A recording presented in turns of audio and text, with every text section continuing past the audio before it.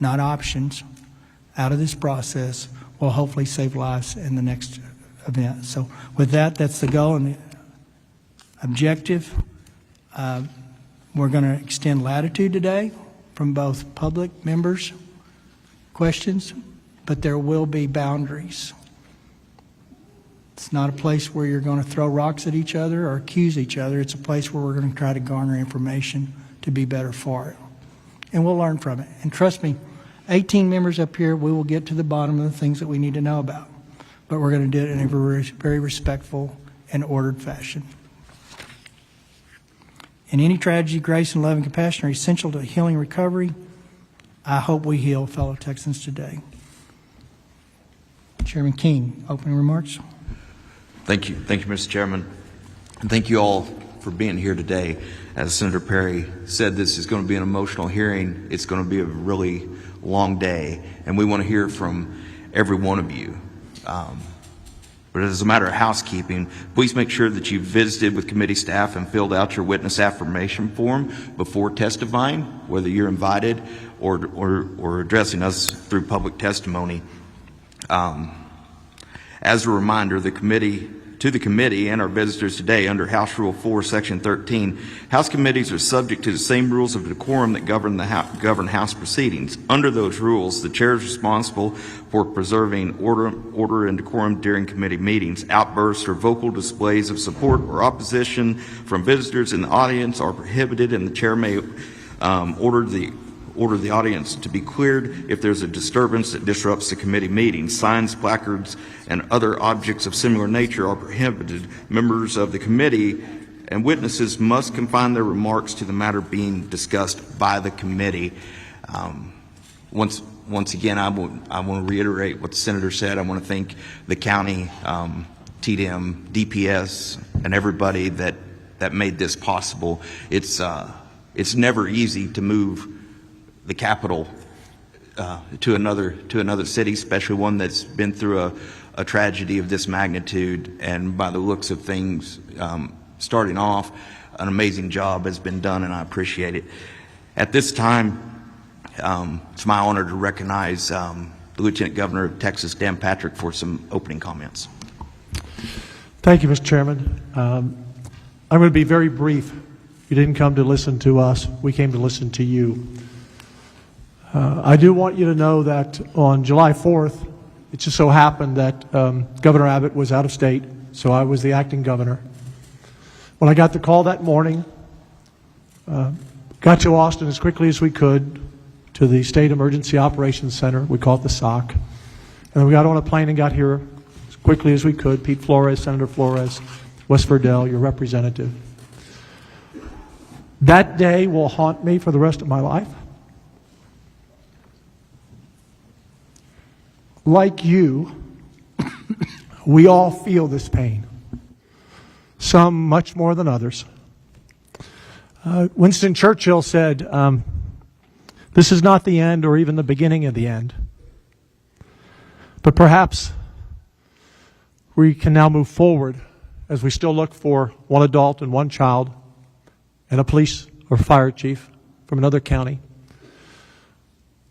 But with this hearing, what we're hoping to learn is how do we move forward so that when an event like this happens again at any level, that we are better prepared for it, and that we've known that we did all we can. Because when you think you've done all you can, there's always something else you can do. My attachment to this community now in Kerrville will be lasting forever. The love, the compassion, the teamwork, the volunteerism that showed up that first day and the second day and the third day and the fourth day was remarkable. From the people cooking food out back to the volunteers who came and searched in those first days for life, and then the recovery mode, forever grateful. This community came together in a way that I've not seen before. And in the 10 years I've been Lieutenant Governor with Governor Abbott, we've had a lot of tragedies in the state. But this one hurts so much. So I want you to know that the Speaker and I, we've never done this before. To my knowledge, it's the first time in history a Speaker and a Lieutenant Governor have ever joined a committee going out somewhere, or even at the Capitol, we don't go to committee hearings. But we said we wanted to have a joint committee. We know it's big, means it goes longer, more questions, but we wanted you to know, and the reason we came here today, so you didn't have to come to us, because we wanted to hear from you, your leaders, and the citizens of this community and the surrounding counties. So understand, this is not the end. This is the beginning. We will pass bills dealing with the immediacy of things that we can address now, but we will be doing this in the next session and the session after that.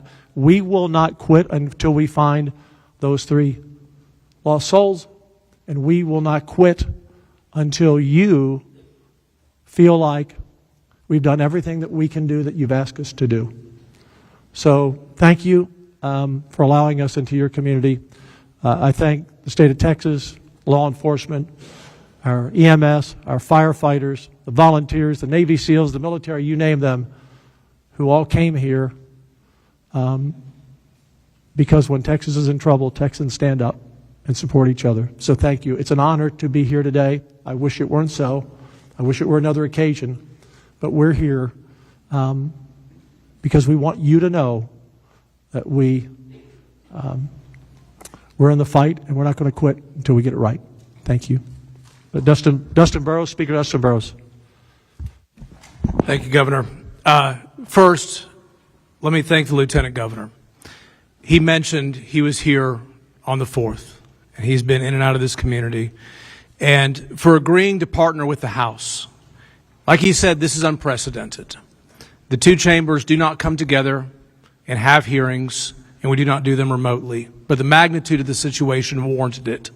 And I believe this is hopefully a testament to what we intend to do together in a collaborative fashion for this community and to address these situations.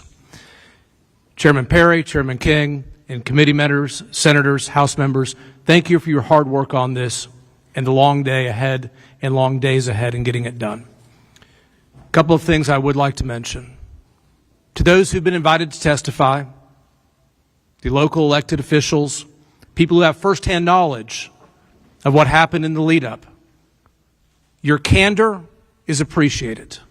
Your forthrightness will be appreciated. We cannot come up with solutions. We cannot try to improve things if we don't know everything that you can share with us. So I ask you, when you're asked questions and you're testifying to this committee, please understand, the more you share, the more you open up, the more you help us understand because we were not here, the better we can do in crafting legislation to meet the need and meet the moment. But most importantly to the community, our commitment is to y'all. We're in special session. It is such important, solemn, sacred work that we will do. We will come up with some solutions, but the work will not be done. It is impossible for the state to craft legislation in this short time that fully meets everything. We will do our best. We will do some things, but our commitment is to continue beyond this session and these hearings into the next session and the session after that and continue to improve and do better. With that, I thank you for being here and your participation. Thank you. Thank you, Mr. Speaker. Members, I'm going to call up the first panel. Each one of them has up to 10 minutes. If they don't need it, they can move to the next one. We're going to try to get through the panel, and then we'll have member questions. The chairs reserve the right to violate that rule a little bit. If it helps kind of moving it along, we will try to set the stage. But with that, I call Judge Rob Kelly of Kerr County, Sheriff Larry Letha of Kerr County, William B. Dub Thomas of Kerr County. We've got 8 seats. Mayor Joe Herring, City of Kerrville. Dalton Rice, City of Kerrville. William Rector, Upper Guadalupe River Authority. Judge Shane Stolicek of Kendall County. There you go. Thank you, Mr. Vice Chair. And I still butchered, I'm sure. Judge Bella Rubio of Real County. Mr. Chairman, if Yes, I may, sir. before we get started, members, this system works different than the one we have in the Capitol. If you touch your mic and your green light comes on, your mic will be hot at that time. So if you would rather get my attention on the House side, get my attention and Senate on the Senate side, let us know, and we will write your name down in the order of asking questions. Thank you. And with that, we'll be taking notes as those member lights come on as we see them. If your light's been on, and you might want to just kind of wave at us a little bit, but we'll alternate between members, so Senate and Rep or Rep and Senate based on the order they come up to keep it moving. I assume y'all sat down in the order I called you. If you didn't, then go ahead and state your name and your title, and you have about 10 minutes to tell us what you want us to know. Is that on?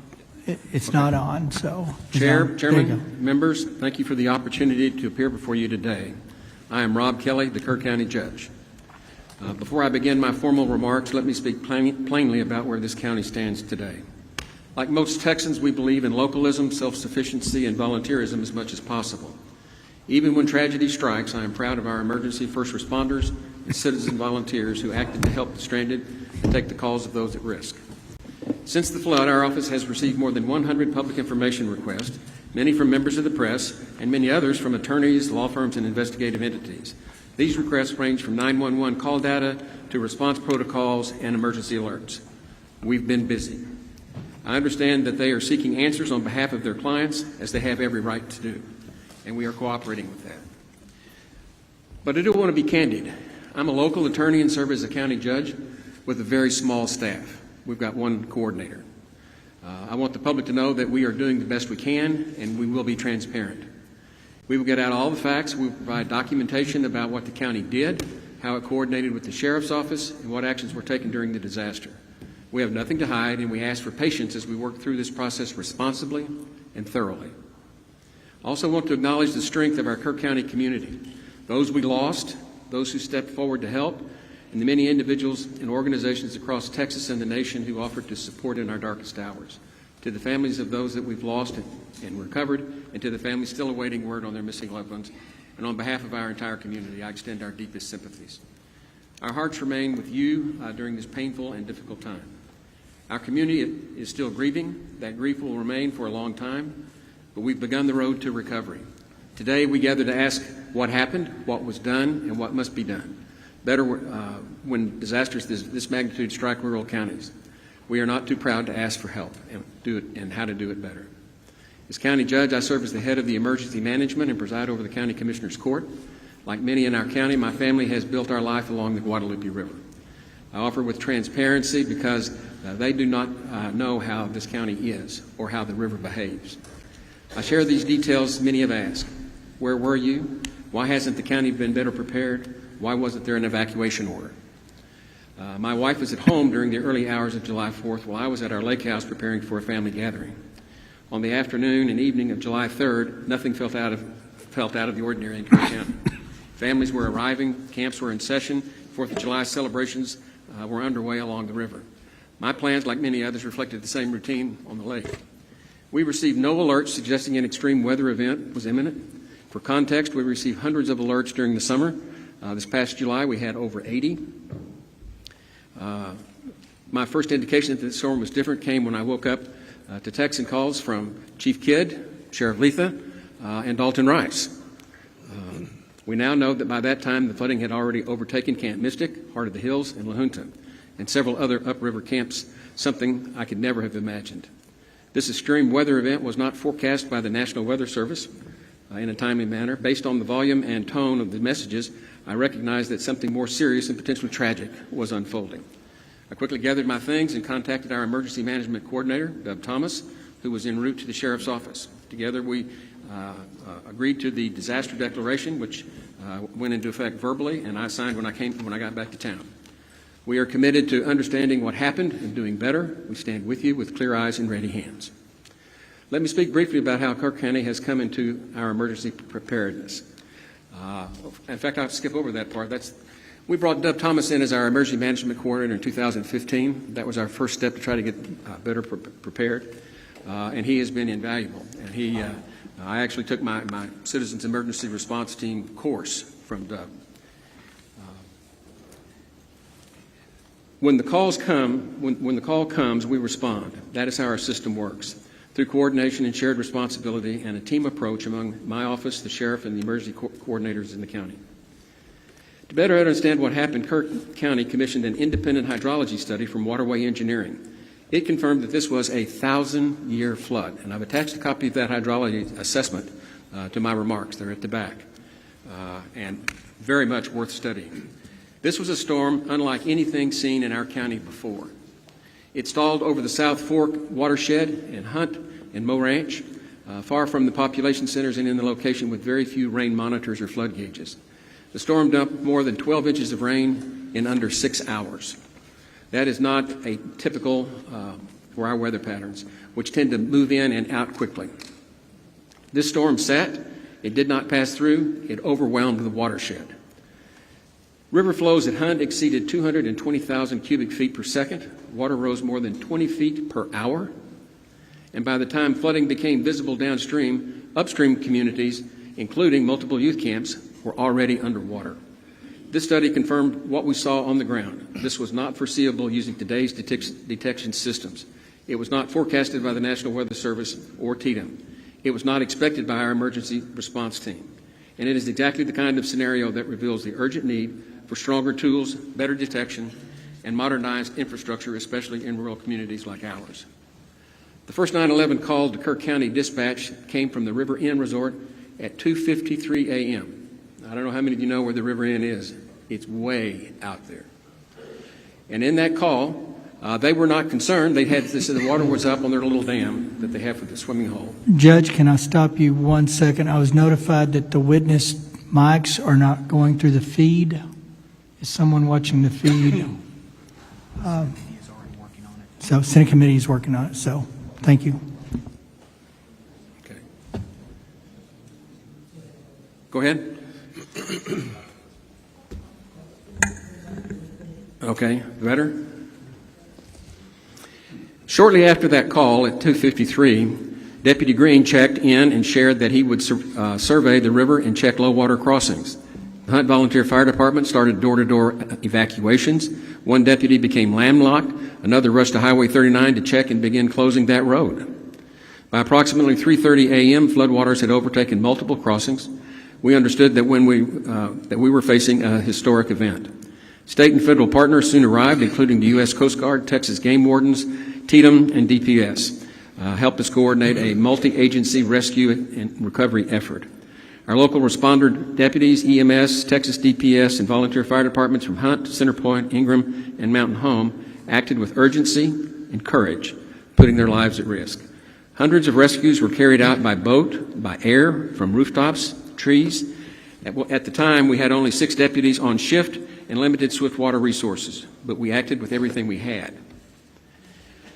Lessons and recommendations. This flood took 108 lives, including 37 children.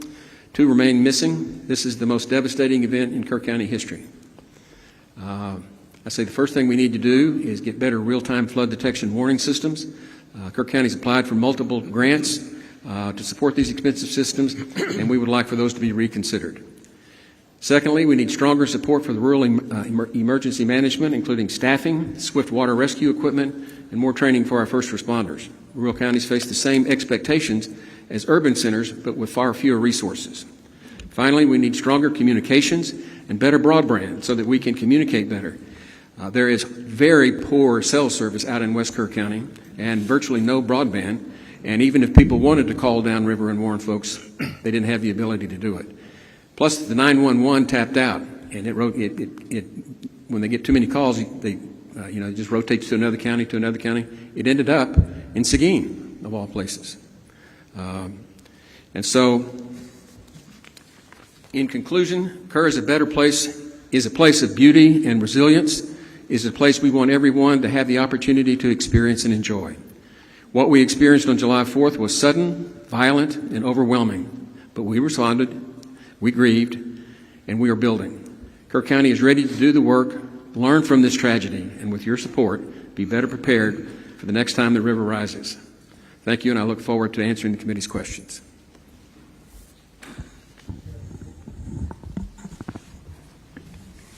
Yes, my name's Larry Lee Letha, Kerr County Sheriff. Chair, members of the committee, thank you for the opportunity to speak to you today on behalf of the men and women of Kerr County Sheriff's Office, our dispatchers, our deputies, and our entire emergency response team. I appear today not only as sheriff, but as a voice for those who put themselves in harm's way without hesitation, and for a community still recovering from an unprecedented natural disaster. Our deputies and dispatchers perform their jobs with courage, discipline, and determination. They responded not just professionally, but personally. Our sergeant on duty grew up in Hunt. He and his family still live in that area today.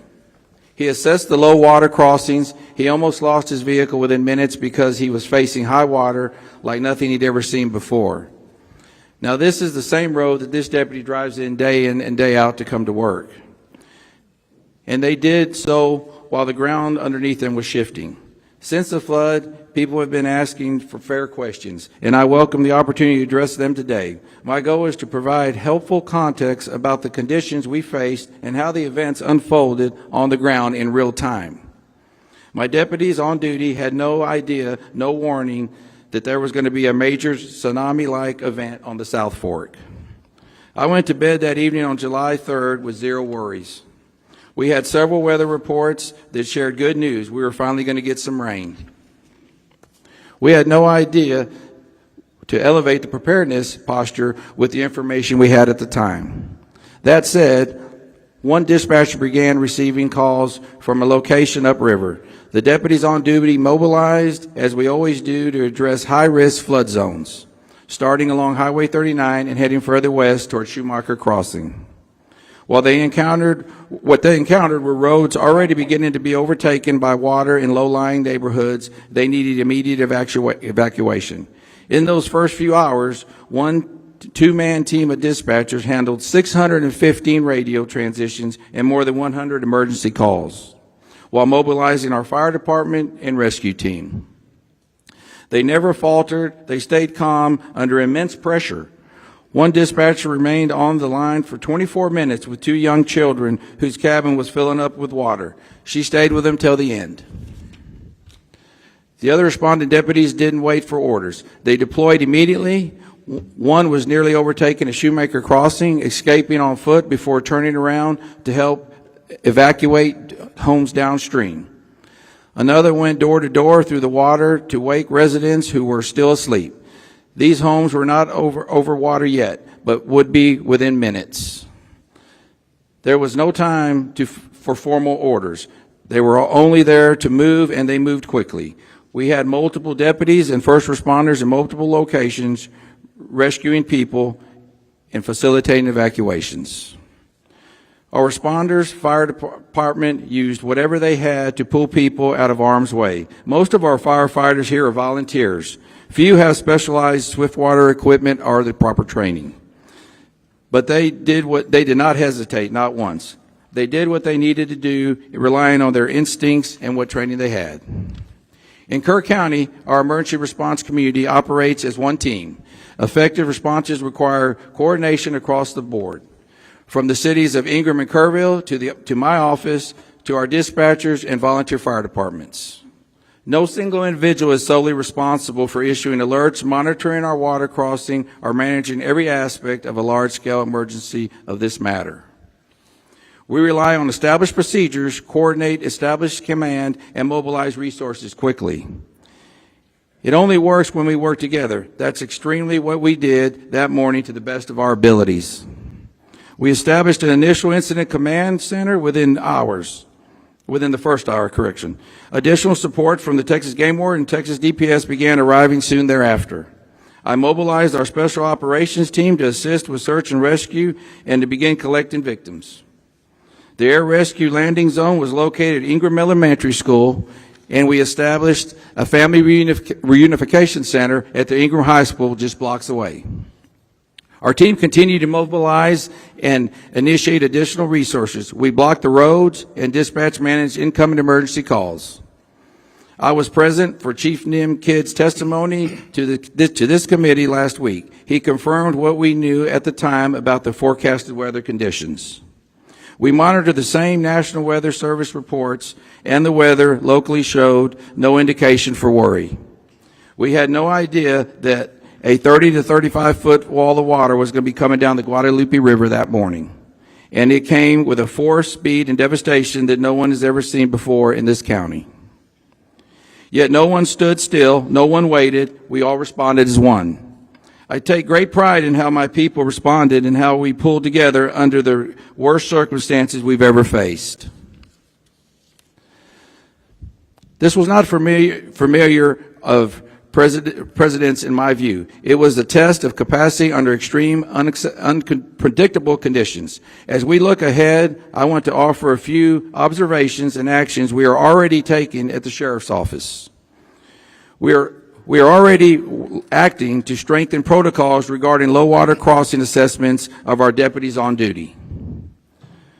But more must be done to improve the ability to predict these type of fast-moving weather events. In my view, no alert system would have changed the outcome or prevented the tragic loss of life that was upriver. By the time the true danger became clear, the monitoring our office was in full mode, rescuing residents and visitors. This is a tragic event, but it is also a reality, as we will be committed by learning from and doing everything possible to prevent this in the future. What matters is not blame, it's commitment. It's commitment to improve. As you requested, I want to share my views on areas of improvement. First, we know there is room for better understanding and monitoring upstream rainfall. We depend on agencies like USGS and NOAA, and while their data continues to improve, this event showed how quickly conditions can evolve beyond the bounds and modeling. Second, interoperability matters.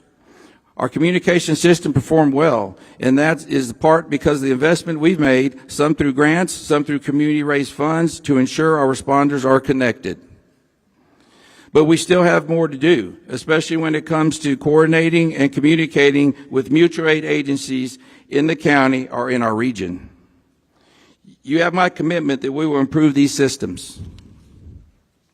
Third, we're already taking steps to assess how we can further enhance our countywide alert system to reach more people through automated alerts, such as how the integrated the IPAWS alert system.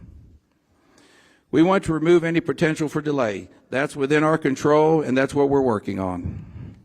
As for sirens, I know there is a question, and I think that merits consideration, especially for the dense populated regions along the river. This is a decision the entire county must evaluate. But in this specific case, particularly the Hunt area, I don't know if sirens would have changed the outcome. The water came too fast, and that leads to me the importance of educating our seasonal visitors and the youth camp operators about the importance of flash flood monitoring and knowing their evacuation plans. In many, if not most cases along the river, people need to head to high ground, not on the roads. We have too many low-lying roadways and river crossings throughout the Guadalupe Basin, especially in the South Fork, to support road-based evacuations. As we look at various solutions and areas for improvement, we also need to be honest about what works and what doesn't work, and build layered systems to reflect how people live, work, and recreate in rural areas like ours. What matters most is that we continue to improve together. We've committed to doing everything we can with the resource we have and supporting our residents and visitors in every way we know how to. We will do that while we work together to get this county and our people back on their feet for recovery. What I'd like to say personally, I'm 59 years old. I went to school here, my children went to school here, and my grandchildren are currently going to school here. My son's behind me. He's with Department of Public Safety. That's where I retired for. I've been a police officer, I've been a deputy sheriff, I've been a state trooper, investigator, and now sheriff. I've seen many floods in my time. I went to many floods in my time and hurricanes. I can tell you this, I have never seen anything like this before. I don't know if y'all have had an opportunity to look, but I encourage each and every one of you to look. I flew over it first. It's nothing like driving down it. Of course, a lot of that's been cleaned up today, but it's devastating. It truly is. You know, I ask, you know, how do you prepare for something we just did? You know, we'll look at things to make better, and we'll work on that. In closing, I'd like to thank you all for giving the resources to all your state agencies that helped us. We could not have done that without them, I assure you. I mean, it was a great help. I've been in this barn right here and showed many pigs in this barn along with my children. I've never seen the amount of police officers and first responders here, over 2,000. It was very impressive, and I thank you for that. Thank y'all. Deb? Chair, oops. Is it working? Yeah, pull it up there close. There you go. Chair, members of the committee, thank you for the opportunity to appear before you today. My name is William B. Thomas IV. I have served as the Emergency Management Coordinator for Kerr County in the City of Ingram since 2015, and I report directly to the Sheriff and the County Judge while operating out of the Sheriff's Office. I am a certified Master Police Officer with over 34 years of law enforcement and emergency response experience, including nearly 10 years with the Kerr County Sheriff's Office and prior service with the Texas Department of Public Safety.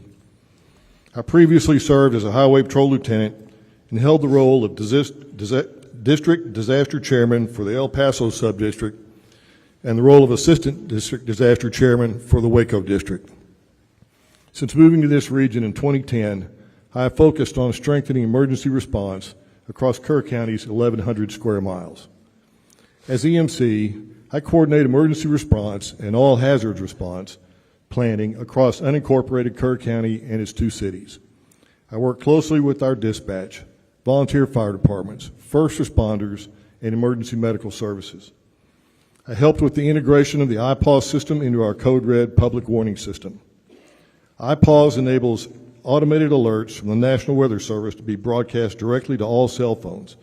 This system has proven essential for a rural county with the highest seasonal population and no 24/7 staffed operations center.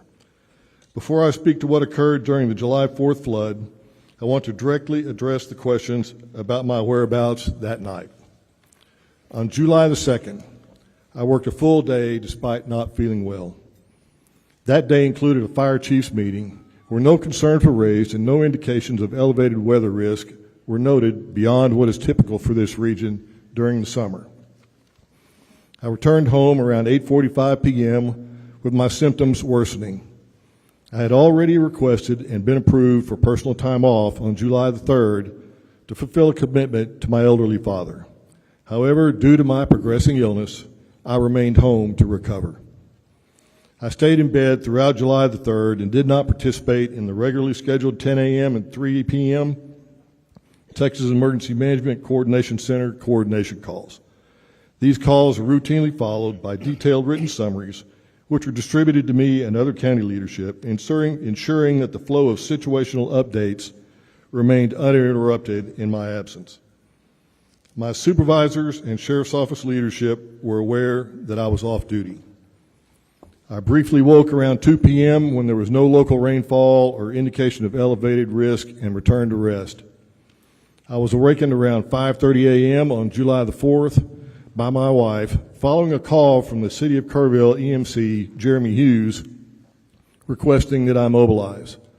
I reported immediately to the Sheriff's Office. There was no visible flooding on my drive into the office, but it quickly became clear that the situation was escalating. By approximately 6 a.m., I was actively coordinating our county's response in close contact with the Sheriff, the Emergency Operations Center, and Mr. Hughes, working together under rapidly changing and difficult conditions. Our first responders mobilized without hesitation. The majority of them are volunteers, neighbors, business owners, and community members who serve without pay. Many had no formal swiftwater rescue training, yet they entered dangerous conditions to save lives. Their actions were nothing short of extraordinary, and I want to take this opportunity to publicly recognize their bravery, skill, and selflessness during one of our county's most challenging emergencies. I also want to specifically address the county's alert systems. The first line of notifications we rely on is the National Weather Service's ability to send geo-targeted alerts through NOAA, television, and regular radio frequencies.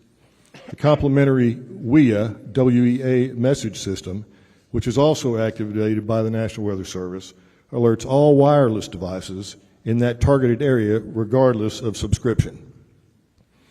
The county took the additional step to implement the Code Red notification system, which is an opt-in subscription-based program that can be used to augment the National Weather Service for those residents opting to receive additional notifications and alerts. However, Code Red provides for limited coverage. That's why in 2020, I worked to integrate iPause into our Code Red systems as an additional tool for the EMC to manually provide further information or different alerts as warranted. During this event, the National Weather Service issued multiple flash flood warnings through iPause, which triggered those automatic alerts. As EMC, I also have the authority to issue iPause alerts manually, and I have done so in other incidents, including one the day before the July 23rd hearing for first responders in the riverbeds. However, during this incident, I did not issue an additional iPause alert because the National Weather Service had already triggered more than a dozen alerts, which all provided a similar forecast. Be aware of the potential for isolated flash flooding. Anticipate rain in the range of between 1 and 3 inches, possibly as much as 7 inches. You may ask, what does a flash flood warning by the National Weather Service prompt me as the Emergency Management Coordinator to do? In our county, we take a coordinated approach to severe weather. Each summer, we receive hundreds of alerts and warnings from the National Weather Service. Our standard protocol begins with assessing low water crossings, which serve as key indicators of rising water levels and flood risk. Those crossings are also critical routes for emergency response, making them a top priority when flash flooding occurs. The National Weather Service forecast for Kerr County did not change until after 4:03 a.m. It is also important to understand those alerts went directly to the phones of residents and visitors alike. If your phone was on and had not disabled government's alerts, you would have received them. We believe this is the best system available for a county with high tourist turnover and no constant weather monitoring equipment or staff. To those who ask, what would you have done differently? The honest answer is that, based on the data we had at the time, there was no clear indicator that a catastrophic flood was imminent. The rain fell in remote areas with limited gauge data. Forecasts were not materially different from past events that did not result in flooding. The situation evolved faster than anyone could have predicted. Still, I've spent a lot of time reflecting not just on what we can do better here in Kerr County, but what can be improved across Texas in rural, river-adjacent communities like ours. First, we must recognize and support the value of volunteer fire departments and rural responders. These are the people that show up first. They serve wide areas with little funding and limited equipment. We need to invest in their training and their tools. Secondly, we need better data. We need real-time monitoring of rainfall and river gauges, especially in upstream headwaters and watershed zones. We cannot rely solely on radar or traditional forecasting from the National Weather Service. We need systems that detect what's happening on the ground minute by minute. We've discussed these upgrades locally, but Kerr County alone cannot afford them. This isn't just about our county. The Guadalupe River and Hill Country draw thousands from across the state and beyond each year. Our safety infrastructure should reflect that shared responsibility. Since this tragedy, many have asked whether a siren alert system could have helped us respond more effectively or even saved lives. That's not an easy question to answer with certainty. It's something our county has evaluated in the past. Concerns have been raised about their effectiveness in our unique topography, especially in areas with high canyon walls and rural terrain where sirens would be most needed. There are also limitations in reaching visitors who may not understand what the sirens mean or how to respond. Let's not fear the river, but let's respect it. We must understand the impact of extreme, fast-moving weather events and prepare accordingly. We must be proactive, not reactive. and we must recognize that the benefits our region provides to all Texans come with shared obligations to safeguard it and those who enjoy visiting this beautiful area.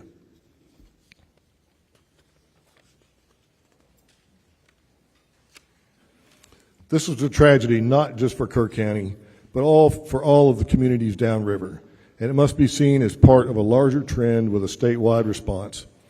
Inland flooding is increasing in both frequency and intensity. Our policies, funding models, and planning tools must evolve to meet this reality. I want to thank the committee for its attention to this issue. I look forward to working together on ways we can improve rural response capacity, increase predictive analytics, and bring equity to emergency resources for rural Texans.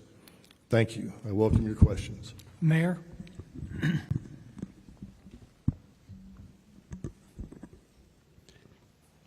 My name is Joe Herring, Jr. I'm the mayor of the city of Kerrville. I want to say thank you to Lieutenant Governor Patrick, Speaker Burrows. I want to say thank you to Chairman Perry, Chairman Keene, and all committee members for coming to Kerrville to hold this hearing.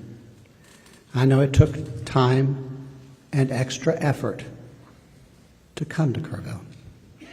Thank you for your dedication and hard work to come up with solutions for the problems caused by this flood. When Lieutenant Governor Patrick told me this hearing would be in Kerrville, I was thankful. Thankful because it's important for you to be here where the flood happened, but also thankful because it's important for you to hear directly from our community about the tragedy which occurred here in the morning hours of July 4th, 2025. Here's what you need to know about our community. We are grieving.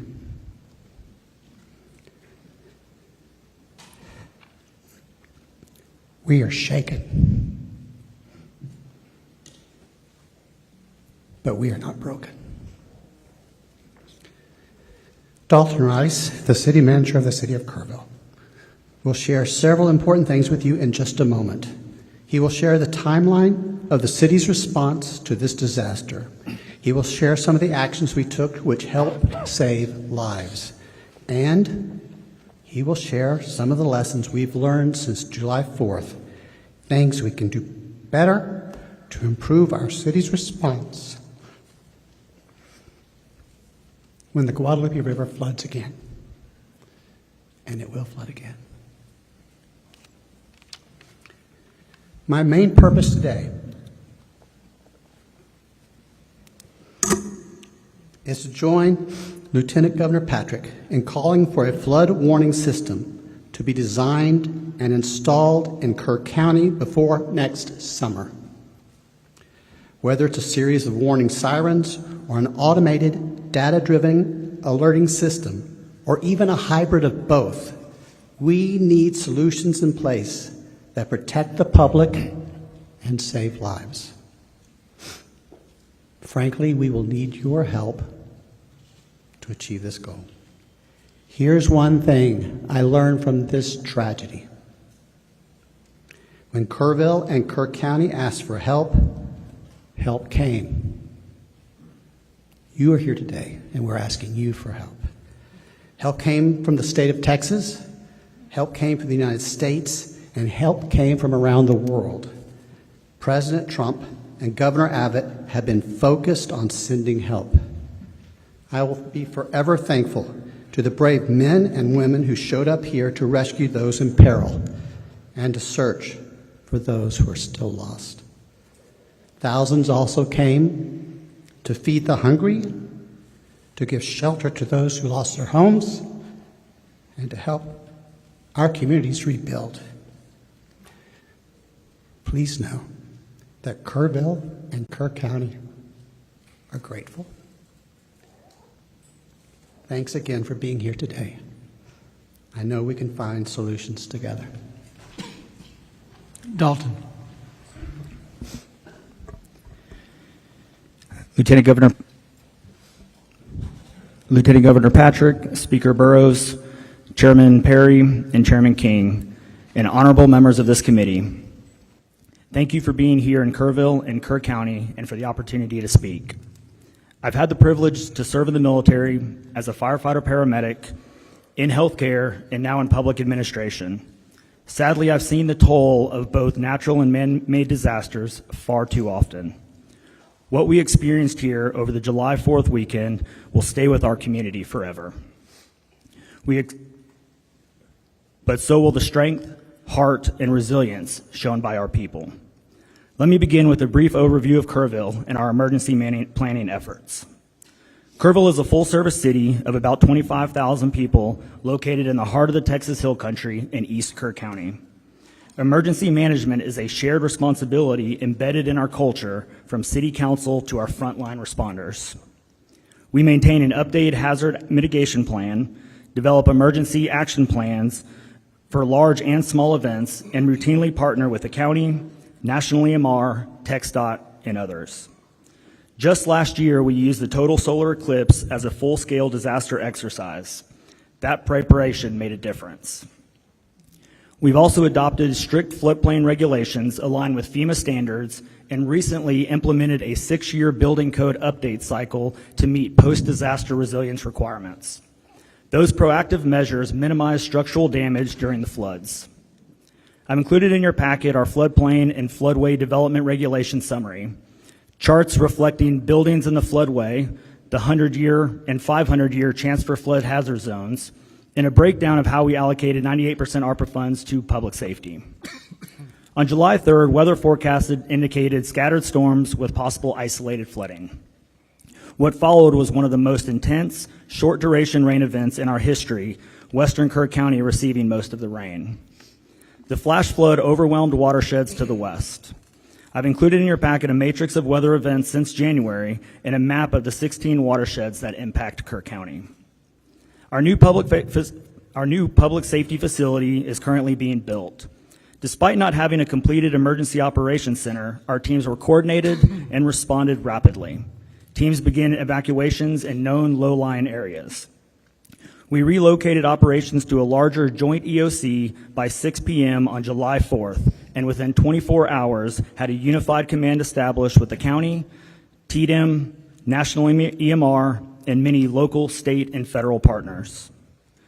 Kerrville operates the local Public Safety Answering Point, or PSAP, and received 35 calls from 0300 to 0400, 218 calls from 0400 to 0500, and 230 calls from 0500 to 0600. I've included a chart showing the call volume, and I apologize for the small print and quality. Our emergency management approach works. As you can see in the July 3rd and 4th timelines in your packets, at 2:42, patrol officers were proactively checking known low water crossings throughout the city with none reported. At 4:06 a.m., they began checking the park with no rise to the river. At 4:14 a.m., dispatch began getting overwhelmed with 911 calls, at which our teams began requesting additional resources and personnel and further assessing the situation before notifying leadership in accordance with our policy. At 4:54 a.m., the supervisor drove west to Bear Creek Crossing for an additional assessment, which you'll see in the timeline. Despite overwhelming conditions, our team saved countless lives, managed logistics under extreme duress, and maintained continuity of city operations. But I stand before you today fully acknowledging that we must also examine where we can do better. Our preparedness paid off. Structures built to our standards were elevated, engineered, and code compliant, and sustained minimal damage. But this event also showed us gaps. Additional insights will be documented in our after-action review and our corrective action plans. Aligning with the objectives of this hearing, we respectfully ask the committee to explore the following areas that affect both immediate and long-term public safety and local government operations, and look forward to working with each of you in the coming days and weeks for a viable path forward. Floodway and plain rebuilding policy, regulatory authority in the ETJ and annexation, low to moderate income restrictions tied to funding, long-term negative impacts on property tax and spending caps, radio and equipment interoperability. The following areas are areas we request state assistance on: Fund project identified in our stormwater master plan and the state flood plan through the Flood Infrastructure Fund and other funding sources. Invest in localized predictive weather modeling to better serve rural communities. Expand the Broadband Infrastructure Fund or other funding mechanisms to improve cellular coverage in rural areas. Expand and fund House Bill 3010, which was passed in the 89th legislation, the Rural Infrastructure Disaster Fund, or other appropriate funds to help in disaster recovery. Establish a dedicated hazard mitigation fund aligned with local hazard mitigation plans. Develop automated, data-driven flood and weather alert systems. And consider requiring camps in certain facilities and high-risk areas to maintain emergency action plans. It is still very early in the process, and I'm proud of what our teams have accomplished. Our people acted with professionalism and heart, often while their own families were in danger. I am proud of them, but we're not too proud to say we can do better, and we want to work with you to make that happen. We've also identified some lessons learned, even in the short time before our after-action review. We've identified areas of improvement in our dispatch center and notification processes. While critical information reached the right people, we recognize the need for more streamlined communication. A 3:34 a.m. call was transferred to the county, but we lacked the procedure to notify all personnel in flooding events across the jurisdictions. Our patrols team showed strong situational awareness, but broader communication is essential. Family communication during the event could have been faster. Although support services were in place, there were moments when families received updates through the media before hearing directly from officials.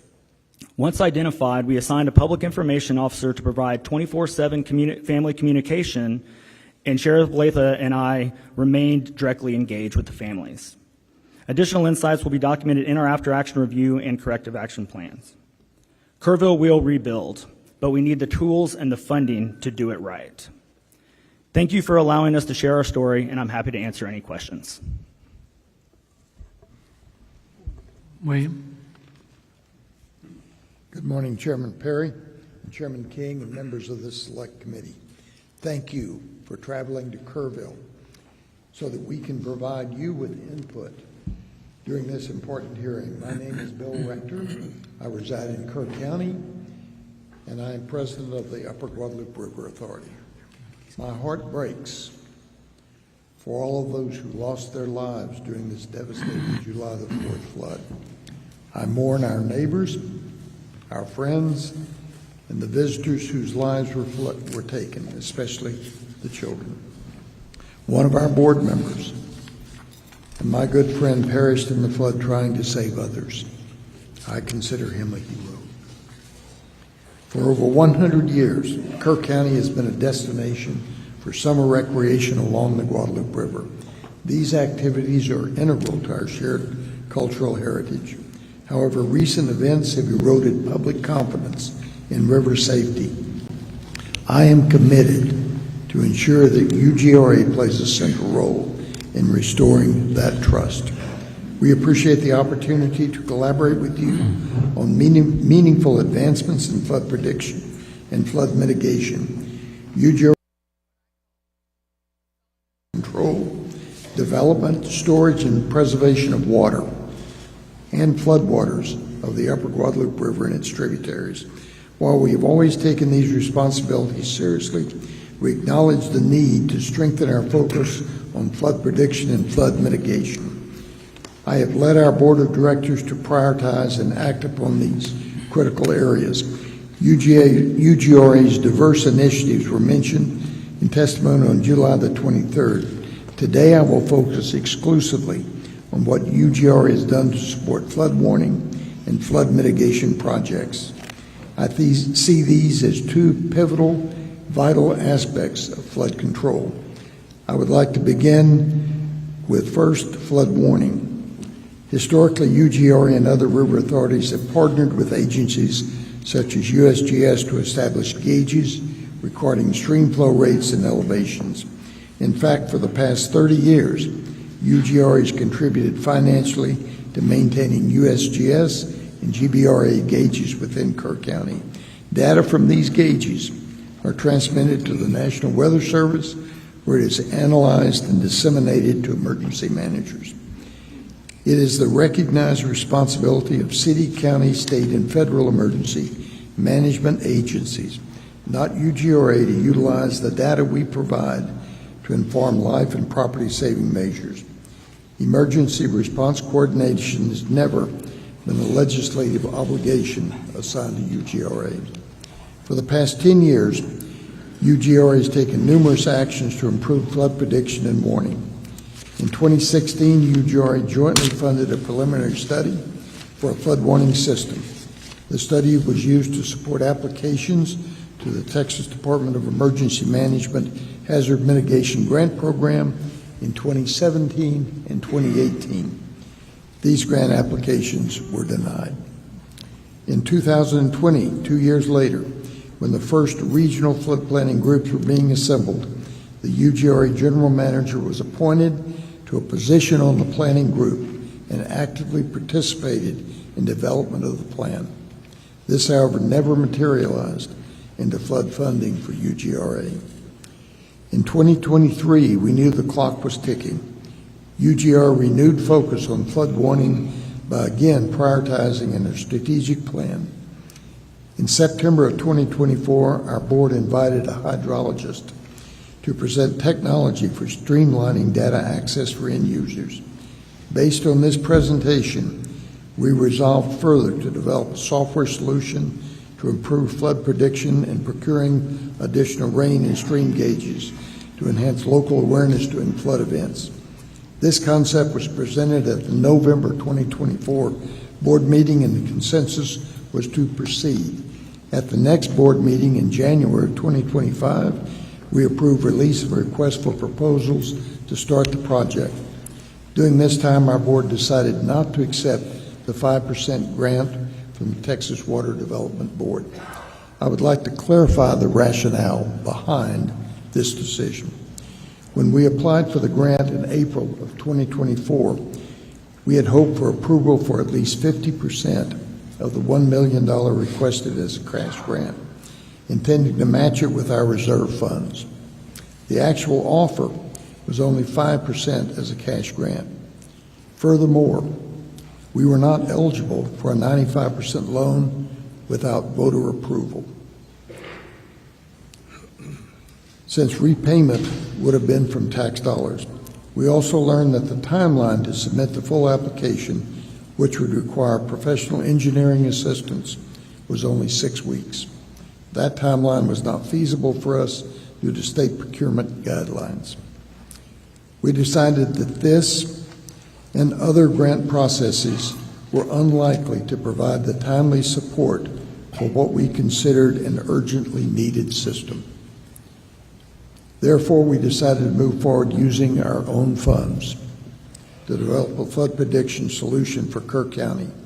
After a procurement process, we selected a contractor, signed a contract on June the 4th to start the project. The software solution will integrate existing sensors and create a plan for future sensors that use advanced technology. The current project will be carried forward by using additional reserve funds to purchase, operate, and maintain the new sensors. The planned system will deliver sensor data to a real-time computerized portal accessible 24/7 to emergency managers. Emergency managers can also set alerts that are triggered by thresholds of rainfall or stream levels to direct their attention to critical values. On July the 24th, we convened the Kisters team, local emergency management officials, police, fire departments, and TxDOT to garner feedback on software design and functionality. Work is ongoing to determine needed sensor placement. Placing our board's widely discussed and criticized decision in context, we are now 9 months into the development of this much-needed project, having engaged an expert firm and begun creating a reliable means for emergency managers to access critical data.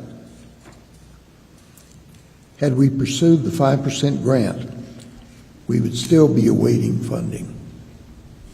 Our past unsuccessful funding attempts have reinforced our resolve to move forward independently. The second part of flood control is mitigation. Since 2012, a portion of UGRA surplus funds has supported construction of 9 water and sediment control dams in western Kerr County with a total drainage area of 21 square miles and a total volume of 92 acre-feet. These structures are designed to empty between rain events, gradually releasing water to sustain river flow. However, due to their limited size, they provide only modest flood mitigation during major events. Looking forward, I consider flood mitigation as the long-term solution to the severe flash floods of the Guadalupe River. Canyon Lake Dam is well known for its effectiveness in reducing downstream flooding. Despite the massive inflow from the upper Guadalupe River on July the 4th, the reservoir filled only to 68%, averting significant downstream damage. A former UGRA director and respected civil engineer has also recommended investigating the feasibility of constructing additional flood retention dams on upstream watersheds. Such dams could moderate rapid rise in river elevation, providing valuable warning and evacuation time. These structures would channel normal flows through calibrated outlets, but store excess water during high flow events. Integrated sensors would detect rising reservoir levels and relay information for immediate response coordination.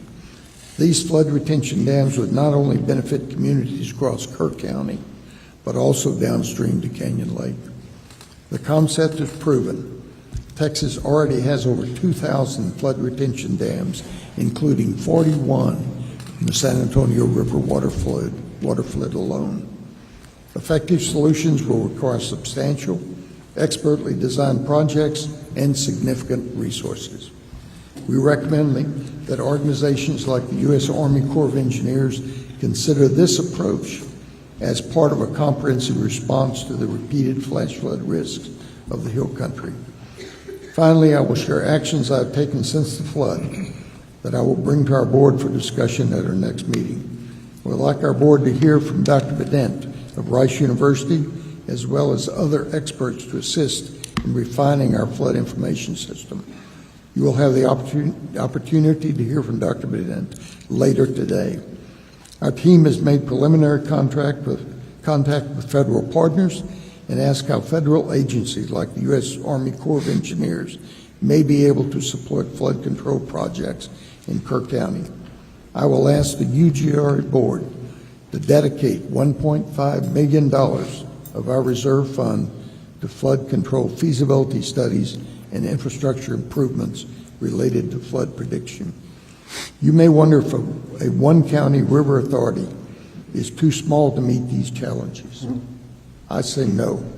Our size and strong ties to Kerr County, the city of Ingram, the city of Kerrville, and the Hunt and Centerpoint communities has been and will be an asset to our success. I hope the dedication of this select committee to finding solutions will also explore innovative approaches to these problems. Thank you. I thank you for being here today, and I look forward to your comments. All right. Shane, pull it up close, please.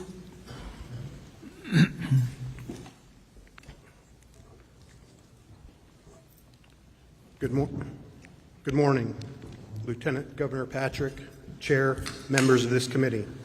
My name is Shane Stolarczyk, and I'm proud to serve as the Kendall County Judge. I've also served 10 years as a major in the United States Air Force, including an active duty tour during the COVID-19 pandemic, stationed at Joint Base San Antonio. Outside my judicial role, I'm a 24-year practicing appellate attorney and small business owner.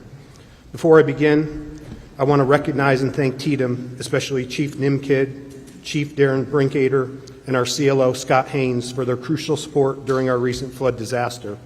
Their ongoing communication, guidance were key to our emergency management team's ability to respond effectively and safely. Let me pose a simple but powerful question to this committee. Proper planning or dumb luck? If your life depended on it, which would you choose? Disasters always carry an element of unpredictability. We were fortunate this time. The USGS flood gauge data reflected a 50-year flood event for the Comfort community, not a 100-year, not a 500-year event. Even more luckily, Sir, Cypress... can you pull that right up there? The stream requires you almost to eat that mic. Sorry, sir. You can't get too close. How's that better? There, Okay. Even more luckily, Cypress Creek and Comfort did not flood.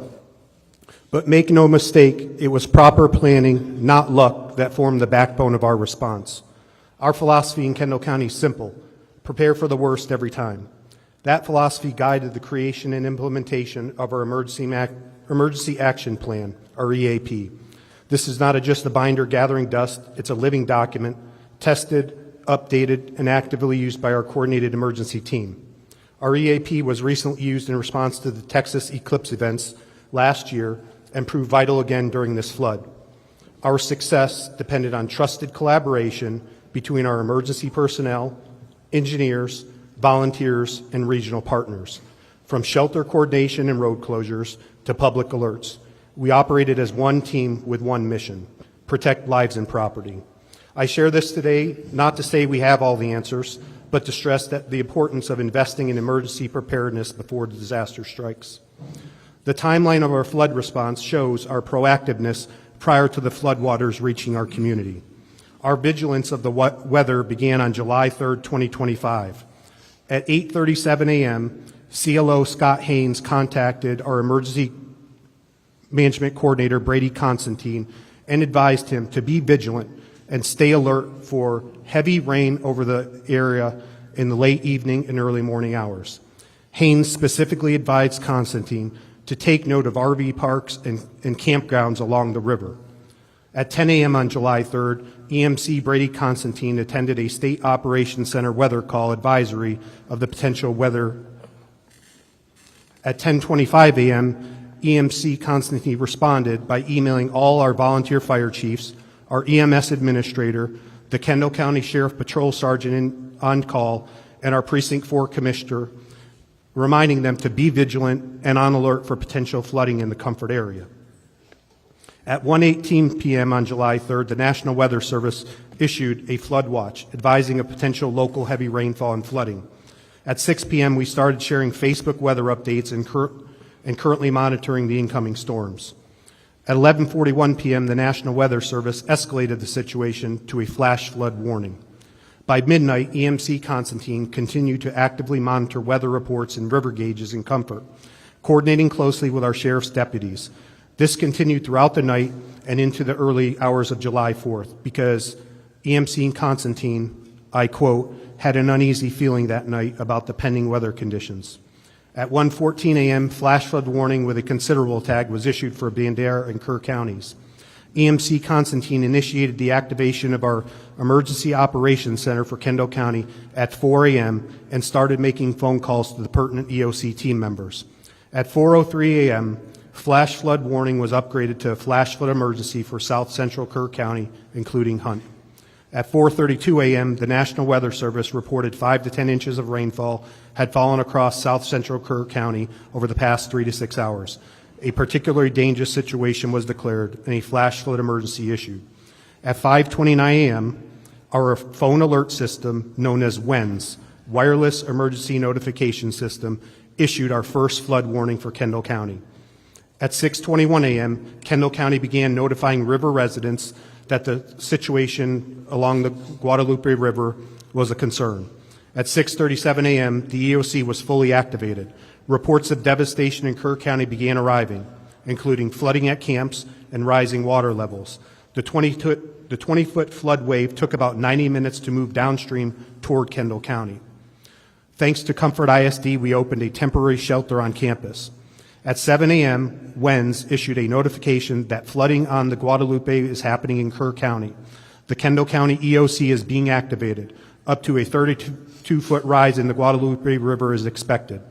By 7:30 a.m., mandatory evacuations were issued for residents along the Guadalupe River in Comfort, Texas.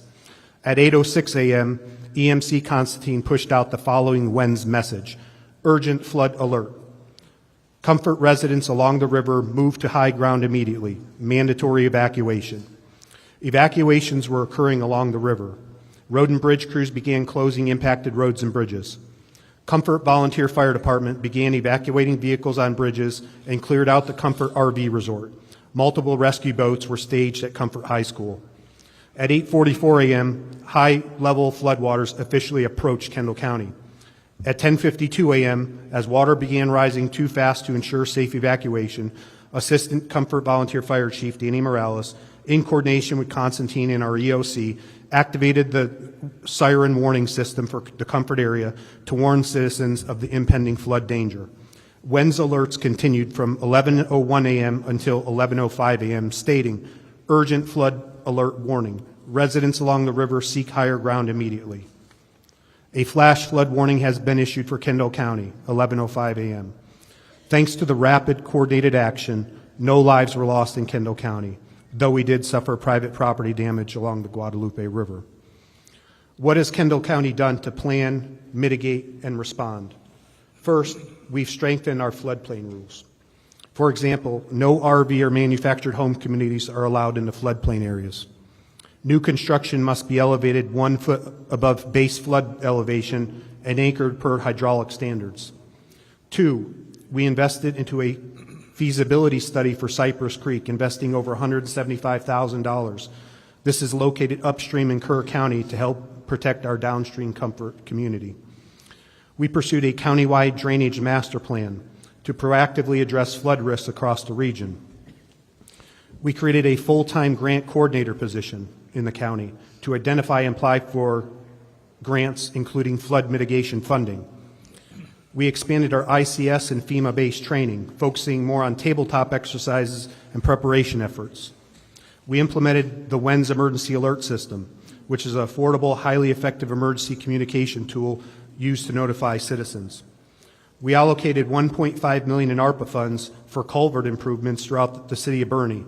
We also partnered with the soil and water conservation districts in our community to improve flood control structures in the county.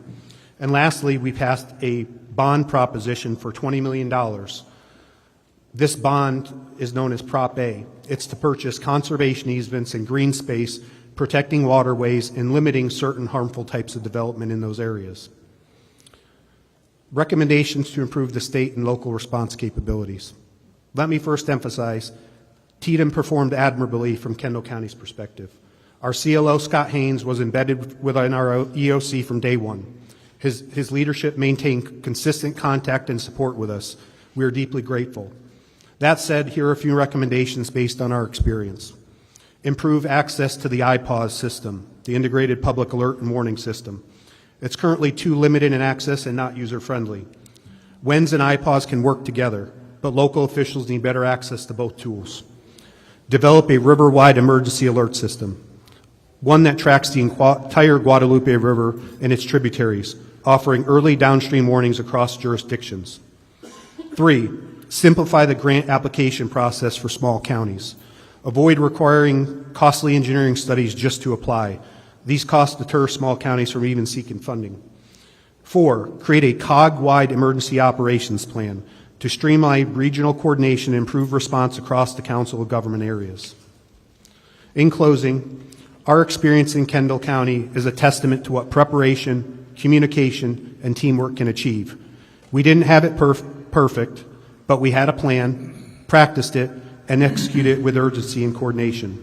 I urge the committee to continue investing in local preparedness, strengthen interagency tools, and ensure small counties have equitable access to resources. Thank you for your time and commitment to protecting Texans. Thank you. Judge Rubio, get the mic up real close, please. There you go. Yes, sir. Good morning. Good morning, chairs and members of the committee. My name is Bella A. Rubio, and I'm the county judge of Real County, which is a contiguous county to Kerr County, with a population of approximately 3,000 people. First and foremost, Kerr County, you are in our daily thoughts and prayers, and to all law enforcement, first responders, volunteers, and citizens, you are the epitome of John 15:13. There's no greater love than to lay down one's life for another. Today I come before you regarding decisions that will be focusing on matters that directly impact the safety and well-being of all our counties and communities throughout Texas, and the need for dependable alert systems. The ability to quickly and effectively share information during emergencies is essential, ensuring that every resident and/or visitor, regardless of their location or situation, receives critical information. As a native pioneer family and a 40-year county employee, I have witnessed firsthand Real County transform from a ranching, hunting community into a tourism-based, popular second homeowner site, as well as a subdivision developer attraction, with the majority of the growth occurring along the banks of the Frio and Nueces River. We also have 3 Christian camps located on both rivers that at full capacity on any given weekday throughout the summer service approximately 3,000 campers, camp counselors.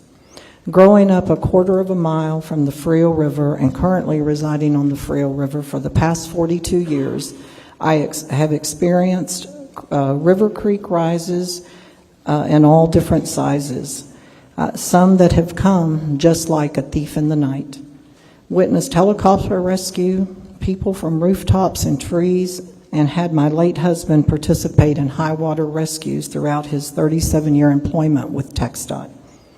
As part of Real County Courthouse budget preparation in my previous position as county clerk, I have seen the struggle and challenge to fund additional resources to provide and/or implement higher safety levels throughout the local law enforcement budget, road and bridge budget, extra funding for local volunteer fire departments and volunteer EMS, and especially the radio inoperability.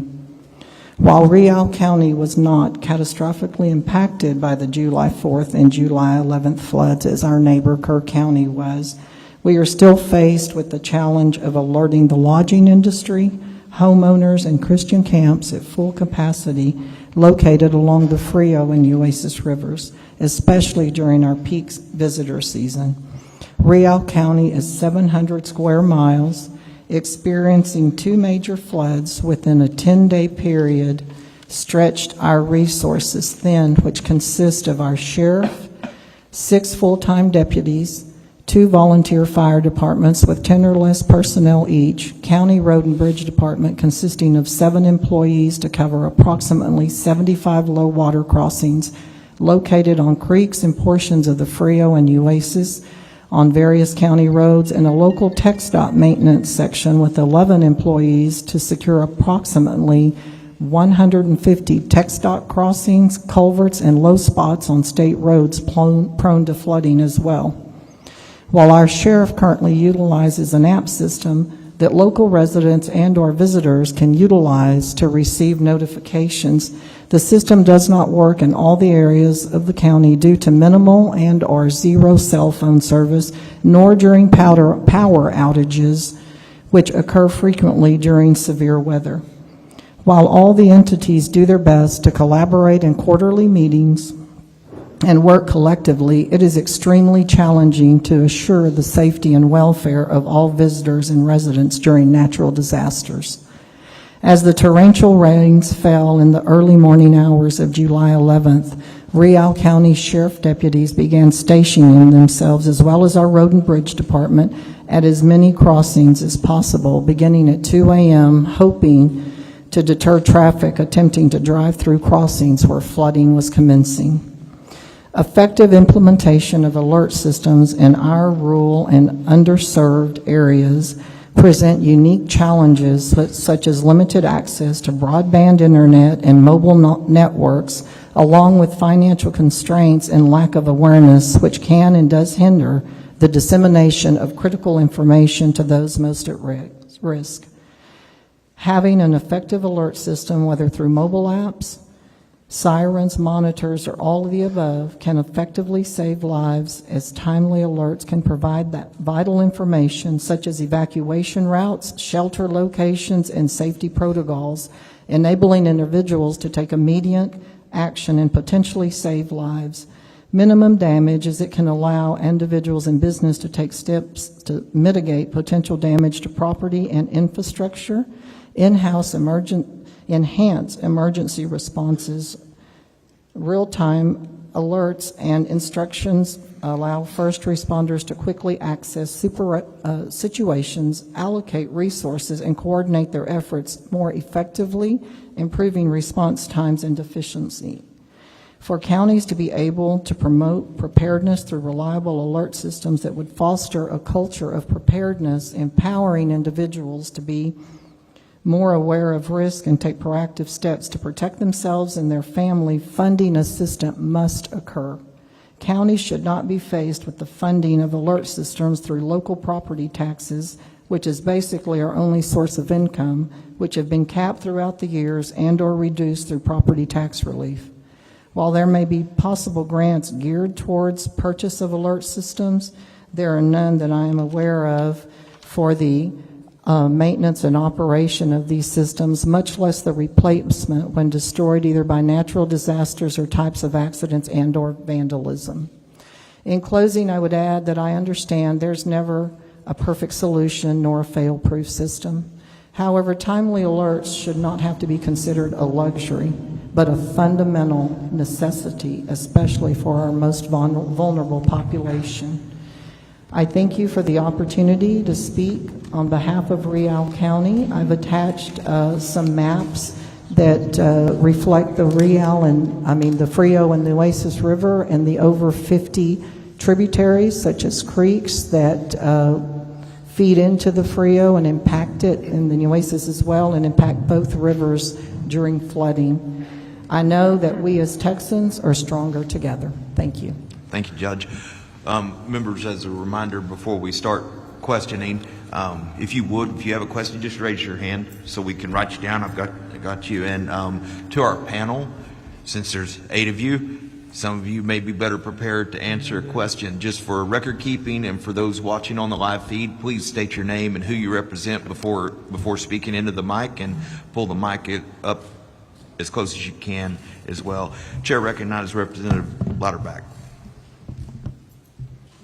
Thank the panel for their service. Sheriff Letha, could you take a minute and give us a timeline on the events of that morning? Absolutely. Thank you, Representative. Yes, there's been a lot of question about time, especially from the media. I'd like to go over, this is the Kerr County Sheriff's Office, okay, what we did during this time. And what I'm going to focus on is from 1:14 a.m. to 5:01. That's kind of the primary time. Now, please understand, I call this a snapshot of what we did. What we've done in about 28 days, it usually would take about 6 months. And we have a lot of data to look into, recordings, radio transactions, but we've done the best we can to get what we can for today for y'all. So what I'm going to start with is what I call the dispatch workload between 1:14 and 3:30 a.m. That's 2 hours and 16 minutes. Our communications center had 7 phone calls received and processed 22 radio transmissions. Then we moved forward to 3:31 a.m. to 4:22 a.m. in that next 51-minute period. They had 50 phone calls for service and rescue, 114 processed radio transmissions. They were very busy at that time. You have to remember there was a team of 2 in there. Okay. In that time, starting at 1:14 a.m., NWS issues flash flood warning to Kerr County, released on code red. 1 to 2 inches of rain has fallen, anticipating 1 to 2 inches per hour, an additional 2 to 3 inches possible. 2:08, a caller calls in inquiring about road conditions and if they're clear. 2:53, 911 call from River End. Water coming over the river break, they advised the visitors of flooding, no evacuation. So that's not normal for us, okay? A lot of times when rain comes, it goes up. That's normal for our area. 3:27 a.m., Mountain Home Volunteer Fire Department reports Shoemaker Crossing is not passable. That's a little bit more of an alert, but not abnormal. Okay, we move to 3:30 a.m., it's different. Dispatch receives a call from a family on a roof requesting air evacuation. Now that's what I consider it's all hands on deck starting at 3:30 a.m. 3:35, dispatch tones out Hunt Volunteer Fire Department to swift water rescue. 3:39, Mountain Home Volunteer Fire Department asks KCSO to tone out Ingram Volunteer Fire Department for evacuation at River RV Park. 341, KCSO Deputy Green confirms Schumacher Crossing is not passable. 3:43 a.m., KCSO tones out Kerr County Special Ops for Swiftwater Rescue. 3:46, dispatch receives calls with a caller, 2 young children with water overtaking the home, which that was a 24-minute phone call. Our dispatcher did a great job during that phone call. Not only was she on the phone at the time with those 2 children, she was on the phone, had them on speakerphone, on an additional phone, also doing radio transmission and typing. I said she did an amazing job. 3:50 a.m., calls from Casa Bonita advising community is flooding. Dispatch advises seeker higher ground. 3:52, Ingram Volunteer Fire Department goes into service. 3:57 a.m., calls from Camp Mystic, stranded on hill seeking evacuation. 4:05 a.m., multiple reports of cabins off Casa Bonita flooding. 4:08, KCSO tones out Mountain Home to Casa Bonita for water rescue. 4:11, KCSO Sergeant Merritt is landlocked, must abandon his cruiser and begin evacuating nearby residents. So what he did is he got trapped, but he got out of his vehicle and continued to notify people of what's going on. Also provided first aid to one lady in that time. He was kind of out of the game at that point, so we lost kind of. He was actually trying to get a hold of another deputy. I had another female sergeant that was getting ready. That female sergeant lost her vehicle, her department, her office Tahoe, and she was underwater and could barely breathe for 45 minutes. 4:15, KCSO Corporal Tejeda arrives at Highway 39 and barricades the highway. Okay, now we're going to move to 4:22 to 5:01. This is a 39-minute period. During that 39-minute period, our dispatch workload was 19 calls of service and rescue, 168 radio transmissions. Still very busy for 2 people. 4:22 a.m., Hunt Volunteer Fire Department seeks code red alert. KCSO dispatch acknowledges.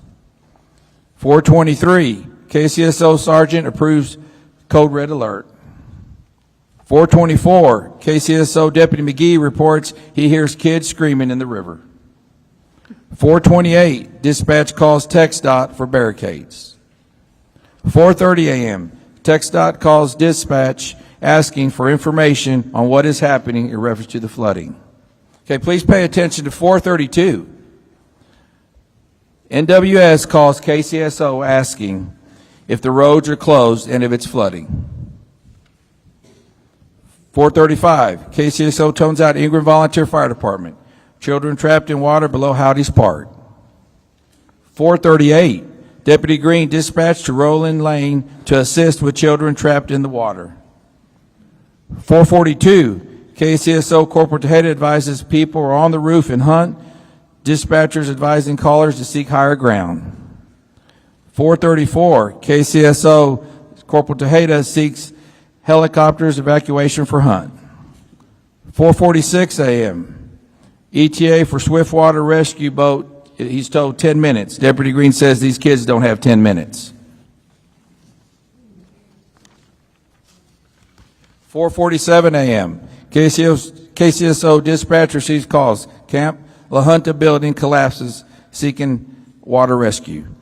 5:01, KCSO issues code red alert. From there on, we just continue to be busy, but that's kind of the bulk of the events between that time. Thank you.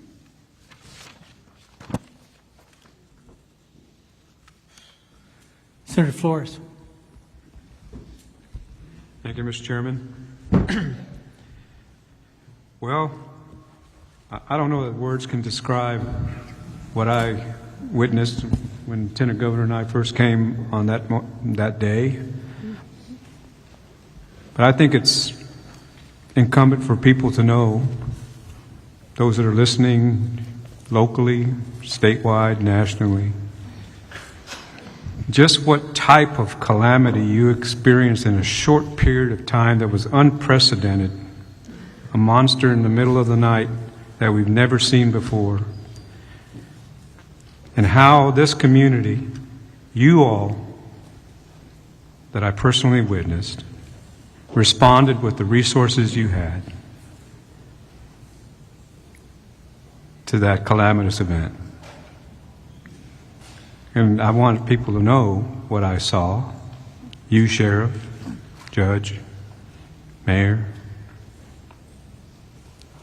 You guys didn't sleep. I saw that. You're totally committed. And not only that, I witnessed the local first responders, like they, in a true Texas fashion, that were the first ones there, not knowing what monster they were facing either, just knowing that their fellow Texans in Kerr County were in trouble. Then I got to witness your cooperation and work as you started to organize quickly with TDEM, state resources. We're blessed with Chief Nim Kidd and the preparation that he has in his department. And working together in emergency management with our troopers and our game wardens and Task Force 1, which were close by, but always ready and prepared, working with their local communities. So I wanted to take this moment to thank you all and let people know you saw things that you'll never unsee, and you have experiences you wish you never had.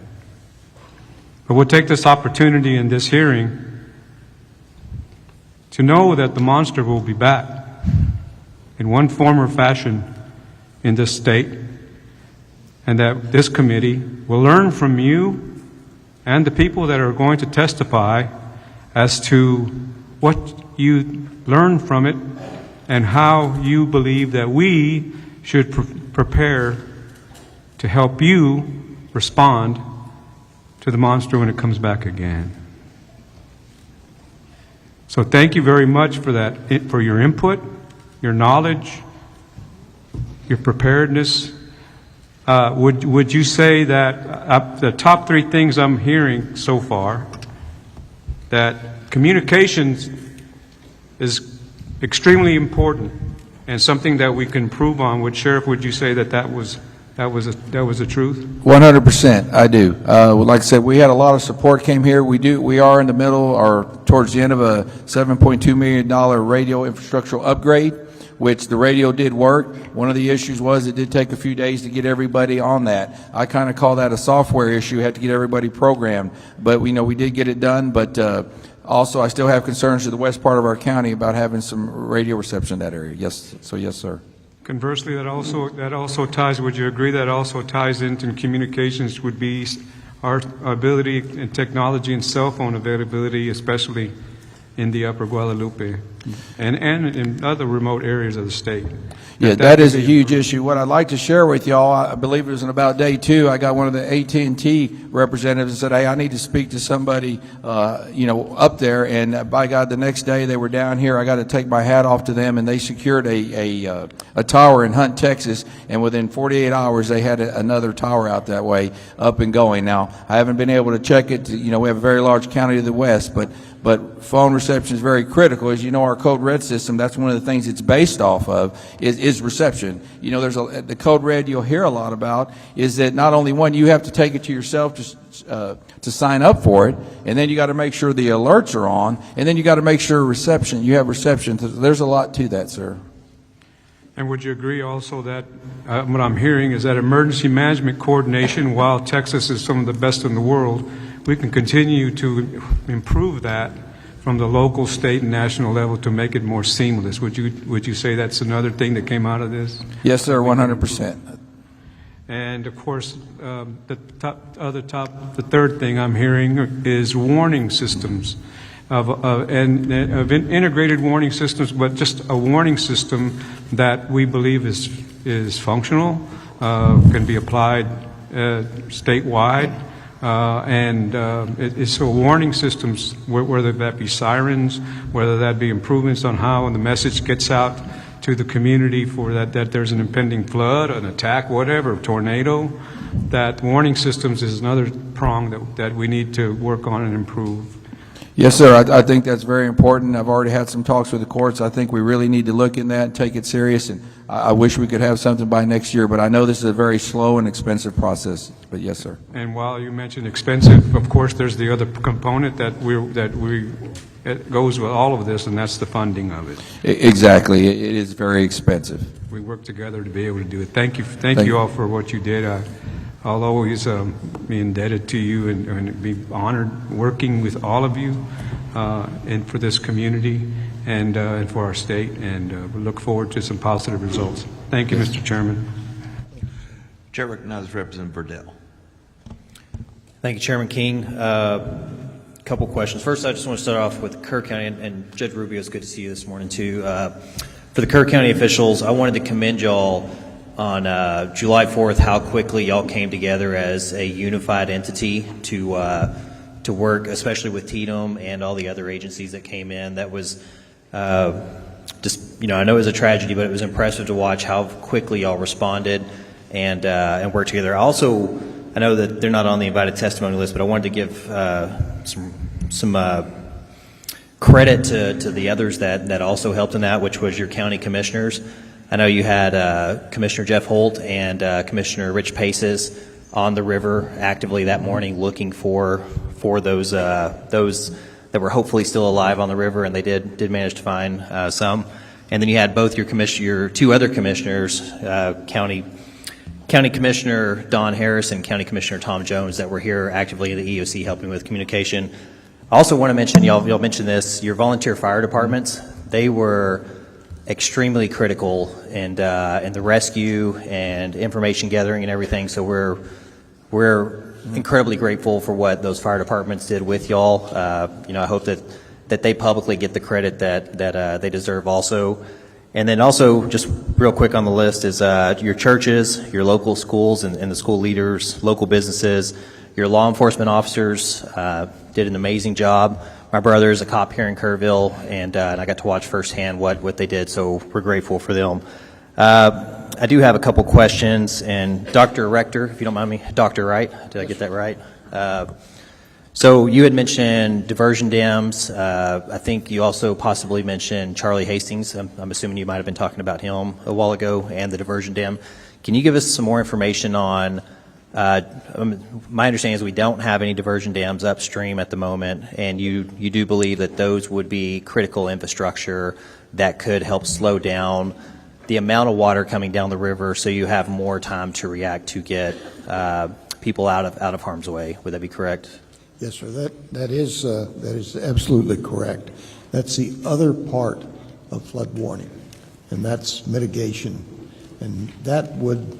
I've read several white papers recently that I'm sure you've also read, that a flood warning system probably would not have saved Camp Mystic, Heart of the Hills camp. The water was just moving too fast. It was moving 17 miles an hour, and it started only 7 miles from Camp Mystic. There was just no time for a warning system. Flood mitigation is the answer to the flash floods that we've experienced over and over and over again in Kerr County. Yes, sir. How many, I know this is hard to even calculate, y'all have, how many tributaries and feeder creeks do you think that y'all would have to interact with upstream of that? Bring the microphone up. Is this better? You got to get it right on top. Okay, thank you very much. Can't talk loud enough. I believe we have three main areas. Of course, the South Fork, which was terribly impacted this time, the North Fork of the Guadalupe, and Johnson Creek. Those three tributaries are important to consider. Yes, sir. One of the things I want to mention, I watched an interview with Mark Armstrong. Many of y'all know Mark Armstrong, who owns the Lake Store.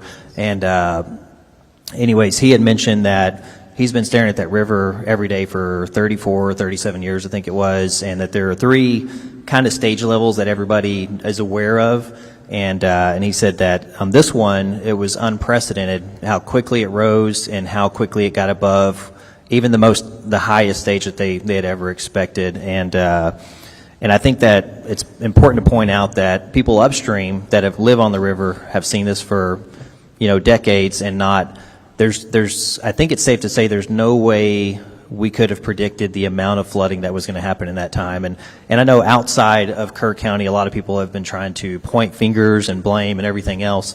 But I think it's important to note that the locals here who know this area better than anyone else in Texas aren't pointing fingers, and they know that this was an unprecedented flood of a magnitude that nobody had expected before. So I just want to make sure that was pointed out to you. But thank you all for being here. Appreciate Thank you, it. sir.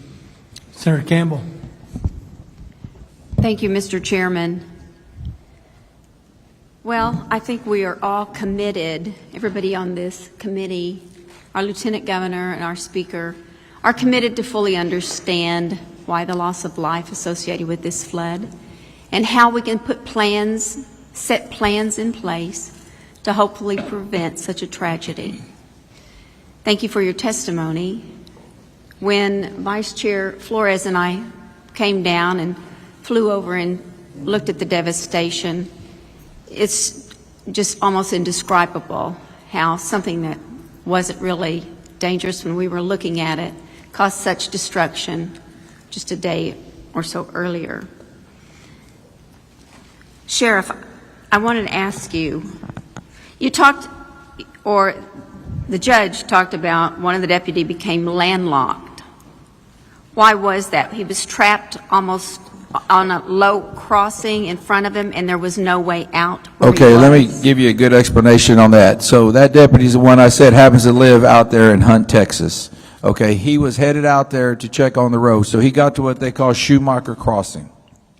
It's flooded. Him and Deputy Green were there. Deputy Green turns around and leaves a little before him. So he's about a mile ahead of Sergeant Merritt. Sergeant Merritt turns around to come back, and what happened is a low-lying area about 2 miles that they'd already crossed had already came up, and he couldn't get out. Deputy Green made it through. His vehicle stalled, but he made it. So Sergeant Merritt stopped, and he knew he couldn't make it, so that's when he turned up, and he went up 1132 Highway 1132 Highway 39, went up there, and as he got up there, his truck got stuck, and that's when he abandoned his vehicle and just started notifying people. So he actually got trapped in between the low water crossings.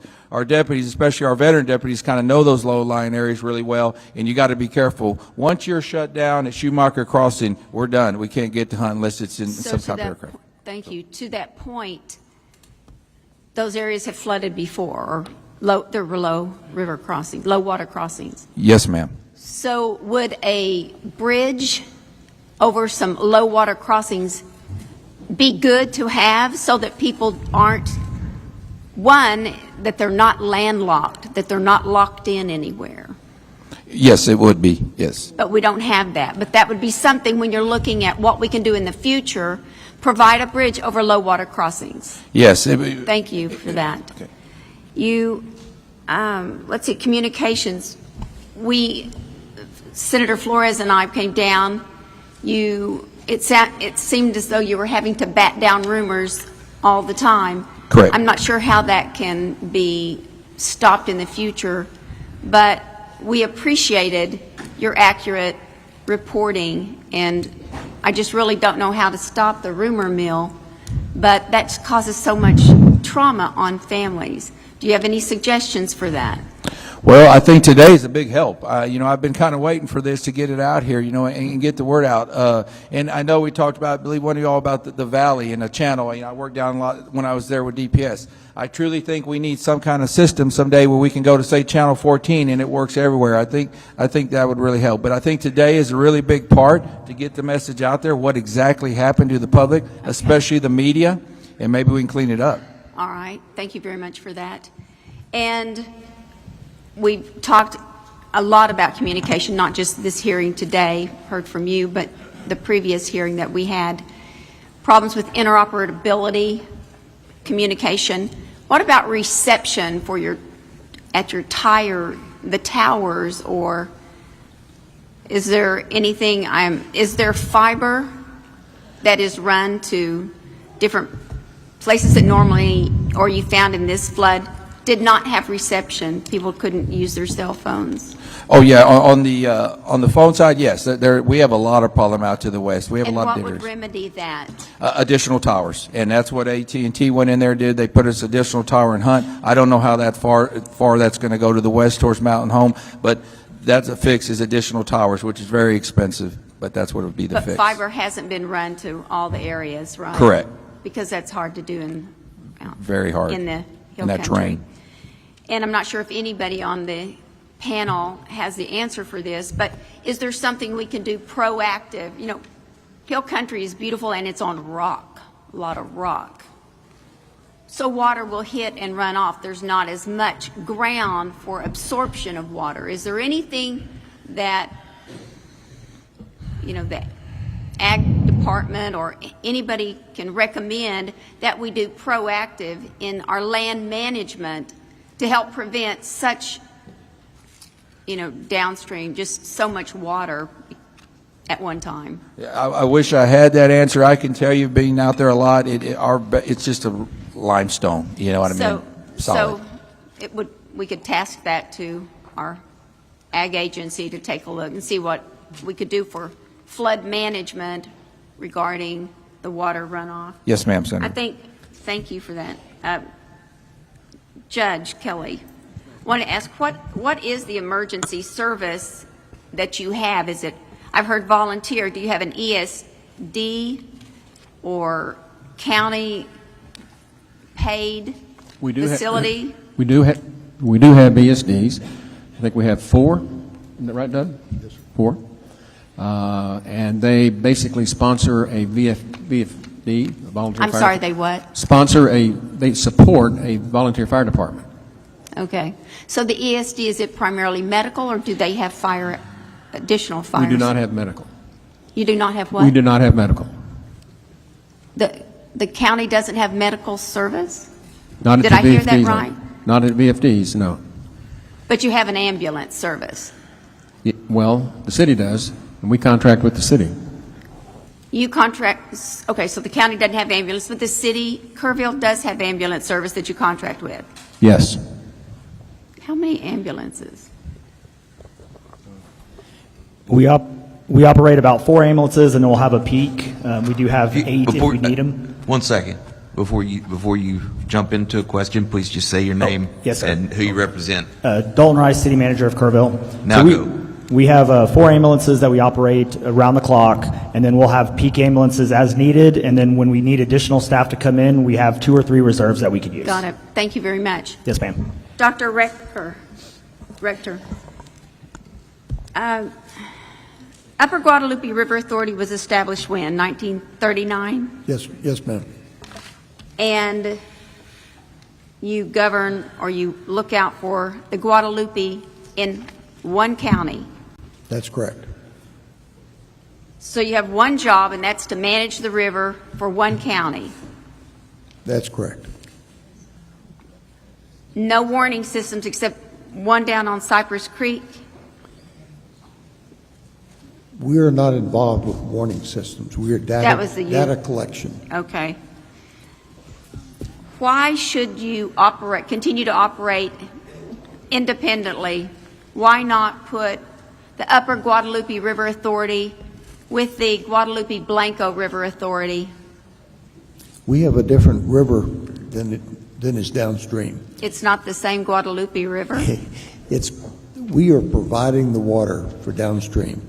We are funded strictly by ad valorem taxes, whereas Guadalupe Blanco has water production, sewer services that they are able to sell as production. We do not have that income. So if we were merged with them, you would be asking people downstream to support us in Kerr County. Obviously, I haven't looked in detail at that at all, but I would think that the River Authority, Guadalupe Blanco, is pretty big, and I would think that they could work with Kerr County to see how they could help Kerr County as one river authority. We work with them. We have some of our board members actually on some of their boards, so we are cooperating with them. Thank you, Dr. Rector. in my mind, I'm thinking that it's a county river it's a river authority that is managed for one county only, and I'm not sure that there weren't things that could have been done over the years since 1939 that possibly could have helped. I think we're committed on looking at that. And I think one thing that we don't take off the table is if the Upper Guadalupe River Authority could be absorbed by Guadalupe Blanco River Authority. I could be wrong, but I think it's something we need to look at. Thank you, Mr. Chairman. Chair recognizes Colonel Wilson. Thank you, Mr. Chairman. And also, Mr. Chairman, please be advised I'm hearing from constituents outside monitoring that out in the ether they can hear you and everybody else here loud and clear. Thank you so much for being here today and testifying. Sheriff, could you expand your radio network that you have, that all radios now are software, but could you expand what system that is? Yes, it's a Motorola Gator system, a trunking system, sir. Okay. And you mentioned that y'all have invested significantly in communications and so forth. Did I hear that correctly? Yes, sir. It's $7.2 million for the system. Over what period of time? Over the last 2 years. Over the last 2 years. Yes, sir. And there was, what was the, when you were trying to determine what system to go with, what were the parameters that you were considering on which system to buy? Because I know there's a lot of systems out there. Yeah, basically it was down to the Motorola system or LCR system. For my experience and knowledge, you know, the LCR system is kind of built more for flat area, which, you know, we have 1,100 square miles here of a lot of different terrain, and we have like 4 towers here that we use, and if we were to go to LCRA system, it'd be up to maybe needing 10 towers. I know those towers are very expensive. So what we did, we basically upgraded the system we had in place and bought new hardware, all new radios for all our units, handheld and portable radios. I appreciate that. About how many units of radios did you have? Oh, sir, we not only did we do us, and I took this project, it's not just a sheriff's office. One thing I want to make clear, this is a Kerr County project. We also brought in our volunteer fire departments too, and brought in, I want to say that maybe the radios was about $3.5 million, but don't hold me to that. It was very expensive. I got you. And did you have a pool of radios so that when you do accept other support from, be it federal or state or volunteers from a sister county or something like that, additional radios to expand those out if you needed to expand your network? We have some radios like we did. We handed out during the flood, but we only have so many of those. Right, right. And so at the end of the day, when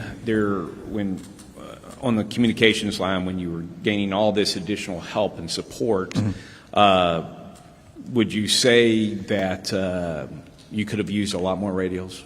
Oh, yes, sir, definitely. You can't ever have enough radios. Yeah, I appreciate that. And if we had to look at this holistically, is something that you feel that the state could have prepackaged, pre-softwared, if you will, for interoperability purpose to deliver if needed for a mass cow or a situation such as this? Oh, absolutely. Yeah. Yes, sir. What do you think that would look like exactly? Well, because you don't have just floods, you got to worry about fires too, right? Yeah, yes, sir. Yes, sir. That season will be coming up soon. But yes, I mean, to me, it would take additional towers here. I mean, right now, I feel very comfortable with what we have, but you know, new towers, more radios would always help. From my understanding, you know, there's really nothing that can tell you what system to get. You know what I mean? I have fellow sheriff's offices and counties next to me that are on different systems than I do, but we do have the capability to talk.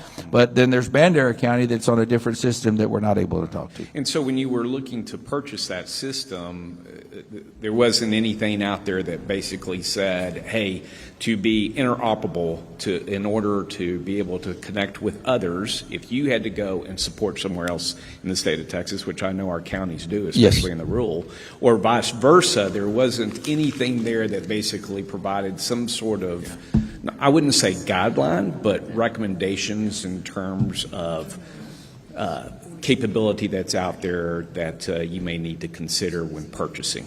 No, there is. We did. It's called a dual band radio, and that's what we went to. We can use it on both our system and the LCRA system. Those radios are very expensive, between the tune of $11,000 to $12,000. So you just think, I want to say we bought a couple hundred of them, maybe between us and the fire department. So kind of do the math. It's very expensive to do. We were just very fortunate to have the funds to be able to do it, because had we not had those funds, we'd be on the same system we were before this. No, I appreciate that, and I just want to make sure I understood correctly, or I'm relaying the question correctly here, is that when you or other counties are going out there considering purchases, if you will, and you know that you want to be interoperable, because in the case of emergency, whether you're going to support somebody else or vice versa, that it would be helpful or would not be helpful if there was a larger document that helped articulate and made recommendation in terms of not necessarily brand but capability in considering what you buy. Would that be helpful? Yes, sir. I'm sorry I didn't understand the question. Yeah, that would be very helpful. Okay, Yes, I appreciate that. And just can you, so we can live the pain that you went through, can you give us some example of what you went through in terms of the software interoperability issue that you had that Sure. you briefly mentioned? Sure. Like, when you got here, like I know we had state assets here. You get here pretty quick. DPS and Gangorn was mainly the ones, and basically they needed to get their radios reprogrammed, and that took up to a couple of days to get that done. So that's the main difference we had. Get them programmed. Yes, yeah, just get them reprogrammed. So the ability was there. They just need to be reprogrammed. You got to remember, they came from all over the state of Texas. Antietam. So they just didn't have our radios, our channels. And did the state or anybody provide an IT specialist to help you, or you had to take time from your recovery operations and so forth like that, trying to get everybody on the same network? No, actually DPS sent their radio tech in here, and Texas Parks and Wildlife sent they did their own radios here on site. That's great. That's great. All right, thank you. And I noted that you had mentioned the volunteer fire departments. How many volunteer fire departments do you all have in Kerr County? I'm sorry. Questions to sheriff or the judge, either. Sir, we have... Or emergency management. Go ahead. Yeah, we have 7, sir. All right. You might want to state your name again. So I'm sorry, William Thomas. No, thank you. 7 of them. And in the comments there, and I'm just taking a quote from here, few have specialized swiftwater training or gear. Can you elaborate on that, please? Yes, just like my deputies, I'd like to have them trained. They do so many different things, but, swiftwater rescue is just something, actually we were looking into that, and we don't have the area here to train. We've kind of made some calls to New Braunfels and visit with them, but, that's just not something we have here to train with. And we're going to look at that, just like we don't have the proper equipment for that. That's not something we do on a day-to-day basis, and not trying to make an excuse here. Those are things I need to look in. Maybe we need to have some additional assets in our vehicles to be able to help with. I know my guys were using whatever water hose, whatever they could at the time, but that is something definitely we need to look into in the future. And the same thing with the volunteer fire departments, you know what I mean? Those are volunteers, non-paid volunteers that, also work full-time jobs that need to be able to help. So, and that training's very expensive. They have certain limits, and, the ESDs are way more fortunate than ones that are not ESDs. Very expensive, but y'all have unlimited resources to make sure that we get all the training needed for our volunteers, right? We'd be in great shape. This is a reoccurring thing that we hear when you look to the Panhandle fires. One of the pieces that they pointed out over and over and over again is our volunteer fire departments are very poorly resourced. And that the training is hard to get or be able to be able to pay for that and so forth.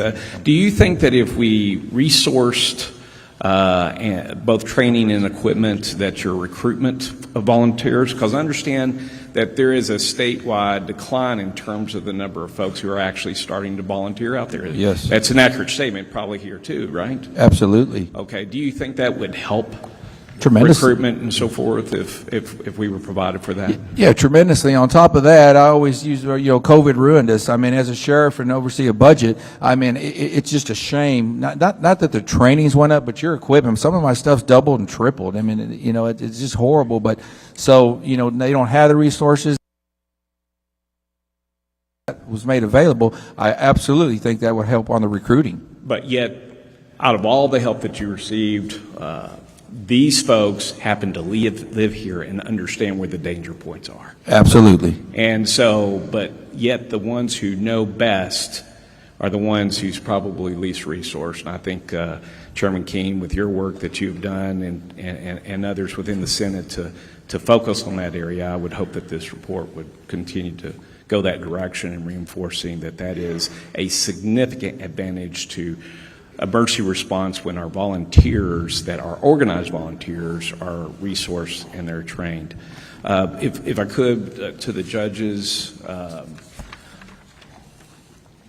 appreciate your service. I understand you major in the Air Force, and so you probably had an opportunity to plan in uniform and now plan as a judge in emergency management and so forth like that. And of course, you'd probably say plans are great, but unless they're rehearsed, well, the enemy has a vote, don't they?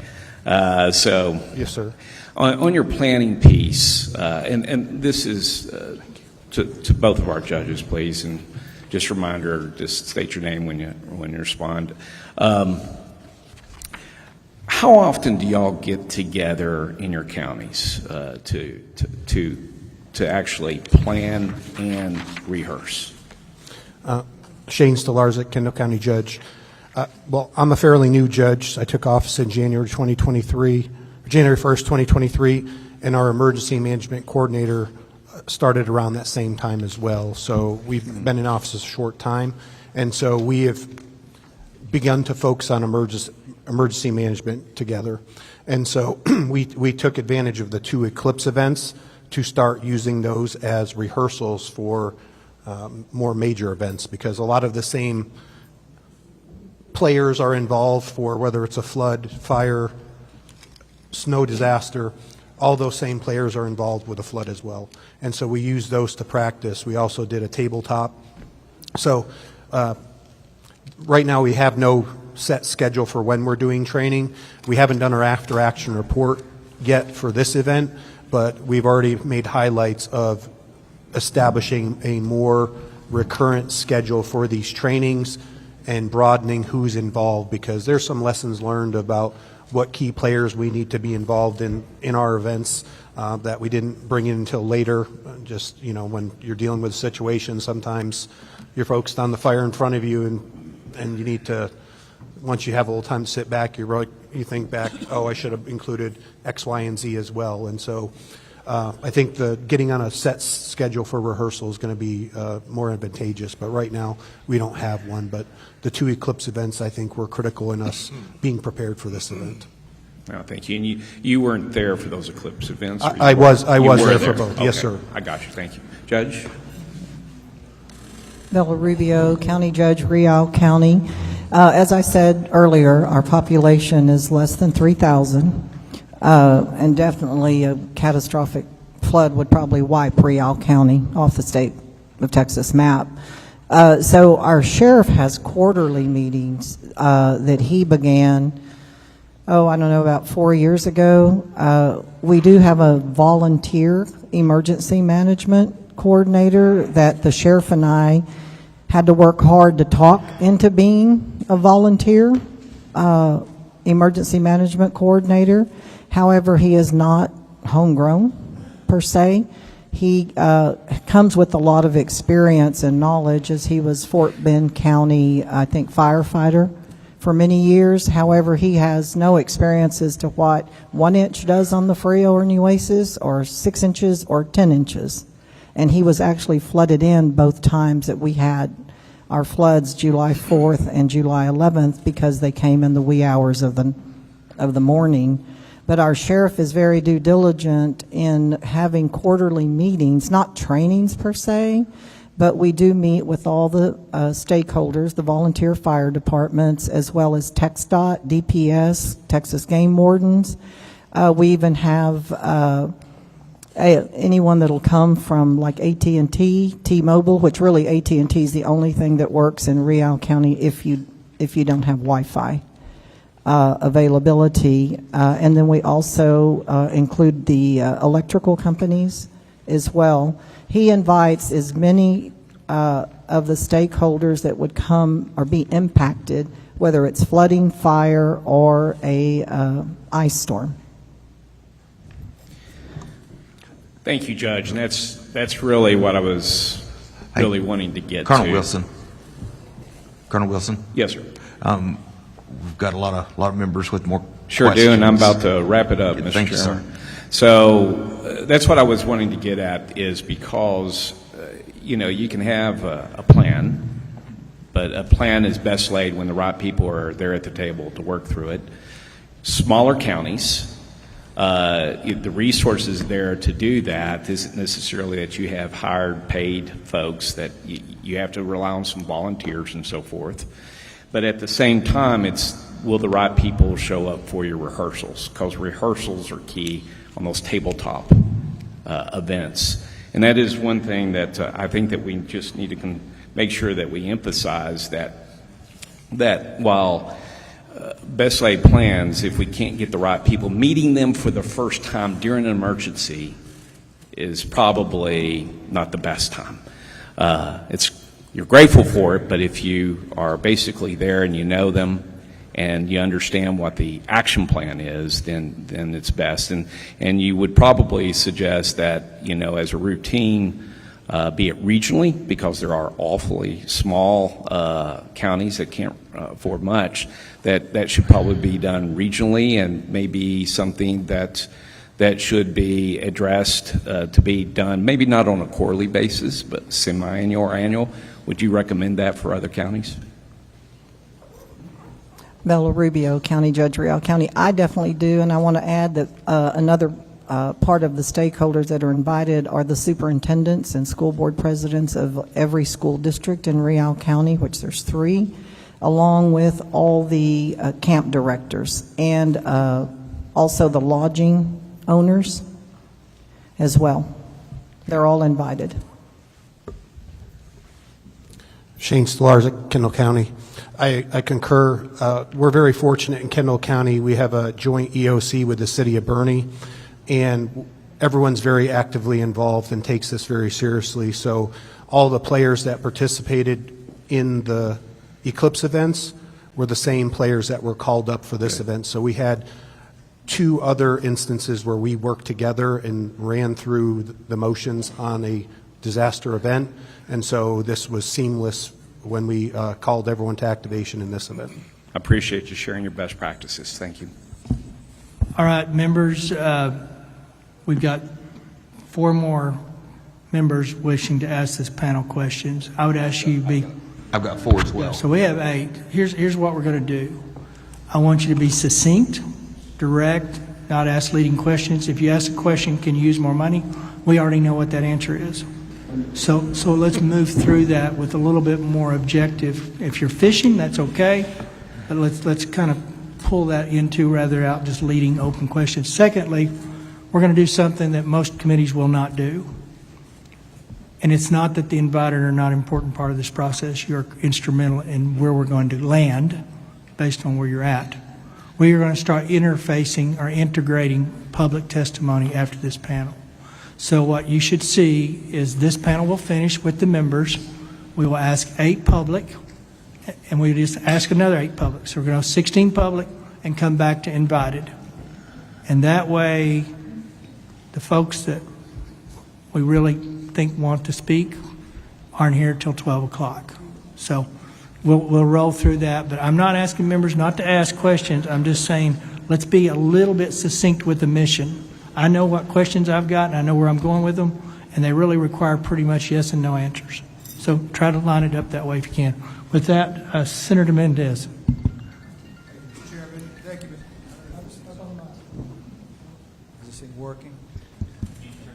Got to turn the mic on. Green green light's on, Mr. Chairman. I don't have. Can you hear me? Yeah, thank you, Yes. Mr. Chairman. So, Mr. Chairman, I want to, first of all, let me thank the panel. Particularly, I want to thank the gentleman who answered some tough questions. You know, your whereabouts were asked a lot about, and I appreciate you. I'm not even asking you to respond. I'm just saying thank you for giving us the. I hope you feel better and understand. You know, we all get sick. Things happen. It's important. I think one of the things that is very important too, that I appreciated from just about everybody on the panel, was the copy of their remarks. So I'd like to ask Mr. Rice, Dr. Rector, and Judge Can't say it. Stolarczyk. Stolarczyk. Judge Stolarczyk, if you would provide us a copy of your remarks as well, please. Look, one of the things that we're going to rely on, we're here today. We're glad to hear you, glad to see you. We thank you for the incredibly difficult work you've been doing, but we're also here to hear from the community, and we want to hear from them because we know that they've suffered through so much. And so that's all I have. I want to get your remarks in writing. I'm going to read everything. I'm going to go through it because we're looking for ways that we can improve and we can mitigate this type of tragedy from ever happening again. So thank you, Mr. Chairman. Chair recognizes Representative Martinez. Thank you very much, Mr. Chairman. And first of all, I'm going to ask our sheriff just a quick question. And my ears perked up a little bit when we spoke about interoperability and the Rio Grande Valley and how I've responded to many of the calls down there, and we switched to all Valley. And in essence, not wanting to reinvent the wheel, so to speak, right, and the amount of money and the cost it would take for a full new complete system throughout the state of Texas. But in listening to Colonel Freeman's testimony, he had mentioned last week that they do have SIM cards that can be placed in these radios to where there would be interoperability across the state of Texas when one agency, for example, I know I saw one of our ambulances from Weslaco that's here through EMTF, right, and they've responded to in support. But how would that work? Is that available? We understand that those systems are maybe $12,000 per radio, but is that an option that can be utilized with every department throughout the state of Texas without reinventing that wheel of infrastructure? Oh, absolutely, sir. The main problem is the purchase of that equipment, but yes, it is available. Okay, thank you very much. And then one last question, and this could be for anyone on the panel, and it's mainly, you know, in looking at the map, when you look at the South Fork of the Guadalupe and where it intersects with Cypress Creek, is there any way, or is there something that we could put in place, maybe gauges on those creeks as well, that could help us maybe model that, collect data to where we could understand, you know, those rise and falls of those the creeks as well in that intersection to help us with warning systems? So Bill Rector, UGRA. Yes, sir. That's something that we are looking at. Also, floods don't just occur on the North and South Fork and the Johnson Creek. We've had significant floods on other creeks, Turtle Creek, Cypress Creek, and those need to be monitored also, and we're planning to do that. Thank you. Senator Betancourt. Thank you, Mr. Chairman. First off, to the judge and to the mayor, 108 plus people could have lost their lives here. The whole nation grieves with you. That's why you have a tremendous heartstrings now from just not in Texas, not from all our districts, but all across the nation. I wanted to start with Judge Rubio real fast. You mentioned in your testimony that you were worried if we had and we're calling it a flood emergency communications and warning system, that we would not have funding for that, for maintenance and operation. I want to make sure you know that Lieutenant Governor Patrick, Speaker Burrows, Governor Abbott have all said that the state's going to pay for it, and we're looking at ways to make sure you have that maintenance and operation money long term. Thank you. Okay. Dr. Rector, you mentioned something that I need to ask further questions about. You said you weren't really sure about a river alert system actually being able to save lives. And you mentioned that the wall of water was moving at 17 miles per hour, Yes, sir. right? Is that correct? Yes, sir, that's And you correct. said the camps were 7 miles downstream. Now, by my simple Aggie math calculation, that's 24 minutes. Now, if we had an integrated system, and your organization was looking at one, I think it was 10 river crossings, if I remember from the engineering study I read. But if we had an integrated gauge system with an alert that was also tied electronically downstream, we could be popping sirens off as we go. And 24 minutes is enough to get people to higher ground, because that's all you can do here. You don't want to put them into a river crossing. You want to get them to a higher ground. Yes. So with that fact and the fact that there's 24 minutes, you want to change your response on if you think a river alert system could have helped save lives? Bill Rector, UGRA. Yes, sir, Senator. There's no question that that could have saved lives. Okay. I just wanted to make sure we established that. Mr. Wright, you had a lot of testimony. I first off want to say that the statistics are that we know Texans turn off their alerts about 29.5% of the time. That's 5 times more than Vermonters. Also, we got a problem with people turning phones off at night, about 18%. You combine that, you're already in the 40 percentile of people that are not going to be able to get this, and that's not counting the unique topography of the hill country and the Guadalupe River, of which I've been here for more years than I can remember. Now, we agree that this should be like the mayor. We want a data system that's that's minute by minute and can respond. But in your written testimony, we asked about sirens and, whether siren alert system could have helped us respond more effectively or even save lives. And you said it wasn't an easy question to answer with certainty. It's something we've evaluated in the past. And I just want to make sure you made a comment about, visitors not understanding what the sirens mean. And that's because we're going to probably pass these bills and get these systems out. And I think it's incumbent that, and we understand the high walls. I mean, I've rafted this area. We've got 50 to 100-foot cliffs areas. But shouldn't we be more concerned about getting that siren into people's, auditory range so they can take action and get to higher ground? William Thomas, Kerr County. Yes, sir. What I was referring to is we need the education piece. We need something on our websites, social media, those types of places where the public can go to and see what those sirens actually mean. But you're not saying that we shouldn't do this because the public won't understand what it Oh, means? no, sir, at all. Okay. I think we definitely need it. No, I just wanted to make sure that wasn't part of the record, because that's the way it reads. Okay. Yes, sir. And Sheriff, understand the points we've already covered. There was one thing that you said that we do have to visit. You said there was no time for formal orders. I need to know what that means. I think the public needs to know what that means. Exactly. When I say formal orders, you talk about an incident command or something like that. At that particular time, it was time to save lives and go to work. You know what I mean? We'll set up, as administration, we'll set that up. When I say it's time to take action, I mean, it was real time. Things are happening right there at that time. Because we agree about the river crossings and the other statements about getting people on higher ground.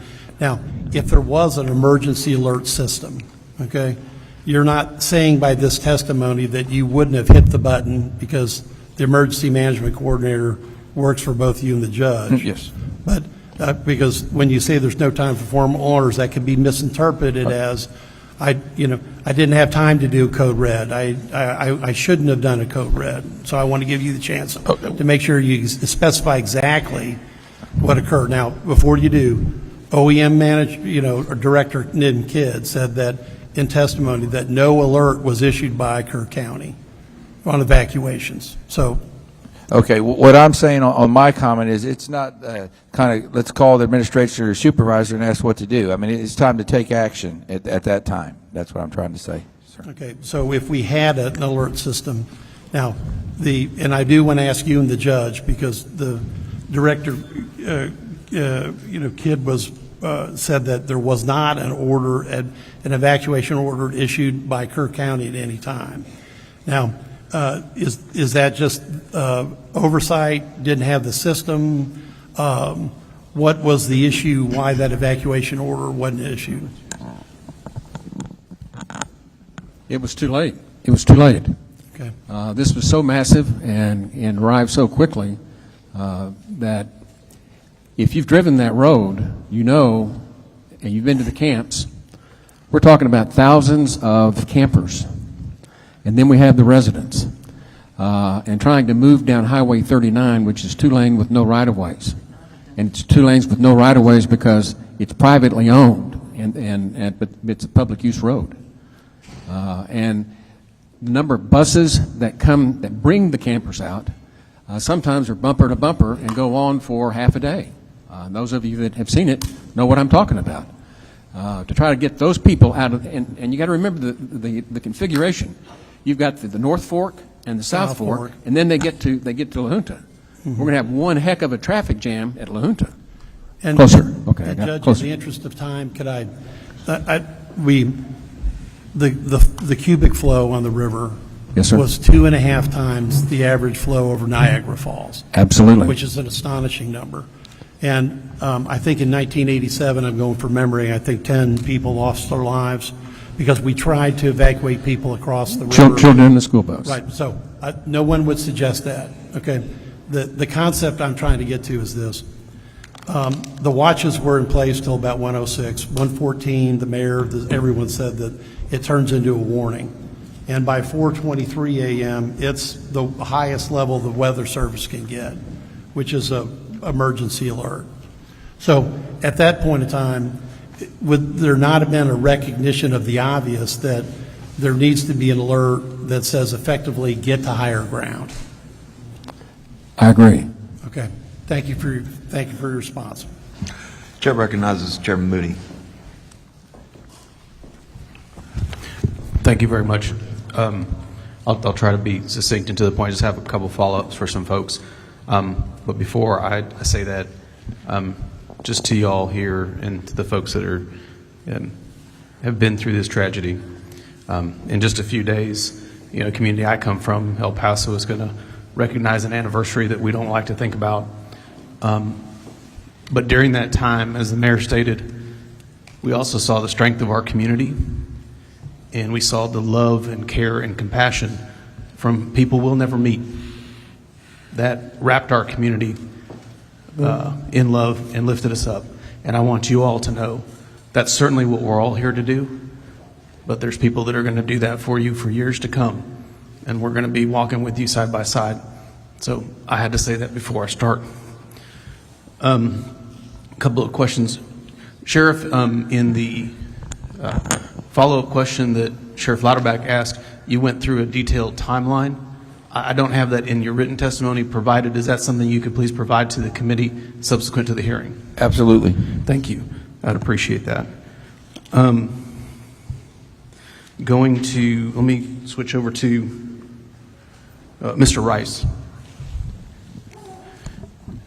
Mr. Rice, you listed a number of legislative proposals, ideas, concepts. Obviously, we're time constrained in a 30-day session, but I think some of those things fit in that bucket. And some of these things, I know I've visited with Speaker Burrows about this. These are going to, and I imagine the Senate will do this, launch forward into the 2027 session, ideas going forward, right? There's immediate need, and then there's structural change that we need to get to. And those are two things that we need to do. We can start in earnest on them. I didn't see that list provided here either. Is that something you can provide to us if it hasn't been provided already? Dalton Rice, City Manager. Yes, sir. We can provide any documentation you need. Okay, and if you wouldn't mind segregating, put it in those two columns, so it'd be helpful to us. Because Yes, I do think also you did mention in your testimony, property tax relief legislation. That's something that's going to be considered. I'd like to know, from your all's perspective, how emergency preparation, mitigation, all of those things that our locals are tasked with doing, how that sits side by side in setting your budgets, because y'all are in budgets Yes, right sir. now. You're launching into budgets right now. And I think that needs to be a part of that conversation. Even though it's a separate conversation, it certainly is connected to your ability to do what you need to do for your community. Yes, sir. So if you could please highlight that, that would be helpful to us. Absolutely. Thank you. I'm going to try my best. Judge Stolarczyk, is that how, was that close? You got it, sir. That was actually correct. Judge, thank you very much for your testimony. I think specifically your testimony about your preparation and the work you've been doing, I think it's very instructive to folks to hear those stories.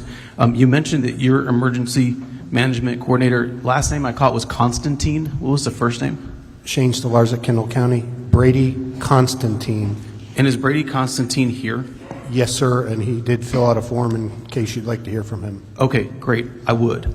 Because there's something that's sticking in my mind here, and we're talking about, you know, warnings versus watches versus emergencies, and we know that warnings start sometime on the 3rd, carry forward and escalate up.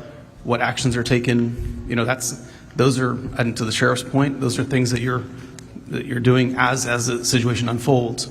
But there's two very different things that I heard. One, that I think in the sheriff's written testimony, that he went to bed on the 3rd and didn't have anything to worry him as he went to bed that night. And you said that Brady Constantine's reaction in your testimony was he had an uneasy feeling that night. I'm not saying either one is right or wrong, so I'm not here to criticize. What I'm saying is all the same data was available to both those people, and you have two very different reactions. And again, this is not for me to say right, wrong, because there may be a reason why you get a number of warnings, and because of your experience, you go, okay, well, that's this or that's this, and maybe it was, things move a lot. There is a reason, sir. Okay. Would you like me to call him up right now? Well, if we get to his testimony later, I'm happy to hear it. I do want to dig into that because it may be that those warning systems and how they ratchet up isn't effective for you all to be able to do what you need to do in a uniform fashion. And what's happening in Kendall County versus Kerr County, I know you all are nearby, but could be different issues. In a nutshell, I believe it's based on Brady's interactions with our TDM representatives and the conversations they had personally with him is what triggered his uneasiness. And plus, we also had a huge parade the next day in Comfort, which draws people from all over the state. And so I think the combination of those two things added to Brady's feelings that day. Okay, that's good. And when Mr. Constantine testifies, I'd like to hear more about that at that time. That would be very enlightening for us, because those types of communications we heard from TDM last week about those conversations, and I think we need to figure out how we can be, this is for all of us to look at what we can do better and how we can react better. And if the systems aren't set up to give us a uniform reaction when even catastrophic things are happening, then we need to look at those too. This is the opportunity for us to unpack those. Just because we've done something the same way, like which grants you're talking about? I also have my county engineer here because I believe there was one application we went out for. We had to actually do an engineering study as part of the application process, and that costs funds. I don't recall the name of it, but it's things like that could be cost prohibitive for certain counties because you're spending that money with no guarantee that you're going to receive the funding at the backside. And your county engineer's name? Mary Ellen Schuley. She also filled out a card, so we'll hear from her later. Yeah, if you'd like them in the 3-minute comments, they can come up. I don't know what the process is for them. I do want to hear that because part of the task that we've been given is to get rid of the red tape. Okay. It is not a system that anybody wants. When you are trying to figure out how to mitigate harm or how to recover from a disaster, if we are asking people to check boxes that are not necessary, that is the epitome of bureaucratic nonsense. And you highlighted it here. I'd like to drill down into, and I've talked to the Texas Water Development Board as well already at the last hearing to identify these things when we're talking. Now, I'm not saying that you don't you still got to check. You're spending money, right? You want to make sure that we're not doing that in a wasteful manner.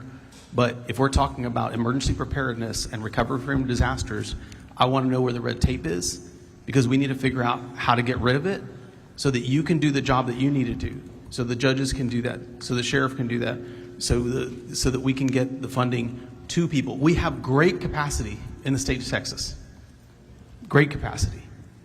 But if we tie it up with timelines and useless check boxes, then we are depriving the people that we represent from solutions that they know could help and could save lives. Agreed, and it's just not at the state level, it's at the federal level as well, because we went out for grant applications for wildfire protection, and we're like the 26th county in all of Texas to have a wildfire protection plan. We went out for a grant. It was given great remarks by the federal government. We were excluded because we were too wealthy of a county, so they put financial parameters on health and safety. Even though we were well deserving of it based on our needs and our wildfire dangers, we were denied based on so you're not alone in having those issues. So. And Judge, I agree with you, and we talked about this at the last hearing. I get why that's something they look at, I think, median household income, and that's how they, with the grant application, there was 5%. Right, they did dump it into a formula, and that's the way we divide it up. There is a great philosophical reason for doing that, right? Communities that can't afford it, you want to triage that and put them front of line. I don't disagree with that. That's something that makes sense. But this is also an opportunity for us to look at. I mean, disaster is going to hit people that no matter what their median household income is. So what can we do to unlock the potential of the state? And if there are messages we can send to the feds, we need to do that as well.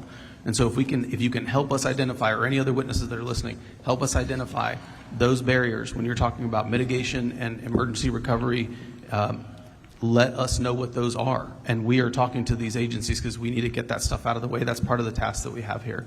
You shouldn't be put in a decision, you shouldn't be put in the position to make those decisions when you're talking about saving lives as you're setting budgets. I think we need to figure out how we unlock the potential of the state. And if we can highlight those concerns to the feds, we're going to do that too.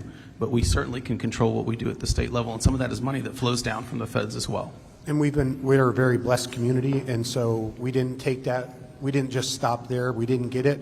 We actually found a way to fund it internally and start a 501c3, and the county funded that 501c3 with the funds to carry out our plan. So where there's a will, there's a way, but it'd be so much nicer to not have that red tape. So I appreciate your comments and your support on this matter. Thank you very much. Thank you, Mr. Chair. Senator Swartner. A few direct questions to a number of the individuals on the panel here. Judge Kelly, I think some constituents and individuals, families of the tragic children that were lost, want to know some very direct answers to some questions I'm going to ask. And I'm going to ask them for those individuals. First, Judge, are there any sirens in Kerr County along the river regarding emergency warning? Not that I know of, but I'll defer to my emergency management coordinator. William Thomas, Kerr County. No, sir, there are no warnings. Right. No sirens. Guadalupe County has like 23 along their section of the GBRA, and I know there are several in Comfort based after disaster that have been installed recently. Judge, you put down in your written testimony that the first indication of this storm was different came from when I woke up to texts and calls from Kidd, Letha, and Rice. Were you awoken, or did you wake up from those texts and calls? And at what time did you wake up? It's going to be in the 5:36 range, something like that. And I don't remember if they woke me up or I woke up. You don't remember? No, I remember looking at my phone. Okay. That's what I did. And you were at the lake? I'm sorry, which lake was that? Travis. Travis Lake, okay. You are the emergency management director for the county, correct? With Mr. Kelly, I'm sorry, with Mr. Thomas being the emergency management coordinator? Yes. All right. And Mr. Thomas, you mentioned in your written testimony that you were sick and were awoken by your wife. after a call from the city of Kerrville's EMC, which is your counterpart for the city of Kerrville. Is that correct? William Thomas, Kerr County. Yes, sir, that is correct. Okay. So between the two of y'all are in charge of the emergency management operations for the county of Kerr County. When was an EOC established for Kerr County? The EOC was set up in my absence. By who? I don't really know. Okay. I'm assuming. I think Chief Kidd had gotten here by then. Yeah, there was a combined one set up later that day, I think, right, about 6 they p.m. moved it. Yeah. But as far as an EOC, there was one in Kerrville, the city, but Kerr County set up an EOC or not? I don't know. No, the way I understand it is the county actually set up their EOC in the Youth Event Center, which is a county-owned building. It had been moved to that location. What happened out in Ingram at City West Church was an incident command center, as I understood it. Dub, can you clarify? Yes, sir. William Thomas, Kerr County. So we operate a joint EOC. We have a joint emergency management plan, Kerrville, Kerr County, City of Ingram. So we had a joint EOC set up. You had a joint EOC set up, not dissimilar to Kendall County and Bernie when they have an emergency situation. That's correct. Okay. Sheriff Letha, did I say your name correctly? I'm sorry if I did not. Yes, sir, you did. Yes. You gave the timeline, and that was very good information. It looks like the 3 o'clock hour was, for lack of better terms, when the SHIT hit the fan. That's 3:30. Yes. You said in your testimony that when Shoemaker passing or crossing became flooded, it raised some eyebrows in the dispatch center in the KCSO, the Kerr County Sheriff's Office Dispatch Center, correct? Yes, sir. And you mentioned there were a large number of calls and then 114 radio transmissions in the next kind of time frame, 119 or whatever. So a lot of activity. You mentioned that several times. Was there any activity to call you? Because in your testimony, there's no, like when you were awake or whenever you were around. So when was that? So okay, I got my first call at 4:20 is when I came, I say active. My chief deputy contacted me at that time. I had 2 phones going, turned the radio on. I kind of lived to the east part of the county. It's a little bit dry, but I came to the sheriff's office by around 5 a.m. But no, I was notified at 4:20. Okay. So you were notified, of course, because sheriffs and 911 dispatch, they're awake and alert, and someone's answering the phone. So that's good. Did you notify the sheriff, the judge, or the EMC? At that time, what I did, I started calling people out. A little bit later, I did contact the judge. I knew my communication supervisor was trying to get a hold of our EMC, but I started calling people out. And what I did immediately when I knew what was going on, I started calling hands on deck, getting people out in the field. That was my primary. Felt like my responsibility. So it was more focused on rescue and handling the acute situations coming into the 911 call center. Yes, sir. I was not, to me, it wasn't important to notify the judge at that time. We needed to save lives. And there's a way to alert the mass through their phones, but there's not a siren system in Kerr County regarding an emergency event, correct? Yes, sir. There's not. And you don't have the authority to actually activate that, do you, as a sheriff? Well, we don't have that alarm system, sir. Right, but if there was an alarm system, the sheriff doesn't have that authority. It has to be the judge or the mayor. Sorry, I can't answer that question. You don't know the answer to that. No, I don't. Or can you answer that question, Mr. Thomas? William Thomas, Kerr County. If we get a flood warning system here with sirens, it will be the sheriff will be able to activate that system. Yeah, he'll again, have the but authorization. in this situation, who can activate? Call an evacuation. Can you call one as EMC, or does it have to be the judge or the mayor?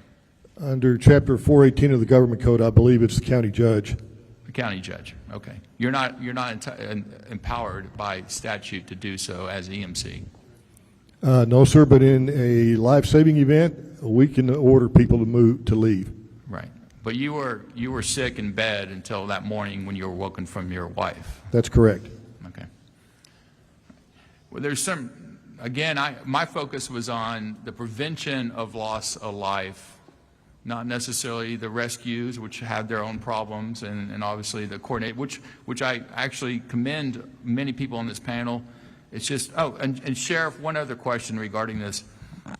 I believe one of the other county judges mentioned that their sheriffs had pre-stationed, and I know you have a family history here in Kerr County with an intimate knowledge of the various crossings that are the worst and the likeliest to flood early. Did you have any sheriff deputies pre-stationed at those crossings? No, at that time, no, I didn't. Can you turn on your mic, sir? Yeah, can you hear me?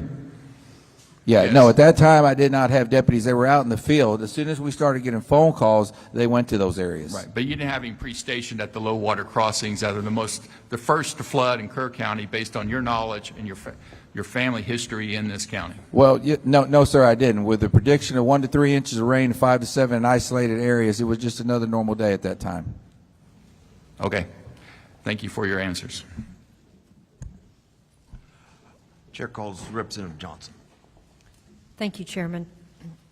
To Senator Shortner's point, and he has laid this out pretty clearly, but clearly the question would be not to be critical, but to learn from this incident. The 3 guys in Kerr County who were responsible for sounding the alarm were effectively unavailable. Am I hearing that right? What alarm are you talking about, ma'am? Well, you said at 3:30, after 3:27, when what's the crossing called? Schumacher Crossing? When Schumacher Crossing's not possible, and at 3:30, when there's a call coming in that people are on their roof, you wrote down that's time for all hands on deck. Correct. But you didn't wake up till 4:20. The judge is in Lake Travis, and the emergency manager is sick. Correct, ma'am. At that time, my people were out there doing the job. You know, I got the call at 4:20, but they were doing their job, notifying people and rescuing people. But you, to your point, this was a weather event nobody had ever seen. It was moving fast, and 50 minutes sure seems like a lot. Yes, ma'am. So if we could do it better, because we cannot go back in time and save these children, but knowing now what you know, is there a protocol that needs to be put in place that if the 3 folks who are responsible at this moment are not available for whatever reason, what should we do? Yes, ma'am. We can look at that real hard. You know what I mean? Best thing I can tell you, I got the call at 4:20. Prior to the 4:20, that 50 minutes earlier than that, our people were out there. Our dispatch was calling additional people out. Yes, I can look at maybe they could call me earlier. But no code red was issued, correct? No, there was a code red issued, I believe it, to look about 5:01. But there was additional weather alerts being put out that whole time. But who issues the code red? Our dispatch issues it. Under whose authority? Anyone who tells them that they have supervisor approval. And who is the supervisor?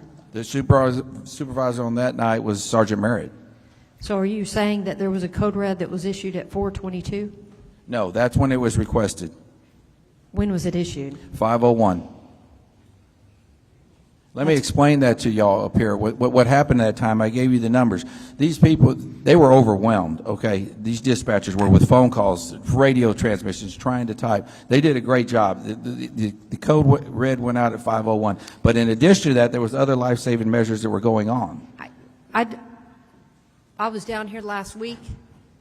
You have a beautiful part of Texas. You have a community that has rallied. I have seen folks from all over this nation that has come in after the fact. It is our responsibility to look at, is there ability to better predict? Is there ability for better preparedness and for better prevention?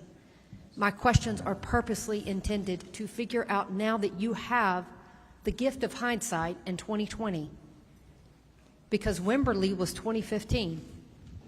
Allison in Houston, of a slow-moving storm that didn't move, I experienced. Harvey didn't move, I experienced. Unfortunately, y'all have now experienced something you are saying, I have never heard of or seen this before. We've experienced it in other parts of Texas. And if we can't take advantage of this moment right now for the rest of Texas to recognize, you may not think it's going to happen to you, but it's going to happen.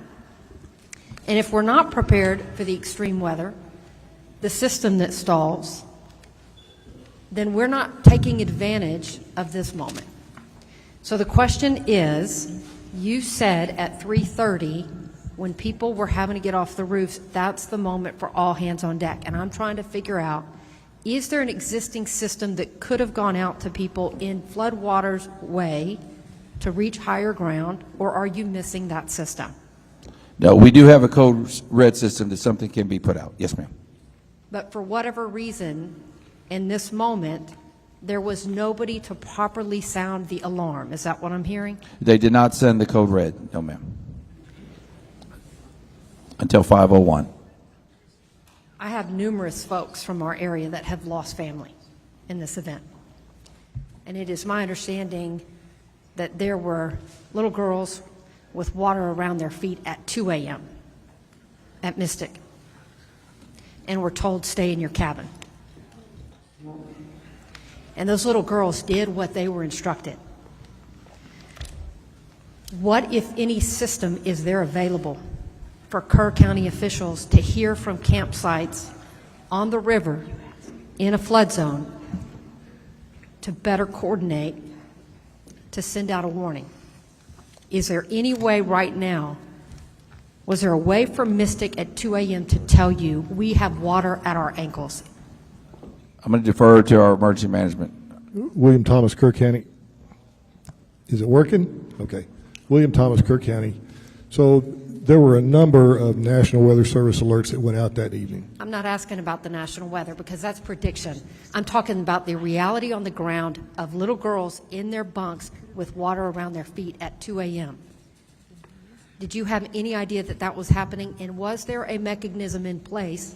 Because if it's happening at Camp Mystic, you've got every other camp in this recreational zone at risk. What was the protocol in the process to warn people when that scenario comes up? To my knowledge, we were not notified that the girls had water in their camp. Did you have a protocol or a process to give you notice and or to seek assistance at that point, or was this private entity on their own?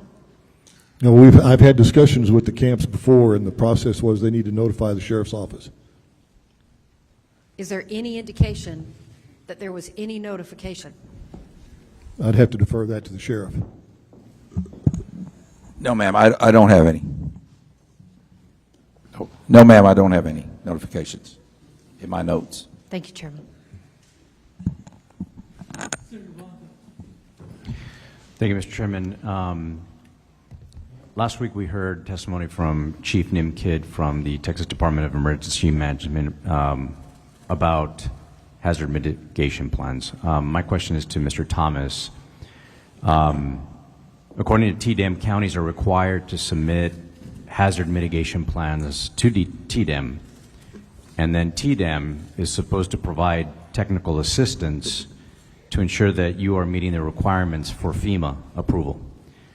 Have any of your counties received technical assistance from TDEM or an audit of your current hazard mitigation plan? William Thomas, Kerr County. I believe the process is once our hazard mitigation plan is completed, we submit it to TDEM. If there are any questions, they will submit it back. We answer those questions. We resubmit it again to TDEM, and upon their approval, they submit it to FEMA.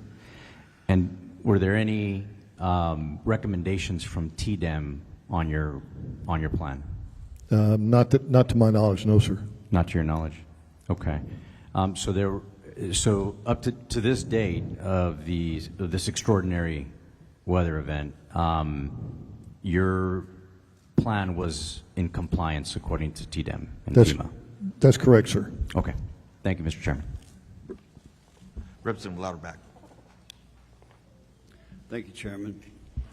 Sheriff Letha, at 2:53 in the morning, we knew that the River Inn had a problem, correct? Yes, sir. 3:30, we knew that you had a family on the roof. 341, we knew that Schumacher Crossing, from a deputy, from a sergeant who lives there, understood the area, grew up there.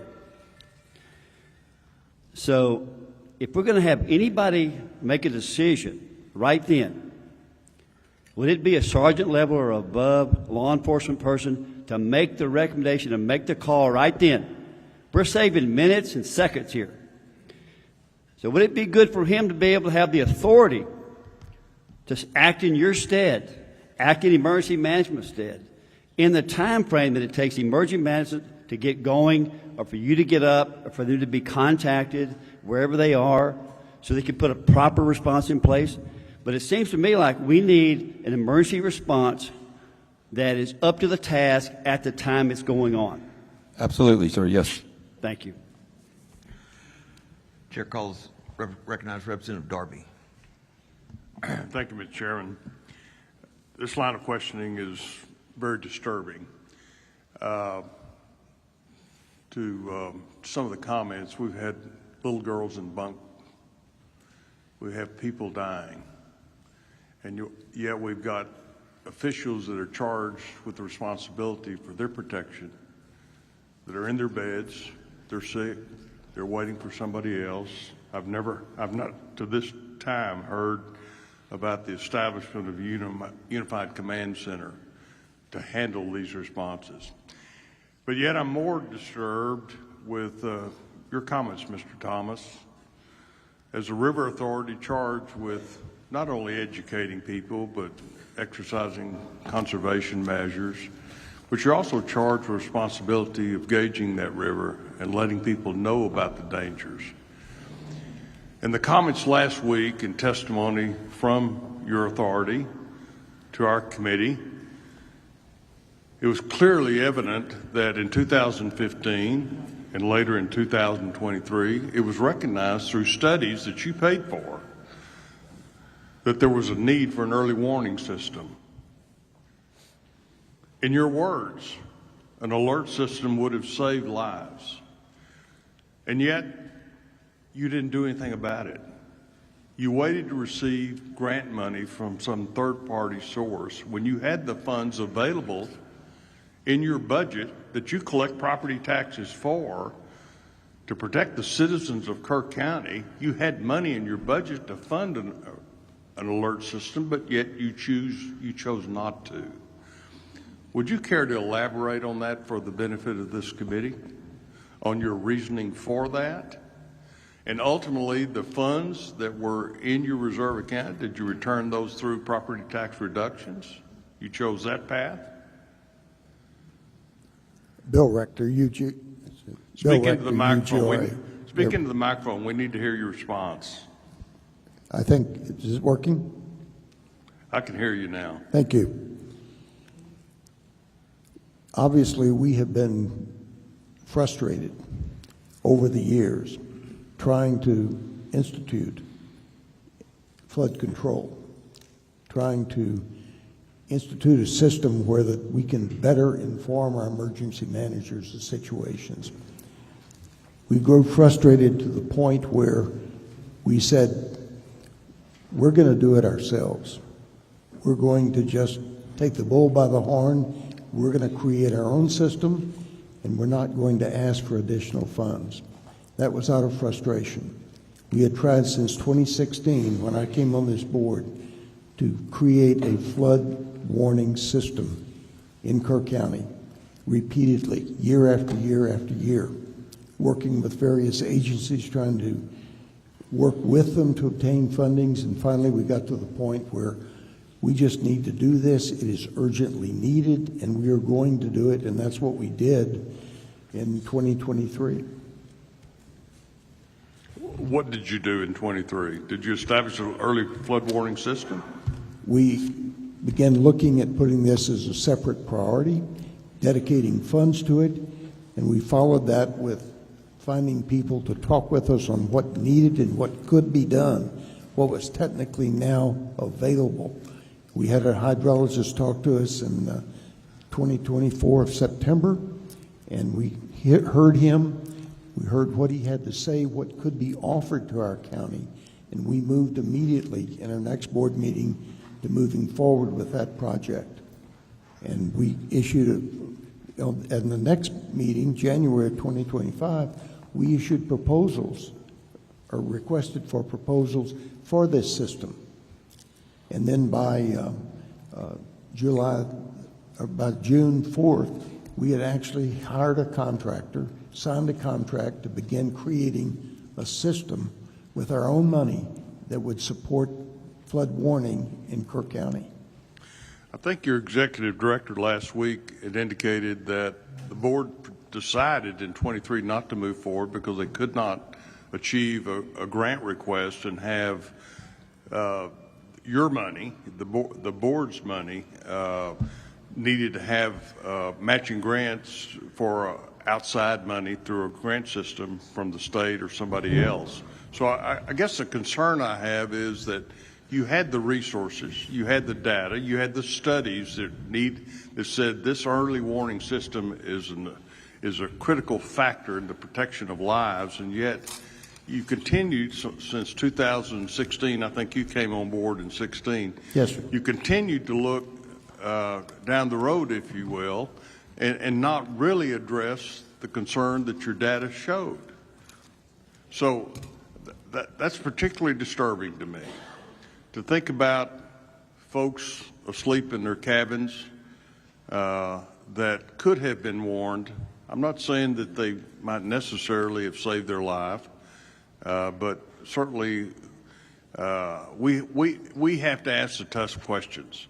The folks on this panel are charged with responsibility of protecting people, and we want to make sure that there's no impediment, if you will, to that protection by some sort of procedural mess or unconcern. In fact, let me ask, where is and who is Jeremy Hughes? Dalton Rice, City Manager, City of Kerrville. So Jeremy Hughes had put in his retirement paperwork July 2nd prior to the event after serving over 2 decades. And so he retired, I think, on the 11th, if I believe. So he's the Emergency Management Coordinator for Kerrville? Kerrville, yes, sir. So that position is a training battalion chief and with a separate function of Emergency Management Coordinator. I think one of the problems that this process is showing is we have a lot of folks who have titles, but when the time came to act, they did not do so in a timely fashion. Mr. Thomas, the River Authority, we're going to have to take a look at your role and your responsibility to protect the lives and property of folks along this river basin. Mr. Darby, We would appreciate that. just for the record, you're addressing Mr. Rector, and you said Mr. Thomas. I just want the record to reflect who you're questioning. Oh, I'm sorry, Mr. Rector. I'm sorry. No problem. I had Bill here, but I'm sorry. But you know who I'm talking about. Yes, sir. Okay, thank you, Mr. Chairman. Mr. Rector, I've got a couple questions for you. I believe there's eight flood gauges that report to the National Weather Service. Is that correct? Yes, sir, that's correct. And that's the only data. I mean, it's not a warning system. It's just a data collection, Yes, correct? We are in the business of collecting data. Right. And so with that data goes to National Weather Service, do you make an effort, or is there a protocol in place to share any of that data with either the City of Kerrville's Emergency Management Director or with your county judge? The Weather Service makes that data available to all government agencies. Right, but it comes to you. It comes to the River Authority too, right? No, we see it at the same time it's released to the other agencies. We do not monitor those gauges. All that data goes to the USGS, and that goes to the Weather Service. When that data is released, we get it at the same time the Sheriff's Department does, emergency managers do.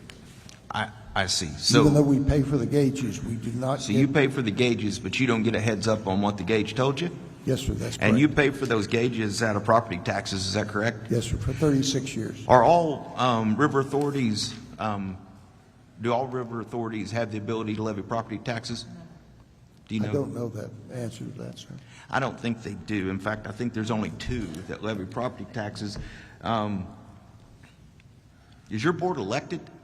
No, sir. It is appointed by the governor. You're appointed by the governor. So do you report to the governor what Yes, you find, to the governor's office? Yes, rather? sir. But you're not accountable to the voters of Kerr County, even though you're taxing them. We are accountable to the voters of Kerr County because they pay taxes that support us, but They couldn't appoints us. unelect you and take you off the board if they didn't think you were doing a good job. That's correct. Thank you very much. I've got a couple for Dr. Rector, and then I've got a couple for city, both Kerr and the others. First of all, on your financials, for 24, under surplus funding, it's showing up on your income. I guess you spent $515,000 out of surplus in 24. 25, you budgeted another $589 out of surplus. You had about 3.3 or 0.4. Is that related to this dashboard project, or what are those funds going to? We had several projects that we were funding at that time. Was a riparian area that was going to be Let me used. back up. Was any of that related to additional gauges or flood monitoring? No, sir. Okay. And I understood that the dashboard, and I understand the need for consolidation. I would just argue you are not the best place to consolidate it. What it appears to me is there's a large river authority that has a fabulous consolidation of data that is accessed by portal for anybody that chooses to, but they're 100 million plus enterprise. So for an entity to take on a dashboard that's, quote, going to be a shared resource, when you don't even have a number of gauges underneath the dashboard to actually track the data you're trying to track, does not make sense. So you dedicated $1.5 million to a dashboard to consolidate existing gauges. Does that include any more gauges? Yes, sir. It does. How many gauges? Our firm, Kisters North America, is working on a map for those gauges. Obviously, one of the problems that we don't have a flood until it rains. And so we need gauges in West Kerr County, rain gauges in West Kerr County. And those need to be automatically triggered. When you get a certain amount of rain, that data needs to go to our emergency managers to say, hey, something's going on up here. And we have always just supplied in the past data to the National Weather Service. What we're doing now is we're changing our scope. We are going to create a system within Kerr County that supplies data for our emergency managers in Kerr County so that they will be knowing what's going on locally on the ground here. To be clear, though, you are adding additional flood control monitoring systems in that. Yes, sir. Okay, thank you for that. All right, I don't care which one, Kerr or, Kerr or, I'm looking down here, Kendall, either one can operate, not Kendall, Kerr County, Kerr City. I'm going to hit you with about 4 or 5 things. I hope they're pretty short answers. Sheriff, number one. I'm sorry. Let me do sheriff first. What is the acronym for the radio towers that you're deploying for new operability? Gators. No, that's the radio. What's the towers? You had an LTR or something? You had an acronym for the tower that y'all deploy to get better radio reception. Oh, LCRA? Yeah, that's right. So are they of a height, and are they permanent? When you put those in, are they permanent? Yes, sir. Are they of a height that could accommodate additional cell service vendors?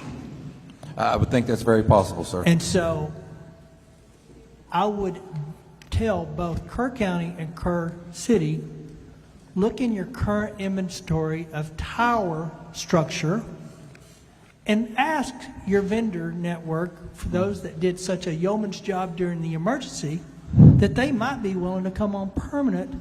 And I would also caution you this. Do not hold them hostage for fees that are exorbitant.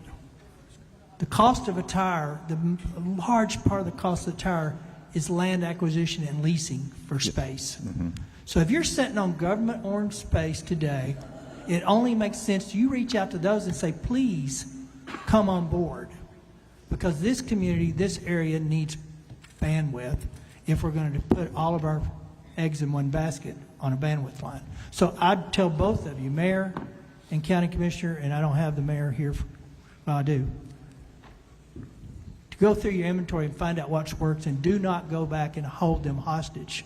There's a fair market value to fees, but I would argue the safety of your community is worth gouging somebody that's trying to offer something that's essential service today. So that's the first thing. And it don't have to be LTRS. It could be a water tower for all I care. Yes, sir. But take an inventory, look at that, and pursue that with a vengeance. Yes, sir. You can have service by the year end, and won't be relying on boosters in the next flood. Secondly, this dual EMC deal for small counties and cities. My large ones, I get it. Lubbock's a split. But I want to tell you, in operation, you'll never know their city and county. They dovetail. My basic understanding is this one really didn't get together until Kidd got here and kind of forced the issue to get them together. Partly because we had a retired in one the day before, and we had one sick, and we had a county judge that was out. So, number one, I think you're going to anticipate or should anticipate a consolidation at a certain level of one, for many reasons. One, I don't think the expertise needed to do this properly exists in a small community. So you're running stretched on resources to begin with from a personnel perspective. Two, I want my TDM director not to have to guess which one he should talk to. So just from an organization and coordination, unless you can give me good reasons between now and the report and bill that it shouldn't be that way, expect a consolidation. So here's the one that we haven't talked about much, and it's going to step on all kinds of toes, politically and otherwise. We're talking about what you do when the flood's coming and when it gets here. The question I have for y'all as a city and county, is there appropriate higher ground space given the time to evacuate people that are sitting in the 500 floodplain? Is there area you can get people to in this area if you have time to get them there? Yes. Yes. Yes.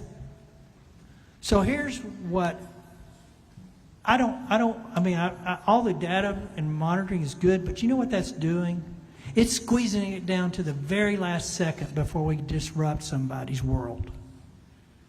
And that's a convenience or an inconvenience I'm willing to go to now. So going forward, under the Health and Human Services Codes, I believe it is, safety codes, that's where a lot of the camps are regulated. And what I've learned to find out is there's all kinds of reasons this shouldn't have happened at some level, but we get waivers. They ask for a waiver and they get a waiver. So guess what? An action plan at a flood warning level. Number two, not the last one in line where it's already too late, but number two, in a flood-prone area, when you're responsible for the lives of people that paid to be there, has to be evacuate to higher ground. Shelter in higher ground. And we would have had 3 hours if that had been a coordinated place to go and trained and taught. They could have been on higher ground. But what we don't want to do as a community is disrupt the community on a flood warning. Y'all don't get that luxury anymore if you're living on the river. So those are some things that I'm chewing through here, because if we can talk all day about data reporting, our science is pretty good, but we're never going to be able to predict exactly where Mother Nature's going to drop one of those. So all of these folks out here that intentionally, I didn't want them here today, but everything in your world's going to change a little bit, because in the next flood warning, if you're in a 500 plane, and most of those places were, there's the 100 and the 5. If you're in the 100, but if you're that close to the river, you're going to higher ground at flood warning level. That's the only way with some certainty you can predict no matter what the river does. And it would have worked in this one had those people went to higher places. The people that got to higher ground, some of the kids in Mystic actually got to a higher ground. on their own accord, that's what we got to start talking about. Instead of wobbling around some of these things that we let people do because it's an inconvenience. Judge? That's not difficult to do. Do what? That's not difficult to do. Well, To adopt it's a policy that- on the NWS when they have the flood warning. It's an action plan at this level. Well, let me just say this. It's not a problem as for emergency management to put out shelter on higher ground and, you know, we can do that. On flood warnings, when it says 1 to 3 inches, I'm telling you, some of those people won't move. I'll tell you this, if I'm responsible, if it's my camp and I've charged for that bed, and those kids have been entrusted with under me, it's not an option. Now, if I'm a private, pulled up, put up a tent and sit on the river, so be it. If I'm in the RV camp and I go to our RVs and say it's time to shelter higher place, and one of them says you ain't getting me out of here, check the box, you talk to him, and when he's found down the road, you can go. But we've got a way to stop this. And what you just said is a truth, but sad. It's not that hard to do. No, it's not. And it's just like Chief Kidd said, we can do better. Well, we can do better on this. I would argue, and I haven't been through all the waiver processes, but I would tell you a lot of this stuff was probably wavered off over the years because it was an inconvenience. And that's got to stop. One final question. I think if I heard it correct, there was not a required actual training scheduled at least once a year. I know there was tabletops. Tell me if I'm wrong, Mr. Thomas. Y'all do an actual test once a year, or you just do tabletops and exercises? William Thomas, Kerr County. We do tabletops and exercises. You actually do a physical all hands on deck with city and with county? We have not done a full-scale evacuation exercise, no, sir. So going forward, Senate Bill 6 had some requirements. It ended up in a report. I don't know how you guys can be good at what you do if you've never practiced what you're supposed to. I agree. And I think coordinated, not 2 units. You need 1 leader, which reminds me you actually need 2, or maybe 3 in this case, but 2 of your leaders weren't available. So a whole lot of world changing in this stuff for you and everybody that's in your current position. But we really just got to be smarter and willing to pull the trigger. I'm going to give you, I think this committee will hopefully approve it. It's not miss me. At flood warning, if you live on this river, you're going to be moved to higher ground. It just makes sense to me. So with that, Mr. Chair, I think I did have one sneak in. Actually, I had 2. Did you have any more? No, I think the House is going to be quiet. Senator for a minute. Swartner. Thank you, Mr. Chairman. Just on follow-up of your question, Judge Kelly, you're indicating in your testimony that there was not much in the way of an alert of the severity of the flooding.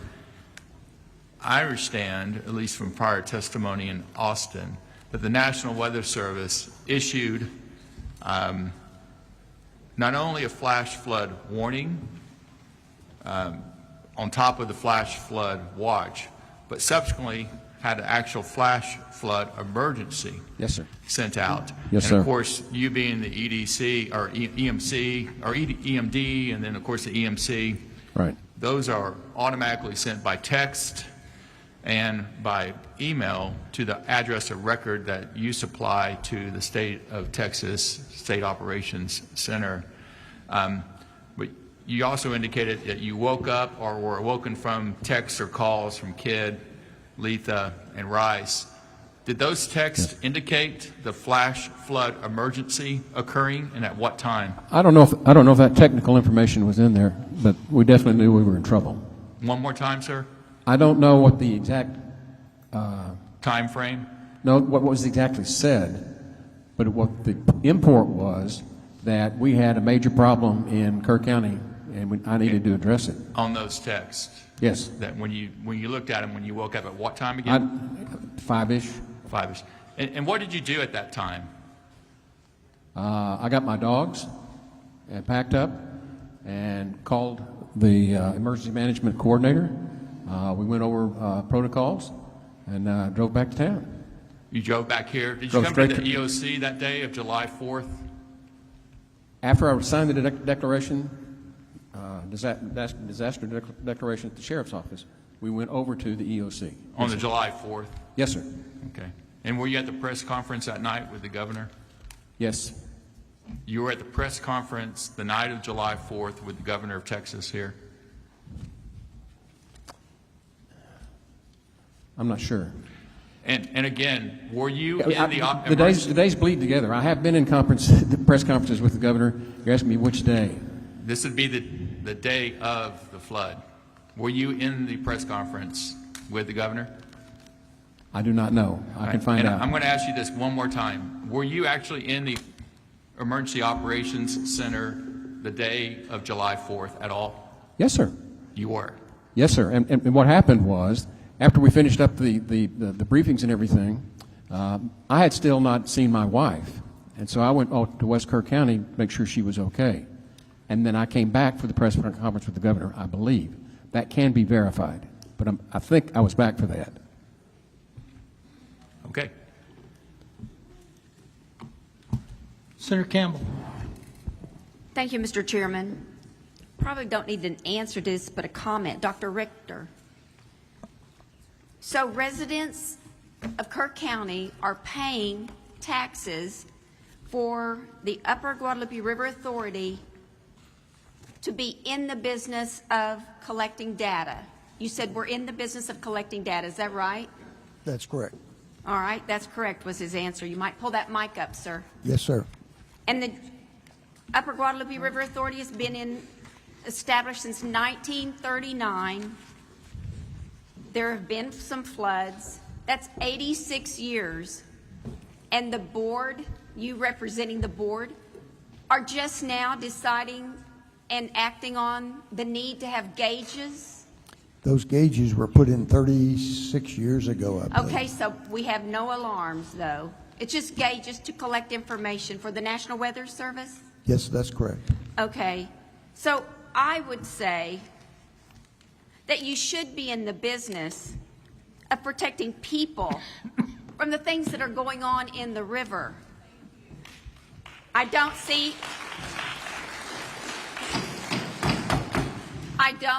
how the Upper Guadalupe River Authority helped in any way in this flood. Thank you, Mr. Chairman. Senator Kokorsz. Thank you, Mr. Chairman. To all of you, we're hearing you, and I know that it was like Senator Flores, you said, the monster in the middle of the night, a historic flood, and we're going to get better from all of this. I drove down with Senators Blanco and Menendez this morning to Hunt and Ingram, and we saw the devastation. We saw some of the debris in the top of the trees, those huge cypress. This was something of a magnitude that, as Sheriff, you generationally, having been here, we've never seen before. So specifically, I want to ask a couple of questions. Mr. Rice, you had some recommendations. I think that Representative Moody asked you if we could get those in writing. I was writing as quickly as I can, but my shorthand's not great. So can you get those to us? Dalton Rice, City Manager. Yes, ma'am, we will have all that information to you. Thank you. And Sheriff, your timeline is very important because we're comparing those to what we heard in Austin. So if you could get that to us as well. Absolutely. I want to go to your question, your comments in your writing.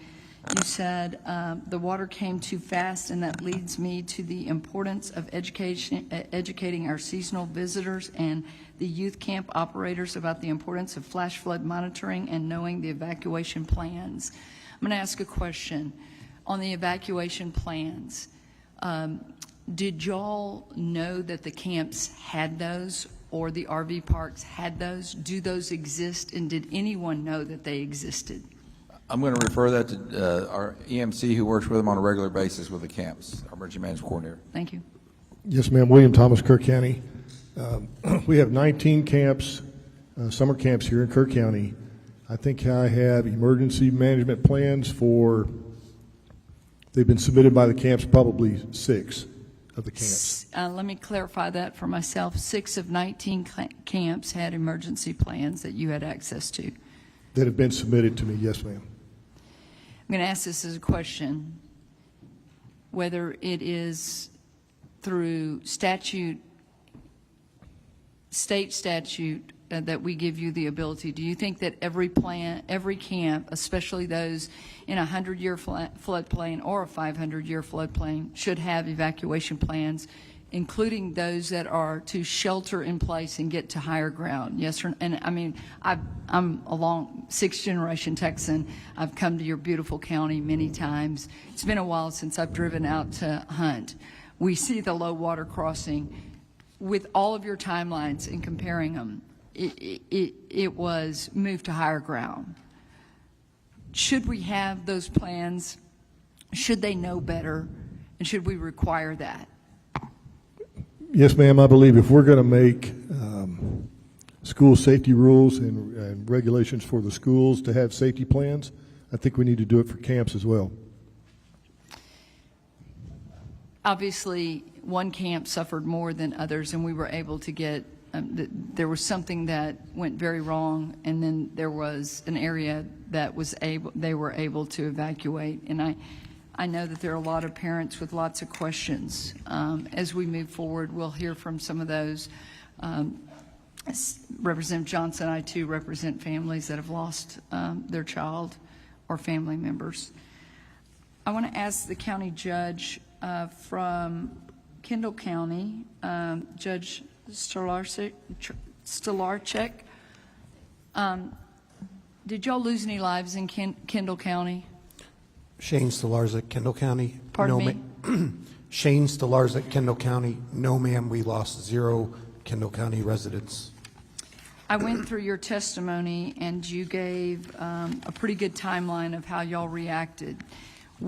It seems like y'all were reacting very expeditiously. In part, I know that the flood was your downriver.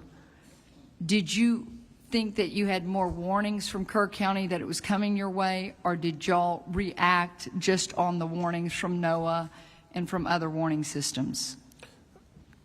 I would argue that we reacted on both based on our conversations and those warnings, but also based on history. We know there's generally about 6 to 8 hours of a lag between when floodwaters come from upstream by the time they hit Comfort. So we know there was a window built in, but it actually hit us a little faster than we anticipated. Then I want to ask this. You gave some recommendations. I'd like to get that in writing as well. But some of the things that you did, you have no manufacturing housing in the floodplain. Is that correct? You do that? You all have asked for that to happen? Correct. No permanent like rental properties, but I believe you can keep them there for up to 90 days, like for park or to park and camp. But I'd have to recheck our rules for the exact specifications for that. In your testimony, you had some bond issuance for $20 million of what y'all were doing with mitigation space, green space. If you could get that to us, I'd really appreciate that very much on the proactive things you did pre this disaster. Correct. The bond initiative is a very unique one. We're a very conservative county, like 80% Republican, but that bond passed like by 66%. And so our residents willingly raised taxes to go out so we could purchase large tracts of land to, in areas where we know there's risk for floods, where we want to preserve waterways, and also prevent certain kinds of development that could be problematic down the road. So it's our community is very invested in the well-being and welfare of our residents. So that was one of the very big accomplishments that we've done in the past couple of years. Thank you. Thank you, Mr. Chairman. Lieutenant Governor. Yeah, I'll be brief. I say this with a heavy heart because none of us want to point fingers. But I was kind of in the middle of it on day one. And since day one, I've been to a number of the funerals. I went to the church and spoke to the families and gave the families my cell number a few days later and said, call me. I've gotten to know these people, and I think I have to make this point on behalf of them. Judge Kelly, I never saw you on day one. I came here from Austin. In this room, I talked to the sheriff multiple times, Sheriff. I talked to the mayor multiple times. We had a meeting when we got here. Governor Youngkin was here. I was here. The mayor was here. Everyone was here. Then I wasn't. Then I wasn't. And you were not. You were not. And I asked the question, where's the county judge? I have covered multiple emergencies in my 10 years as lieutenant governor. This is about as bad of a day as you can have, and I've had a lot of bad days because we didn't just lose people. We didn't know where people were. And you weren't here. I asked where you were for the press conference that night. You weren't here. Governor Youngkin and myself and the sheriff, you remember the sheriff, very laborious, I can't say the word, a lot of labor intensive, went down the list of every camp, of the 15 camps, to find out who was accountable and who was counted for. And the only camp, and you know this, Mayor, you were there with us, we went down that list and we found that every camp had accounted for everyone except Mystic. You weren't in that meeting. I don't know where you were on day one on July 4th, but you should have been here. You should have been here directing that response. That's your responsibility. And Charles Swartner asked you the question. I want to set the record straight. I'm not pointing a finger. I'm not blaming you. I just want to set the record straight. Everyone was here that day working their ass off, and you were nowhere to be found. All right. What?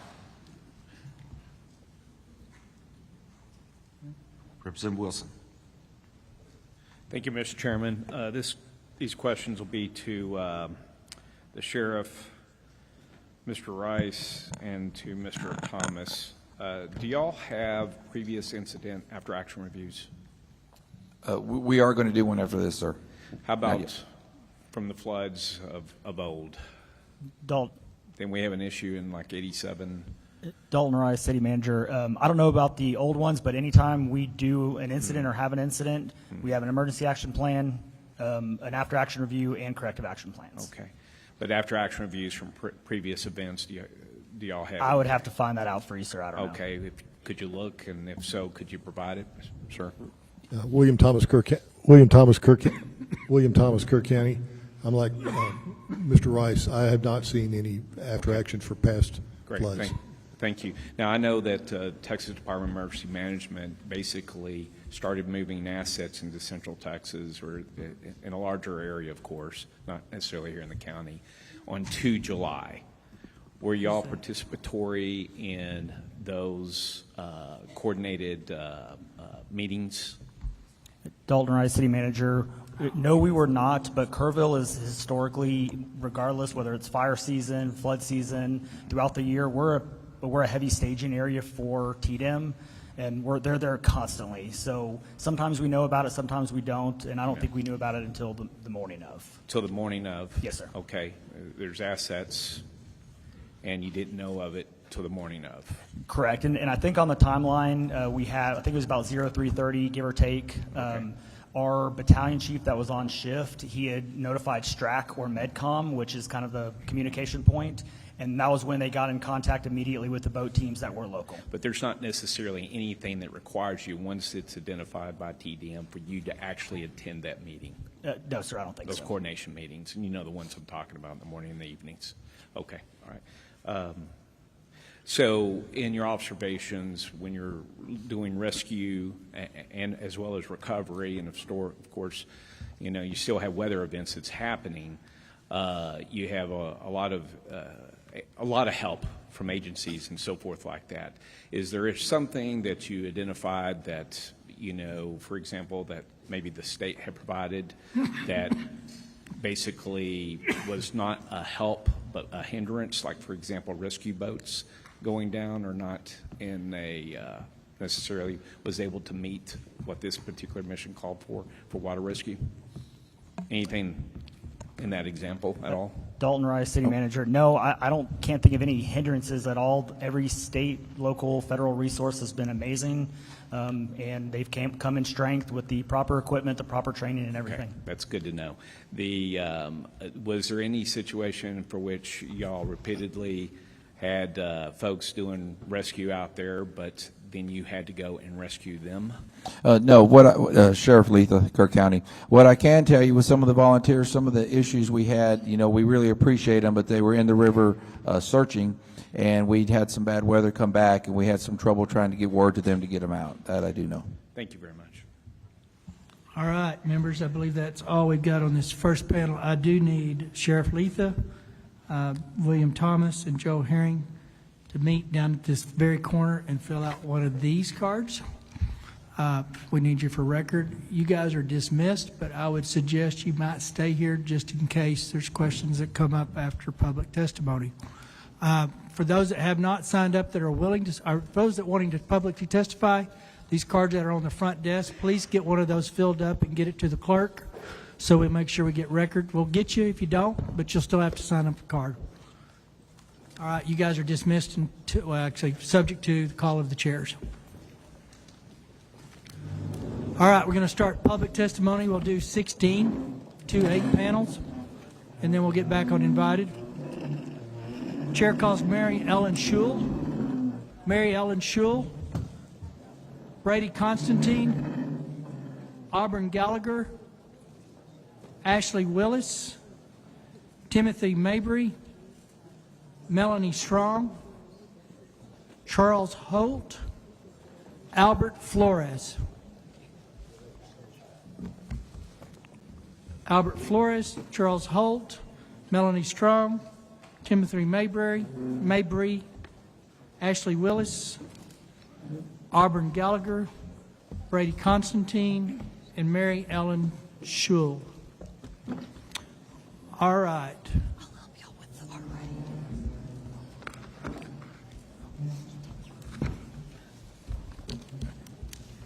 There was a couple of those that were actually not, they're public, but they were tied to the previous panel. It's going to be a couple of questions that were introduced into the first one here regarding some of the things the panel first said. So we're going to hit those two people only. It was Mr. Constantine and Ashley Willis. So very quickly, I'll ask the question and members can ask. There was a comment made by, I believe it was the EOC, that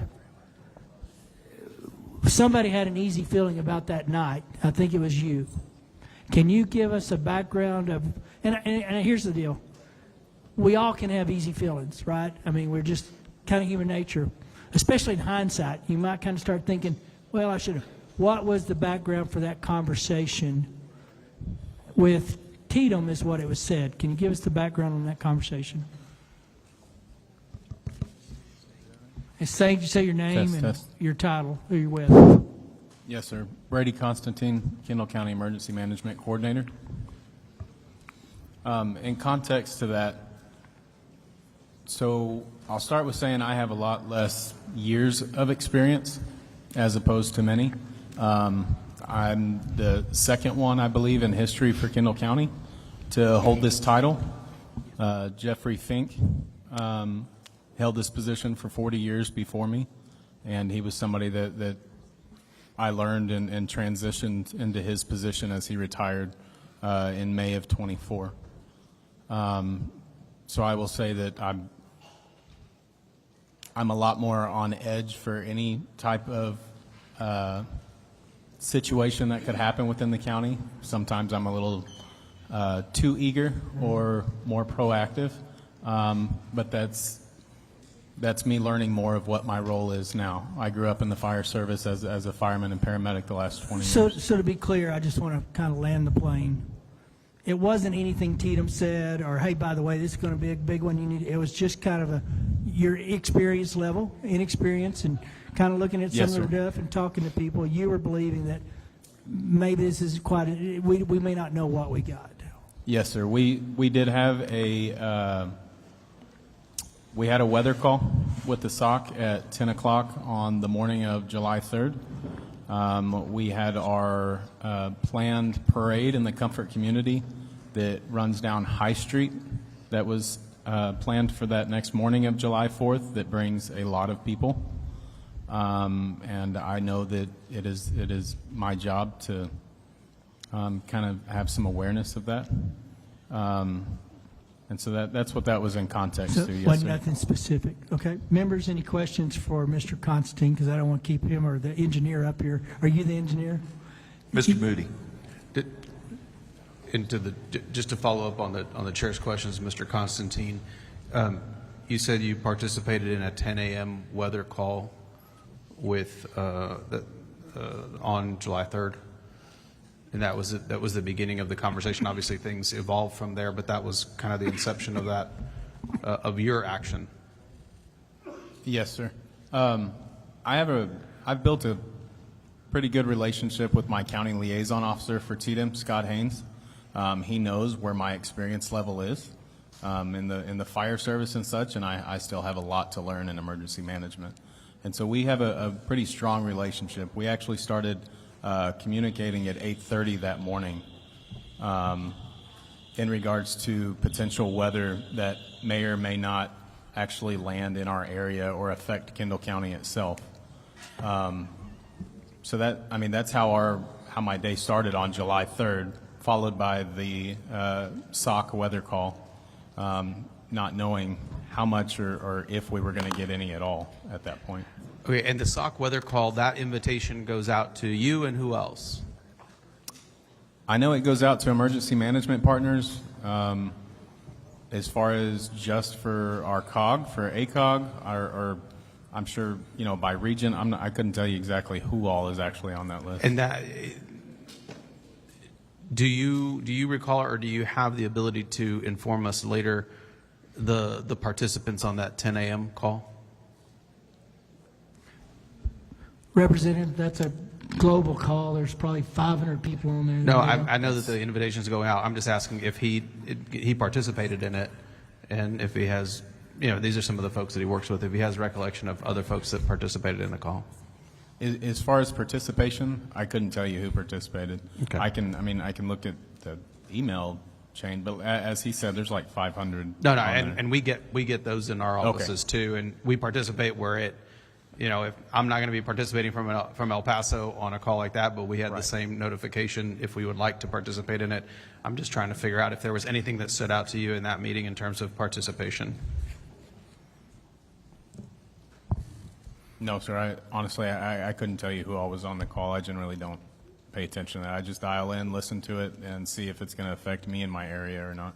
In our prior hearing in Austin, when we spoke with NIM Kid and TDM, talked about qualifications for folks that serve in positions as yours. You said you're kind of new in this position, and we've heard from another witness has shared his background, education, experience, and training.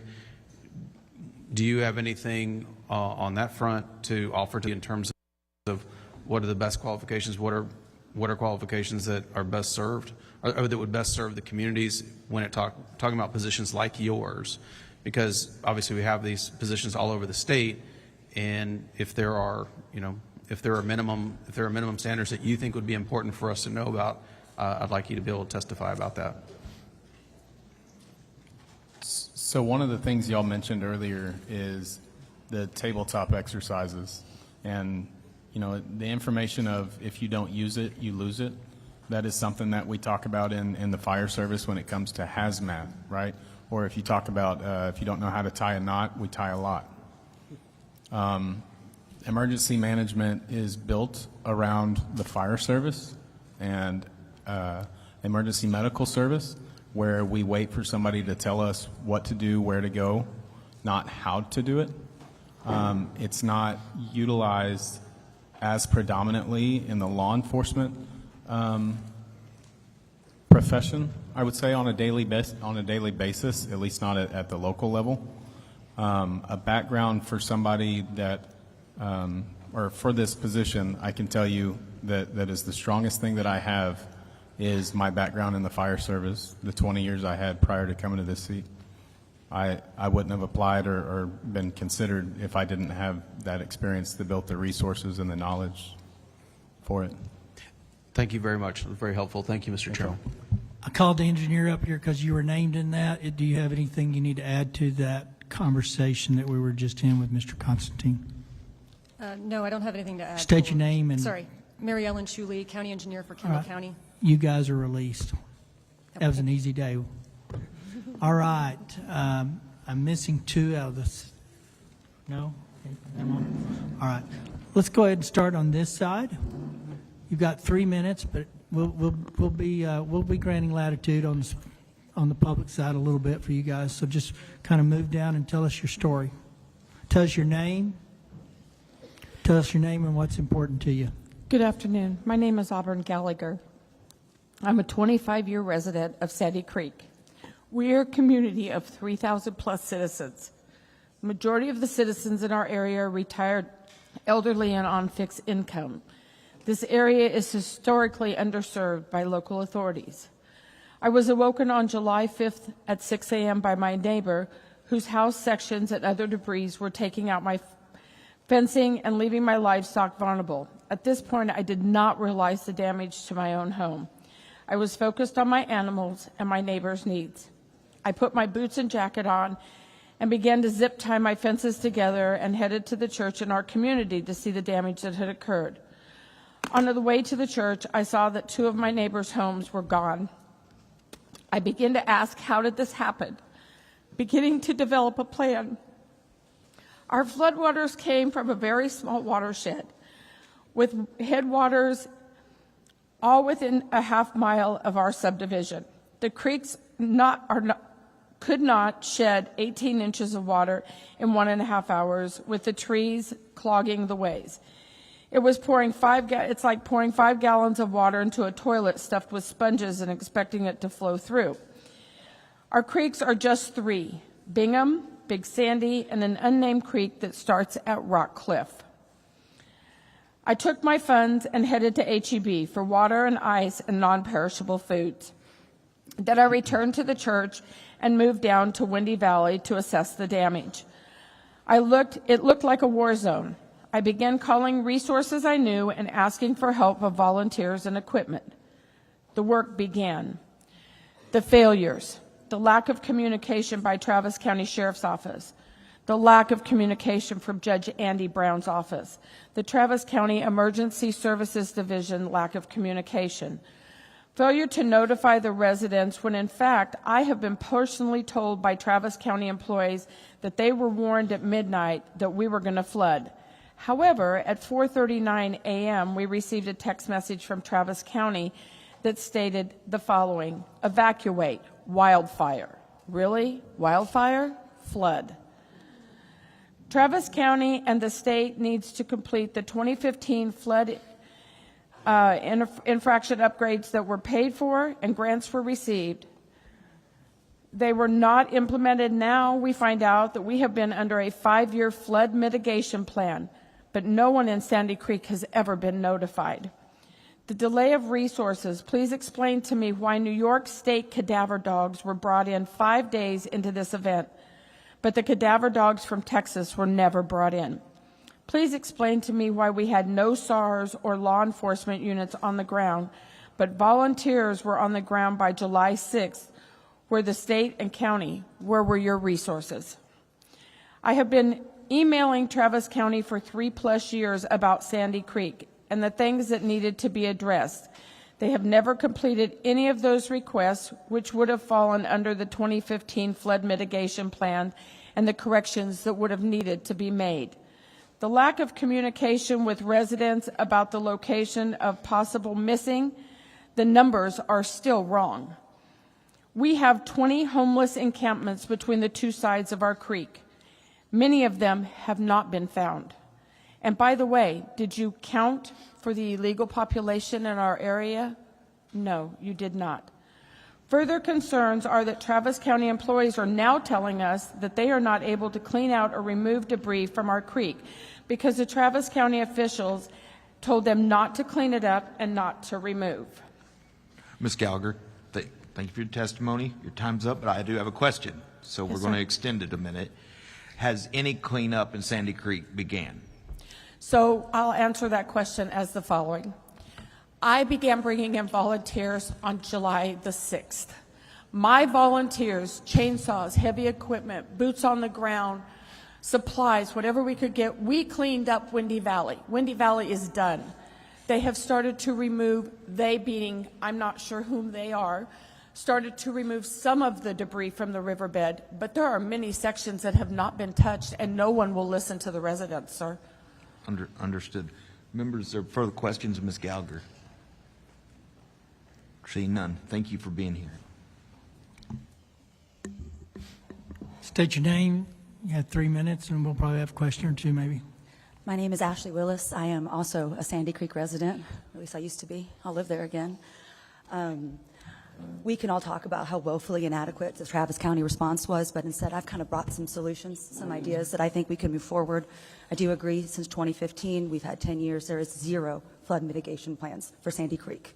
There are 0 gauges. That is unacceptable. Additionally, in addition to the 22 inches of rain that we received, there are also additional circumstances. We need someone to monitor our tributaries. We have land with private dams that are very old. I'm not coming here with pitchforks, but they all broke. In addition to the rain, the level of damage was catastrophic. Whose job is it to monitor that? Whose job is it to fix that? Our emergency management coordinator, there is not a single standardized set of requirements across the state. There needs to be. As a real estate agent, I have hours of coursework I have to take yearly and tests that I have to take just to be a licensed fiduciary. It's not my job to save lives. Things that we need immediately: temporary housing, transportation, and yes, large equipment, because there is still debris. And I understand that rivers are traditionally what's covered by the county or the state, and tributaries are not, but it's the size of a river now. Additionally, aside from just debris, they are marking people found when they find their body parts. And they match DNA. And then they are not coming back to find the rest of these people. I found a hip and a leg on my property. And we did that, volunteers in the community, not Travis County. Lastly, I do think that there's going to need to be some water testing. There's a lot of contaminants. Actually, second to lastly, red tape in a disaster is ridiculous. The fact that the city of Leander could not come in because they don't have a previous interagency agreement with Travis County in a state of emergency, that makes no sense. Why would they be turned away? If you could please take these into consideration. I know you guys only have 30 days to pass legislation. I don't know how much of this can be done, but we have definitely, just want to thank every volunteer that came out the first week, as well as the weeks after.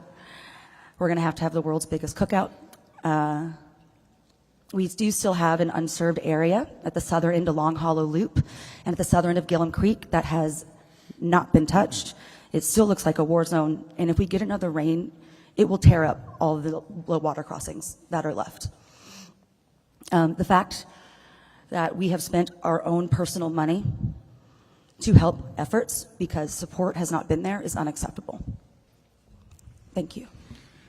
Just real quick, I know you don't have it. We don't have a copy here today. Those recommendations would be extremely helpful. Any written testimony that you can get to the committee the next week. I know you live, I think, in that area, obviously. Maybe homeless right this minute, but you're somewhere in that area. If you can get them to the Capitol, get them to my office or Chairman King's office, either way, we'll make sure the members get them. Appreciate that. Yes, sir. Yeah. Go ahead.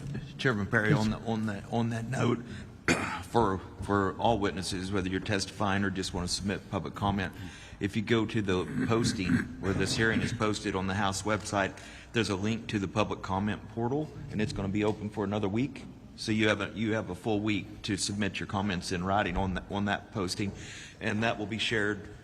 Whether you send it to the Senate side or the House side, we will share all comments and put them together. Thank you for that, Chairman King. The Senate doesn't have that facility, so go through the House. It gets to the committee. So.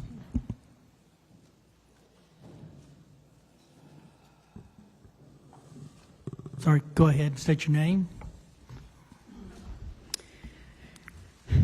My name is Melanie Strong, and I'm a resident of Travis County.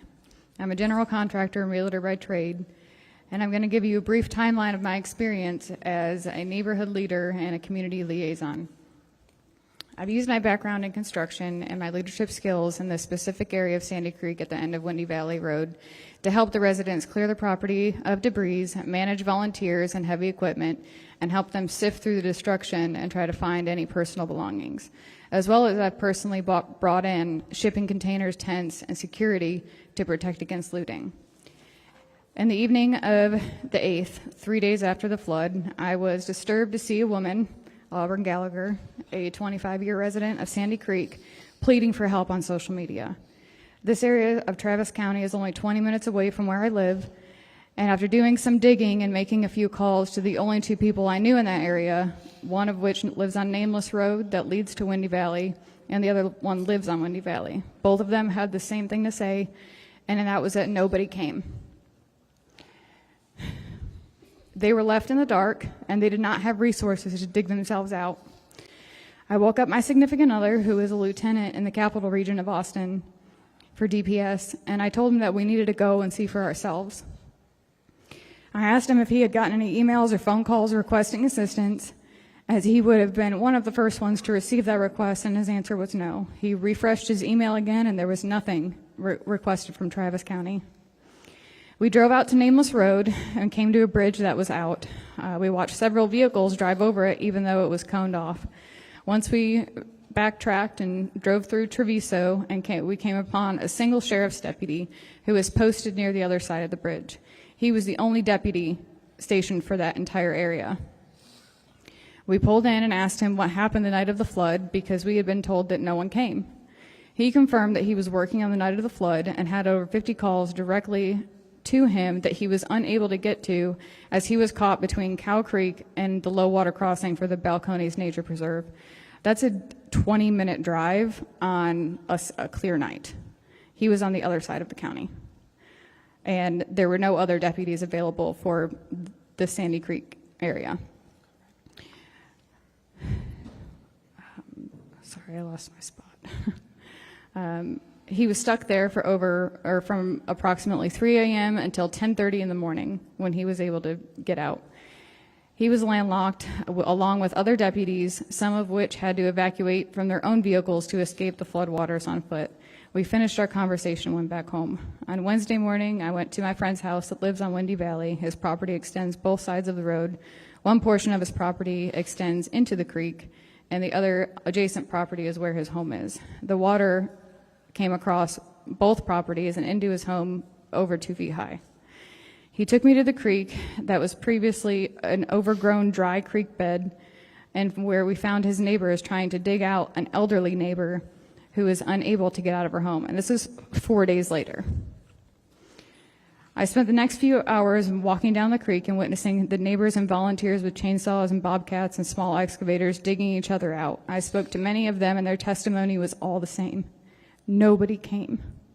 No emergency services came to them.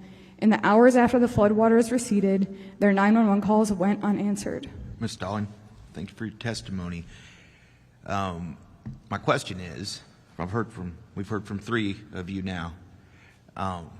You're not saying that there was no resources just from the sheriff.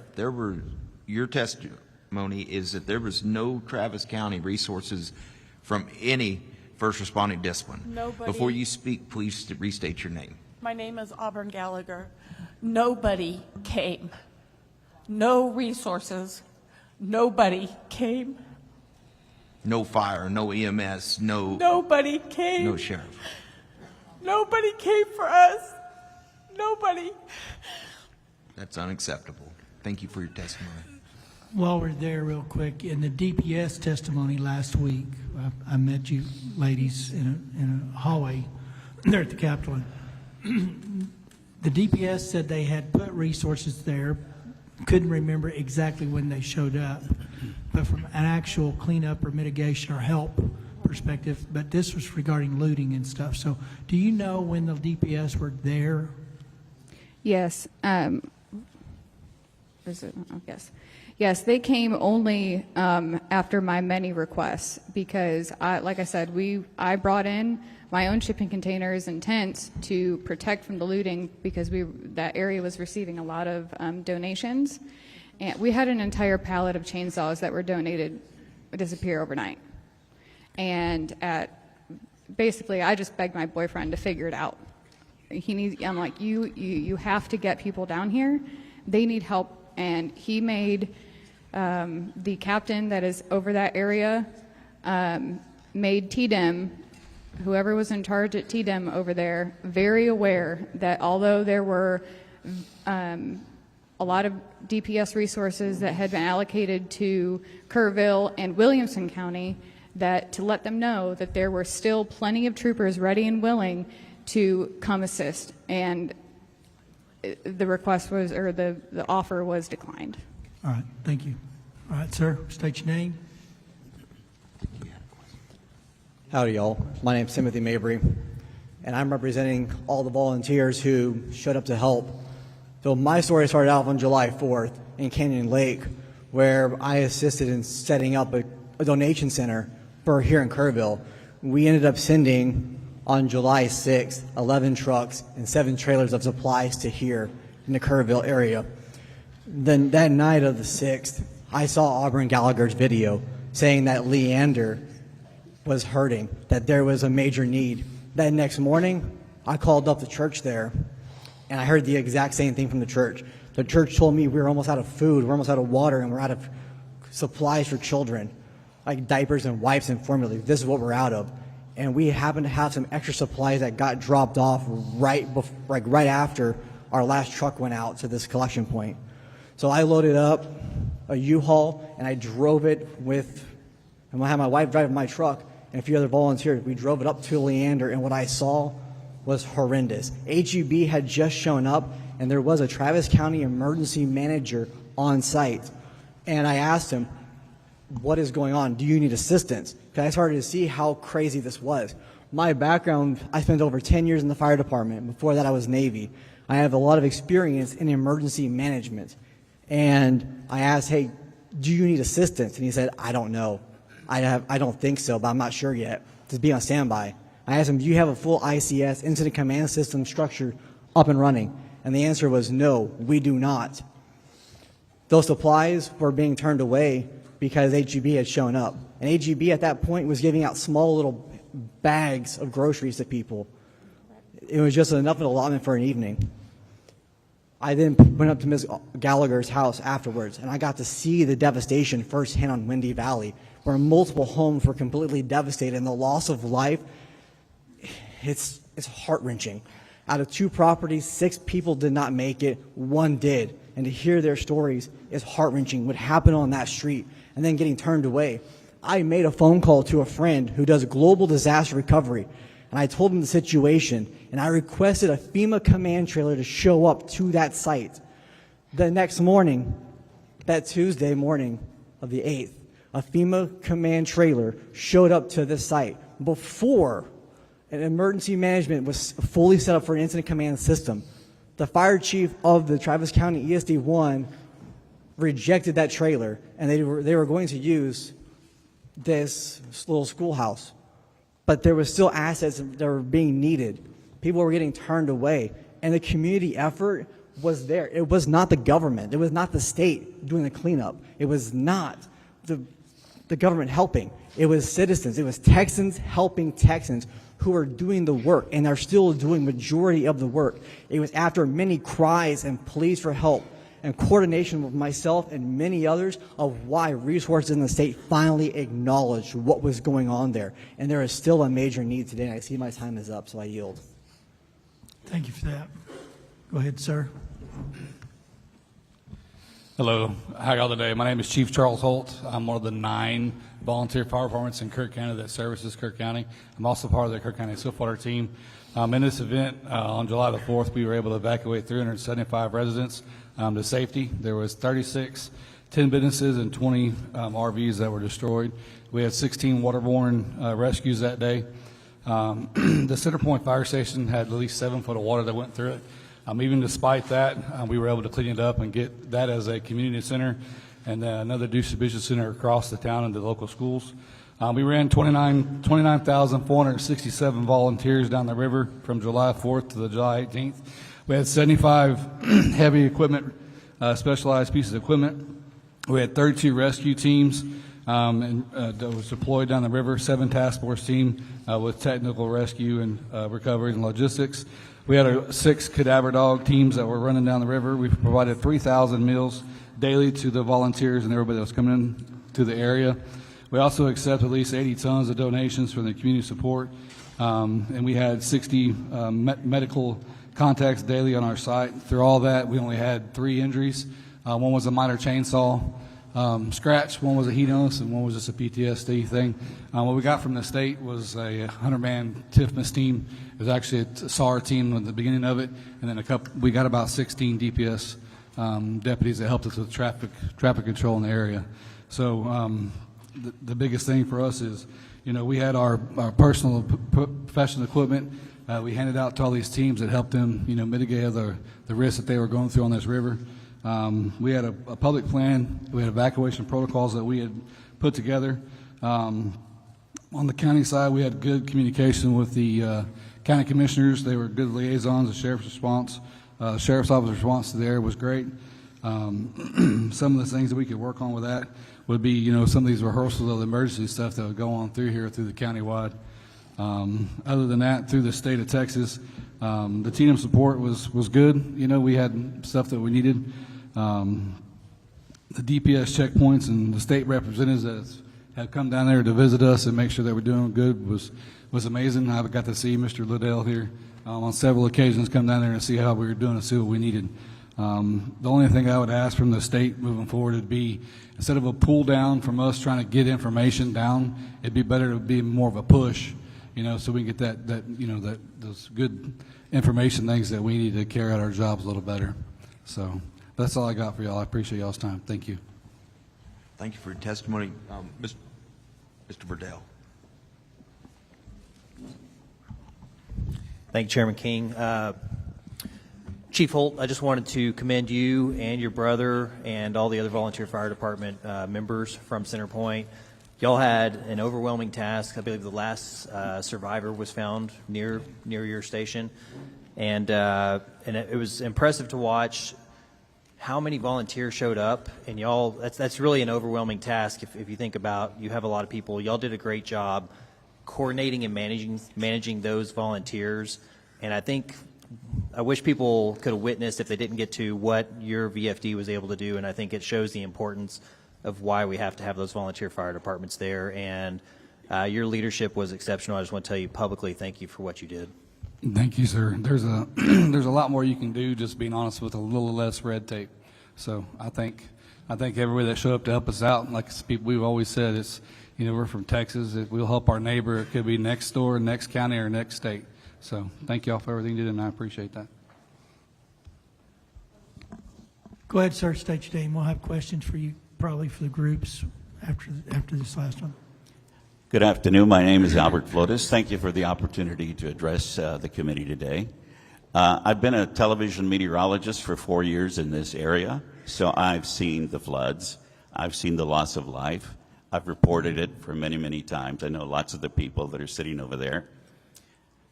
This time, it was just insane. It was hard to do as a meteorologist. It's hard for everybody. I have a forensic company that does research on this kind of stuff. I'm here to volunteer our company to come in and do the work that needs to be done. You can't move forward until you have answers to what happened. We have some of the best in this operation of mine, meteorologists, geologists, everybody. hydrologists. We probably have about 150 years of experience doing hydraulic research. I'd like to have this committee consider that.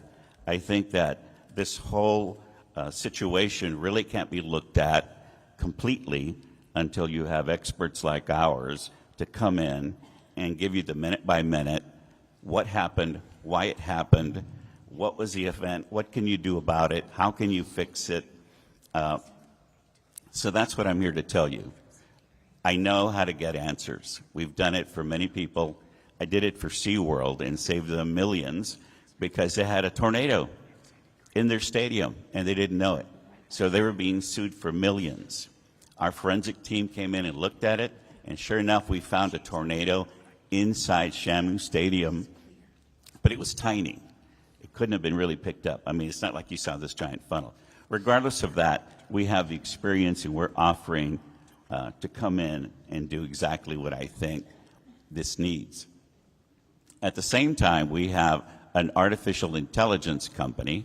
There's been a lot of problems with phone calls and people getting messages and what do you have and how can you help me? We have artificial intelligent operators that can handle 1,000 calls an hour. They will help people. They'll take their emails. They'll send them text messages. They'll do follow-ups. That's, excuse me, my throat's dry. That's free. My company is giving that away because I have lots of friends in Kerrville. I lived in Bernie, and we just want to help. So our certified company will come in and give you the best report on this storm, and my artificial intelligent company will answer calls 1,000 an hour until this gets done for free. Thank you for that. Senator Campbell. Thank you, Mr. Chairman. Well, Ms. Gallagher and is it Ashley? Ashley and Melanie, thank you so much. Now, I'd gotten a report, and the Travis County judge will be here, or is here, will be on a panel later today. Hopefully you can stay and hear that, and we can talk. Because I was under the understanding that ESDs, more than one, and more than one responded. TDM was there, and that they responded right after 1 o'clock, I believe, on the 5th, 1 o'clock in the morning. That's not true. Go ahead, Ms. Gallagher. No, ma'am, that's not true. When is the first time you saw somebody from emergency services or an ESD? Hold on. So let me explain something. The first time I saw anybody... Speak just a little louder. The first time I saw anybody was when Melanie and her boyfriend rolled up on me on Windy Valley the night of July 5th when I was holding security to secure the items that I had secured. Ms. Campbell, please understand, I have a medical issue. Sure. It makes it even harder. I spent my $3,000 for my community to begin this process. The original products that were brought into this community, my call for help was a TikTok video that got my life threatened for asking for help. I spent my $3,000 on food, water, and ice for my community. No one came until she showed up in the middle of the night. Was Tatum there when I had talked with the judge? Tatum has been very responsive. Were they there the next day or that evening? No, ma'am. Of the 5th or the afternoon of the 5th morning? No, ma'am. Melanie, speak closer into the mic. No, ma'am. From my understanding, and after that night that I met her, that was on Wednesday after the flood. And then Thursday, I spent that day organizing volunteers and large equipment. And as I was leaving to go check on another area, there were 3 Texas State Guardsmen walking the opposite direction down Windy Valley. And I pulled over and I forced one into my vehicle, and I told him that he had an iStat thing on his iPad. I said, you need to come with me. Nobody has been down here. I said, this is where the destruction is. This is where you need to be. You have to come with me. And he said, ma'am, that's not my mission today. And I said, I'm begging you, please come with me. And he did. And I took him down to the end of Windy Valley, he was on the phone and he spoke with Chief Klingenman, I believe his name is, and that from the next morning, Friday morning, there was Texas State Guard and buses of National Guard, and those were the first people that many of the residents on that side of Sandy Creek Where saw. the bridge had washed out. Yes. So They were the opposite first side residents. of that bridge, Ms. Campbell. We're On the north side. We're on the north side. The bridge goes this way, right? This is one community that has an one in, one out bridge. We're on the other side over here. Okay. The temporary bridge right now connects the two? The temporary bridge is the big sandy side. Okay. Windy Valley and the side I'm on is the other side. Thank you. Okay. Go ahead, sir. Yes, ma'am, Timothy Mabry. So when I arrived there on Monday the 7th at 3 p.m., there was a Travis County Emergency Manager, Cortland Ballou, at the Round Mountain Baptist Church. So Travis County, there was someone there, but he was the only one from the Travis County in that official capacity. The fire department had been ordered to stay in their station that day. I talked with the fire department the next morning, one of the lieutenants on duty, and at that next morning, the Tuesday the 8th, they did not have a full count of who was missing and the level of devastation. And that it was that morning of the 8th is when I was told that the emergency management was going to be coming in the afternoon, and that they were preparing for them to start coming in at that time. Well, I think there's a lot we do need to look into. We'll listen to the judge pretty soon, and thank you all, and I'll be talking with you. And one last thing, Senator Campbell, real Yes, quick. sir. Timothy Mabry again. Senator Menendez. Oh, he was one. He Oh, I'm was just sorry. finishing I'm sorry. a comment. That bridge that was built that morning of that Tuesday the 8th, an individual who has a construction company in that area came up to myself and a few other people, and I relayed this to the fire chief, that he could have built a temporary bridge better than one that's currently up right now that same day of the 8th. And it took 8 days later to get another bridge working in order. Okay. Thank you very much. Thank you. Thank you, Mr. Chairman. Senator Menendez. Could I say something before I leave? I'm going to have these folders given to all of you about our forensic company. Please consider it. We really can't move forward with this until you understand the gravity of what happened to the nth degree that we can give it to you. Thank you for that. Thank you. Thank you for this offer. Menendez. Thank you, Mr. Chairman. First of all, to the residents of Sandy Creek, I'm very sorry for what you've gone through. The fact is that cadaver dogs need to be brought out. Residents shouldn't be finding body parts on their They property. brought the New York cadaver dogs out, I heard that, and they were turned away. Well, we're going to find out later today from County Judge of Travis County what the heck's going on and see what we can get you some relief. To you, sir, thank you for what you've done. Chief Holt, my understanding is that in Center Point and Comfort, there's a siren system. Is that correct? There's one in Comfort, but there's not one in Center Point. Not no, one sir. in Center Point, but there is one in Comfort. Correct. How do you, if let's say you if you were to evaluate what you heard earlier this morning, because I mean, to me, there was a concern that we have low water crossings that can trap people in place. We need a methodology by which that's not dependent on cell phone service, but that will give people the notice, move to higher ground. They should have never allowed or let or permitted for these children to stay in their bunks when the water was rising. They should have been moving to higher ground. And it's evident that not all the camps had as devastating a loss of life. Correct. And so your thoughts on that?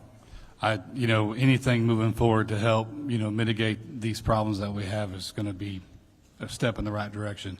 If it's a siren or if it's a better way to notify people, I mean, anything is best. All right. Thank you, sir. And Mr. Flores, I appreciate your offer. I think it's a very generous offer, very kind offer.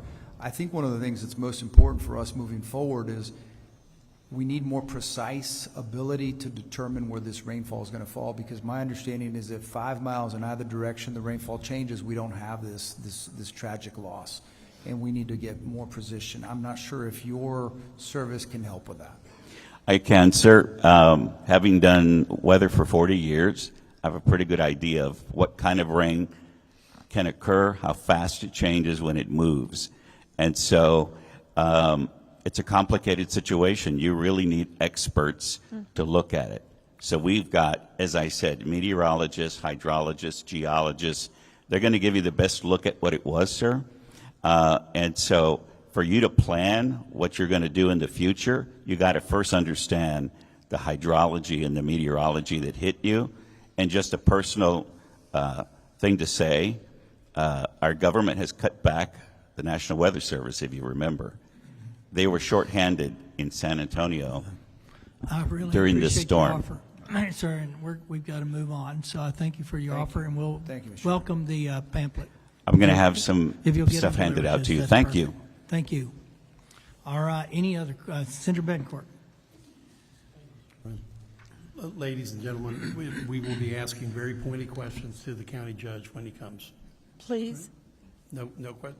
No, you can stay, or we'll tell you what the answers were. Oh, I'm going to stay. So thank you for your testimony. Chief Holt, I want to go back over there was a siren in Comfort that went off. Is that one of your volunteers? Because I heard it was volunteer fire department siren that was triggered by the mayor, I assume, or the So the Comfort Volunteer Fire Department does service an area in Kerr County, but their station is in Kendall County. Right. So, and they have their siren that's there that they control and they set off for these events that are No, I coming up. figured you had a piece of it, so I was just trying to make sure we heard the fact of it. Right. And there's obviously, the sirens are still the same sirens that we all grew up with. Yes, sir. That people, recognize that there's danger and that they need to take action. So combining sirens with, old tech sirens with, modern cell phone alerts would be a positive step forward. Absolutely. Thank you for your testimony. Thank you, sir. And your service, too. Thank you. Could I mention, sir, Starlink, if you haven't heard of that? Sir, That's how you get you got your 3 everybody's minutes. connected. I appreciate it. Thank you. Yes. There you go. Thank you for offering, and we appreciate it. Please get the information to the committee. All right. You guys are dismissed. We will have the Travis judge up on another panel. As I promised, we'll do 16 publics, and then we'll go back to inviteds. Lori Lowe, Bubba Walters, Sherry Reynolds,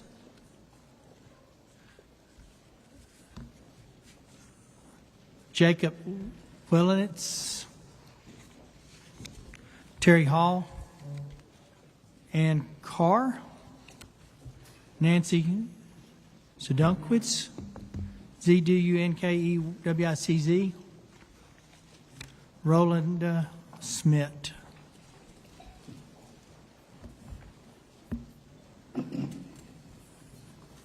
Lori Lowe, Bubba Walters, Sherry Reynolds, Jacob Willenitz,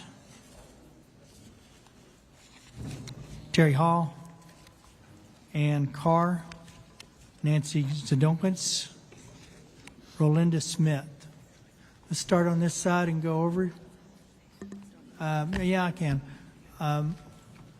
We've debated. We don't know on these cards what your story is, but we would more than welcome those parents, if they had Mystic kids, to fill in these slots, and we'll try to get you moving through the system if you feel comfortable to. But we just don't know up here the ones that are, and if there are parents of Mystic kids or kids that were lost to camps, for that matter, we would more than welcome to try to put you up here so you can move forward if you need to. So, Chairman, yes. I might add, if you are a parent of a Mystic child, I know you likely traveled, if you would come forward and just talk to committee staff where we know which card belongs to you, we can expedite this process. Good choice. All right, let's start on this side and move forward. All right. My name is Lori Lowe. My husband and I live on the once beautiful South Fork of the Guadalupe River and have for 29 years. We are approximately 5 miles below Camp Mystic. We live on Highway 39, which is a 2-lane road. All roads to Hunt are 2-lane roads and are all subject to flooding. The initial plan in a normal flood is to stay put because of that. This was no normal flood. At 1:30 in the morning, I was awakened due to the terrible storm. It was pouring down rain, and by 2:30, I knew it had to be flooding due to the amount of rainfall and the slight roar of the river. At that time, normally one would take action to move your kayak up, things like that. You don't know what's coming. By 3:30, the red sail over the South Fork had never moved. We are familiar with floods. With an outside light, I could see the flood rising and moving aggressively towards our home. At 4:05, we hurriedly self-evacuated in my husband's large pickup as the floodwaters were fully surrounding our home. As we drove up our driveway, the flood was chasing us. It was rising so fast. But we knew that Highway 39 in front of our house was at a higher elevation. It was only about 100 yards to reach the highway, out of the reach of the roaring flood, higher ground. Had we needed to go higher, we easily could have by way of a paved county-maintained road across from us. Had we turned left on 39, we knew we would run into low water crossings, now flooded. We also knew that if we turned right on Highway 39, we would be driving towards 2 flooded state bridges. In a normal flood, you stay put because of that. This is no normal flood. Moments later, we're out on Highway 39 in the dark, and a Hunt Volunteer Fire Department firefighter arrived also. So it was the three of us out in the middle of the highway. It was totally dark. I think the power was out everywhere by now. VFDs are, in fact, the very first responders locally, and they are to be applauded. By then, no one else could have reached us unless by helicopter. He rescued a family on a roof next door, including a toddler. We picked up a couple, my husband and I picked up a couple who were wet and barefoot in the middle of the highway, and texted a friend to open the Hunt Methodist Church. We drove them there. Soon it had 50 to 60 people taking refuge in the dark with no water as the power was out. We are fortunate to have a shelter along our part of Highway 39. At what point did I realize the flood was way worse than ever? Really, it was when I saw it coming at our house. So 3:30, this was a historic, never-seen-before flood. Its massive force flooded our home. Our house remained intact while it was flooded with 12 feet of water, ferocious, violent water, slamming everything around, moving things out of the house that were way too big to have been pushed out normally. So move to higher ground equals 100% success ratio. No, I don't have those statistics or proof, but I believe that moving to higher ground gives us the highest chance of success. Our visitors were the largest number of those who perished. It is heartbreaking, but also telling that 90% of those who perished were visitors. Thank you for your testimony, Ms. Lowe. I do have a question. Did you say you're a 25-year resident? Is that correct? I don't know who's over here. Oh, 29 years. You've been here 20, or Yes. been in this, lived in this area 29 Been in years. this same spot in 29 years. Just for perspective, for those of us who haven't lived here, do you recall what the highest floodwater mark was prior to this storm that you had witnessed? I can't say. You know, this flood went a half mile across. Mm-hmm. Our little bend in the river is 15 feet wide, and by the end of this flood, it has reached all the way from Highway 39 up into Camp La Junta. But you've obviously seen that river many flood times many times. Yeah. But from a perspective, 10% of what this one was? Well, 25% Okay. compared to this. I only ask because we hear about it being a 1,000-year flood, and I've toured the area, seen the devastation. And it's unimaginable what that wall of water would have looked like to those that came in after. But everywhere I've been, I see the watermarks on certain landmarks of this is where it was last time, this is where it was last time, and it seems like the watermarks. Obviously going to be quite a bit higher than it ever has been. So I was just curious about your personal situation. But usually when it floods in Hunt, you get a day off work because the bridges are flooded. Understand. And you're not limited in any other way. You just have to stay put. Is there a question on the House side for Ms. Lowe? Seeing none, thank you. Let's go ahead. Different committee this time. It's a definitely different committee. My name's Terry Hall, and I'm founder of a group called, normally you know me from transportation related and turf, but we have a local liberty group as well, We the People, Liberty in Action. And my family live along Highway 39, basically like, you know, what's been dubbed ground zero for this disaster, at least in Hunt. Our entire Hill Country community has been devastated, physically and emotionally, and there just aren't words to describe the scale of it. Every person's been touched in one way or the other, and we're very, very grateful for the state for your help in so many ways. We see it, we feel it. It brought in needed help in our worst hour. Our local resources were and still are stretched beyond their limits. We will continue to need state support, and the state picking up the cost of the debris removal alone will save our county from bankruptcy. We cannot thank you enough for that.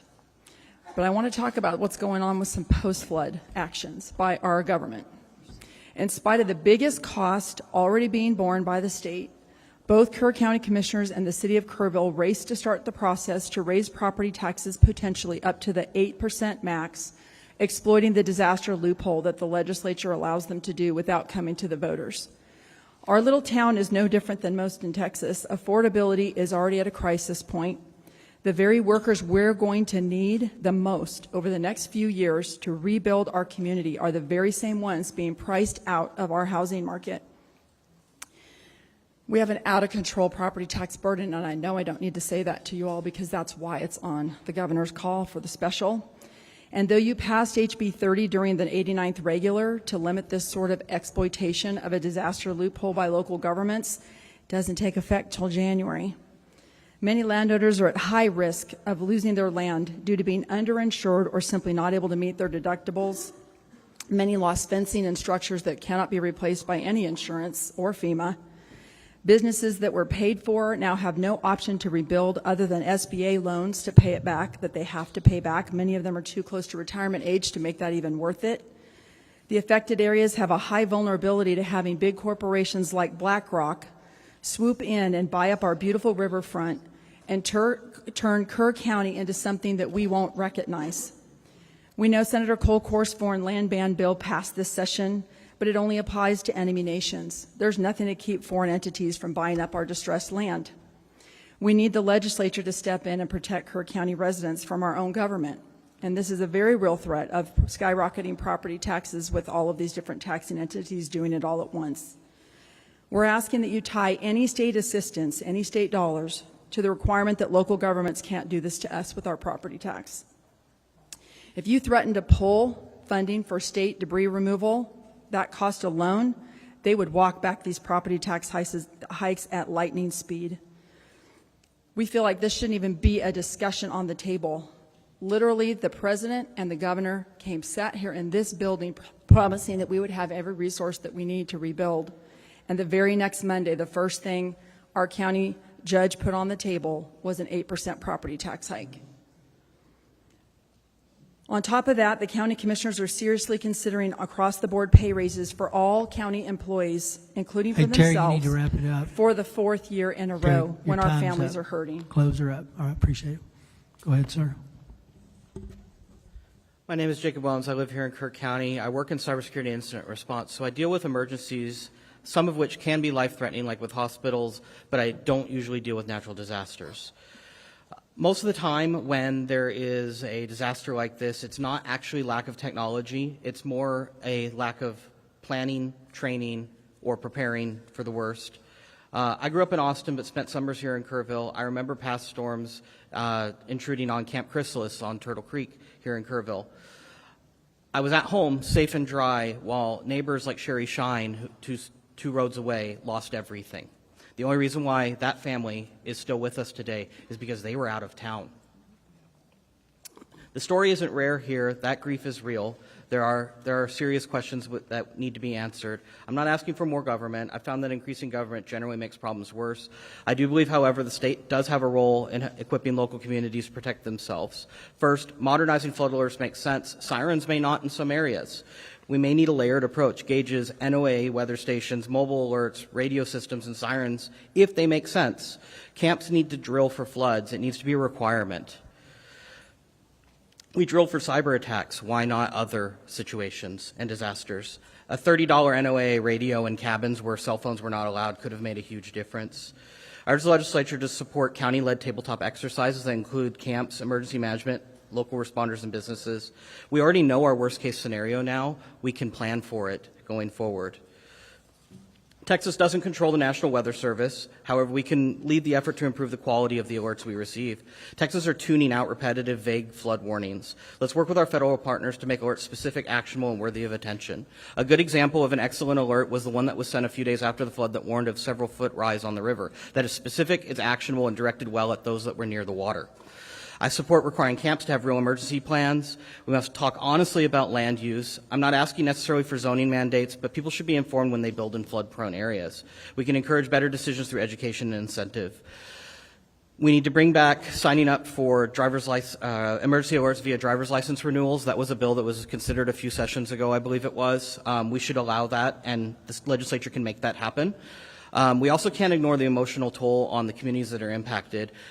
We have a little girl in our church that lost her best friend as a result of this flood. Her friend was at Camp Mystic. Had her parents sent her to camp this year, she would be gone as well. Lastly, I wanted to thank Representative Verdell.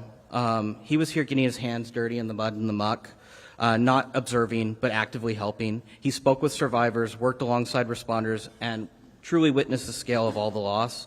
That kind of firsthand experience is rare in policymaking. I urge you to listen closely to his insights as you consider how best to help Kerr County and other counties that were impacted by this. So we don't need more state bureaucracy. Big government mandates don't solve this. The state still has a critical role to play, though. We need it to help equip the local people, the ones that know the land, the roads, the risks, to plan, train, and prepare. This is a moment to focus on what works, coordinated drills, clear alerts, informed land use, and yes, we need some mental health support in this community. Thank you for your testimony. Let's back local solutions with resources they need. We're going to come back to questions shortly. Go ahead, ma'am. Hello, am I on? My Very name is close. Ann Carr, and I didn't want to be here today. I thought that I had done my job by going to Commissioner's Court on July 14th. I went as a resident of Ingram that lives on Ingram Lake, and we have some real concerns about our lake. Senator Flores and Campbell, I believe y'all flew over Ingram Lake most likely when you went out to hunt. What we have noticed since the flood is our lake has become a toxic pit. We've talked to divers that have been out there. They have found vehicles. We have asked them direct questions. Are there bodies in the water? Their answers are yes. We have an RV in front of our lakefront. Our lakefront is unique in that it's very long. It's about 35 yards long. A lot of the lot owners that surround the lake have deeds that go back 100 years. So we own 50 feet into the lake. We can't get access to our lake to clean in front of our lake. I was told by Judge Rob Kelly that the lake was going to be drained. And I thought, okay, this is great. Our job is done. A week later, I think I read in the Kerrville Daily Times that there is no money from the state to drain the lakes. And that's why I'm here. I did a little bit of homework. It looks like we have about $27 billion in our rainy day fund. And that lake in Ingram is the heart of our city. It brings money into our city. We have people that come in and boat, fish. They spend money at the restaurants. We're a poor community. And we need that lake drained. We need to recover the bodies. Lieutenant Governor Patrick, you said something earlier today about we got to do all we can to make this we got to protect the public, and this is going to require something that's local, that people like me can come out and tell y'all what we're seeing. We have an oil slick that continues to bubble up right in front of our property. There's a vehicle down there, and we're being told now that they're not going to drain the lake. You need to allow the lot owners homeowners to get out there. If the state's not going to pay for the cleanup, then let us go clean it up. We're willing to get our hands dirty, but we need y'all's help. With $27 billion, I think that the state of Texas can reach down and help us clean our lakes out. And we're going to find bodies out there. I'll piggyback on what the young lady said from Sandy Creek. They're finding fingers, they're finding wallets, they're finding limbs, and they're saying that the bodies are recovered, and they're not. We have six feet of rubble that has invaded our lake, and it's become a graveyard. So that's why I'm here. And Senator Flores says that y'all needed to hear from me, so that's why I'm here. Thank you very much. Thank you. Next.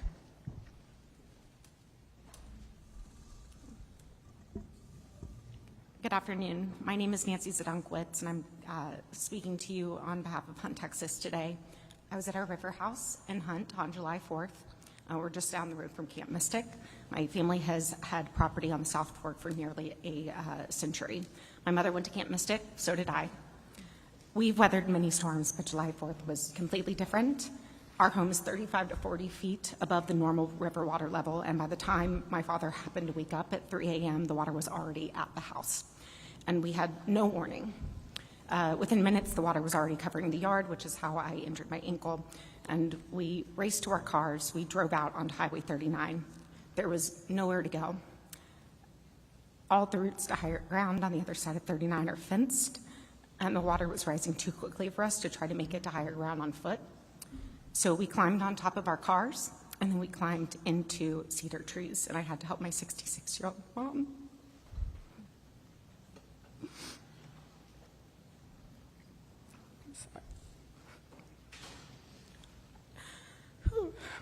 Our cars floated away soon after that. We ended up staying in the trees for several hours. We watched other cars shoot down the river and massive trees, and we just prayed and planned for what we would do if our tree was the next one to fall down. Several of our dear friends and neighbors lost their lives that night, people we've known for a lifetime, so we're actually very, very lucky. But our house was swallowed by the river. The community that we love has been devastated. Our house is now, stripped down to the studs. And so today I'm asking for your help because this community really needs help with recovery, and we need preparation for the next flood. Had there been early detection of the rising waters and sirens, we may have been able to leave in time to get to higher ground safely. I heard someone else say that they didn't think that that was necessary or would save lives in Hunt, and they are dead wrong. And frankly, that's offensive. There need to be more evacuation routes. There was no place to drive to on 39 that would have taken us down before it didn't take us up.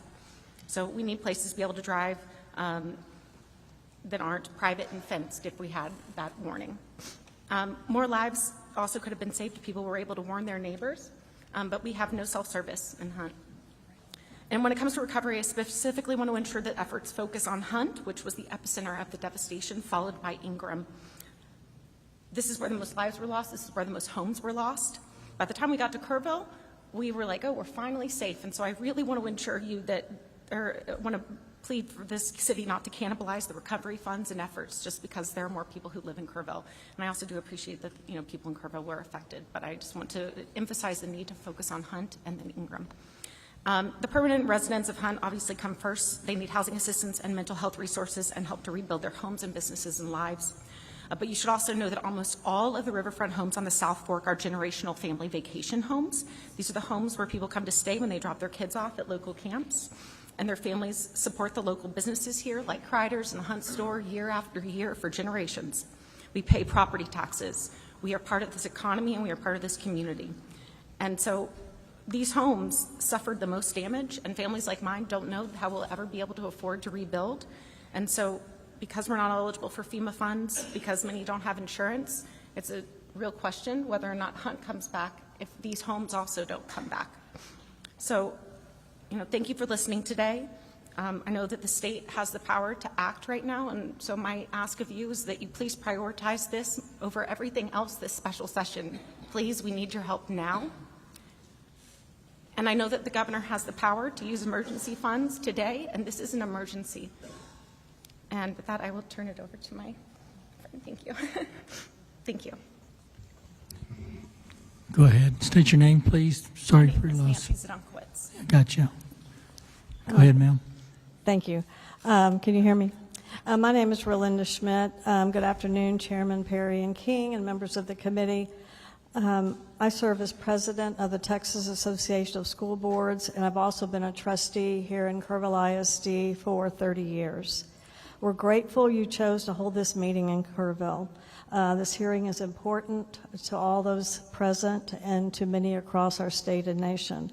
I'm here to offer feedback as you shape future disaster preparedness and response plans. While first responders rightfully come to mind in times like this, public schools often stand quietly alongside them, opening their doors, offering support, and helping communities recover. Our facilities, buses, communication systems, and dedicated staff serve Texans every day. And in moments of crisis, these assets are critical to the entire community. At TASB, we're always mindful of the burden mandates can place on districts. But we do believe there's an opportunity here not to regulate more, but to partner better. During the July 4th floods, coordination happened quickly. We're simply asking, how can we help make that kind of seamless collaboration the norm across all regions and emergencies? As you know, within 30 minutes of receiving a call for help, Kerrville ISD mobilized. Our district employees drove school buses into flood zones to evacuate campers and counselors. Folks across the world saw a heartwarming video that day of young campers singing a Christian hymn to comfort one another, filmed on one of our Kerrville ISD buses and driven by one of our own, Miss Jerry White. She had just received her CDL license a few weeks before, and this was her first opportunity to drive children. It was a moment of peace in the chaos. I give thanks to God for those children who were brought to safety and hold in prayer the families whose unimaginable loss is now carried in the heart of our community. We're incredibly proud of our teams, but these efforts are not unique. Our neighbors, Ingram, Hunt, Centerpoint, and Comfort ISDs all sprang into action and continue to provide support services. We've seen school districts across Texas rise to the occasion in times of crisis, from Houston ISD and Katy ISD during Hurricane Harvey, to Canadian ISD and the Panhandle wildfires during Winter Storm Uri. Austin ISD and San Antonio served as warming centers and meal sites. And following the Uvalde tragedy, neighboring districts stepped in to provide counselors and additional support. These examples reflect a shared truth. Texas public schools are built to serve, and they show up when their communities need them most. When emergency strikes, school leaders coordinate behind the scenes to move resources and support where it's needed. We believe there's an opportunity to strengthen the front end of emergency planning by formally incorporating schools' capabilities into statewide and local response frameworks. Thank you, Ms. Smith, for that testimony. I've got one question for you. Your time's up, but I have a question.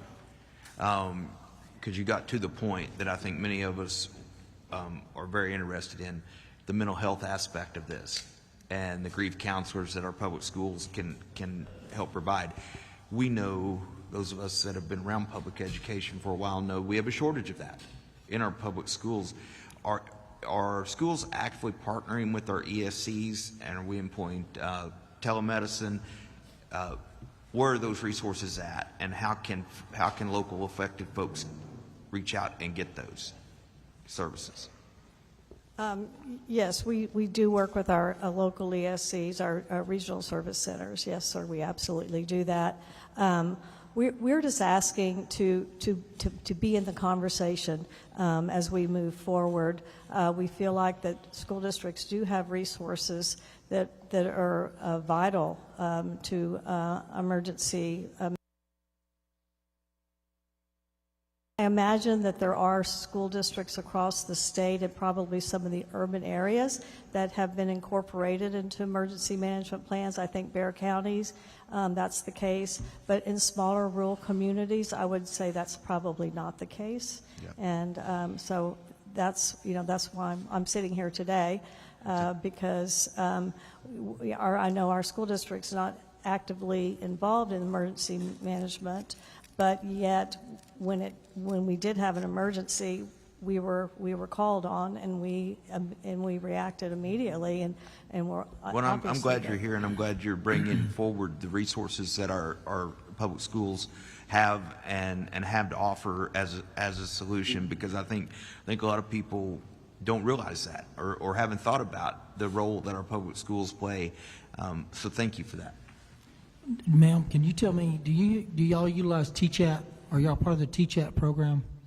We are not. You are not. Do you know about the TCHAT program? Well, I should say I'm not, but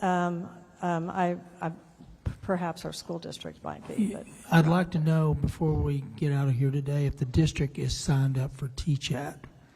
It's really I'll find out. Robust and been made available. It's supposed to be in all districts eventually. I just don't know where we're at in getting it deployed. So, okay, I'll find out for Go you. ahead, sir. Thank you. Your turn. Thank you. My name is Richard Stunkowitz. Nancy is not only my daughter, she's also my hero. I'm a resident of Houston, represented by Representative Mano de Ayala and Senator Joan Huffman. Today I'm here as someone who spent over 40 years on the South Fork. With my family, and the house is just downstream. It's the first house downstream from Camp Mystic, where my wife's family has had properties since the 1930s. On the night of July 4th, my wife, Nancy, my daughter, and I barely survived the flood that overtook our property at 3:15 a.m., with water rising so fast that all routes were blocked, upstream and downstream. We climbed into 2 cedar trees on either side of Highway 36 and held on for 2 hours. Just minutes of delay, by my estimation, 3 minutes, we wouldn't be here. The floodwater reached 6 feet on Highway 39, my waist as I sat in a tree. We all know the hill country has flash floods. This one was different. This was life-threatening, and our systems simply weren't prepared. First, our warning systems must do more than send routine alerts. My phone warned of flooding, but our home is 40 feet above the river level on a bluff. Never been flooded. We had no idea we were in real danger. We need alerts that differentiate between, I'll call them normal floods, and catastrophic events. And we need reliable cell coverage in remote areas to make them work. Second, we need to inform visitors, especially campers and short-term renters, who don't understand the terrain or how fast water can rise and how fast it can move. That means better signage, digital alerts, outreach through local lodging and camps, basically a system. Third, sirens are a very good idea, but only if they're backed by reliable power, things like batteries and regular maintenance. I work in that industry, so I know the challenges of remote area reliability. A siren that does not work in a storm is no siren at all. Fourth, some homes stood. Others collapsed or were swept away. We lost 4 friends that morning, including 2 in what appeared to be a really solid house. We should consider updated building codes for floodplain properties, things like elevation standards and rooftop escape. And finally, we need evacuation options. Our property was trapped on both sides. The only escape we had was up into private land. I urge the legislature to identify emergency rights of way in certain flood-prone areas, even if that means new road construction or limited land acquisition. It won't be popular, but it can save lives. One last point, many homes in this area between Ingram Dam and Camp Mystic and beyond are second homes, but they are part of the community and a big part of the economy at certain times of the year. Please don't exclude them from relief programs. Thank you. These families, thank you. Appreciate it. Senator Menendez. Thank you, Mr. Chairman. So much to unpack. First of all, we can't express how sorry we are for everything y'all have been through. I can't imagine the feeling of being trapped, and obviously all of you share that feeling with the water coming up to your home, awakening you. Many of us on this committee have been talking about the siren system because we feel like there needs to be some addition. Sir, you said just now that at what time was it the water entered your house? 3-something, you said? I woke up at Richard Zedekowitz. I woke up at 2:50, told the ladies to pack bags, we were ready to go. By the time we got out of the house, it's about 3:05 to 3:10. Yeah. Water was coming around the backside of the house. So that would mean the water's about 42 feet at that point. But that point in on the South Fork, 3:05. 3:05, Let's say 3:10. 3 o'clock. Okay. And you're just down the street from Camp Mystic. Less than a mile Less than a mile. from Camp Mystic. Camp Mystic. So they're in Hunt. Because we know that at 1:14 was the flood warning. So if at 1:14 the flood warning starts a system of announcing, of awakening people somehow, an evacuation or a rise up to a higher ground, and I think you're on to something in terms of some sort of emergency easements that would be forced on folks. People would understand. I think private landowners would understand that if their neighbors need to get to higher ground, they would give them a permission to come up. So there's a lot of good suggestions. I hope you can make your testimony available to us. Absolutely. A hard copy. Thank you. To the Kerrville School Board president, I understand that the school district provided quite a few resources to many of the first responders, and so I want to thank you for that. But one of the things we've heard over and over today is the lack of cell phone coverage.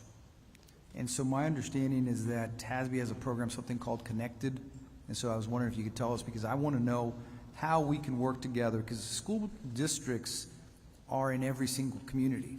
So they have assets and resources that they need to be helping, just like they do today, in terms of the people who drove that bus to save those little girls. Yes, this is a voluntary and free program provided by TASB to school districts. We did some research and we found that 50% of Texas school districts have poor cell coverage from one or more providers, and mostly, obviously, more rural areas.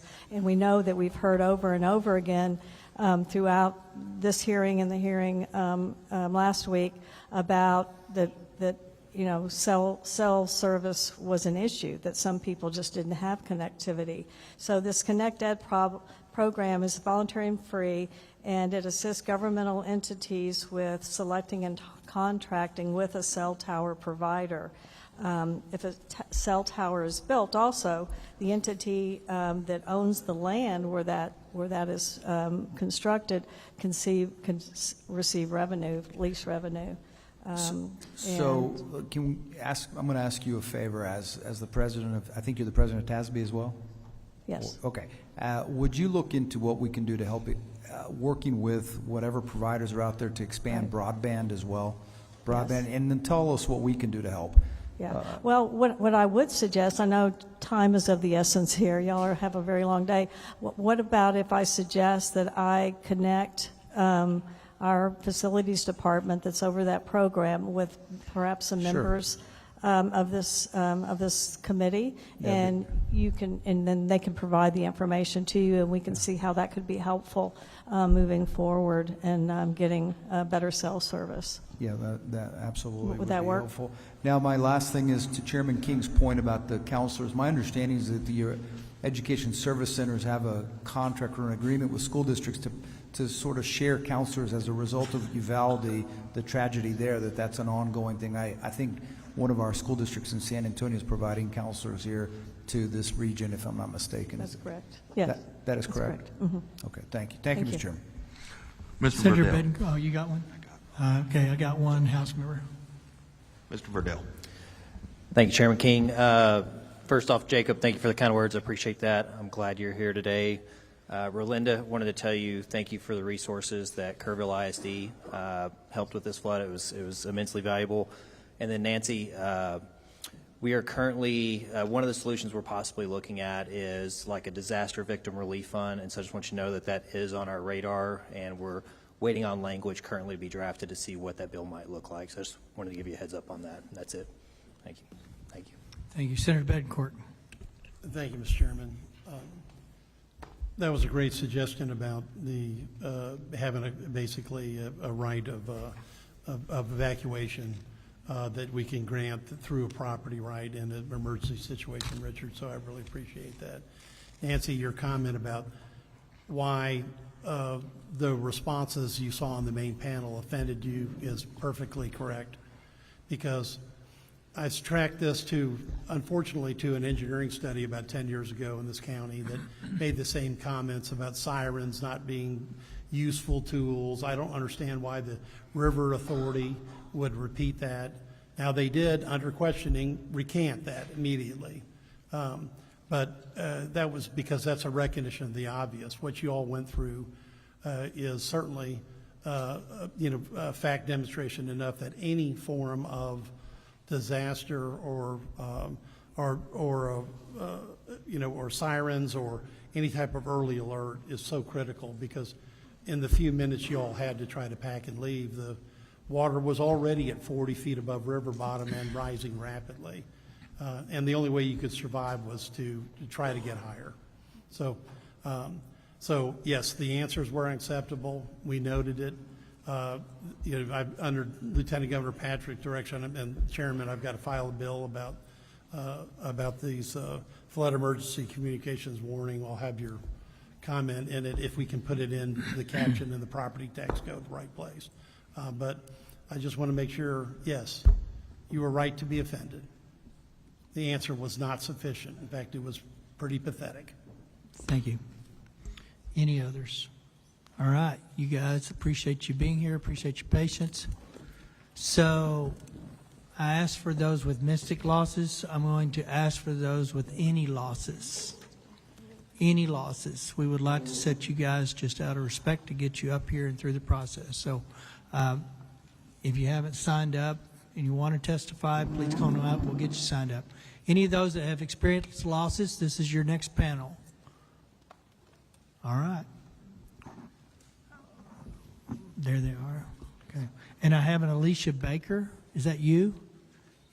I said I couldn't tell your story. Your story on your card is very sad.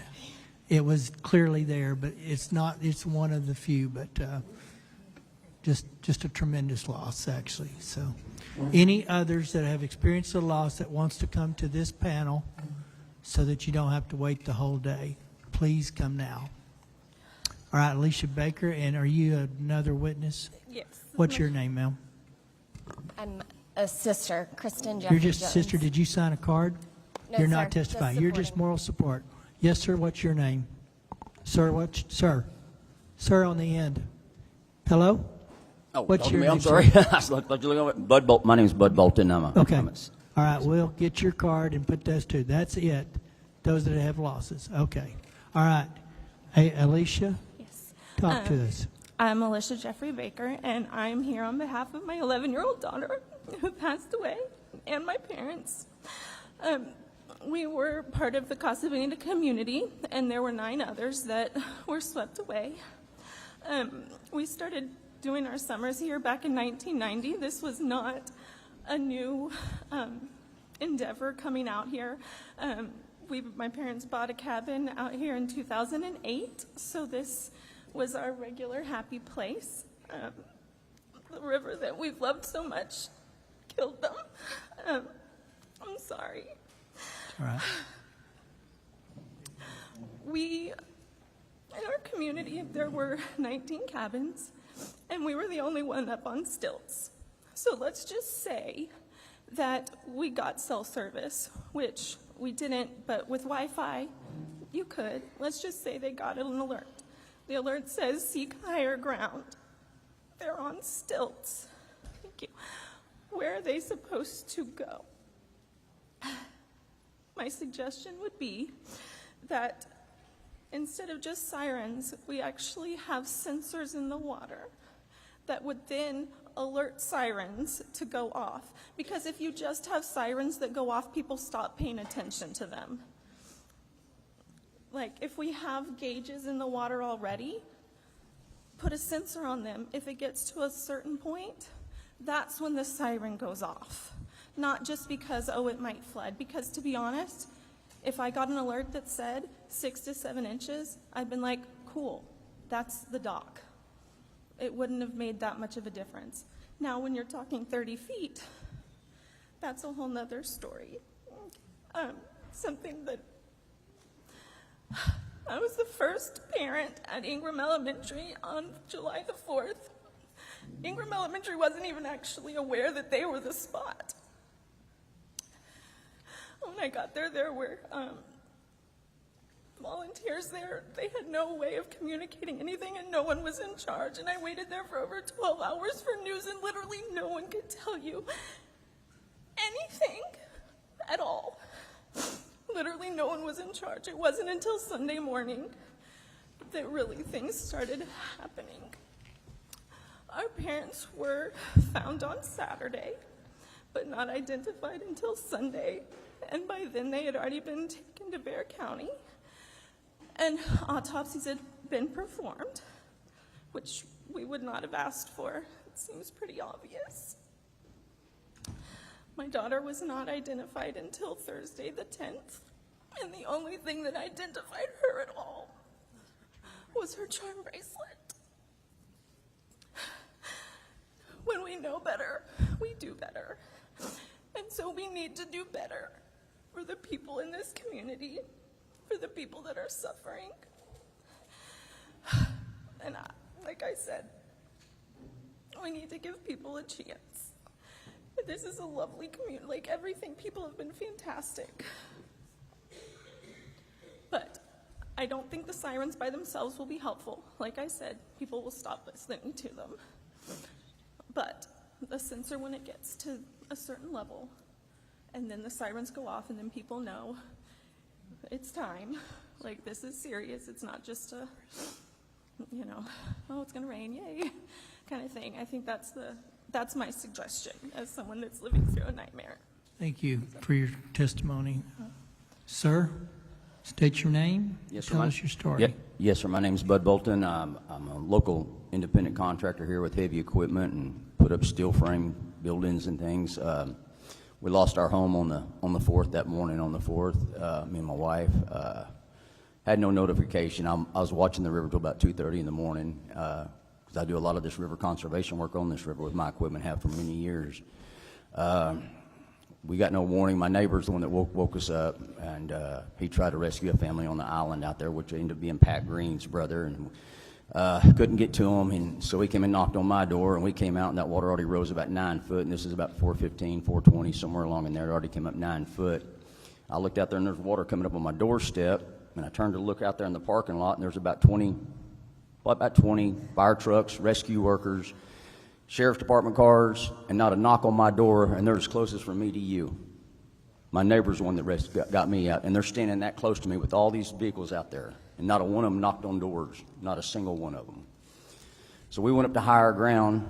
I watched 108 RVs float right by me in them 3 RV parks, watching these screaming kids inside these RVs with the lights still powered on from the batteries after they pulled loose, and them screaming and hearing crashes and crashes, then tiny homes crashing and more crashing and get dead silent, then more crashes, then more screams, and that went on for 15, 20 minutes. We got an alert to evacuate after all the homes were gone. That's when our alert came in, and it came in on my wife's phone. It didn't come in on my phone. She's standing there next to me. That's when we got our alert. Of course, then we get an alert this past week saying we need to evacuate. There's a chance the river we got a chance of 3/4 inch rain. That was pretty much a slap in the face to the people in Kerrville. We didn't get one when it rose 28 foot, but we got one when it was going to rise an inch. So there's an issue there because these right here don't work. There's no service out in Hunt. I do a lot of work in Hunt, done a lot of work for Mystic Camp with heavy equipment. I know a lot of these homeowners that lost their property because that's what I do. And I want to address something here because this is what I did for Trinity River authorities up there, is river conservation work is the name of the game. It's river conservation work is the name of the game. This river's full of islands, full of them, little islands where the river parts and comes back together, parts and comes back together. Lots of trees that are in the water, not on the river banks, they're actually in the water. Tens of thousands of them. All that's got to come out. That water's got to be able to flow without any resistance. And when you start getting resistance, you start getting water backed up, just like if you dig a ditch and you start filling that little ditch full of debris and little trees and rocks and stuff like that, you get water that starts backing up. It doesn't let that water flow. The spreader dams that were put on this place years ago, there's only one out of all the spreader dams, the 8 that go through this county right here, there's one that's in the correct location, and that's the one that backs up our city water. The other ones are not in the right locations. They were put in many, many years ago. This county's grown, population's grown, things have changed. Just like we did on the Trinity River Authority years ago in Dallas back in the 80s. Don't cost much to put in these monitors in, these river, like I'll keep talking about these sirens that need to go in. I can drill you a hole in the ground and stand you a 50-foot. Thank you, sir. I appreciate your testimony. All right. Is there questions, members? Senator Campbell. Well, I lost 27 people that I knew. I hear In you. them 3 RV parks. I know 27. Just me. Thank you for that, sir. Thank you, Mr. Chairman. So, Alicia and your beautiful daughter, Emmy. Yes. We're sorry for her loss. Thank you. I met you through your sister on the phone, Christine Jeffries Jones. Kristen. I'm glad you're here from Dallas. And your parents, Emlyn and Penny. Yes. Right? Yes. Emmy. Got it.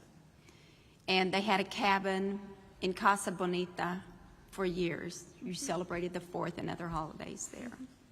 Yes. We're sorry. But we're sorry for everybody's loss. Very personal. Your recommendation, were you referring to something like the buoys that are out in the ocean that monitor for tsunamis when there's an earthquake because there's such a high rapid rise in water? Well, actually, it was, so the property that was right behind us. I'm sorry, speak into I'm this. so sorry. It actually came from the property right behind us. They woke up because they have a water softener where when the water got to a certain level, it started like alerting them. And that's actually how they woke up. Their water softener? Their water softener woke them up. I and see some that's how heads they got nodding. out. Okay.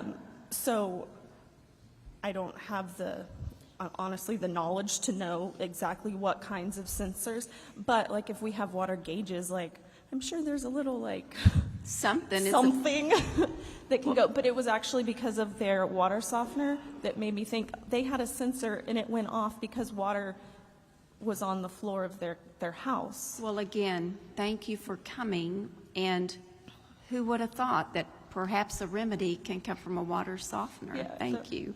I mean, All that's right. why that's how they got out. All right. Again, I'm sorry for the loss of little Emmy. Thank you, Mr. Chairman. Bye, Chris. All right. Mr. Verdell.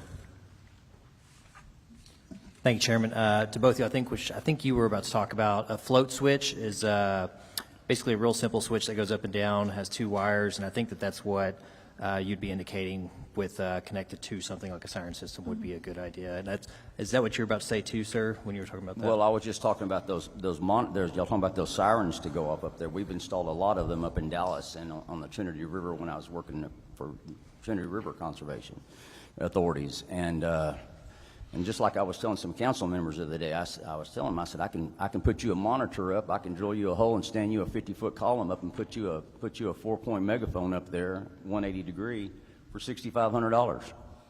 Yeah, I can do 2 a day, put them every mile.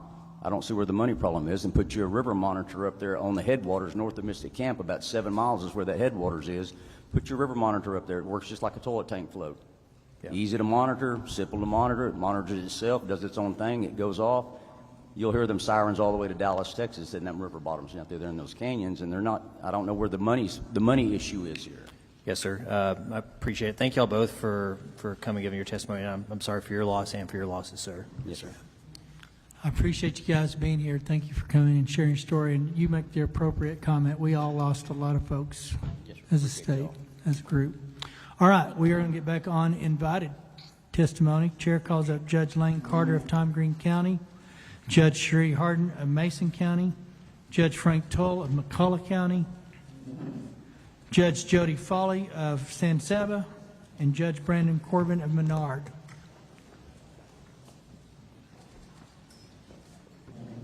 Carter, Harden, Truel, Foley, and Corbin.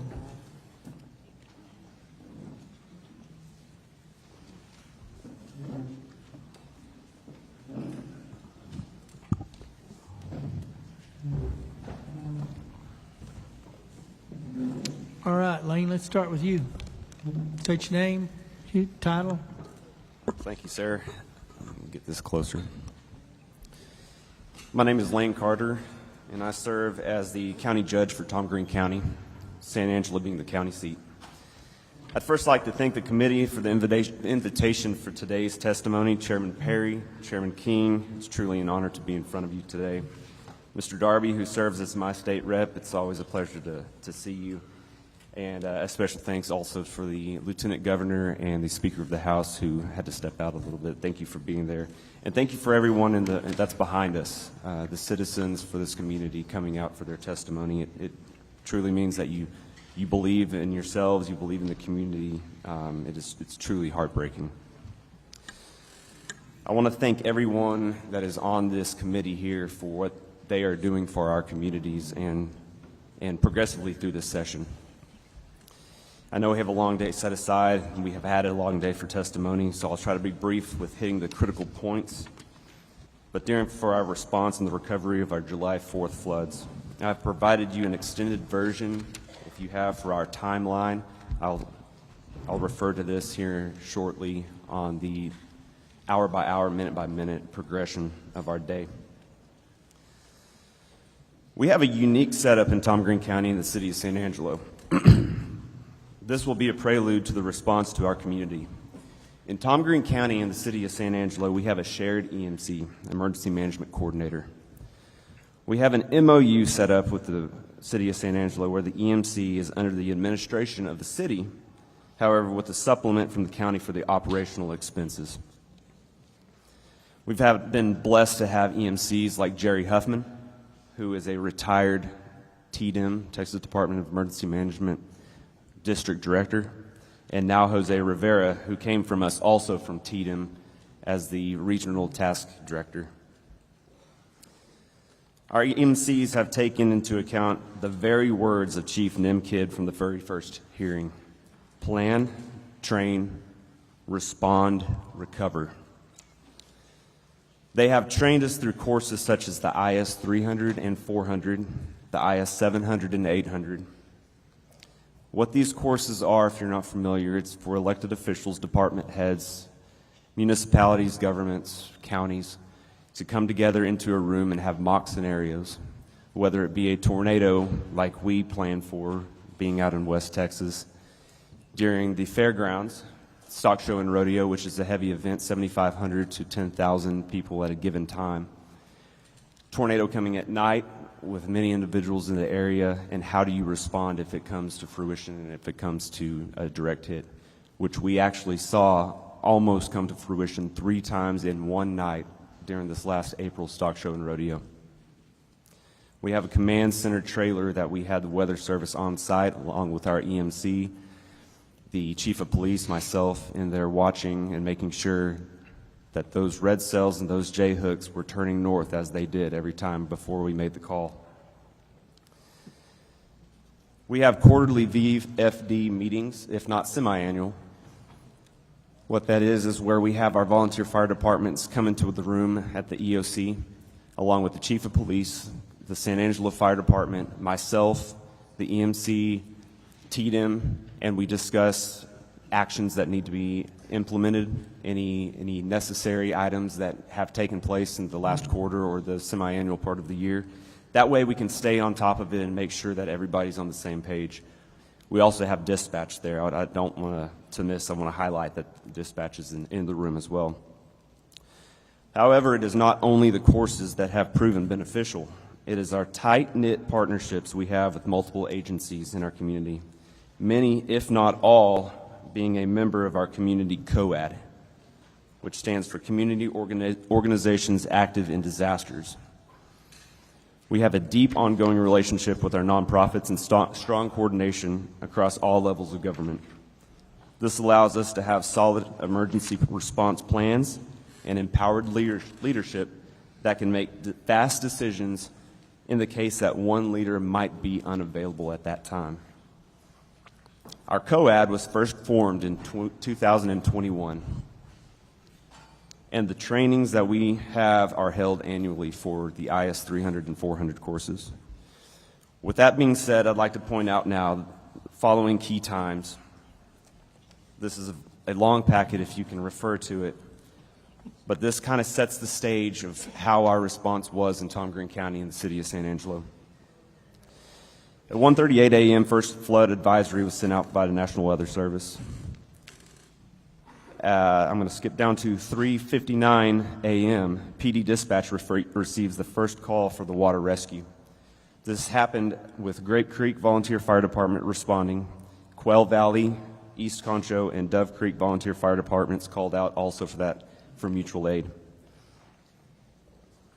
At 4 a.m., Public Works started barricading the roadways due to floodways. We have known floodways in our area, nothing that has come to this fruition in the past. But like Mr. Darby said in the first hearing, we don't see 14 inches of rain annually in Tom Green County, let alone in a 12-hour period. Between 5 a.m. and 6 a.m., call volumes for water rescues and assist for motorists increased dramatically. At 5:24 a.m. is when TDM DDC 10, which is Sean Baxter, Jerry Huffman's old position, called myself as Tom Green County Judge to inform of multiple water rescues currently underway north Tom Green County 2105 and Navajo Lane, and that I, as judge, was the point of contact given that our EMC was technically out of town at that moment. He informed me that we were in need of transport, possibly 2 vans containing 15 passengers each. I started rapid firing our phone calls, first to John Austin Stokes, which is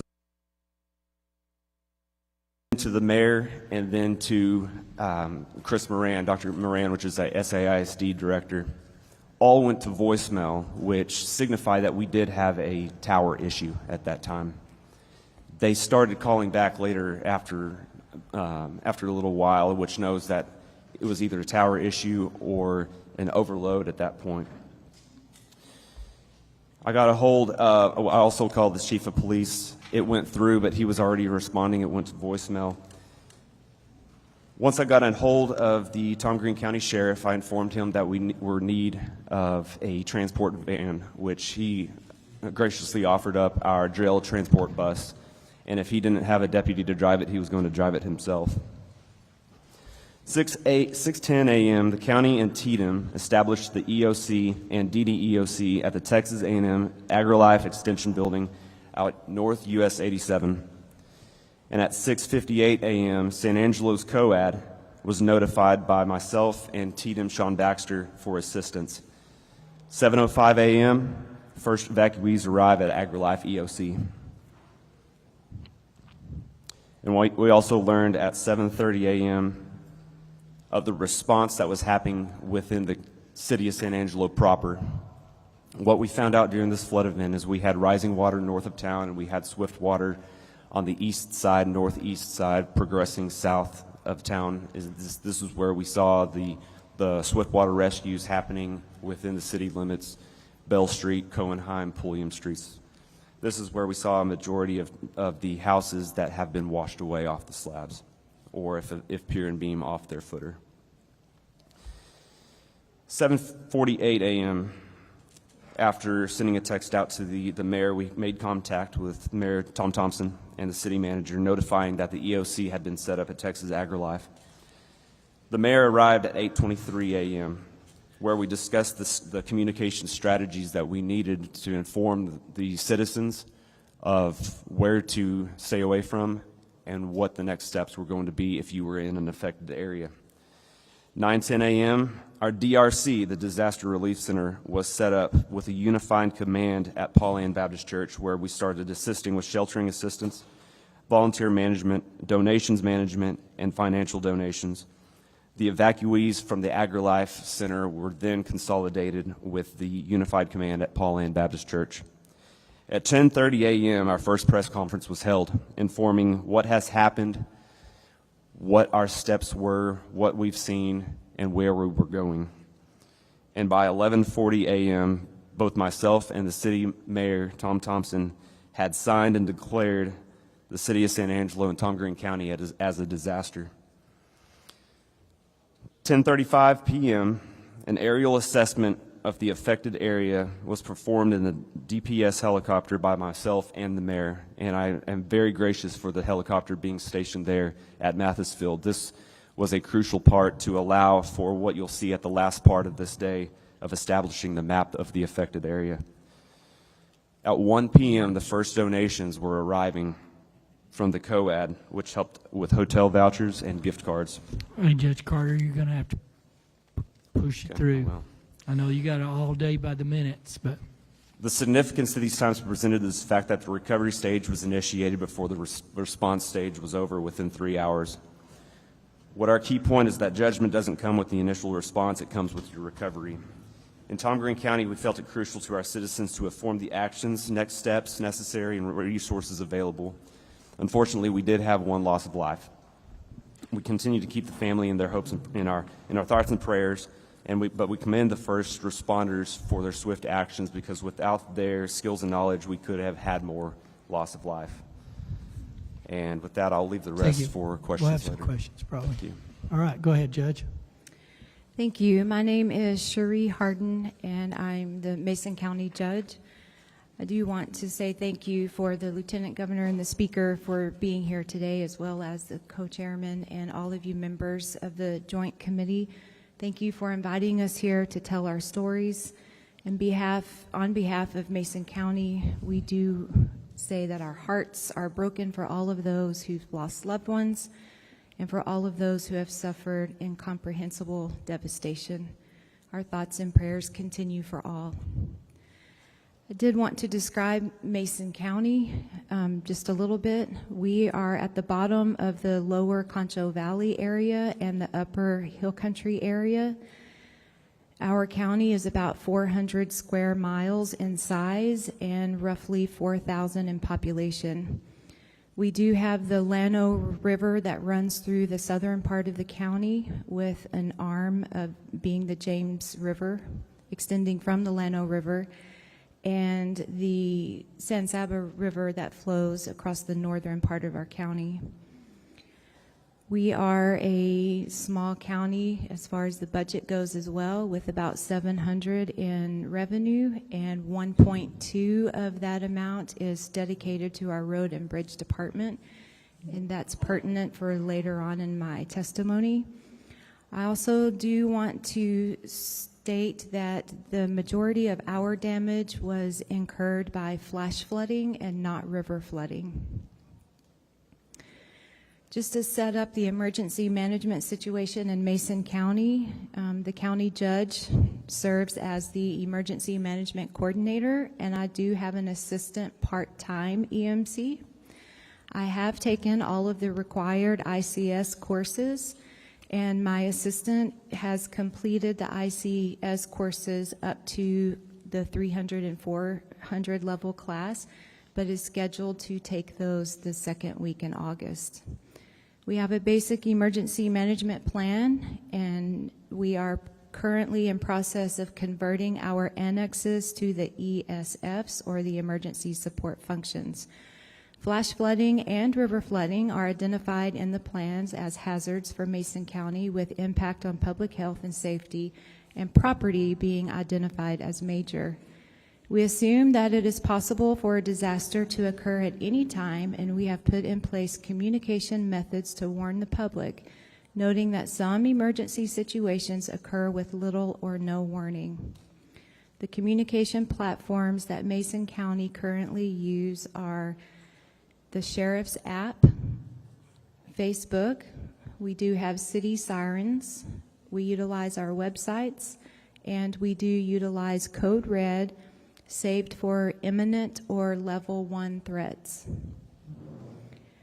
On July 3rd, I received a call from District Chief Baxter from Tatum Region 7, who wanted to make sure that I was aware of potential rain that could cause flash flooding due to already saturated grounds from the Memorial Day rains.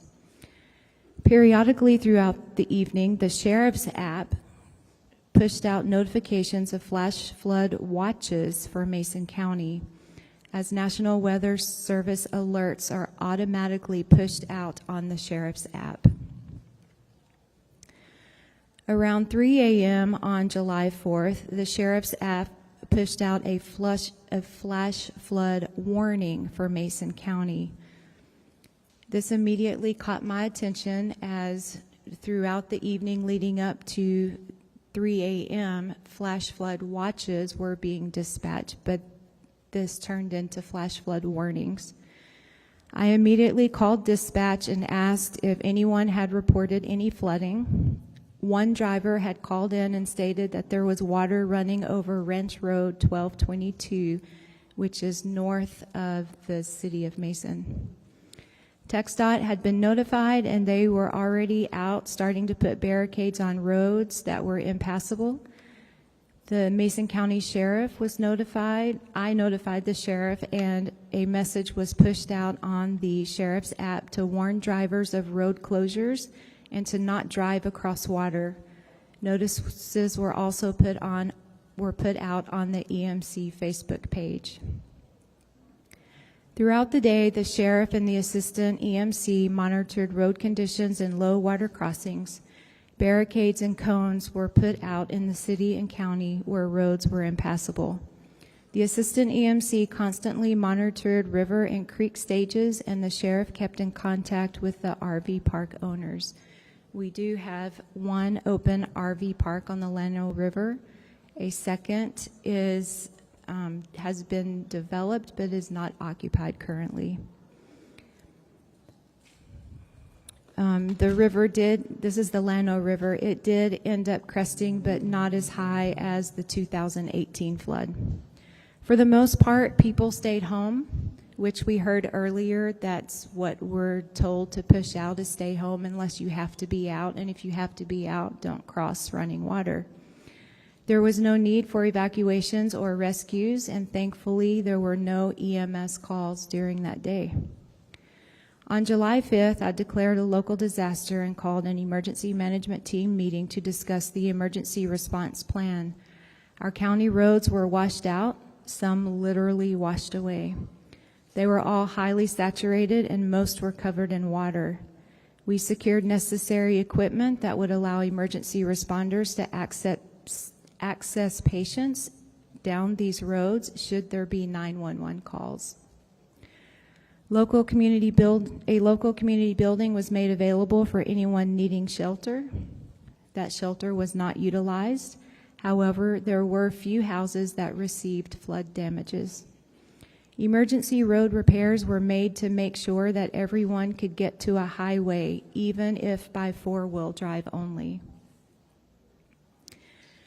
At this point, there was an incredible effort made by our neighbors out there helping each other try to find a way to make sure that everyone could get to a highway and that our emergency responders could get to them in the event that someone needed emergency services. It was reported that the northwest part of the county received 23 inches of rain. 25 inches a year in Mason is what's typical. A week later, on July 13th, the second wave of rain came fast and furious, and a swiftwater boat team was positioned in Mason, but left only a few hours to go assist in the San Saba area. The rain event dropped another 5 inches of rain across the county, and emergency repair work that had been done the previous week was now washed away again. Post-event or recovery, several days later, the roads were passable by four-wheel drive only, and we began the process of PSTAT assessments. TDM dispatched multiple employees to our county, and over a week's time, we finished roads assessments. 250 PSTAT surveys were submitted, indicating over $40 million worth of county road damage. Concho Valley Council of Government sent employees to Mason to assist with ISTAT surveys. Today, 30 surveys have been submitted, and though individual assistance has not been granted to Mason County, citizens have sustained substantial damage to property, and many have sustained agricultural losses, causing extreme economic loss. Recovery will be long and costly for all, and any considerations for immediate relief funding from our great state would be sincerely appreciated. I'm here to ask you to please help us, as county officials, help our people. I'll be happy to take any questions, and I will too provide a copy of my testimony. Thank you. Go ahead, sir.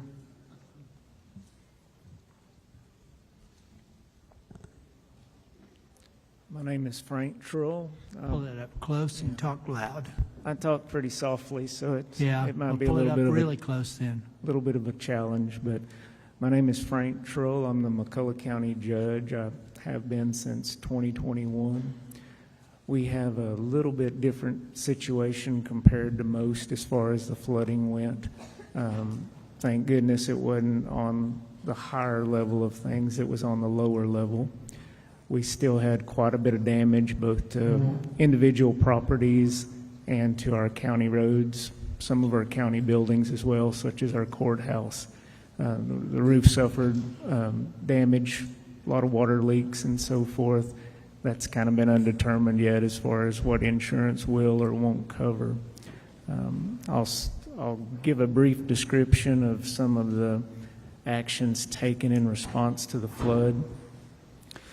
The morning of July 3rd, I received calls from Sean Baxter, who's the Texas Division of Emergency Management District 10 Chief, and Guy Duncan, who is the Tatum Section Chief. Baxter and Duncan advised me that forecasted weather in our area could result in up to 12 inches of rainfall throughout July the 4th. Truly thankful for those two gentlemen's briefing and feel like their attention provided several hours of prior notice before the inclement weather arrived. After speaking with Chief Baxter, I received a flood watch warning from the National Weather Service that indicated flooding could be possible in McCulloch County from 1:30 that day on the 3rd through July the 4th. I sent out an emergency notice through TextMyGov. That's what we use. It's probably similar to Code Red. It's not a reverse 911, but it's a system that I can send out notices. And then beginning at 1:37 a.m. on the 4th, McCulloch County Dispatch began receiving calls of stranded motorists due to the floodwaters. At 2:02 a.m., there were calls requesting emergency assistance due to some of the individuals' homes flooding. According to the National Weather Service, San Angelo at 4 a.m., the riverbank stage, and that's going to be the San Saba River, which is south of Brady, measured 5.9 feet. The bank full, just to give you an idea, is 16 feet. About 5:30 a.m., the radar indicated thunderstorms producing heavy rainfall. Across that warned area, between 1.5 and 2.5 inches of rainfall had fallen.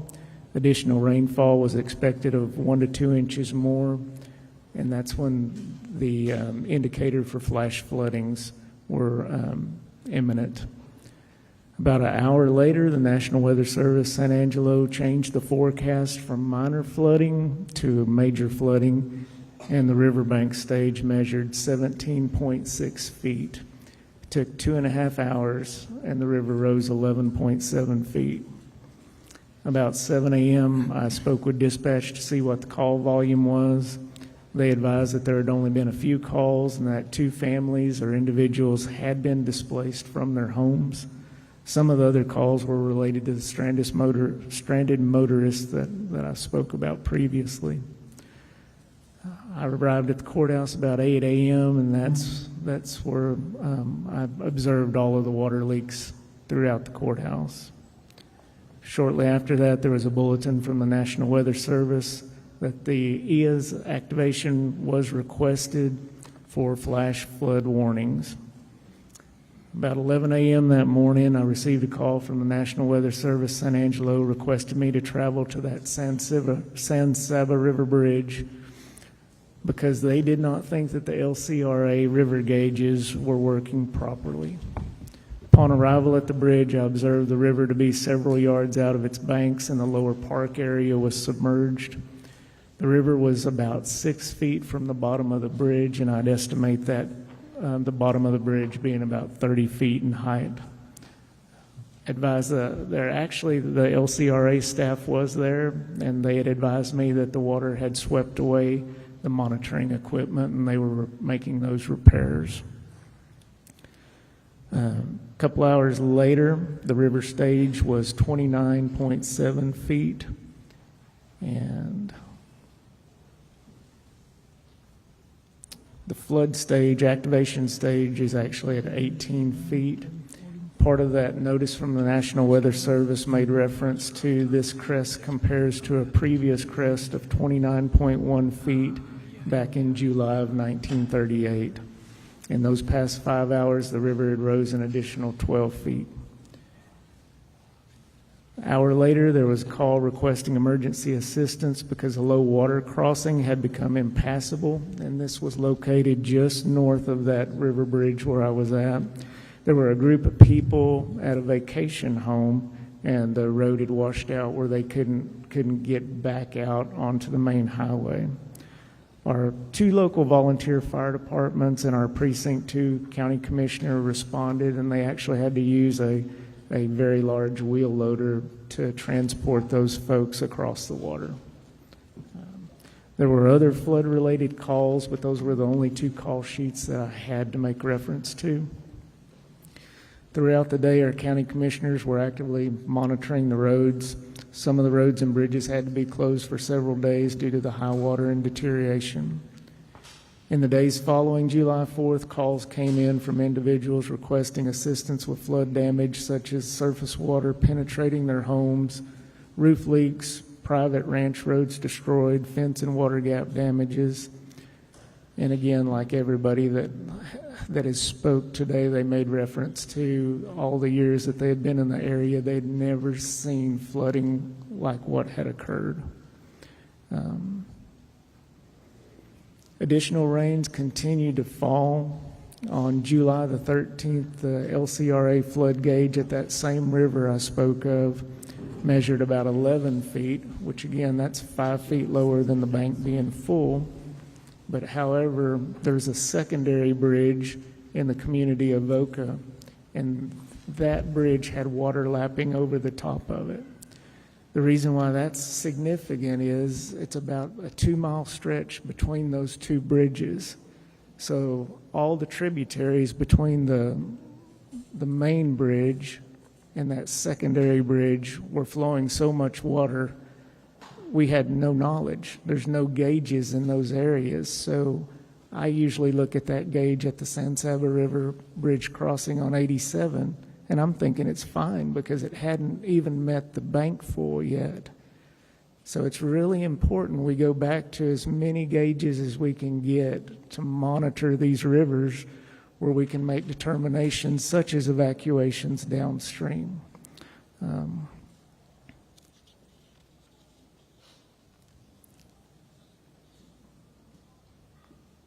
There's several coordinated efforts for our local folks, for the ones that were displaced. Salvation Army, American Red Cross, our local McCulloch County Resource Center.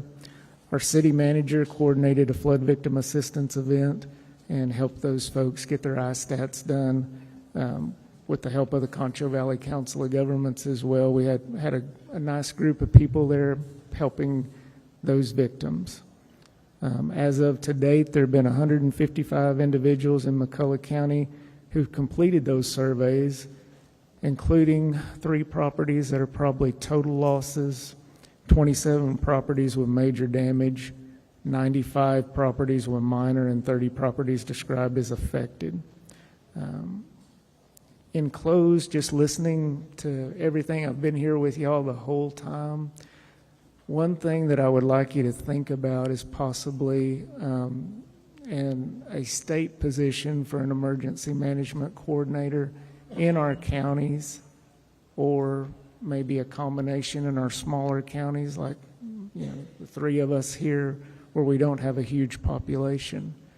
I think, like you talk about, like you spoke of, all the training, it's so important that you have similar people that are making a lot of these decisions.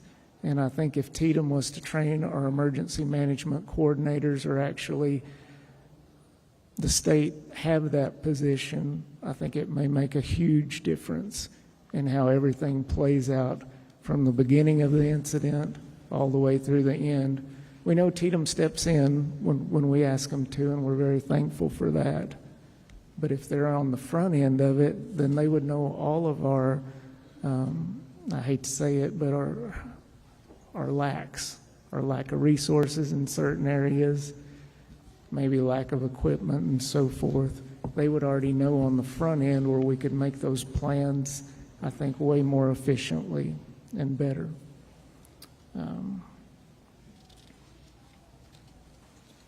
Thank you for that, sir. Appreciate it. Yes, sir. Go ahead, Judge. I've talked to you and texted you, and you taught me something. We can have a question about it, but you very strategically did evacs. You picked very clear sectors, and I thought that was, maybe it's normal, but that was very unique in my world. So anyway, you did a good job that night. So. Thank you. We appreciate it. Pull it up close and talk loud. All right. Can you hear me now? Yes, sir. I'm Jody Foley. I am the county judge in San Saba County. I think it's kind of interesting y'all set me next to Frank, because all the floodwater he just described, loved his county and came right over to my county. I'd like to start off with just saying, as been reiterated earlier, our thoughts and prayers are with those who have our friends and neighbors who are grieving, who've had loss of life throughout this disaster. We are blessed that our county did not go through that. And I know y'all have got a long day ahead of y'all, already had a long day. I will make my summary very quick. If you'd like more details this time, you are welcome to message me or question, and we'll fill that in. On July 4th, starting around 8 o'clock in the morning, we got notice that the San Saba River was on the move starting down in Menard County, and we were getting predictions pretty quickly of how bad that could be. The end result was the river today, if you look at our gauges today, is flowing about 4.5 foot. Our flood level starts at 24 foot. And by the evening of July 4th, we had 34 foot of water coming down the river. We had one passable highway in and out of our county. All of our major highways were underwater, and bridges and road. As we did respond to that, as we said earlier, we actually did receive the privilege of a few hours to prepare. Some of that notice came from Judge Kroll personally calling me from the bridge, telling me how high the San Saba was. With that time, we were able to sit down, we were able to organize very quickly, and we sent personal bodies out and to the selected areas that we knew were most likely to be hit by the flood, and gave out recommended evacuation letters. Literally went door to door and knocked on their doors to get them out in time. We acknowledge if this had happened at 2 in the morning, if that river had flooded at the speed that the Guadalupe did, we would not have had the privilege to make those efforts, but thankfully we did. As that subsided, about a week later, as our things were beginning to recover and do clean out, it began to rain again. And on the morning of Sunday of July 13th, we got new notices, and we had our second 70-year flood in 1 week. We were hit with 31.5 foot of a rise on Sunday the 13th. So we experienced a lot through that. Like I said, we had a lot of time to respond. Our community is, just like our neighbors, are quick to respond and take care of each other. We were aided by quick response from more Texas resources than I can name, and I'm very grateful for each and every one of them. I believe we responded well to the floods. They did include recommended and in the 13th mandatory evacuations of some areas. We had numerous water rescues, but gratefully no loss of life.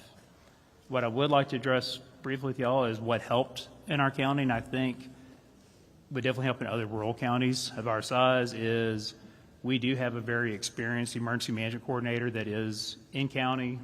She's local. Marsha Hardy has been there for years and has done a fantastic job of being well-trained and well in tune with our region and COG around us as to resources. The other part of that worked in tandem with her is that we actually have a county liaison officer from TDM who's dedicated to San Saba County and offices in my courthouse. Thankfully, he's also born and raised San Saba. He knows the area very well, and Wyatt Deans is his name. He did a fantastic job. Within 15 minutes of the first alert, I was already at the courthouse, and both of my CLO and my EMC were sitting in my office. We had an EOC set up in our commissioner's courtroom within the hour, and before lunch, we already had an evacuation center ready, and we had the notices going out to the public. Having those two people having a TDM that could pull down the state and federal resources in as quickly as they were there within, we had some people ready to go before the flood completely even hit us. They were in so quickly. And combine that with a local EMC who understood our community and our local resources, like our volunteer fire department, who does have some swift water rescue capabilities and we're involved in those in our community, was invaluable to us. A second thing I'd like to point out, a lot of talk has been about gauges and measuring and sensing where the water's at, water flow, all those type of issues. I'm no expert on that, but what I can tell you is where the San Saba fits, we're in the Lower Colorado River Authority. LCRA has something called the hydromet set up. They have gauges that run. I can tell you right now what the river flow in San Saba is when it starts the headwaters in McCavitt all the way to the time that it flows into the Colorado River, and then what happens on the Colorado going on down.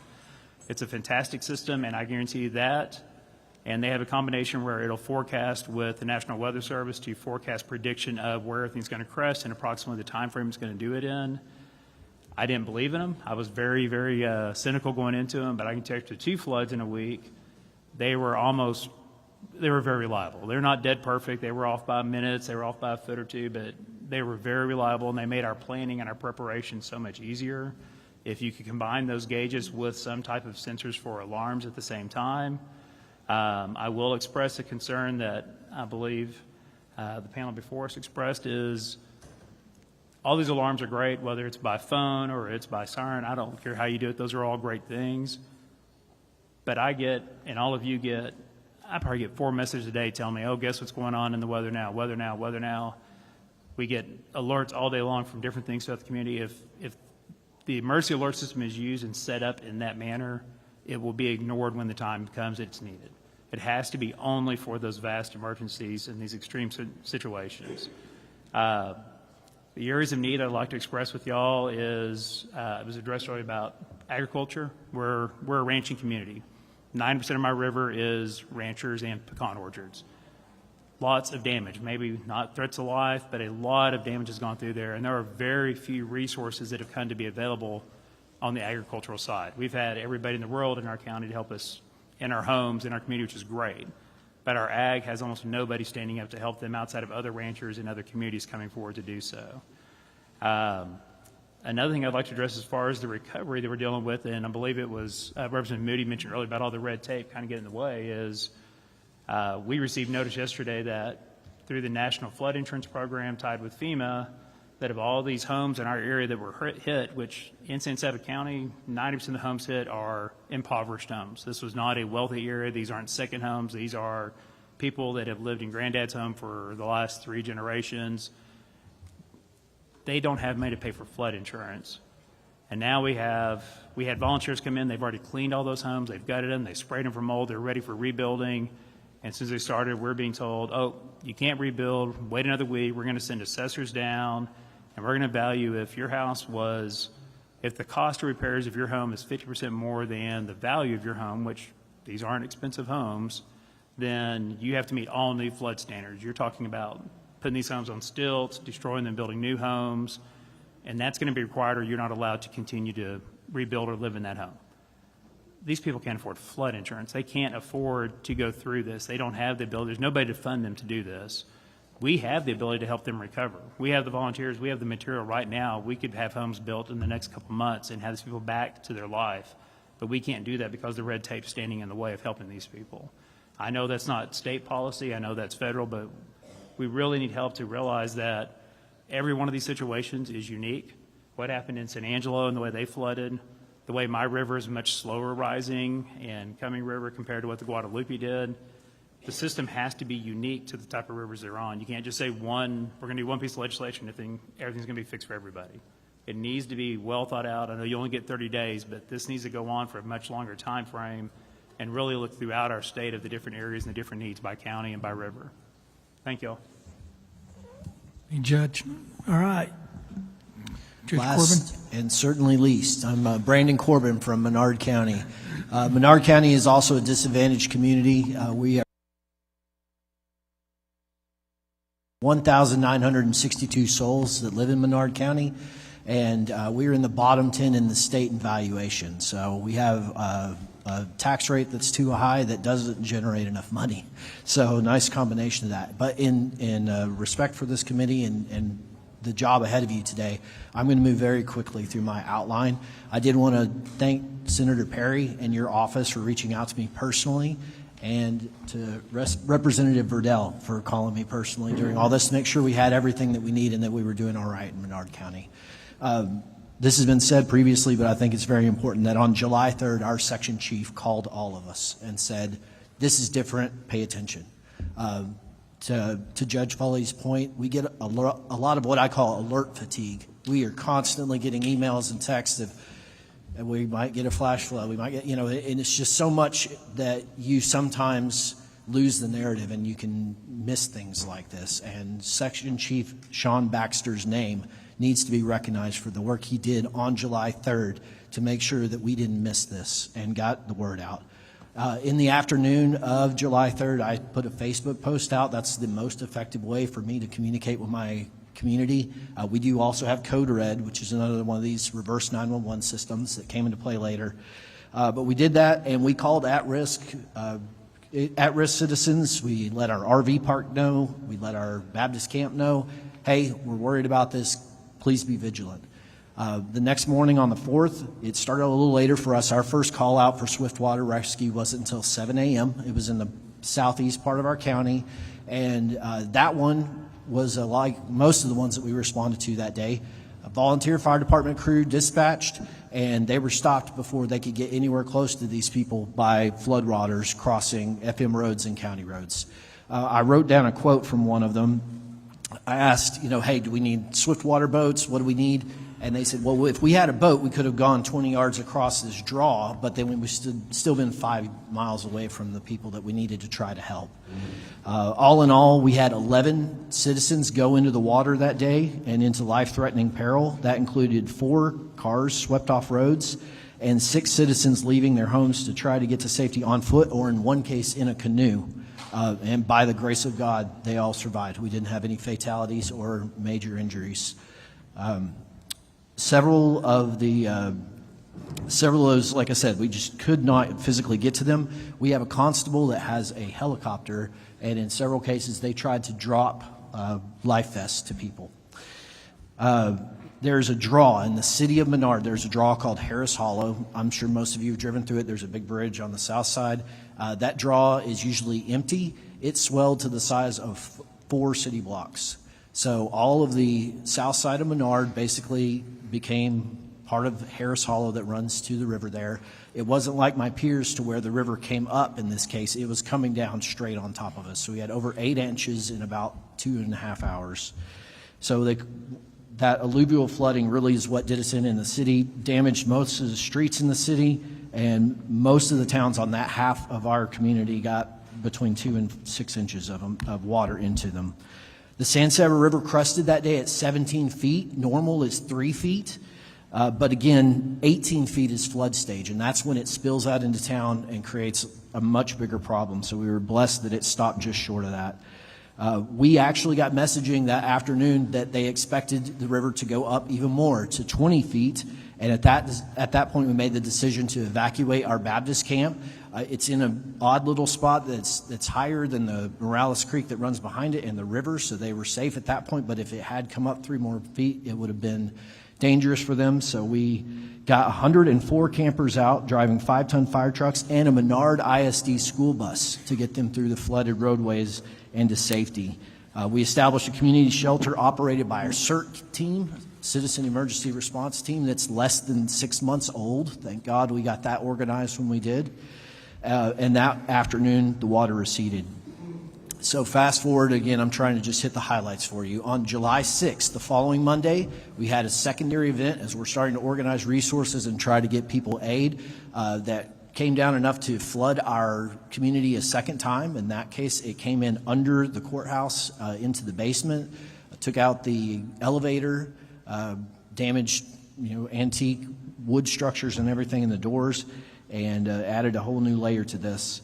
I'm not going to talk much about roads, but virtually every road in Menard County has major damage, and we've had great mutual aid from TxDOT. They've sent crews out to help us blade those roads. We can't fully repair them yet, but we can make it to where emergency responders are able to get to our citizens if something did come up. By July 7th, we started to get regional support. You've heard the Concho Valley Council of Governments. They were huge in all this. The Concho Valley Community Action Agency was also huge in getting aid to my citizens. And one of the things that I hope all you take away from this is I think regionalism is a major player in this. A tailored approach and maybe shared resources as you look for answers for the future. Some volunteer organizations such as Beautification of Menard Mission Team, and county staff began going door to door to fill out these iStats. I'm proud to say that with a community of less than 2,000 people, we have gotten 303 iStats complete. So we've really gained the trust of our community to input that data. We're traditionally fearful of outsiders. The unofficial town slogan is "Keep Menard Hostile."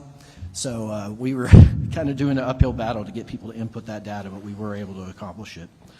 As far as asks, the flood gauge is just as needed on the San Saba River. So I'm at the headwaters, and then it hits Judge Trull and Judge Foley. LCRA is an excellent resource. I have to toggle between that and a USGS gauge in Fort McCavitt, which is on my western border, to see the trend. So I'm bouncing back and forth. I think it'd be great if we could consolidate that data and give us a easy-to-use application or something that pulls that information together for decision makers to look at in real time. As simple as additional gauges, I wrote down some specific ones. If you look at those flood maps, Rocky Creek, Los Morris, Elm Creek, and then the floodplain of the headwaters of the San Saba is mostly in Schleicher County. There's about 30 square miles out there, so some of those are usually dry draws, but if it had an alert, that would be very helpful and ensure that we help people get out of the way when these things come down. I think we benefit from new floodplain mapping as well. It's been decades since we had accurate floodplain maps. There's been talk of a project, and it's kind of started and stopped. And one other quick thing, ISTAT has excellent methodology to gather all that information. I discovered this week there's a button basically, or a checkbox that says I need help or I need resources, and that doesn't go anywhere right now. So if there was a way to that could send me a red flag or something that we could then allocate resources and make sure those people get the help they ask for, that'd be great. Thank you. Thank you, guys. I think there's a few questions. Mr. Verdell. Thank you, Chairman King. Appreciate it. It's a small world, and it's weird how we cross paths. Judge Corbin, I lived in your county near the river for 3 years. Judge Foley, I actually lived in your county for 2 years at Haverlaw Ranch. Judge Trull, you were my next door neighbor for 3 years. Judge Hardin, we go to church, and Judge Carter, I went to college at ASU, so I lived in San Angelo also. So that's kind of weird, small world. But I have a couple questions that I think are important for people to know. Judge Hardin, we talked about this before. FEMA, how much did you mention that we have in damage right now in Mason County? 40 million. You said 40? Is that 40. And then one of the things that was brought up was FEMA only reimburses, so we have to come up with those funds, and they only reimburse 75%, if I remember the number correctly. Where do those funds for our counties, where are they going to come from before FEMA reimburses? Well, that's a great question. Thank you. That's what we're struggling with right now to figure out. And I'm just being very candid. I'm here pleading for financial help to get us started in the emergency road repairs. I mentioned earlier that our road and bridge budget is $1.2 million. It's staggering to think that we have $40 million worth of road damage that half of our population depend on.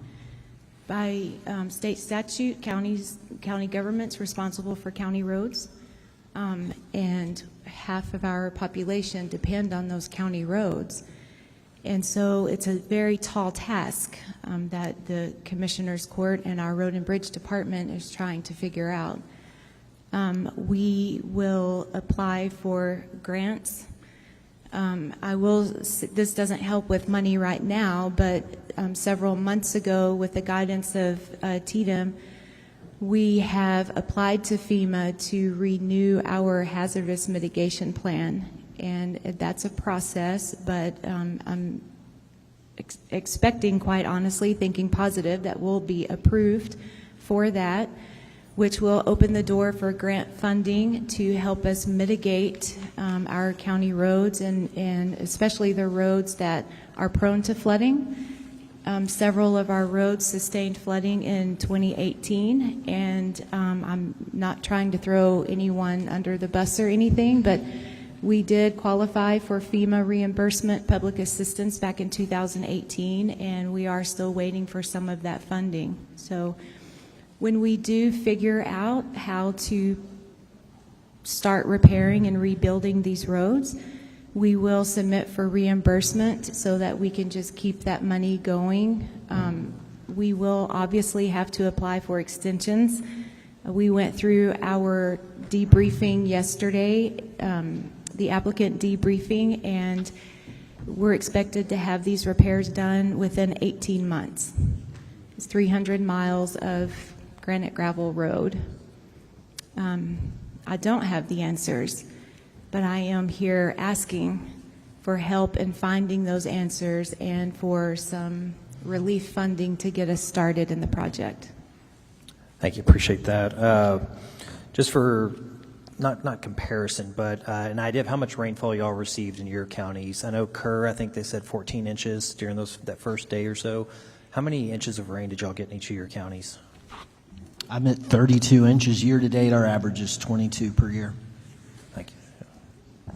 Yeah, we're in the same ballpark. I think we had reports of anywhere from 8 inches of one side of the county to over 20 inches just on the night of the 4th, and then repeated on the 13th. Yes, sir. If I could remind the panel, we're kind of jumping back and forth, just say your name before you talk for the live feed. Thank you. Frank Trull, and I believe it was about 19 to 20 inches, some more, some less throughout the county. The northwest part of our county sustained the most, right at between 30 and 33 inches in that part of the county. Our yearly average is 25 inches.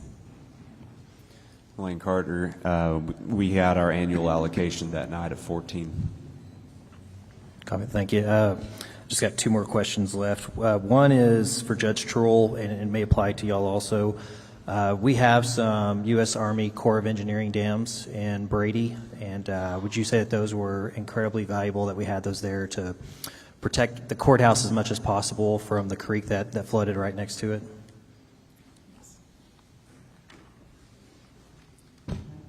And that's roughly how I was going to start my conversation today. Back in that 1938, when the flood happened then, they built roughly 30 of those flood control structures. The USDA and Soil Water Conservation Districts were the ones that were in charge of doing that, in combination with the Brady Lake, the dam across there, and that's what prevents a lot of that water from coming down throughout the town as well.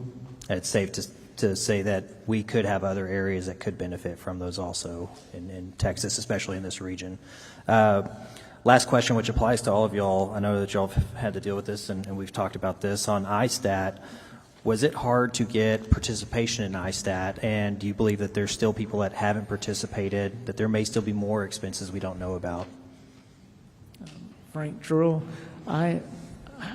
we assisted a lot of the folks, and like I say, we had 155 out of a total population of 7,500 people. But when you look on the map, you can tell exactly where those waters, the flood waters, had gone. So it kind of makes sense when you look at the map. There could be more out there that just, for whatever reason, they didn't want to answer the survey questions and so forth. But I thought it was well received. I thought it was easy enough. I only had a few people come to my office that just wanted somebody that they knew to help them fill it out. So, but the Concho Valley Council of Governments, they came when we had the Tractor Supply event set up, and they did a lot there. Then they also came back a few days later and set up at the courthouse and helped. They also went door to door trying to get people to help, but a lot of people, I think, were just skeptical of people coming to knocking on their door. Yep. All right. Last thing, just thank y'all for y'all's leadership during this time. I appreciate y'all being here, and thank y'all very much. Senator Blanco. Thank you, Mr. Chairman. Thank you all for your testimony. Heard your testimony about your EMCs setting up shop quickly. My question is, as county judges, you all select your EMCs. What criteria or guidelines do you all utilize in selecting your emergency management coordinators? Do you have challenges finding individuals that qualify? And would it be helpful for TDEM to formalize guidelines for selecting EMCs?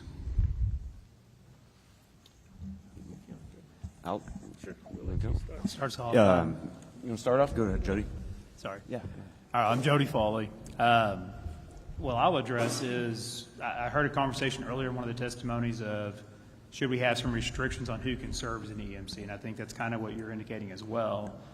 A big concern for me in a county our size is when we put those kind of restrictions and guidelines, we make it impossible for us to hire somebody. We need to be able to hire people who are local and then train them into the position.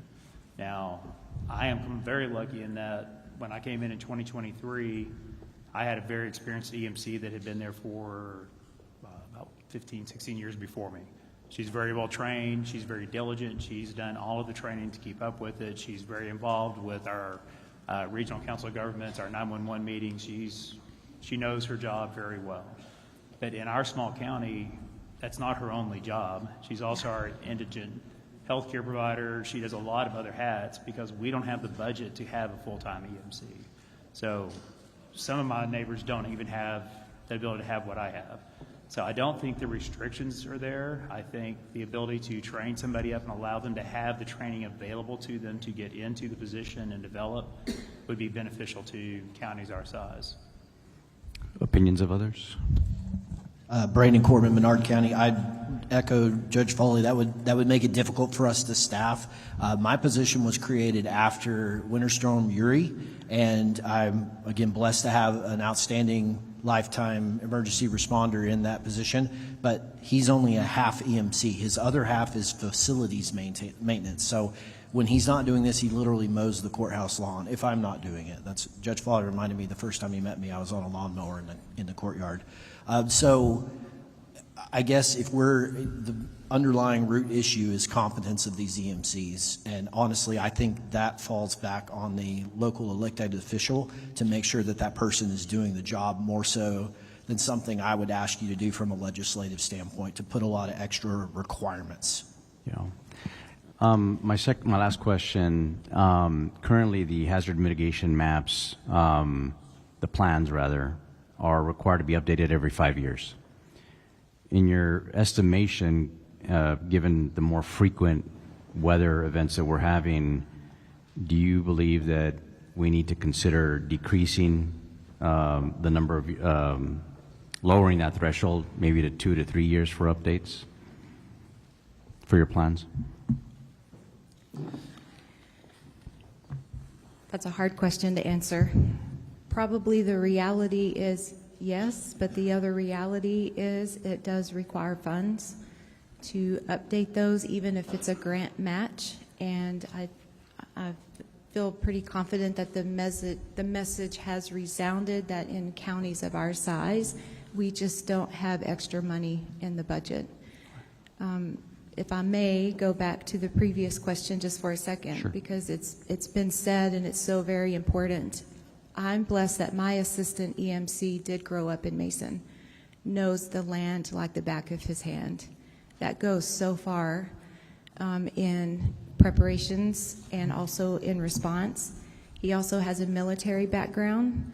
He volunteers for the fire department, and he has his basic certification for EMS. The Commissioners Court, as you all know, we're in the process of budgeting, and for 2026, we are looking at how we can best utilize him and his gifts, talents, and abilities for our county.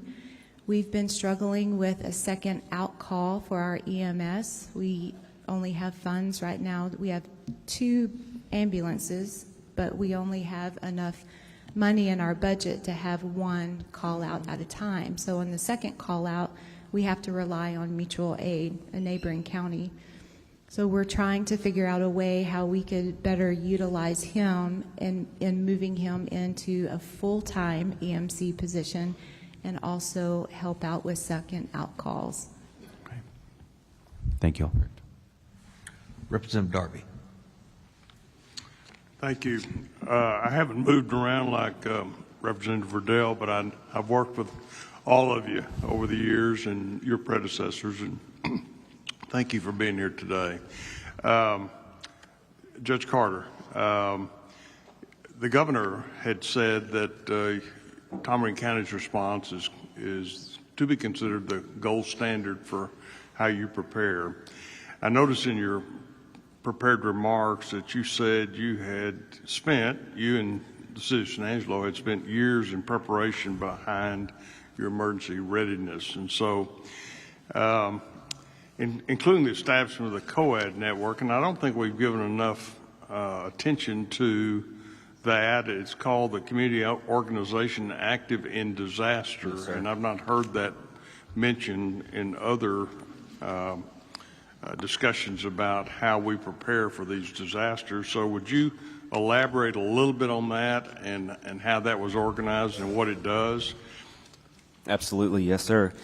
So our COAD is formed by a vast array of nonprofits, including CVCAA, United Way, Red Cross, and there's an oversight board, a committee that shows that response. So the crucial portion of this was enacting that as fast as possible. And I think that is what has been the key to our success in the recovery stage, staging that in the first initial response stage to make sure that the recovery stage is initiated in a timely manner and we can get back to normal. So it's putting those agencies into one spot that all communicate together in the time of need. And with that board being the oversight of those agencies, there's one point of communication, and that was with Ms. Cameron Cummings. She's the one that we initiated the call with at first, and she showed up, I believe, before the first evacuees arrived at our EOC. And she was on the ball on making the calls with all the other agencies, with the San Angelo Area Foundation, and arranging the volunteer efforts, the donation efforts, and those such. Part of your comments said that part of your success could be attributed to emergency equipment already being secured. And as we learned in San Angelo, you had already contracted for disaster debris removal. Talk a little bit about that. I mean, I think the key to all this is preparation, having a plan in place, preparation for that plan, and then the execution of the plan. We've seen a lot of this break down in this recent disaster, but talk a little bit about your efforts to pre-position your county in response to a potential disaster. Yes, sir. Once again, Lane Carter, Judge of Tom Green County. Having those agreements in place really expedited that process to where we could get in contact with those agencies and those the disaster cleanup agencies, the companies that come in to make sure that the debris is not just sitting on the side of the road for weeks on end. We initiated that with the county and the city of San Angelo the day of. In a few hours into that, having those agreements in place is a very crucial point for the expedition of your recovery. The communication between those and making sure everything's up to date, having it, whether it's being ran through the city council or run through the commissioner's court, it's absolutely the key role to the success of the recovery rate. We'll point out that TDM had stationed a swiftwater rescue team in San Angelo on July 3rd. Yes. The day before. So there was warning. There was warning. Events were coming. Yes. I mean, communities were warned. And so the idea that this totally came out of the blue and was completely unexpected is just doesn't wash with me. Our swiftwater rescue boat team from TDM was placed initially as a response that they were going to be dispatched and deployed to our southern counties. And then I believe that boat team was then dispatched, we found out later, to Kerr County in those relief efforts. That's when I have to give a huge shout out thanks to the Texas Parks and Wildlife and their boat teams. They came in, filled the gaps along with DPS, working with San Angelo Police Department, our Sheriff's Office, our volunteer fire departments, our San Angelo Fire Department, and making sure that those boat teams were in the areas needed to recover those individuals that were standing on roofs, hanging in trees, getting them to rescue. For the benefit of the committee and the people gathered, I would just use your words. Proactive investment in disaster readiness saves lives and speeds recovery. And I think that should be a marching order for all of us. But with regard to the other committee members, what are some of the barriers residents and first responders are facing in your communities regarding assessing medical and mental health care services in your county? I'd like to hear. We've got a panel later on talking about mental health, but while I got you here, let's talk about that. I can start that. I'm Brandon Corbin again, Menard County Judge. Mental health is top of mind right now, especially as a lot of these first responders come home. A lot of the people that have been here dealing with this tragedy in Kerrville. And I was very proud of our Rural Health Network. They set up a first responder support event last week and had counselors on hand, had just kind of a event there to coordinate all the options that are available to help these people. You have to have trust in someone in order to share your trauma and to begin your recovery process. And that's a big part of it. So having someone there that can advocate for them and say, hey, this doctor is legit, and they're not somebody that you go to church with and that you're going to then share your darkest secret. But we're also dealing with what I would call survivor guilt. I cannot tell you how many times I saw people absolutely redlined who'd been up for, we went, I'd say 10 days on absolutely high alert with these 3 events that we were in. And people felt guilty, feeling bad because we're not Kerrville and we're not dealing with the horrors that were happening here in the recovery process. And I think we have to help people get past that and actually, acknowledge that they're going to need some help getting past this as well. Anyone else?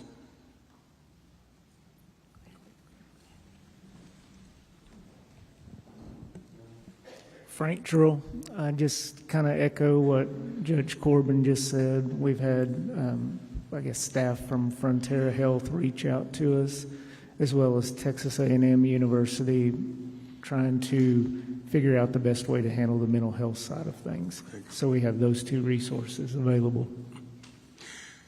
Okay, my last question relates to what a previous panelist referred to, and that is kind of the ongoing disaster response that each of your counties are facing as you rebuild your roads, other infrastructure.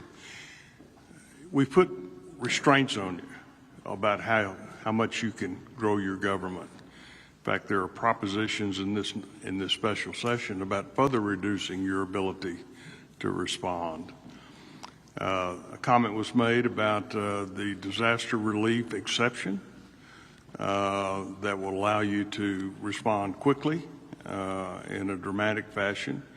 Would any of you care to comment on that? And what this panel would like to listen to is the ability of our local leaders to respond in times of crisis and respond with the appropriate resources. So you've got an opportunity to speak to a panel of senators and representatives here. Tell us what you want us to know. Thank you, sir. Again, Brandon Corbin, Menard County. As a underprivileged county without much industry, my ad valorem tax generates $2 million a year, and that's at a 76 out of 100. That's too high. That number, that percentage is too high for my citizens. But I still have 24-hour law enforcement, the only law enforcement in town. We have a 3-person road and bridge crew to do the bare minimum to maintain these roads in normal, peacetime. Veteran services, the normal clerk services, tax assessor, the 3 courts, and it is extremely difficult to scrape together enough funding to just execute our basic level operations. So to your question about the emergency rate, I don't ever want to have to do that to my citizens, but if forced into a corner, that's our only option. That's the only thing we control. And with the size of the state surplus, it is concerning that we would be forced to that option without getting some kind of state aid or some kind of exception to help us out of this. Thank you. And Jody Foley, Santa County. I'm going to echo that. We're slightly more fortunate than our neighbors as far as our budget, but not drastically. Our budget's full. We don't have a large reserve. We don't have the ability to build that because we do our best to keep lowering our taxes for our community. The idea of dropping an extra 8% on them this year and ask them to repay for all the damages that have happened is a little painful. They really can't afford that right now. We're not a wealthy community by any stretch. So yes, and I think the reality is where we spend a lot of our money is stuff that it's not the focus here, but if we're going to budgets is how much money times do we spend of our county budget to keep people in jail in our counties at our expenses that should be sitting in state jail? How many people do we sit in based on certain regulations? Some of even the new ICE legislation that went into place is going to involve us holding people in our county while we wait for ICE determinations. That costs our budget money that could be going towards roads. It could go towards assistance with our families or at least reducing our taxes. Those are things we think are really state services that we're providing at our dollar. And the reality is we don't have a lot of dollars to go around. Frank Trull, we're not in terrible shape in McCullough County. I'm not going to play that card. We would find a way for the startup funds to do our road work. But on the other hand, we may have to cut some corners somewhere to make it happen. So if there was state assistance available just for the startup portion of it, and that would be that 25% that we'd have to cover that FEMA wouldn't, that's what would be appreciated if we had some help with that 25% of all the road work that needs to be done. Then if we look at the courthouse and it takes a new roof, back in 2009 when we did the renovation, $350,000 just for the roof back then. So again, the dollars just keep adding up the more you look at it. Thank you. Judge Hardin, Mason County. I also echo what my fellow judges have said. We actually just took out certificate of obligations to help us purchase road and bridge equipment that was 40 years old and continued to break down. So we were in that cycle of, spending 80% of our money, helping to make repairs on equipment that just continued to break down, and road materials that continue to wash away. And so the fact that we've had to take out those certificate of obligations is a very clear indicator that our road and bridge department is suffering financially. We also transfer from our general fund some monies to our road and bridge fund annually to help with that. But I do want to say that as far as the iStats go, the information that is requested is damages to primary residents and then also agricultural losses. And probably the majority of the phone calls that my office gets is, can I report driveway damage, private road damage? How do I report those types of damages to my property? And I will say that I'm speaking as Judge Hardin here, not as the Mason County Commissioners Court. I'm not going to put words in my commissioners' mouths. I am grateful that we have the ability to go up to that 8% on the tax rate, but to tax our citizens in a desperate time of need on top of a debt rate that we're currently having to impose on them just doesn't feel right. It's something that we do want to avoid, if at all cost. Lane Carter, Tom Green County. Even though we're a county of more of a urban rural, 128,000 people of Tom Green County, it still is a never-ending struggle to stay on top of the economic drive that keeps us afloat. We do house a county jail that can house 570 inmates. We house 4 district courts and 2 court-at-laws, so the court sector of our county is very vast, and that keeps up the amount, the majority amount of whatever our tax base is going towards, along with our sheriff's office and a large IT budget. So we're always in efforts to make sure that we can stay afloat on that, to where we can lower our tax rate incrementally ever so often. We push the PSTAT and the PA declaration as hard as possible. That way we did not have to potentially push towards that 8%. It's not looking like we will. Like we said, we're all in our budget cycle at this time. So we're blessed in Tom Green County for that. But one thing I wanted to tap on that I believe Judge Corbin mentioned earlier was the regionalization. Judge Foley is the only one not in our Council of Governments, but borders us. Our Council of Governments, it's such a tight-knit, what do you need group of county judges and commissioners that our director and the assistant director are always talking with us of what's the next step for the region, not specifically what's the next step for your individual counties. So we look out for each other out there in rural West Texas.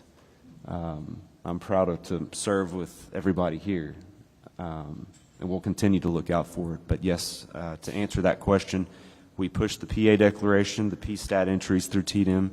That way, Tom Green County specifically would not have to potentially increase over the voter approval rate.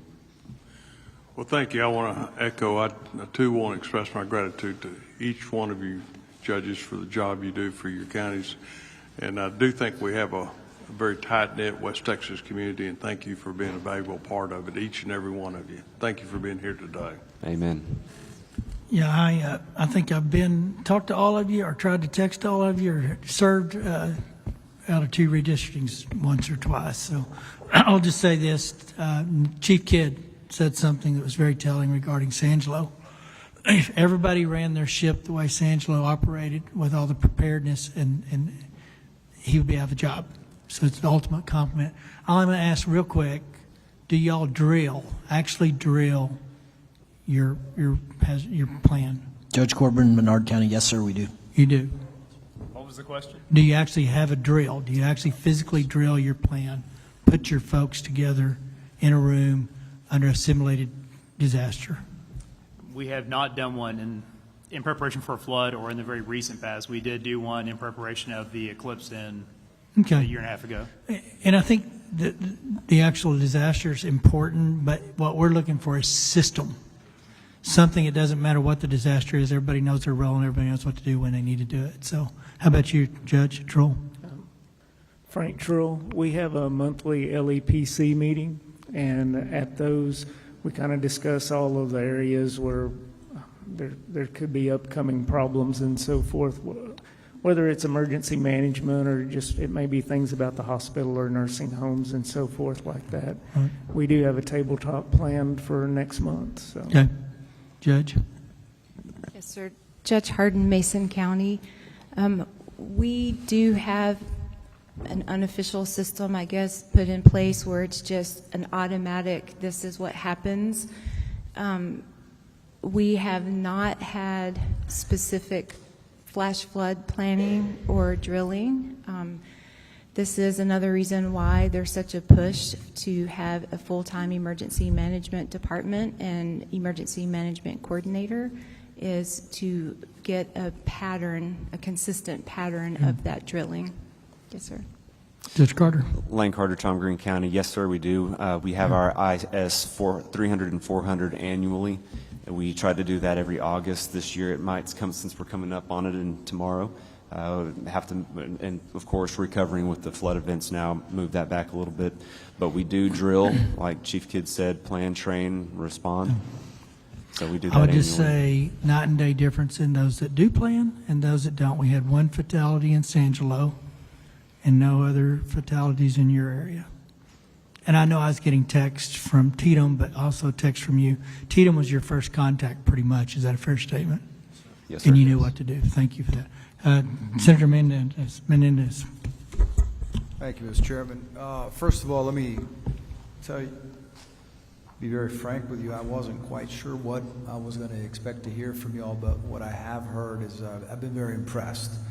I'm particularly impressed with the concern with your taxpayers and your candor in terms of your financial situation. And one of the things is, I think you've been here all morning, correct?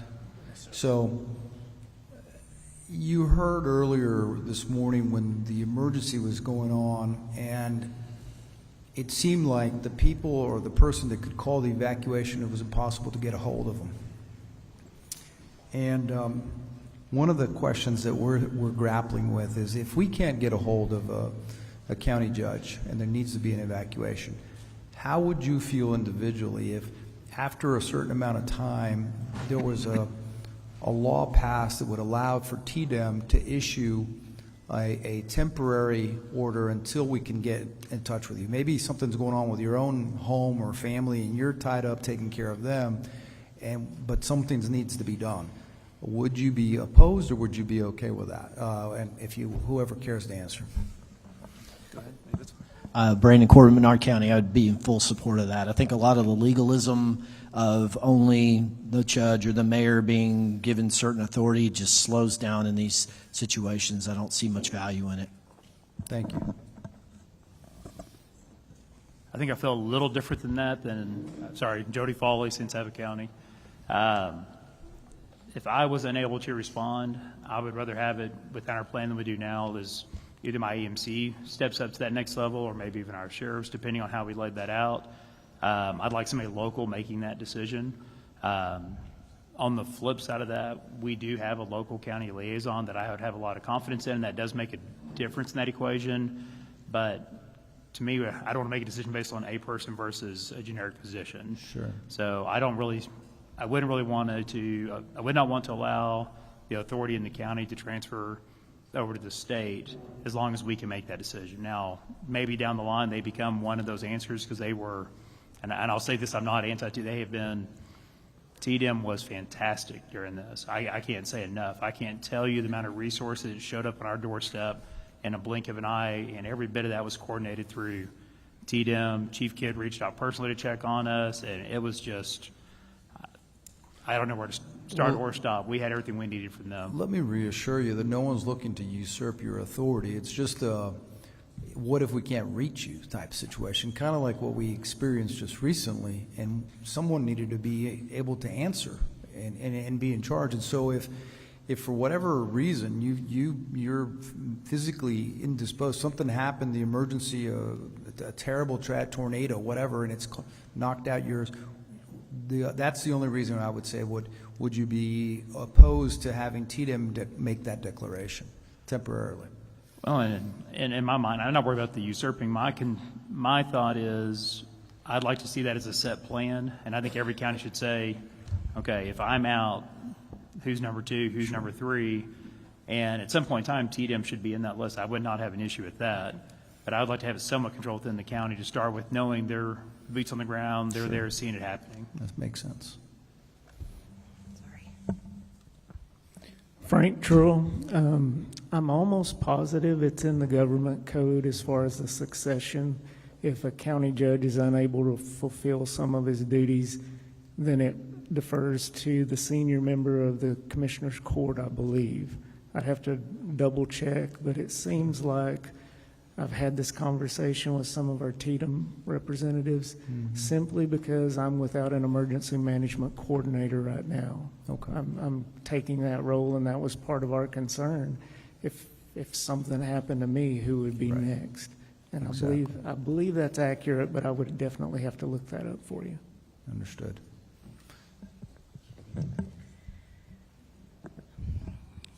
I have to be honest here. When I received a call from Senator Perry and Representative Verdell, both, I was not in Mason County as the emergency management coordinator. I was actually in San Angelo for what used to be called the Pops Concert for the July 4th celebration that happens on the evening of July 3rd. Sure. Understandable. Mm-hmm.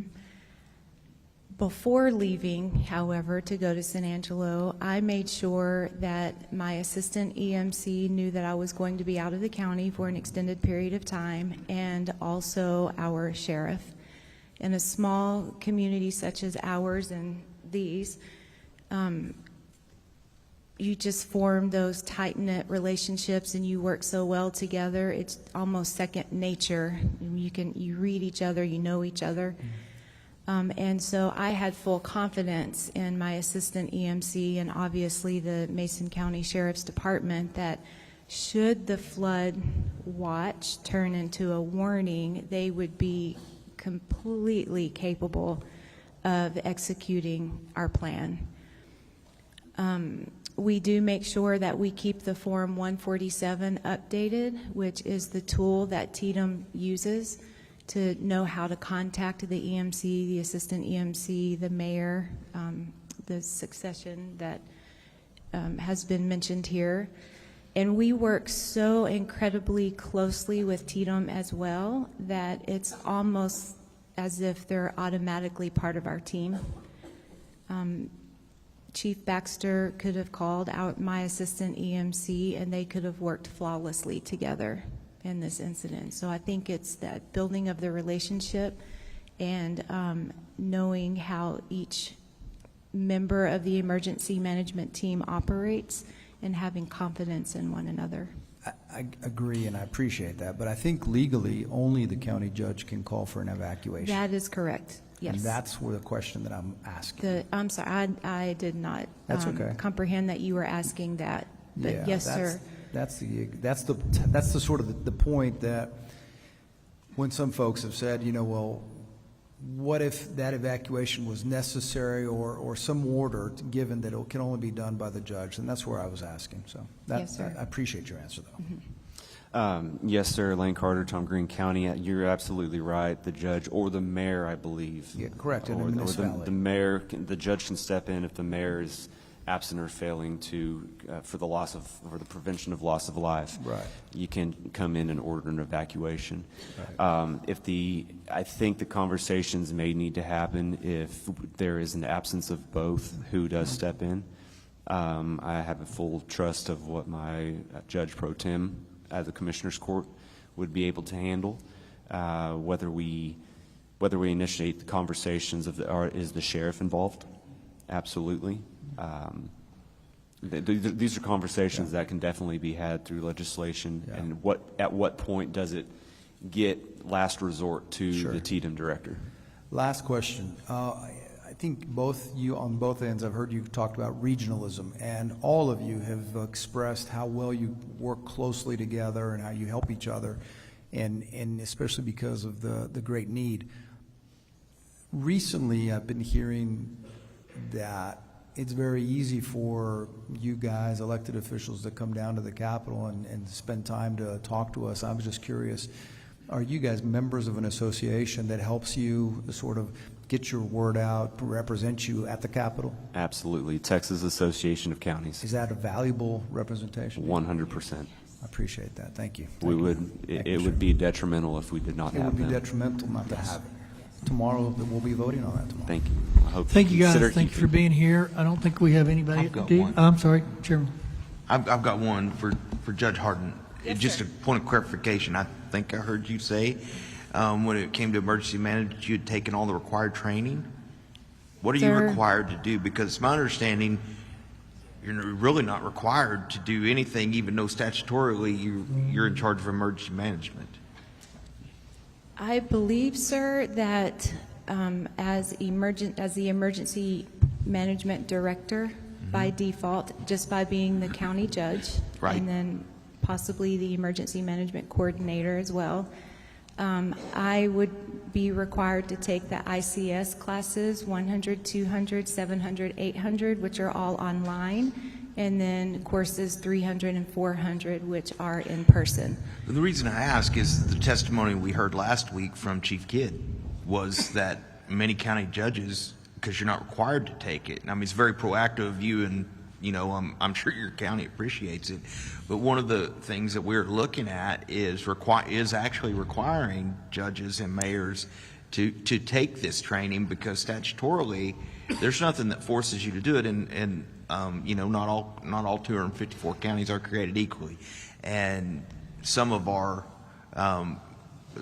I have 19 counties in my district, and I work with 19 judges, and most of them are just like you. They're all small counties. They all face financial challenges, but they take their emergency management position serious.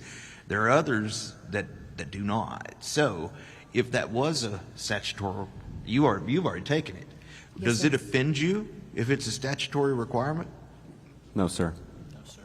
That's all I need to know. Can I Yes, comment on that? As we are required to take the Open Meetings Act, I believe as the emergency management director of a county, especially a larger county, should be required to have at least some of the trainings of the 300, 400, 700 classes.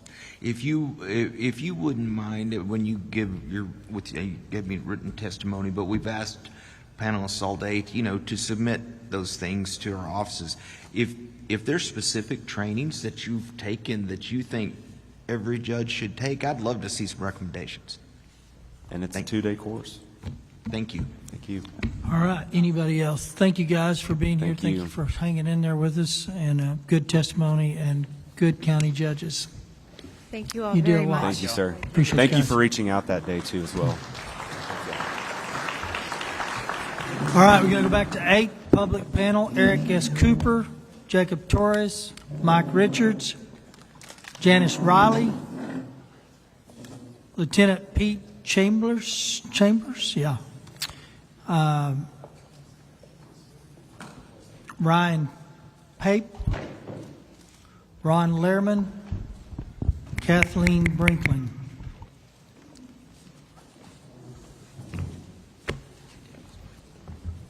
I'm going to.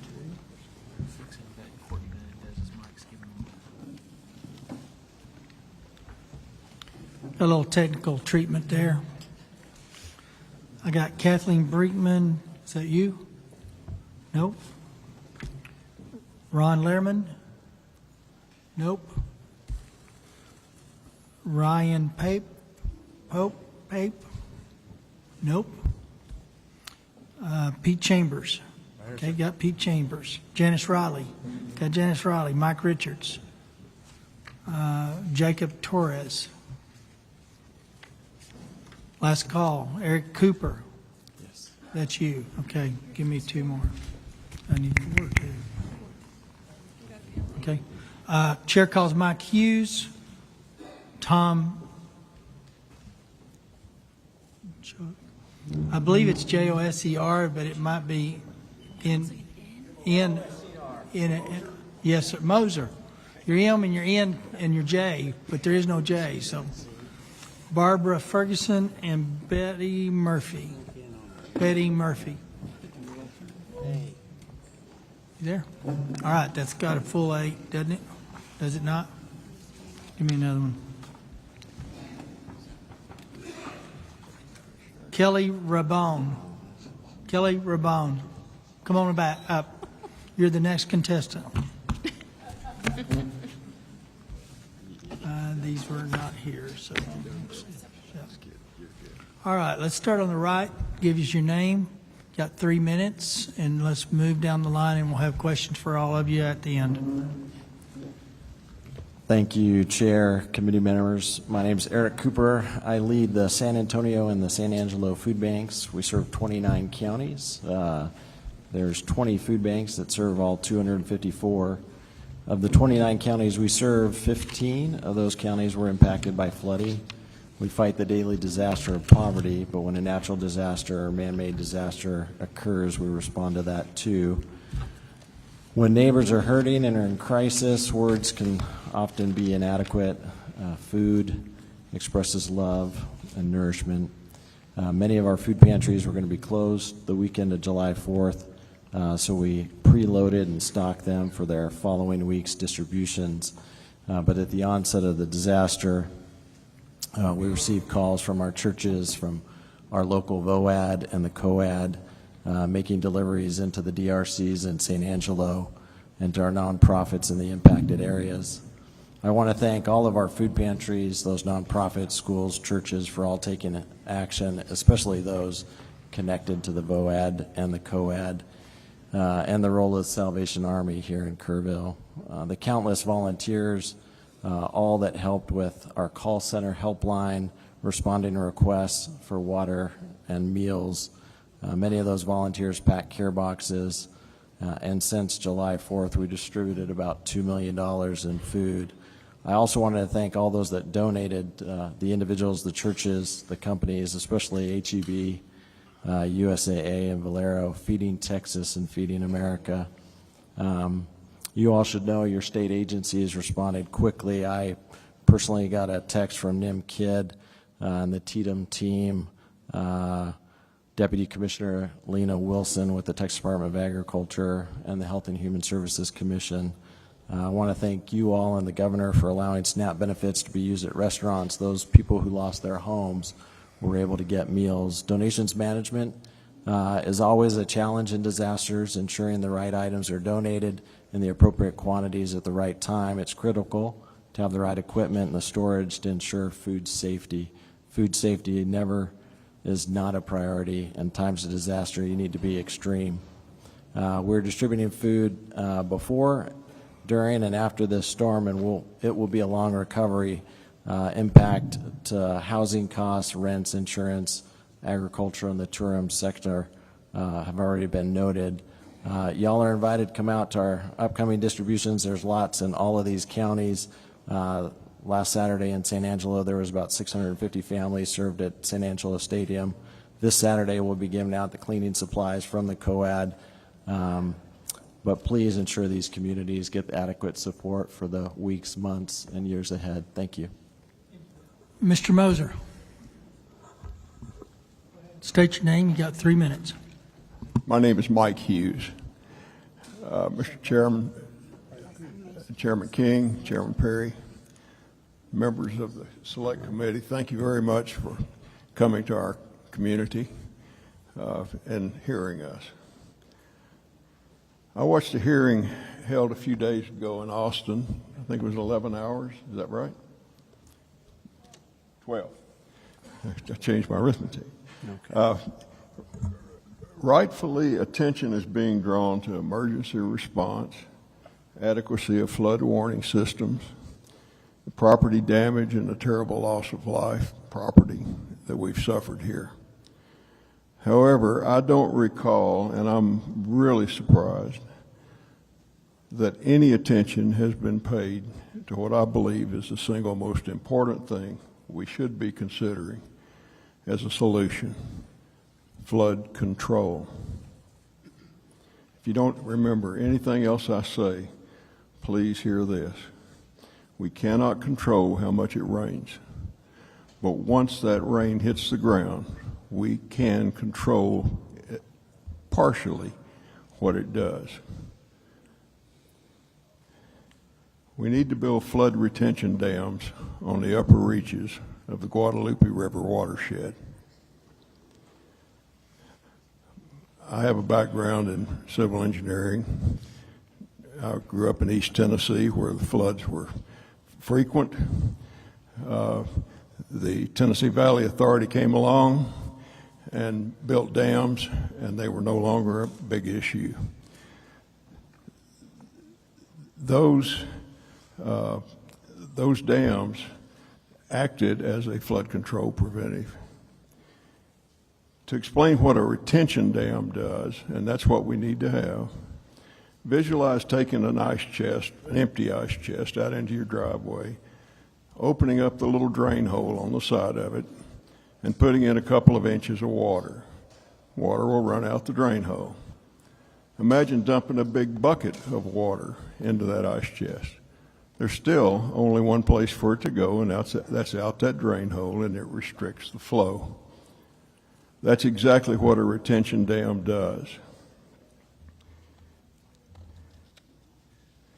No matter how many buckets of water you pour into that ice chest, as long as the rate is constant, that much water is allowed to pass through. Other than during periods of heavy rainfall, the reservoir behind these dams remains dry. This is not a dam that impounds water permanently. Normal stream flow passes through a relatively large opening at the base of the dam. When excessive rain falls, the water level upstream of the dam starts to build up behind the dam and then is eventually released through that same opening at a controlled rate. I prepared a short paper on this, and I've got copies. If you'll get copies for the committee. I have copies to distribute. Awesome. That's good. And I appreciate your time and your testimony. Thank you very much. Thank you for Mr. being Chairman. here. And it is a valid concept.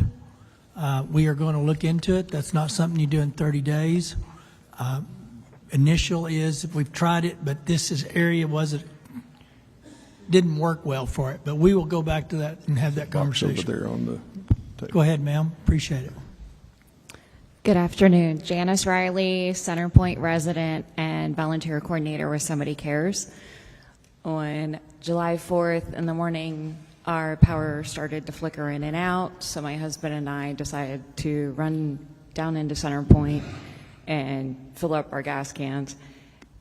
Both ways were covered in water. Center Point, there was already a vehicle stuck in the water across the roadway, and east on 27 going into Comfort, it was already starting to come across. My husband said, "This is stupid, we're going back, because if we try and go, we're going to get stranded in Comfort." So we got back and just waited it out. That day I started contacting Crisis Response International in Virginia, who I am certified with for crisis response, saying, "This is what's going on, are you coming?"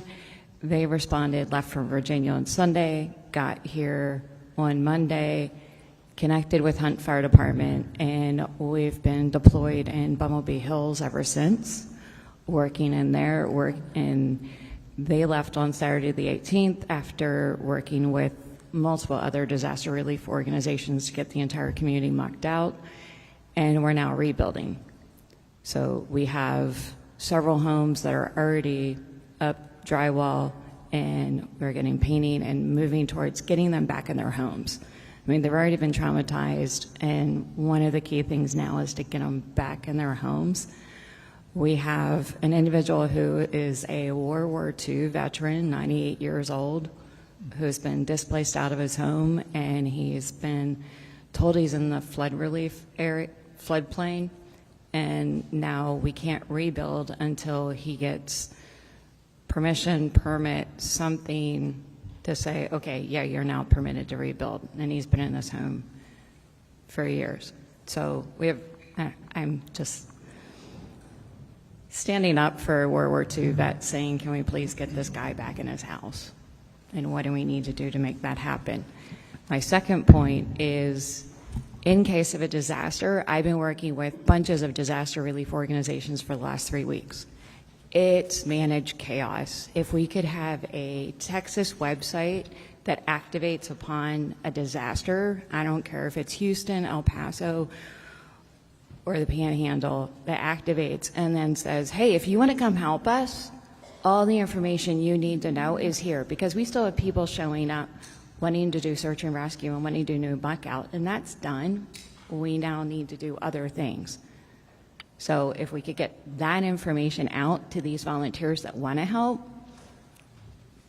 that it's organized, because the thing that I have seen from day one is just what help is needed, where is it needed, and I mean, we had friends up in San Saba and Leander begging for help, and honestly, we were overwhelmed with help here. Thank you. Thank you. Go ahead, ma'am. Good afternoon. My name is Kelly Raybon, and I am a mom from Houston, and Representative Johnson, I am one of your constituents. So on July 4th, I got the text that is every parent's worst nightmare, that my sons were caught in the Hill Country flood at Camp La Junta. I raced to Kerrville to learn that my 7-year-old, just finished kindergarten, Brock, had survived only because his brave teenage from the bottom bunk to the top bunk to the rafters of his cabin, riding out the storm as the structure literally fell apart around him. My 9-year-old was in a higher cabin, and for 12 agonizing hours, he had no idea if his little brother was alive. Today, my sons are physically safe, but for our family, the storm is not over. Brock scans every room for higher ground. He checks the weather constantly. He battles nightmares of water dripping from the ceiling or his mattress being wet. His fear is so profound that he's now anxious about the tsunami in Hawaii. He lives with the terror that no child or any person should have to carry, but so many of us now do. I have tried to find help. I've asked the camp. I've asked FEMA. The answer is the same. Sorry, we don't know what to tell you. You're in Houston.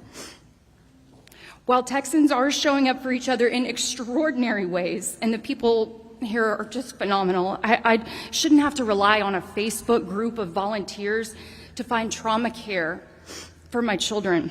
I'm a former journalist, and I understand how politics work, and I pray that these hearings are more than just for show, because every day that we just focus on political posturing instead of people is another day that families like mine are falling through the cracks. And as Representative Moody noted last week, we are better than this. Please remember that this disaster impacted families from every corner of Texas. I pray that this beautiful community gets every resource it needs to rebuild, but do not forget the thousands of us who were just visiting, who are now weathering the storm alone from outside the disaster zone. So today I have a couple of simple urgent requests. First, release the emergency funds for the recovery now. It seems obvious, but apparently it's still hung up. Second, make mental health care a central funded part of the state's official disaster response.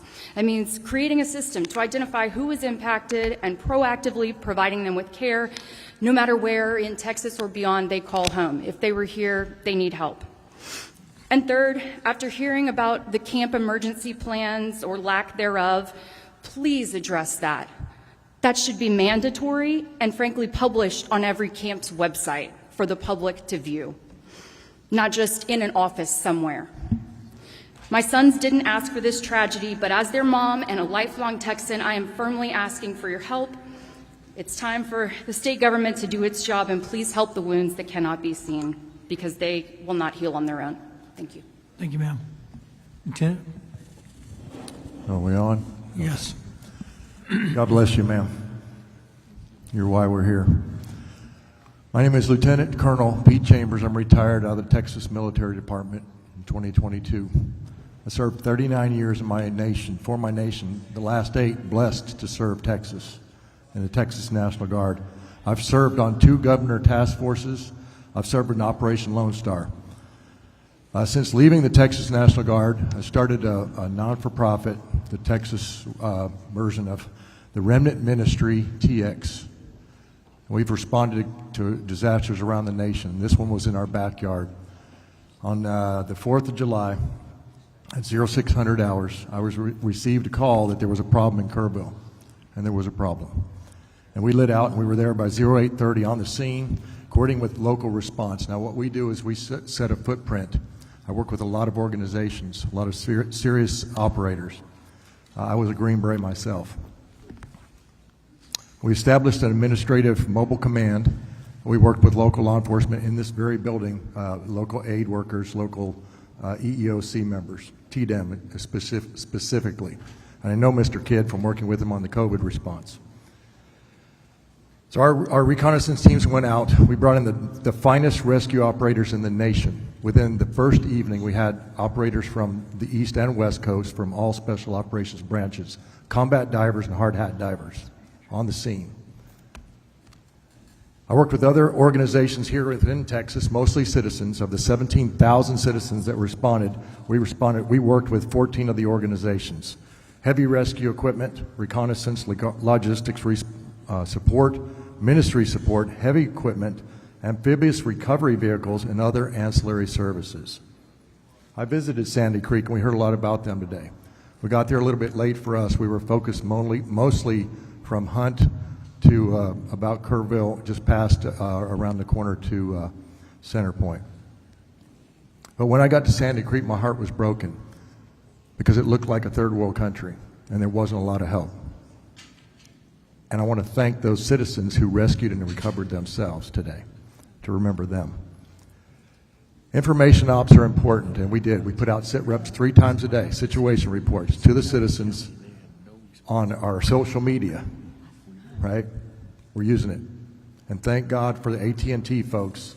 I pay a bill to them every month, and so now I'm thanking God for them, who put in the towers for us. It made it a lot easier. Texans and other Americans helping Texans made up a part of the 17,000 citizens conducting their civic duty. It is a civic duty. We did it on the Red River when I was young. Tornado hit one town, everybody else showed up in the other town. I ask you to look at House Bill 4914, designed to fundamentally reconstitute and modernize the State Guard, the Texas State Guard, to a professional and mission-driven, focused, state-controlled homeland defense and premier disaster response force. We've looked at it. We helped to design that when I was still in uniform. Representative Moody, thank you for your comments about love and compassion. I'm in the ministry now. I put on a different uniform. It's found in Ephesians 6. Appreciate it, sir. Go ahead and try to get I'll finish it up. Get in there.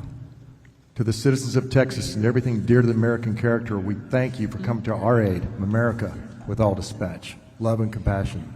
Doc Chambers. Thank you for that. Now I got the right guy. Yes. State your name. Pardon me. Get you 3 minutes. Yes, Sir. I'm Tom Moser. Thank you for this opportunity to testify today. I choose to testify because I was a Kerr County Commissioner from 2012 to 2021. As such, I introduced and advocated for an improvement in the Kerr County flood warning system. And I did this, Representative Johnson, based on what happened in 2015. Funding for this planned flood warning system was submitted to 2 state grants. We were denied on both, and I think that was mentioned earlier today. I'm not here to look back, but I'm here to advocate for a new, improved flood warning system that could be extremely reliable and extremely efficient. I advocate and recommend this not only as a long-time Kerr County resident and former county commissioner, but also as a former NASA program manager on Apollo, Space Shuttle, and Space Station. So I know something about getting projects done. In 1990, President Kennedy was bold. He said, put a man on the moon, bring him back safely within this decade. I asked the state legislature and the governor to be bold today by developing the need for a flood warning system that would be applicable to Kerr County and for all other high-risk regions in the state of Texas, which we've heard from today. As a former longtime project manager at NASA, I recommend that the flood warning system have two aspects to it. Number one, predict the flood, and number two, project the warning. Okay? And in so doing with that, to predict a flood would require a model, which is being developed, I understand.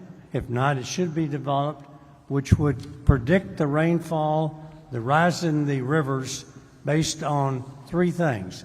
Based on weather projections, number two, measured rainfall data, and number three, the rate of rise in the rivers. Projecting the warning is also equally and as important, and that is employ techniques that are state-of-the-art today on telecommunications, sirens, also cell phones, social media, television, radio, blah, blah, blah, all of those things. So what we need to do is to be bold and say, let's project the flood warning system early so people can get to safe grounds. Predict it with 75% confidence that the flood is going to happen based on early predictions. Then upgrade that with the more data that's available. So do that, have these requirements. We've had a lot of people say, here's what I recommend we do. Take 6 months to determine what the requirements should be for a flood warning system. Don't just go carte blanche and check on one. Then implement and have this system fully operational within 2 years. It's good information, sir. Okay? I have the experience and would do pro bono to help do this any way that I can. We've gotten Thank a lot you. of help today. We may take you up on it. We got your name and number. Go ahead, ma'am. Hello. Hello, my name's Barbara Ferguson. I'm a Kerr County resident. And one of the things that occurred to me is we've listened to testimony from Austin and here today as well. Our cell phone coverage across the state in rural areas is sadly lacking. I also spend time on a ranch in Kerr County. We have no cell service there, and I'm just one of the many across this state that are in a location where there is no one to call because there's no way to call. And that happened up in the Hunt area. Until we improve that, we can't institute a kind of warning system that Mr. Moser just talked about. We've got to improve our cell service. The FCC, it seems like, was charged the cell phone companies decades ago to implement coverage in rural areas, and those promises they made have never come to fruition. We have to do something to force cell phone companies to provide to rural areas. I also think a better opt-in and out choices on cell phones.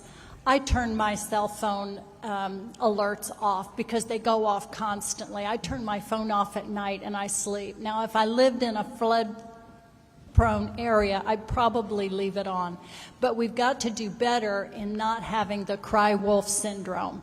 So we've got to come up with some options for people.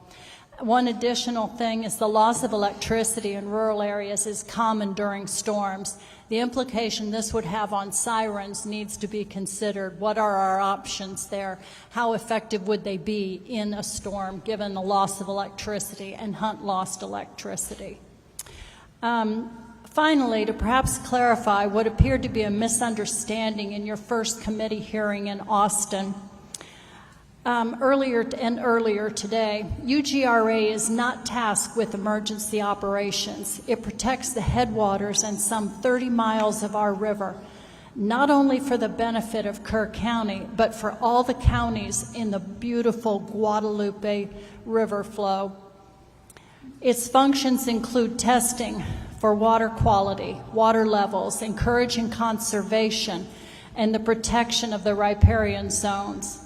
It protects our river that all of Texas benefits from.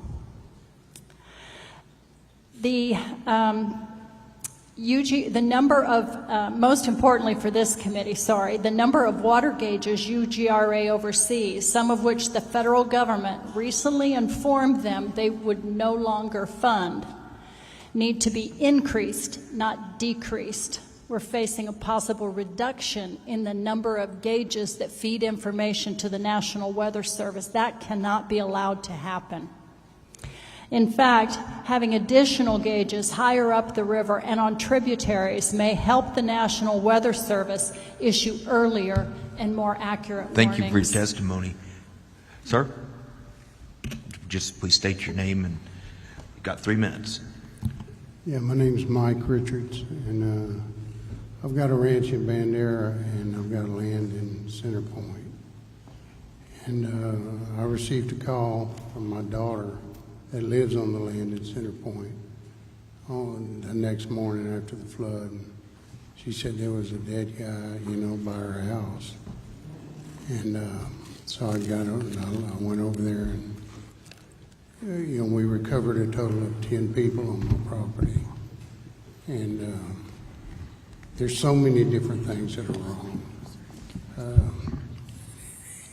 For instance, FEMA sucks, FEMA needs to be abolished, period.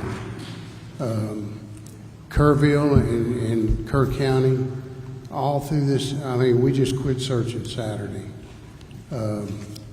All through this whole thing, people would call them from different cities and say, hey man, y'all need to be up. No, we're full, we don't need it. Well, they should have said we're full, but call Hunt or call Center Point, but don't just turn people away, because like I say, we just quit searching Saturday. And as far as the state goes, well, let me tell you about the state. I think the state involvement, as far as I'm concerned, is pathetic, and I'll tell you why. After we found that one body, I went down to a part of my property and I started looking at the drifts, the debris, and it was 30 and 40 foot high, and 50 and 100 foot long, all of them down the river. I said, well, I can't touch it with the equipment I have, so I'm going to call around and get an excavator, see if I can rent one. And I started calling around, nothing. About 10 minutes later, some guy calls me on the phone. He says, is this Mike Richards? Yeah, and I don't know who it was, but he says, I got these excavators, I got dozers, I got anything you need. We're setting up here in a parking lot near Kerrville. I said, well, dude, bring it on, I need it, And he called me back in 5 minutes. He says, no, the state's not going to let me do it. I said, what the hell, come on, why is the state not want? Well, this river authority says this law. I said, I ain't worried about no laws, man. I'll break them if you bring the equipment over here just to go out and look for these people, And it's this river authority, and then they started talking about burning. I said, I'm not talking about burning. I'm talking about finding bodies, And it goes on and on and on about this stupid clam in the water and stuff, So, and it shouldn't be. Sir, you'll have to kind of wrap up your thoughts. Huh? Wrap up your thoughts. It's been 3 minutes, so just kind of wrap up your thoughts.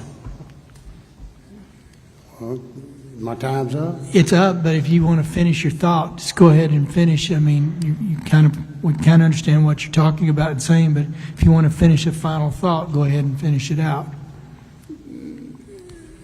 It's just well, here's. I say that to say this. It was 2 days before I got some help, and it was not from the state, not from the government. It was from good-hearted people, my friends, and my cousins and things, and they came over, and 3 of us went across this little island, and we found two easy finds. There were 2 bodies laying over there, And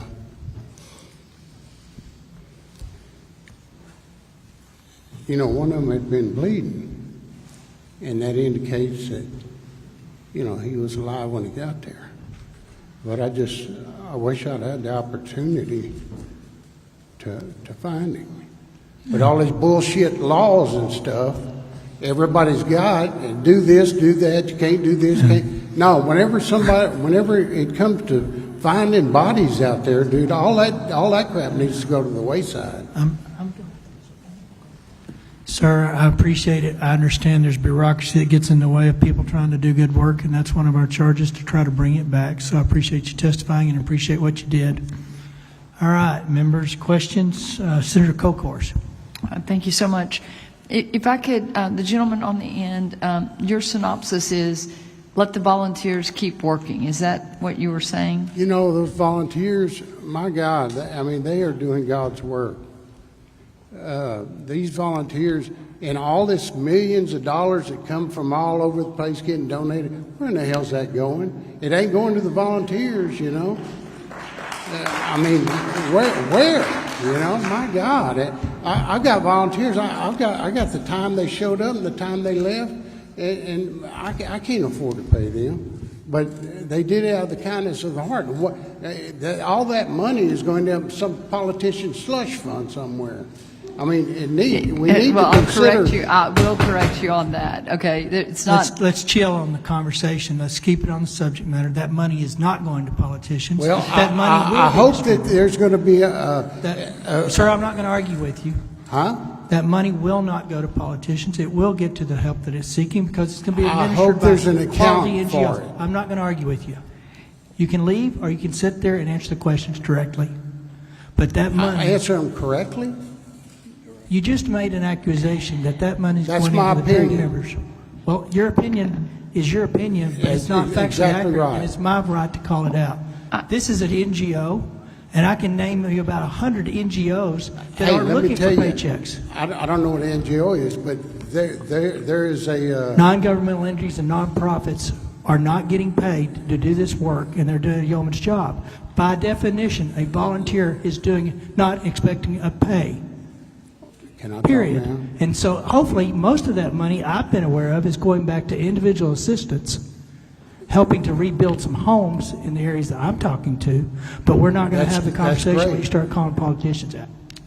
I will say, and let me conclude, one of the things we talked about in the last hearing was I've had constituents who came from Senate District 18 to volunteer here, and they were discouraged when they were told that they no longer, by state officials, or that they were no longer needed. And we're going to work through that. That's part of this process of how you organize volunteers and how you utilize them. So thank you for your testimony. To the mom of the La Junta boys, I'm sorry, I don't remember your name or didn't write it down. Kelly Raybon. Kelly, I got, you gave us 3 recommendations. I got number 2, which is proactively help with mental health, and then the last, which is something I'm working on actually right now, on the part of the health and safety code on evacuation plans for flooding, especially if a camp is in a floodplain. So that's already being worked on. But what was your number 1 recommendation? Was just regarding emergency funding. It's my understanding that there's still funding that's held up at the state level that has not been released. Okay. And then finally, about your son, I'm going to meet you at the back of the room with a representative from Health and Human Services, and we're going to get you on the right track on that. So I'll meet you right back there as soon as this is over. Thank you very much. And I'm not alone. There's lots and lots and lots of others out there who have these same questions. And my goal here today is hopefully we can all make it easier for people to get the information that they need and deserve. I'm Chair of Health and Human Services in the Texas Senate and honored to serve in that role. And we have lots of resources, and we're going to make sure that we get better about telling people how to get those. So thank you so much for being here today. Thank you, Mr. Chairman. Representative Verdell. Thank you, Chairman King. Appreciate it. Mike, we met, I think, on day 2. I just want you to know I did reference some people to your property to try to help you out, and I'm glad that you're here today. You being there. You actually care. I know it's been very hard on you. You care a lot about your property, and I'm sorry for what you're having to go through, and I hope that someday you can enjoy the property again, like you've known it before. I know it's going to be tough to get to, but I just want you to know we do care for you, and I understand where you're coming from with what you're saying. To the others on the committee or the panel, Barbara, Tom, Doc, Kelly. All right, you're working at Bumblebee Inns, right? You've been helping out at Bumblebee Inns. Yeah, Am I Janice saying that Riley, right? I live in Yes, Center ma'am. Point. Yeah. And then I apologize, I've forgotten y'all's two names, but I just want to say, yes, sir. Yeah, I want to say thank y'all for all of y'all's help in the community. I know that y'all have helped in each way you can. This is tough, and that's what we're here for, is to try to find if there's solutions going forward. And Mike, I feel for you. I promise you I do. And you know, I hope we can get back to some kind of normal at some point for you and for others. But I just want to tell y'all, thank y'all for being here, taking the time. Thank you for telling us about your child and what he's going through also, Kelly. Appreciate that. But that's all I had. I just wanted to make sure to let Mike know. Thanks. Senator Hinojosa. Thank you, Chairman, and thank you to the panelists. You know, this brought up another very important point that I don't think has had enough emphasis on it, but a lot of you, I understand the gentleman's frustration at the end there. I know as a young man, my family and I, whenever there were disasters like this, we try to volunteer and go respond wherever it was. I remember in particular Hurricane Katrina, and where we chartered a couple of buses and went out there because the need was just to try to get people, you know, as they were rescued, just out of there and get them to a shelter or something. And I'll never forget one of the moments where when we arrived, there was a gentleman who had spent basically his life savings to charter 20 buses. But because of governmental red tape and other things, they sidelined those buses. He was there crying on the steps because, you know, he'd spent all this money and it wasn't being utilized just because, hey, we're not letting you in. You know, Texas is a wonderful state, in my opinion, the best state in this nation. In the United States, we see the best in people when disasters tend to happen. So we respond in Texas, from Texas to other states, and we see that as well. But just in Texas itself, we have just so many people willing to and ready to help. Ma'am, to your point, the third from the left here on the panel, you were talking about potentially a website or something. I think we've been talking about something like that where we could organize maybe ahead of time where it's not a long-winded process. Now, rightfully so, there are concerns. You know, you don't want people who are going to loot and cause chaos to come rummaging through people's personal items. You don't want somebody who's had a history of sexual offenses to be out there watching over a kid's area. You know, those are important, legitimate concerns. But, you know, also to the gentleman's point, there's a lot of times where people want to give money, but they're not sure where. They haven't pre-registered. They haven't gone through all the certifications to be part of the Red Cross or any of these other organizations. But I think we as a state, we have so many wonderful people who are willing to come and help. And if there were a way for us to organize them in a way to say, hey, we need people out here with chainsaws right now. We need people out here with waiters who are willing to go out and do some searching. We need the gentleman here from the food bank, you know, what specifically do we need so that we're not bringing a whole bunch of stuff that isn't needed. You know, if there were a way to have this coordinated ahead of time, I think we could see so much more help from people that are willing to do it out of the generosity of their own hearts. And that would really help us as a state, would help the community in a more immediate fashion. So I just wanted to give you the opportunity to expand a little bit more on some of those ideas that you had when you had mentioned the website and some of the other things that you witnessed. Just wanted to see if you would be willing to elaborate a little bit more on that. Sure. Janice Riley with Centerpoint and Somebody Cares. I think it's a great question that there's so many thoughts to this.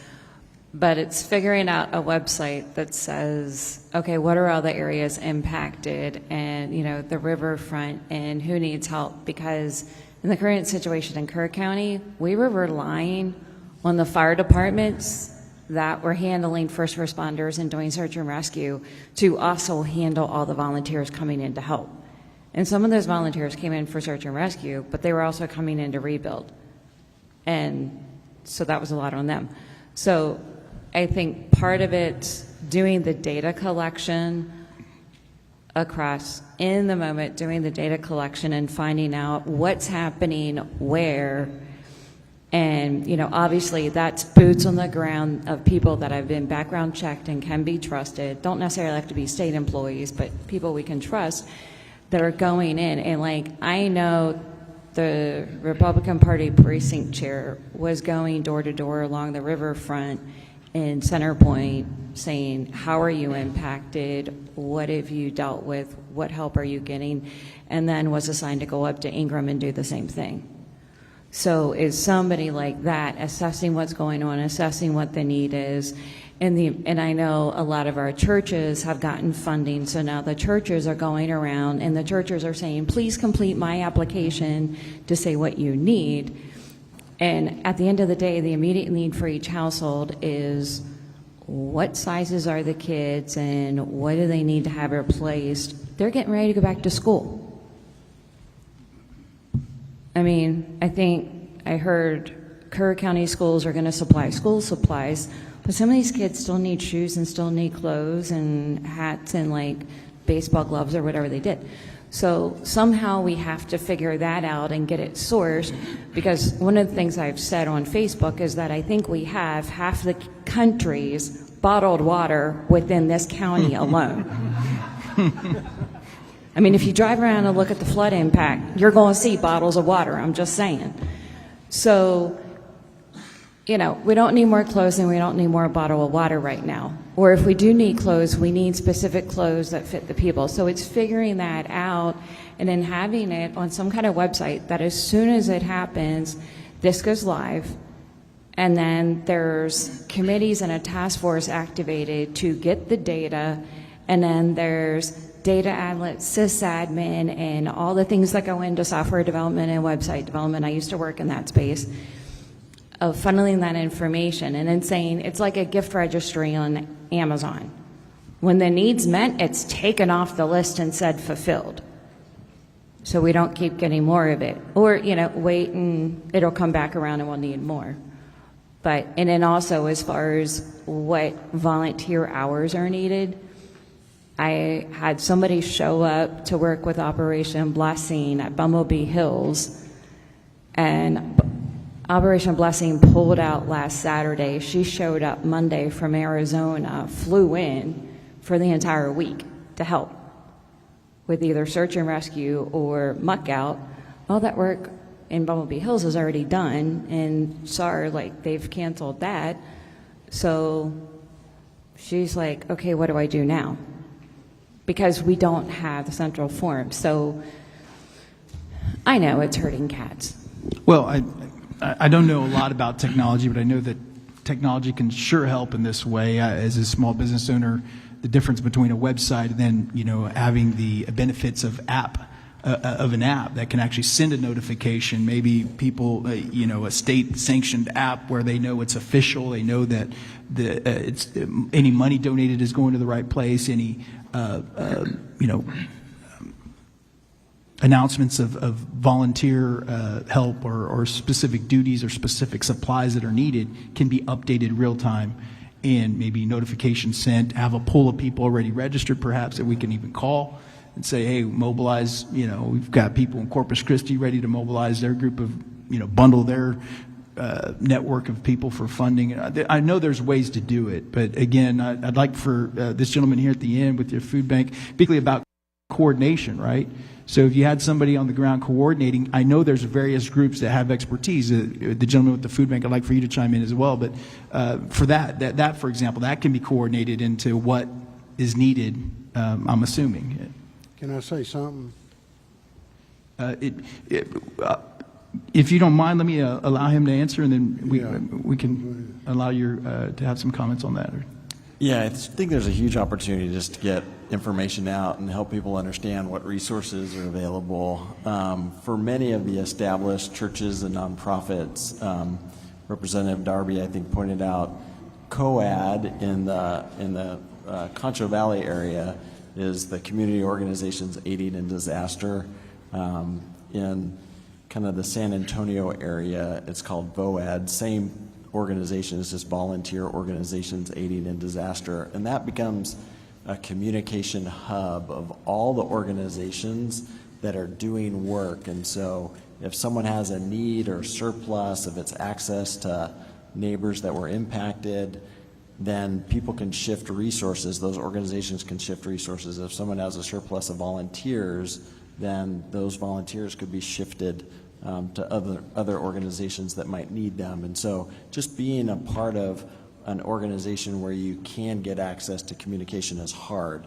I think this is a disaster, and we've suffered many here in Texas. And I think giving ourselves some break, right, that the nature of the disaster is going to create friction and confusion, but how can we improve? And I think it's just that opportunity to really network in those times when you're not in the middle of it and establish relationships.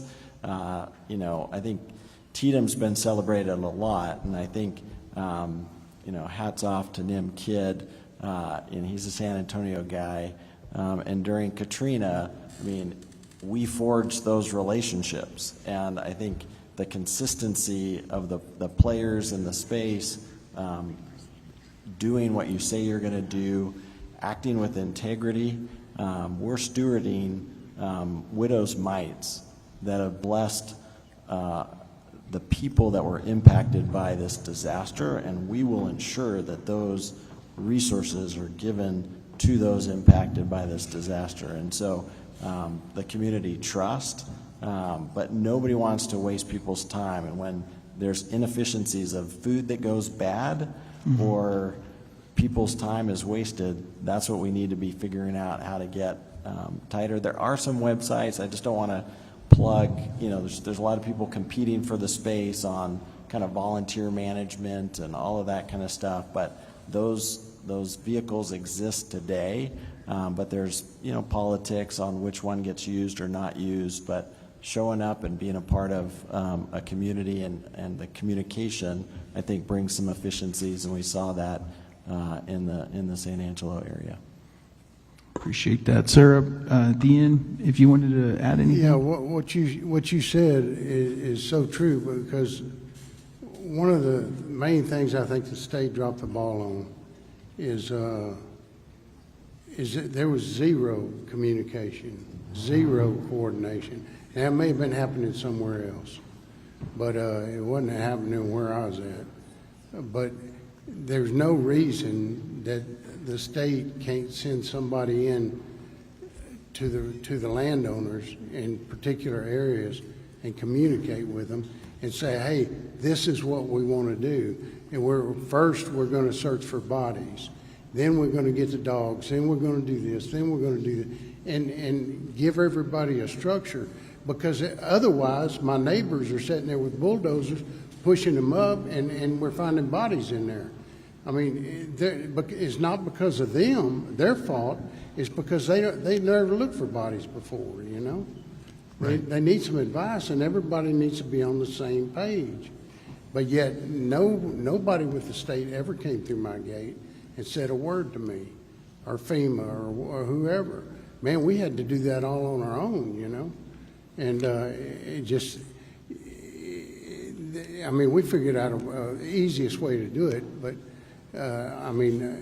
that's the way it's got to be done. There has to be more communication, and it has to be with everybody along that river, because if you're trying to reach the same objective, to find those bodies with respect, then it needs to be all done the same way, and no burning, and just everybody needs to be on the same page, and they weren't.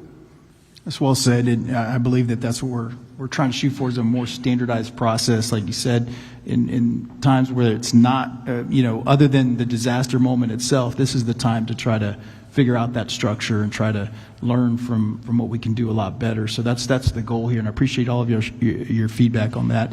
Kelly, I just want to say, we've got 4 kids, our 2 youngest, right in that same age group, and that just hits home. our prayers are with you, all the people impacted. So God bless you guys. Thank you very much. Menendez, Senator Menendez. Thank you, Mr. Chairman. Eric, no pressure. You've got, what, 29 counties right now? So in those 29 counties, you're helping distribute food, and I read an article that some food that was perishable that they weren't going to be able to use here, you guys were sort of helping redistribute that. And so my thought was, I don't know if you heard the folks from the Sandy Creek area behind you that they hadn't had anything. I know they're in Travis County. I'm just saying maybe you've got a counterpart you can talk to and see what you can do to help them out. Thank you for what you do. The other thing is that you have a history of using technology to help people get their benefits.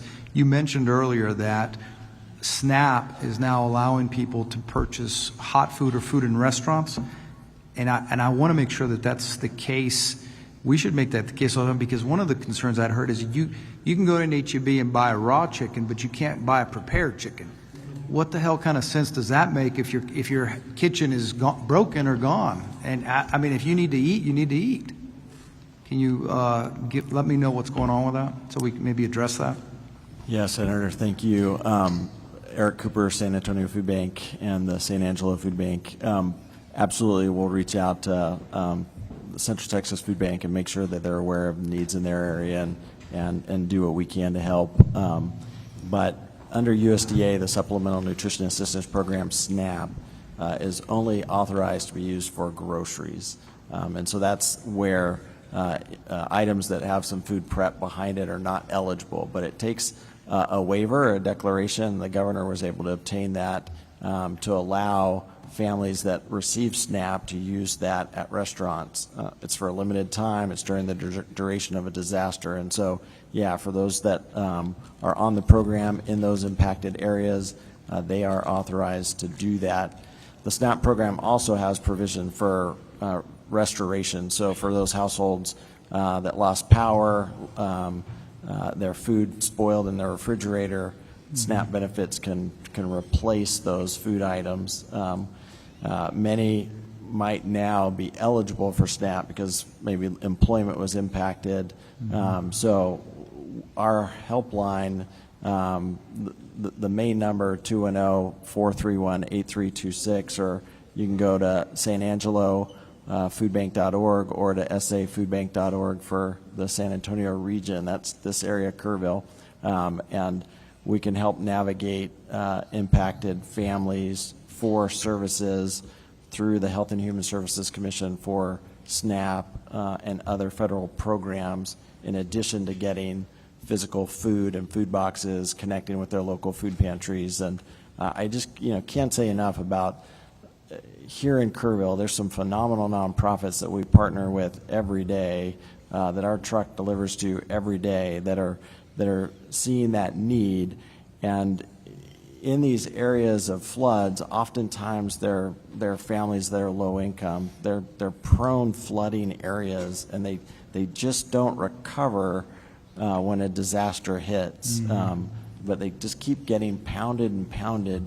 And so please, just everything you can do to help this community will go a long way. My last point that you can help us out with, because you have such a broad coverage. We've heard earlier that the focus is on Kerrville because it's the focus is everyone knows about the floodings in Kerrville, but Hunt, Ingram, Centerpoint, I mean, it's a region that's impacted, and we need to make sure Sandy Creek, it's a region that's been impacted, that we need to make sure they get the things they need. And so the focus is great that we have one here, but we have to address the whole region. Thank you. Thank you, Mr. Chairman. Senator Betancourt. Thank you, Chairman Perry. For the guys my age, two quick questions. The TVA analogy is a good one. It's a little less, here in this watershed, maybe less macro, maybe more micro, so I'm looking forward to the paper. Is there one key recommendation that you had? Do it soon and do it And think big. These structures need to be quite large to be effective. They need to have a lot of storage area. They're going to cost a lot of money. Yes. Typically, U.S. Army Corps of Engineers is the source for that, not only the funds, but the Well, and construction. the key structure on the river is the Canyon Dam right now.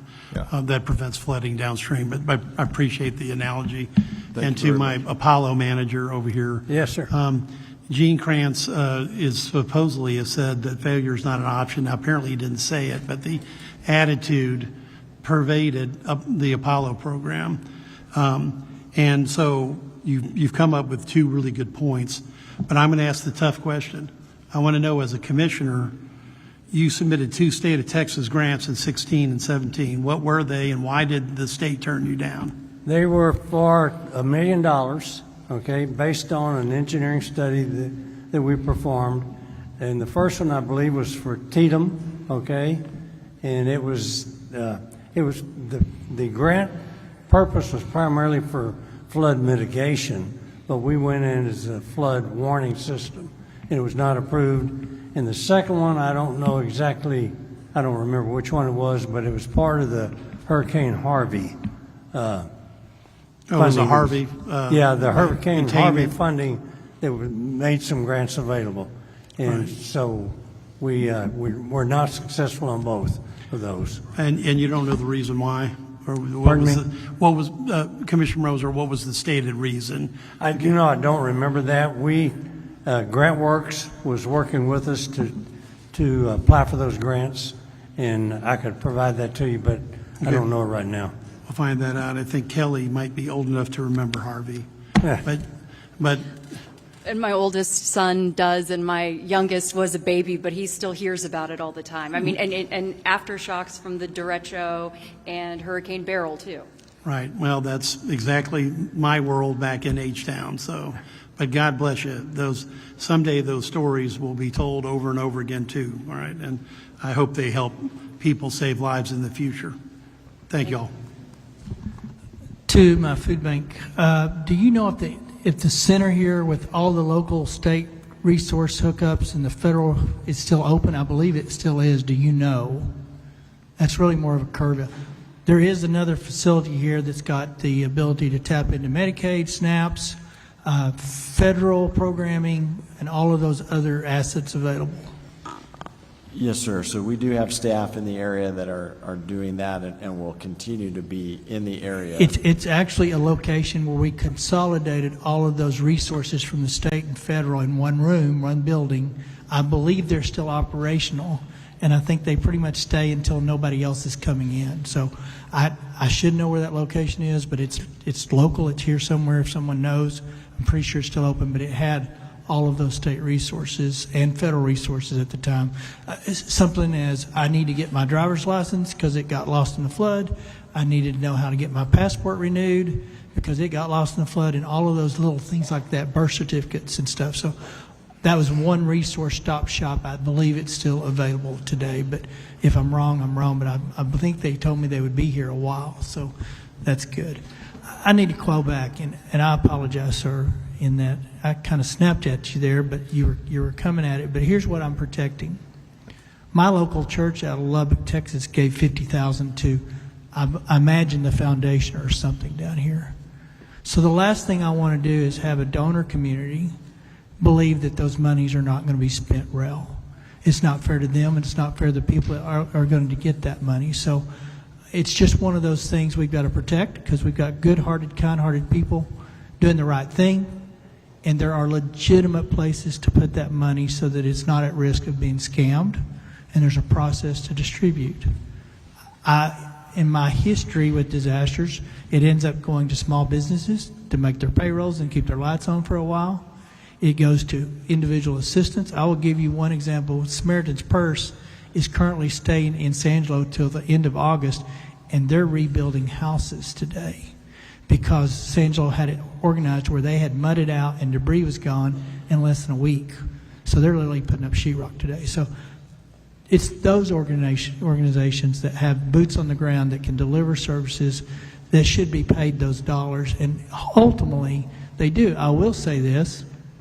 for those local foundations and United Ways and the like that have received a lot of dollars, I think the donor intended that to be a pass-through and not administratively shaved off. So, to your point, I appreciate where you were coming from, but we don't want to send a message that your money are going to go somewhere other than it was intended to. And that's really where I came from. So I didn't mean to jump, but when you made that blanket statement, it was kind of like everybody that's given $1 is now going to have a heartsick feeling today. No, it's not that, man. I'm just so burned out on these people that have given so much. The first responders, these volunteers, just nothing, you know. I mean, they're out a lot of money, you know. There ought to be some kind of pot or something, you know, that would go to reimburse them, if not make money, you know. I mean, and I'm not sure, I don't disagree with you, and maybe one of these local foundations can come up with an application for reimbursement and proof and stuff. So that's their call, but I think you make a valid point. A lot of people come down here and stay 3 or 4 weeks at, you know, gas, hotels, and oils, but a lot of them are working for these NGOs, the non-governmental authorities, like Texas Baptist Ministries. They pay for those hotels. So there's a lot of good stuff going on out there, but to your point, those guys that just showed up to try to help you, maybe somewhere in this mix of reimbursement process. To Senator Hanosa's project, part of our task was to come up with a volunteer coordinating system so that when we do get people standing in line wanting to help, we're not having them cause more harm. We are vetting them to make sure they don't have a criminal record that could cause harm if they're filtering through stuff. And so we're trying to get it all under one umbrella here and move forward. So, Mr. Chairman, before they go, Representative Verdell had a final comment. Yeah, thank you, Chairman. Just wanted to address this for you, Mike. I had the same concerns you did about the money that's being donated and where it's going, and social media has a lot of those same questions too. And so I've talked to some of the people associated with the foundation and another foundation, and it's my understanding that the volunteer fire departments have received a very generous donation from. So let's take Community Foundation, for example, where a lot of the money is going to. My understanding is that the VFDs, and I don't want to say the number publicly because I don't know if it's supposed to be public, but there's a lot of money that's come into the Community Foundation, and they've given, so far, a pretty good chunk of that out. And those VFDs came out, they received very good compensation donation. I don't know how to say that exactly, but it is there. And I talked to someone with a different foundation that's helping, and I appreciate you, Senator Perry, Chairman Perry, for mentioning Samaritan's Purse. That was something I had a reference to because some of the foundations are not able to give directly to people, but someone like Samaritan's Purse, which actually, Barbara, you mentioned to me before, I think, on Samaritan's Purse, they're able to help directly on the ground. So you may see some of the money not going directly to people from that foundation, but you'll see them going to another C3 nonprofit that can then get money to those people to help them. And so that's I'm with you. We want to make sure that there is ultimate accountability for what happens to those dollars. And the good news is those C3s are required to report publicly. And then just one more back to you. You know, I'm a blue collar guy. I'm a diesel mechanic and a truck driver that moonlights as a politician. And when it comes to wanting to get things done, I don't want to wait around for government to get things done, just like you. And I understand your frustration there, where we just want to get out and get stuff done. And so I'm with you. I just want you to know that. I want you to know that as far as I'm aware, the money that's been brought in has not been deviated to the wrong places at the moment. And we'll sure, as time goes by, if that has happened, we will figure that out. So there will be an accountability at the end of all this, you know. I mean, but there's a lot of so the C3s are required to publicly report a lot of their stuff. So I think there will be accountability if there is misuse of it. So yes, sir. I believe you. Yes, sir. I appreciate it. Does anybody else got a question? I've got one comment. So to you volunteers, particularly you, ma'am, talking about your bottled water comment struck me because I've been through multiple disasters, and you're right. The first thing to come is bottled water and clothes. And what I always try to tell people and the volunteers, the ones that truly get missed out on the thank you, because you have the disaster, you have the recovery from the disaster, but nobody talks about those that stay back to recover from the recovery. And that's its own disaster, much smaller, no loss of life, we hope, but it's particularly in a small community, and there are state resources that help with those things. AgriLife, Texas AgriLife is well, at least in my world, in the Panhandle, they're always a huge state asset to help. What do you do with 10,000 cases of water that nobody drank? What do you do with clothes that nobody's going to wear, and those kind of things? So we've talked a lot about, we're going to do what we can in this 30-day session. The work to mitigate the next flood will go well into next session, but you are going to have resources to get your town cleaned up and recover from the recovery. Those assets are in place. Anyway, thank you all for being here. Thank you, guys. I appreciate y'all being here. I think Senator Colcourse, Chairwoman Colcourse, can get you fixed up in Houston. For those that are looking for mental health, there's 2 local mental health authorities, LMHAs. It'll be our last panel. My understanding is they've already served 5,000 kids or people between the 2 is what I believe I heard. So there is some resources in the area, local mental health authorities. If those are not going to get it done for you, they can direct you to someone that can. But you need to check with Lois there. I know Houston has a very vibrant community of provider groups. So, all right, guys, appreciate you being here and staying with us all day.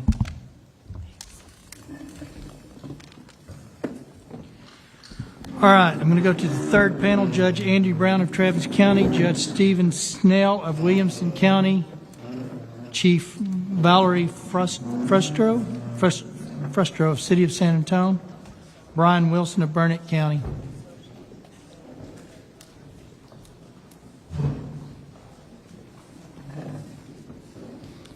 I've got Brown, Snell, Frustro, and Wilson.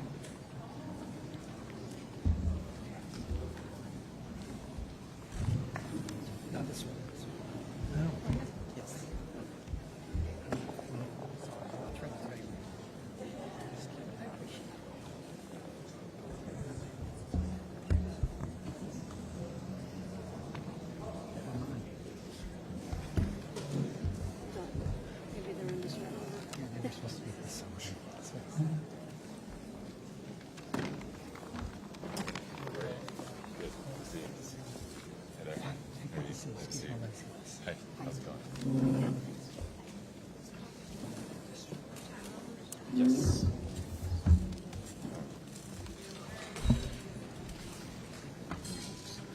Want to go? No, that's separate. Oh, sorry. I'm going to start with you. I'll start. Yes, please. I'm going to go this way. So let's go ahead and start from my left. We'll pick you up and go this route. State your name, your position, your title, and tell us what you need us to hear. All right, thank you, joint chairs.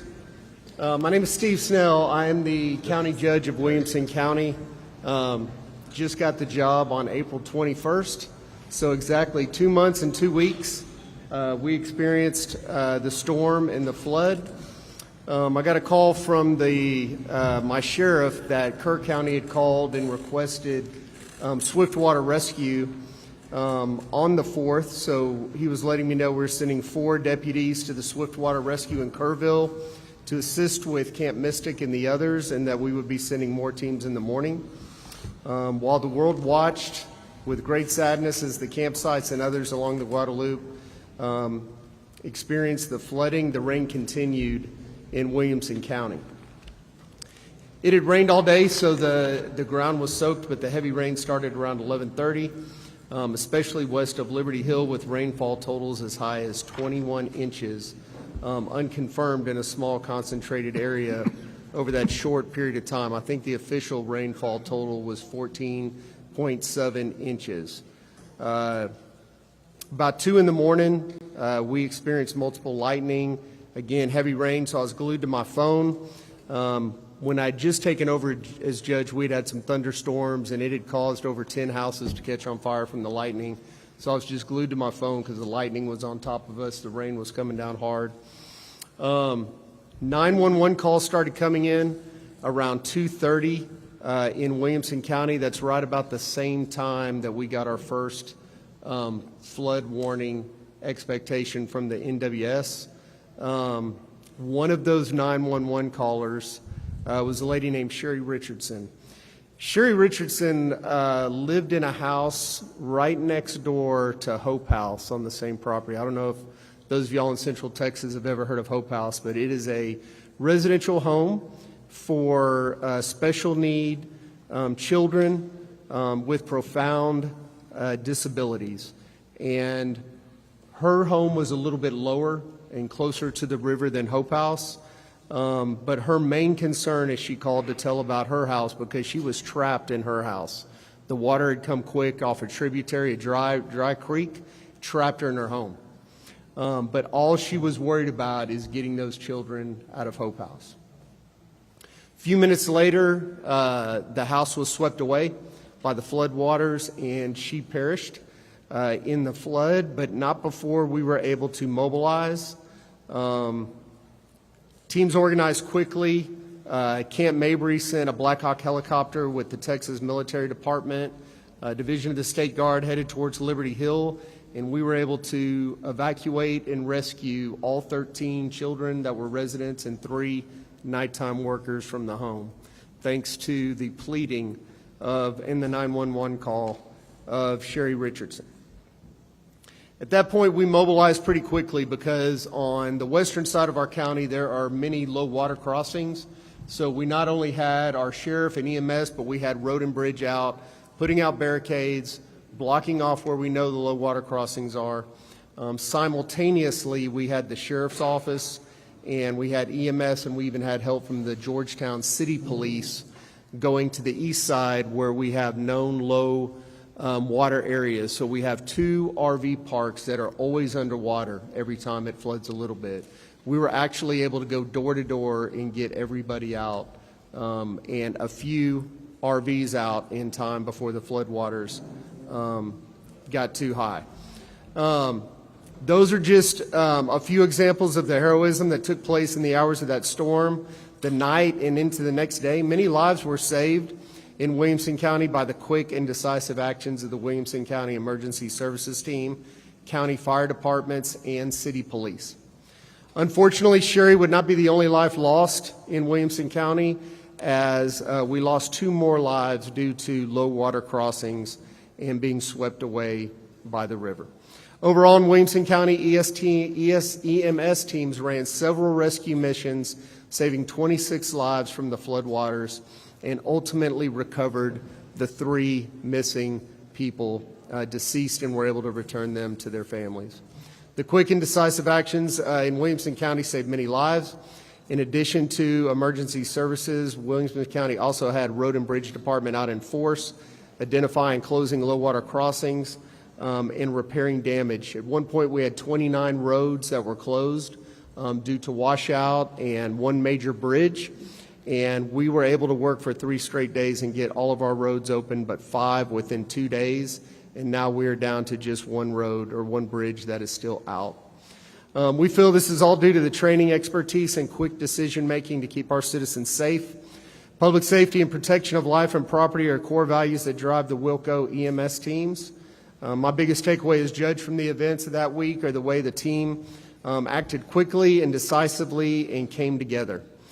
During the recovery operation, we were assisted by every fire department and EMS team in the county, and then from 7 divisions around the state, including as far away as Brownsville, Farr County, Bryan, Waco, and then we had 1 canine team actually from Mexico come to help.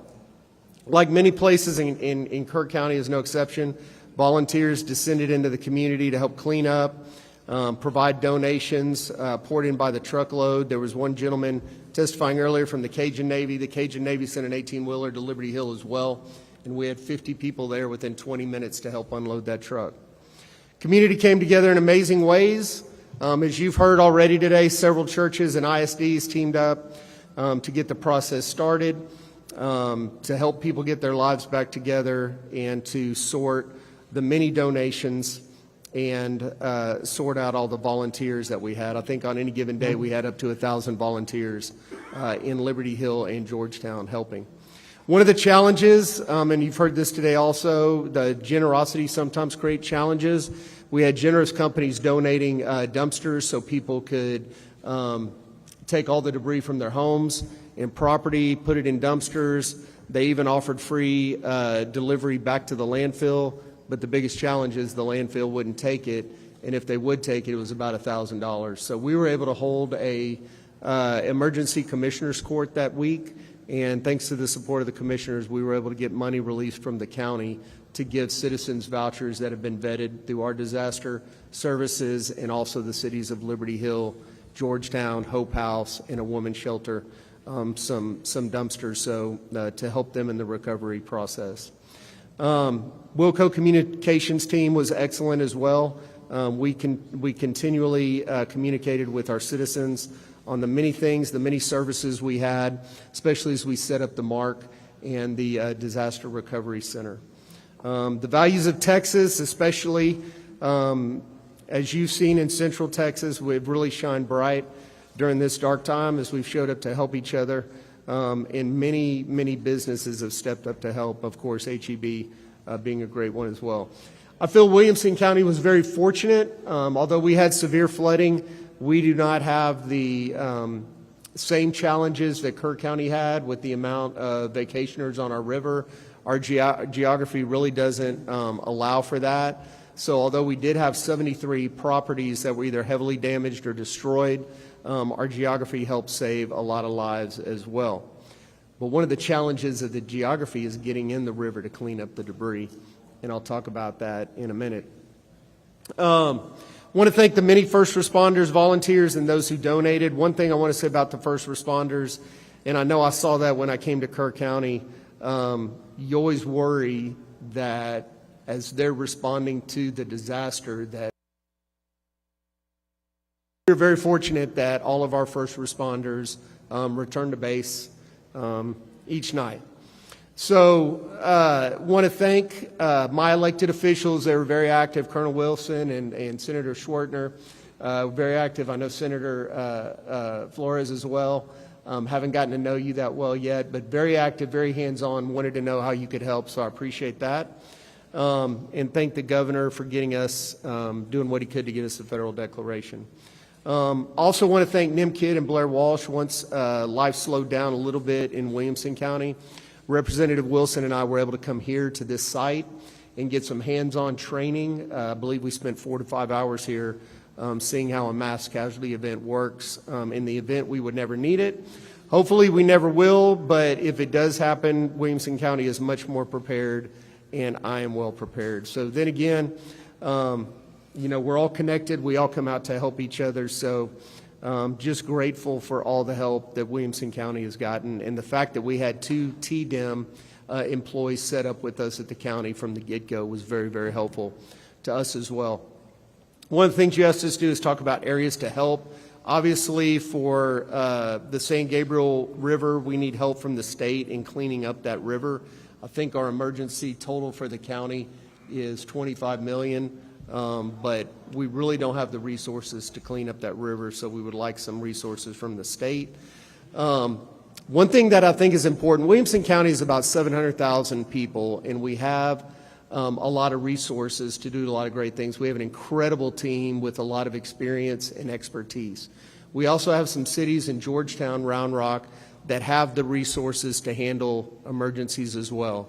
But half the county is still rural, and we still have small towns, and they have the same challenges that Kerrville and some of the areas around here have. So they don't have the resources. So looking at that, a way to pool resources, a way to help the rural areas, not only of our county, but all of Texas, no matter what the emergency is, I think could help us all. Judge, you need to kind of wrap it up. I will. I'll wrap it up right now. Thank you very much. Yeah. The other thing I've heard is on sirens and alert systems.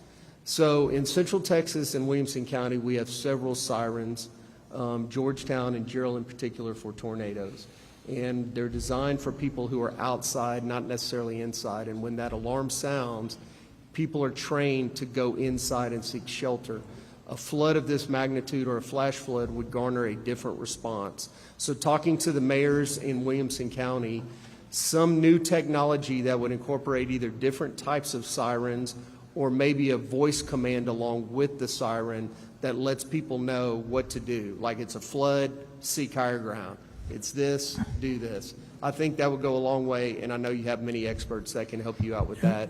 Committee, thank you so much for inviting me and giving me an opportunity. And you reminded me to say it a while ago. Somebody asked when the electricity goes off, Lubbock spent $1 million for 45 sirens, mainly tornado, and they've all got a battery supply on them. So that's how you get around electricity being out. All right, thank you, Chairman. Next judge. Thank you. My name is Brian Wilson. Greetings, Chairman Perry and Chairman King. I really appreciate the opportunity to be here, senators and representatives. I am the Burnett County judge. I was appointed in March, just a few weeks before Judge Snell. So today, I apologize. I got called kind of late last night, so I didn't have all the preparation time until 11:30 last night at the courthouse. But I'll do the best I can and leave room for you to ask me questions. For us, the story began on July 4th when we heard about Kerr County, and my wife and I were praying and just heartbroken over what was going on, and it was just so devastating. And we went to bed that night. It had been a little bit of rain. We've been in about 4 years of drought over there in Burnett County, and remember waking up about 3:30 to some just amazing downpour and lightning. And my wife asked me, "Oh, you think the cows are going to be okay?" And I said, "Yeah, most of them are up on the hill, so don't worry about it." So we only had 2 heifers down at the house where there's a chance of flooding. But by 5 o'clock, I got my first call. The emergency management coordinator said that it was really starting to cause problems, and that we were getting dispatch calls, and I should start to head in.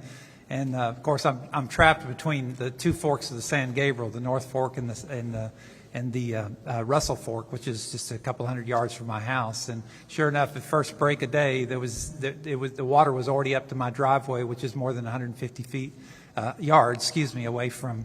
So there was no way I was going anywhere for a few hours. So I stayed in contact with the Emergency Operations Center, and then got into town about 10 o'clock and went straight to the courthouse and did my disaster declaration.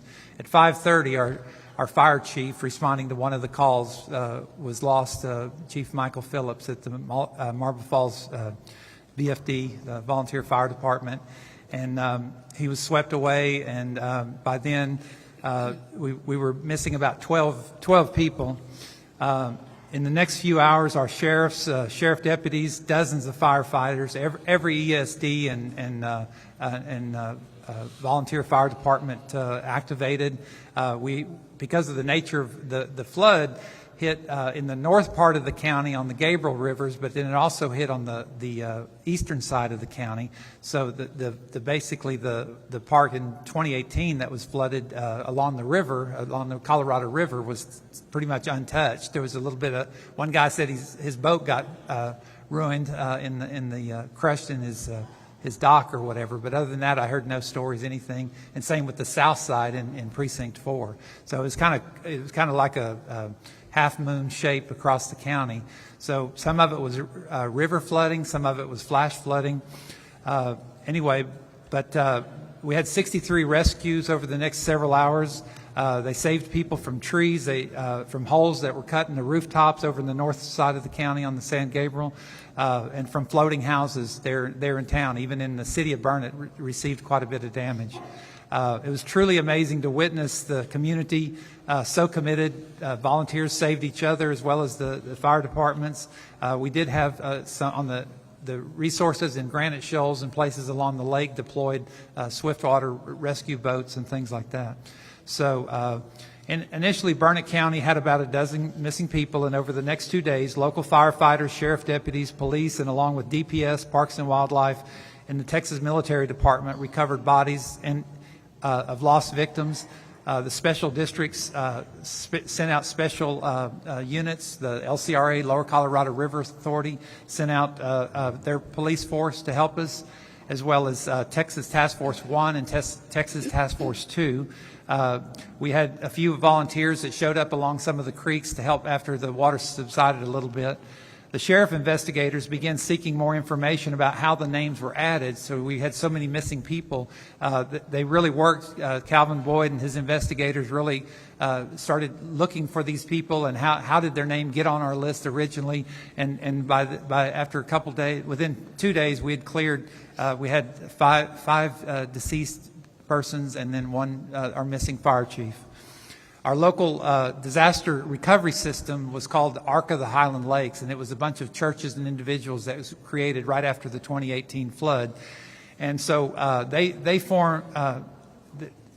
provided over the next couple days 18,000 meals along with food and temporary shelter. Anybody that didn't have a place to stay, we got them a place to stay. If they had pets, we got them. We even took along their children.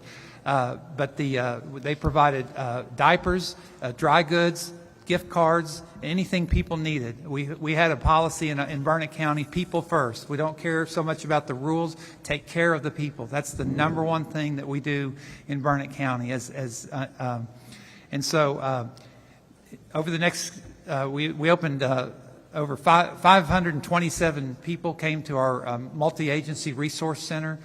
We had 433 cases that have been opened by the ARC for long-term recovery and assistance, which would include cash and housing and whatever people need. Our community from others around the state, including legislators, stood up and helped. We had a bunch of legislators and their aides come and muck out our houses, and we appreciate that. They worked alongside my grandkids. Burnett County, like I said, we opened the multi-agency center, then the recovery center, and then we opened the disaster recovery center with FEMA. There was HEB, Red Cross, Bluebonnet Trails Community Service, Rio Grande Legal Aid, and Central Texas Groundwater District. A lot of people didn't know if you got a flood that your well might be poisoned with bacteria. So we got the word out. I got on the radio numerous times to tell people. My neighbor from Houston actually heard me on the radio talking about how to save his well or test his well and then get it shocked. So we did everything we could to get out the word on social media, and then also managing the message. We were talking about websites earlier. It's really important that people manage, what resources are for your county. But still, even people called from Lampasas, they called from San Saba. We sent resources. Our Ark of Highland Lakes even sent resources and muck out teams outside the area to help. So finally, in talking about doing a good job, as I stood out on the parking lot in the sheriff's office that day, I realized the legislature had done a really good job, because I was looking at all those resources. I mean, all this, just amazing. The boats, how do you get stuff like that? How do you have 6 amazing swiftwater rafts out in your parking lot like that?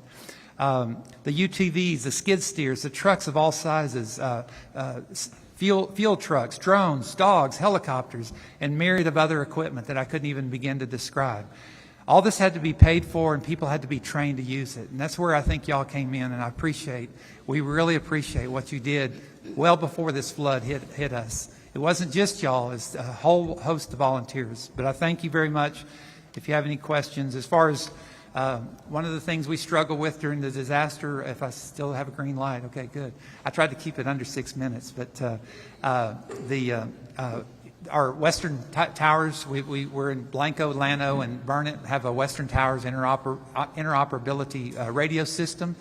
We took some damage to that, and we need to look at, just like somebody said earlier, we need to look at better ways to make sure that the interoperability is actually interoperability, that we have some assistance. And I know we're fixing to sign an agreement with TxDOT to take over some of the maintenance agreements, so we appreciate TxDOT stepping in there.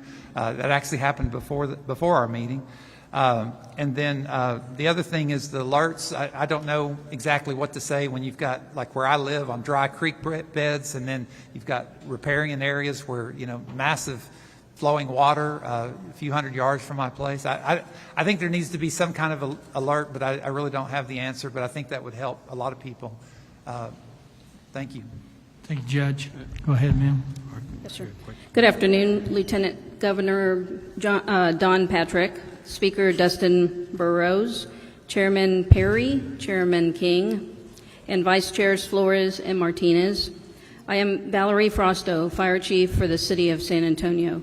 Thank you very much for inviting me to provide testimony on behalf of the city.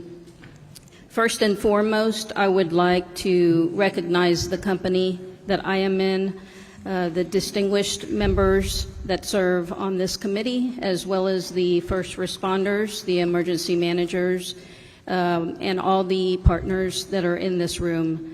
It never fails that we all come together in times of disaster and when we need each other's help.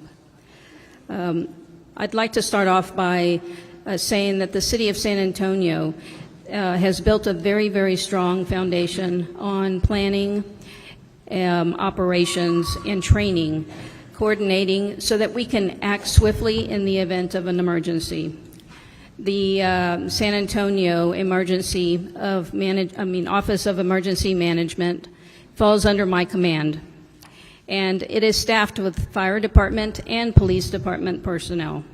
Its mission is to coordinate and manage all aspects of an incident, including preparedness, response, recovery, and mitigation. We work very closely with the Kerr County Office of Emergency Management, the Texas Division of Emergency Management, as well as numerous private and public partners. And we also coordinate all emergency activities for the City of San Antonio to ensure continuity of operations during disasters, and we communicate constantly with state and federal agencies. So I would like to highlight some of the strengths that the San Antonio Office of Emergency Management possesses. Our core strength is we have the ability to rapidly collaborate with regional and state partners. Our strong relationships with STRAC, TDM, as well as surrounding jurisdictions and partners has allowed us to effectively coordinate, respond, share intelligence, and mobilize resources very quickly. We're also very proud of our highly skilled incident management team, which consists of trained professionals capable of managing large-scale emergencies and supporting multi-agency complex incidents. Our incident management team is a regional asset that adds tremendous value to disaster preparedness and response efforts across San Antonio and South Texas. And when we are called to help, we respond. As far as specific actions taken by the flash floods in the summer of 2025, the tragedy in Kerrville occurred less than a month after the flooding in San Antonio. During the 4th of July flood incident, San Antonio Fire Department answered the call to support our neighbors in time of need. We dispatched boat rescue teams, the AMBUS, medical strike teams, as well as IMT and support staff to include chaplains and peer support. At the request of TDM, we had boat teams staged in the area on July 2nd by midday. And since that time, we have worked tirelessly alongside our partners, other agencies, to assist with rescue and recovery operations under extremely challenging and hazardous conditions. And today, we still remain engaged. I want to highlight a close call that we had when it actually brought to light the dangers that we face. In the early morning hours of July 4th, the San Antonio Fire Department, 2 boat teams were traveling down the road, responding to calls for to help with recovery or to help with rescue. And they came upon some high water. Has been mentioned multiple times today, they could not escape. They got trapped. They couldn't turn either direction because both roadways were flooded, and they resorted to cutting fences and scrambling, trying to essentially run away from the water. So they ended up having to board their boats that were on their trailers in order to save themselves. And they were very, very fortunate, but it was a very, very close call that we could have been one of the fatalities very easily. Since then, the equipment has been recovered, but both vehicles sustained heavy damage and both need to be replaced, as well as 2 trailers. Equipment can always be replaced, but people cannot. This incident is a powerful reminder of just how unpredictable and dangerous these conditions are, even for the most experienced teams. And I consider the San Antonio Fire Department boat teams and technical rescue team the most trained in the state, without a doubt. When I responded to Kerrville to offer support, I witnessed the aftermath, and it was truly heartbreaking. I saw the look on everybody's face. I saw the first responders struggling. They were very much overwhelmed, and it just puts into perspective that we need to do everything that we can to avoid being put in that position. If we are aware and alerted of these conditions early and we have the avenues to escape, I believe that we can avoid an incident, much less an emergency and/or a disaster. The overall response was a tremendous effort by our neighboring first responders who came together to serve when disaster struck. Just 3 weeks prior to the July 4th event, on June 12th, San Antonio experienced a sudden flash flood after more than 6 inches of rain fell in a very, very concentrated area of the city. Bidle Creek on the city's northeast side quickly overflowed, sweeping more than a dozen vehicles off of Loop 410 access roads, and that incident resulted in 13 fatalities, 11 of which occurred along Bidle Creek. During this incident, the San Antonio Fire Department responded to reports of multiple people in the water. A total of 15 vehicles were found in the creek, and 10 people were rescued by the initial fire crews that arrived. I was on scene the morning of, and the boat teams told their story, and they shared with me that they pulled off, the first road alongside the creek, and all they could hear were screams in the night. This is a much smaller scale incident than the one here that occurred here in Kerrville, but just the same, we lost many lives, and it was completely unexpected. However, due to the extreme nature of the event, the fire department's arrival, I wonder if it would have made any bit of difference had we gotten there faster, because this all happened in a matter of seconds. And that highlights the speed and the extreme nature of these type of events. As we continued our search efforts, I didn't hesitate to call the state for help. And as always, NIMKID came through. He answered the phone on the first ring and said, "What can I do for you? How can I help you?" And I can always depend on that. We asked for cadaver dogs and search and rescue teams because we had several people missing and we needed help, and we had a lot of ground to cover. There were vehicles and people that were rescued that were almost a mile downstream from where they got washed off the roadway. We're extremely grateful to the state for their assistance that they provided us for that incident. We experienced significant infrastructure damage totaling $22 million during this one event.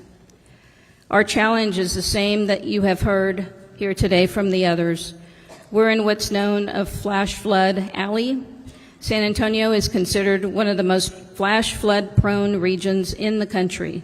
We know that, and the city of San Antonio has invested close to $490 million in flood mitigation infrastructure over the last 10 years. However, much more needs to be done. When disaster strikes, there is often a gap between instances where local government can be self-sustainable and instances when we are able to receive federal relief.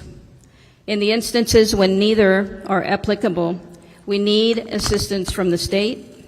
I heard Chief Kidd mention the need for a strong relief fund, and I completely agree.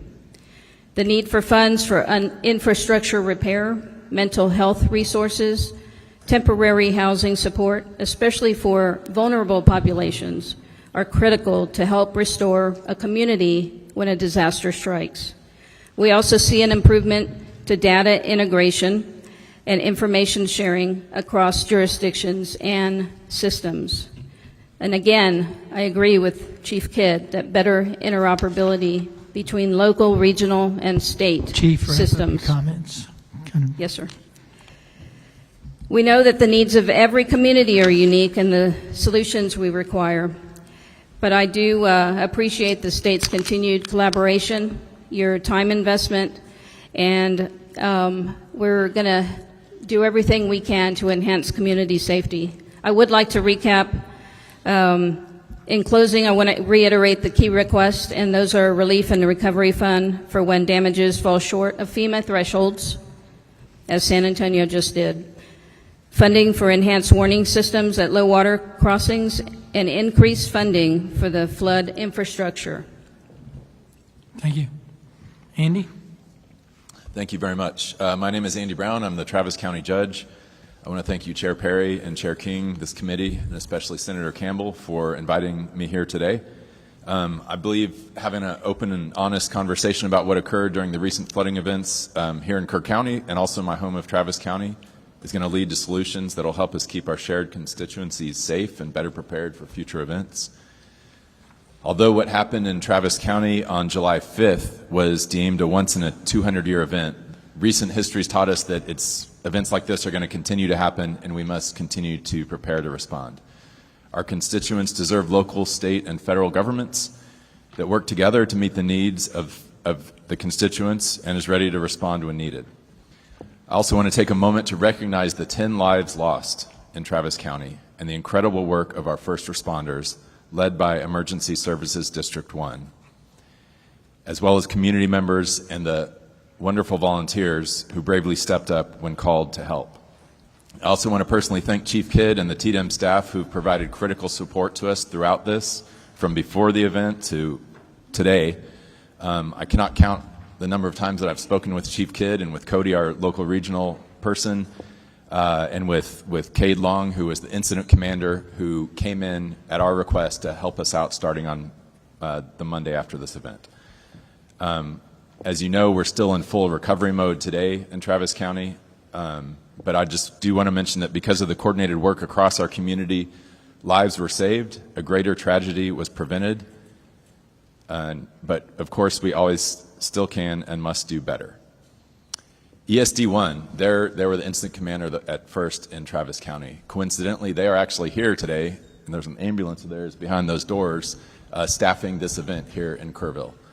I had a chance to visit with the lieutenant who I last saw Sunday morning, July 6th at 8 a.m. at the ESD1 briefing that morning.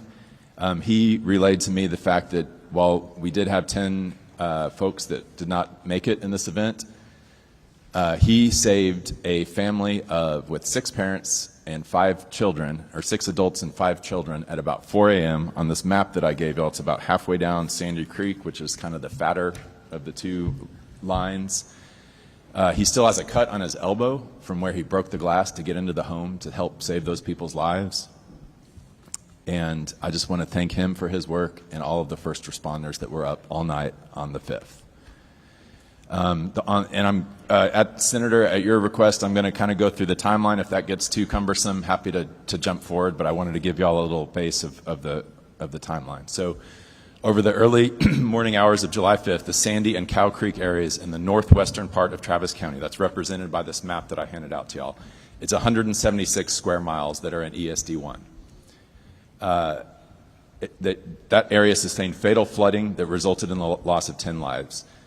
Neither of these areas had been identified in early warnings from the National Weather Service that folks should be on alert for a substantial flood risk that day. So at Friday, July 4th, 4:48 a.m., a Starflight. So we're lucky to have 3 Starflight helicopters in Travis County. We actually sent one to Kerr County because that's where the emergency was, obviously, at that time. When weather permitted, Starflight 2 responded to Hunt at the request of Texas Task Force 1 and was one of the first aircraft to make it into the area. The crew was the first to land at Camp Mystic and ensured that no one there was injured that needed transport at the time. They provided information to the Coast Guard and Texas Military Department Blackhawks that were tasked with evacuating campers. They performed hoist rescues of 2 adults needing medical attention from the river inn, where the water rushed through the first floor and the inn was now isolated because of high water. These 2 hoists were out of 5 total completed during the day 1 of that response. So they evacuated 3 injured victims to a hospital in Kerrville, 6 victims to the casualty collection point, and then responded to numerous reports of potential victims. It stayed overnight in Gillespie County, eventually returning here to Travis County. At 11:53 on Friday, Starflight, our EOC staff, and I checked in about activities in Kerrville. We looked at forecasts for Travis County. Nothing seemed significant for the Sandy Creek area. On 4:13 p.m. on Friday, no issues for the county, no flooding expected. Light rain this evening and overnight was the forecast. 9:34 p.m. on Friday, the Starflight aircraft and crew returned to Austin from Hunt, and we had an extra aircraft on hand at the Blanco base overnight just in case. 9:43 p.m. TDEM reached out to me personally and asked if we had any needs relating to the water in the Colorado around Marble Falls. There were chances of opening some floodgates. Neither the TDEM folks that reached out or myself anticipated major flooding, and of course nothing was being forecast about the Sandy Creek area. At 10:43 p.m., this was kind of the first time we started getting some sign of things happening. Travis County Office of Emergency Management Duty Officer Blake Clampfer began tracking severe flood weather to the west, but anticipated still no impacts to Travis County. At that time, we expected no impact here outside of some much-needed rainfall. 10:52 p.m., the National Weather Service issues a flash flood warning, kind of the second level of warnings that y'all have heard about today, for areas south of Big Sandy Creek, neighborhoods of Pecan Hollow, south of Pecan Hollow, south of Windy Valley, south of the places that you're hearing about today. The polygon drawn for the 10:52 p.m. warning that the iPod system sent out was focused south and west of these neighborhoods, primarily around Lake Travis, indicating the initial underestimation of the event's scope. The National Weather Service warning was effective until 1:15 a.m. 11:55 p.m., our Office of Emergency Management Duty Officer Blake contacted a sheriff's deputy to check on reports of flash flooding or high water in the area of Big Sandy and Cow Creek. The sheriff's deputy advises that no 911 calls had come in about flooding, but we asked him to go check Cow Creek anyhow at FM 1431. 12:08 a.m., the deputy finds water over the roadway and a car washed off the road. Reports this to the EOC. Cow Creek near 1431 LCR rain gauges at that time at 12:08 showed 7 inches over the past 2 hours and rain slowing down slightly. Nevertheless, Blake requested that the National Weather Service upgrade their warning to a flash flood emergency. So that happened at 12:08 a.m. And this, again, the iPod system alerts all cell phones that are in the area, whether or not you've signed up for those alerts. 12:23 a.m. The situation escalates rapidly as the first water rescue call is received by 911, with Emergency Services District, ESD1, who's here today, dispatched to the 24408 block of FM 1431 Road. This marks the beginning of a series of emergency calls. 12:36 a.m., Emergency Management Coordinator is notified by the duty officer Blake of flash flooding in northwest Travis County. The Sheriff's Department reports a car washed off the road, possibly near Cow Creek. Turned out to be a family of 6 that was rescued. 12:41 a.m. Northwest National Weather Service escalates to a flash flood emergency at our request. That alert goes out. It says it's effective till 5 a.m. This alert's polygon does include Big Sandy, Windy Valley, Juniper Trail neighborhoods, the areas that we're talking about here today. 1:03 a.m. they issue the National Weather Service issues a second flash flood warning effective till 3 a.m. Notably, it ticked back to a warning. I'm not sure why that happened, but that's what went out. It covered the Big Sandy, Windy Valley, Juniper Trail areas. 1:07 a.m. we had a sheriff's deputy that was washed off the road. So he on his the camera that you can see as he was driving, he was coming down Nameless Road. You can see the double yellow lines as he's approaching what is a low water area. It's not even a crossing over a creek. It's a low water area at that time. He was going 25 miles an hour. Then you see the water over. He was fine. He got out just fine, but his car was destroyed and washed away. We lost a second vehicle as well a little bit later. 1 a.m., Big Sandy Creek rose from 6 feet at 1 a.m. to 21 feet by 4 a.m. 1:30 a.m. Our ESD liaison. So we have a person who is hired by all the emergency services districts in Travis County. We've got several of them. That's the fire and emergency service outside of the city limits of Austin. They've hired someone named Gus, who is their liaison to the EOC. So he started at 1:30 a.m. In addition to the computer-aided dispatch that was calling and dispatching ESDs and Austin Fire from across the county out to Sandy Creek, he picked up the phone and started calling to make sure that all the chiefs were aware of what was going on and get them to send their folks out there. By 3:30 a.m., all ESD chiefs were aware and had been sending assets. The command post was in Lago Vista at ESD 1 at an administration building next to their ISD. That was the first incident command post that we had. And that remained the incident command post until TDM, at my request, took over. I'll get to that in a minute, but we requested their help on Monday, and they took over. 1:58 a.m. to 6:50 a.m. We had 36 water rescue calls to 911 dispatch, with ESD responding to addresses across Nameless Road, Cottonwood Drive, Long Hollow Loop, Windy Valley Road, Yopon Trail, Big Sandy Drive, Sandy Meadow Circle, and other locations in the impacted area. The rapid succession of calls underscores the severity of the flooding, with homes and roads being inundated. 2 a.m., Starflight efforts. Starflight aircraft attempted to respond to the initial request for help along the Big Sandy Creek and Nameless Road starting at 2 a.m. Despite multiple efforts, the crew was unable to get to that area due to the lack of visibility and the torrential rain. So our 3 Starflight helicopters, which are some of the best in the world, were unable to fly in that torrential rain that night. They hopscotched around a little bit, but they could not get there.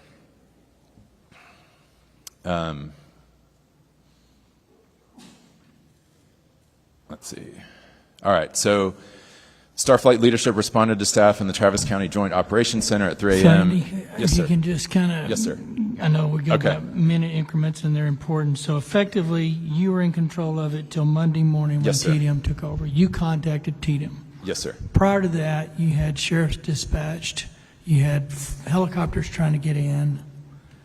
Yes, So I think there's several members with questions, but what would you need to tell us to finish up it? I think to finish up the questions about that initial response, we had 78 first responders from all across Travis County, Round Rock Fire, Austin Fire, Leander Fire, Austin Travis County EMS, 2 TIFMAS teams were on the ground.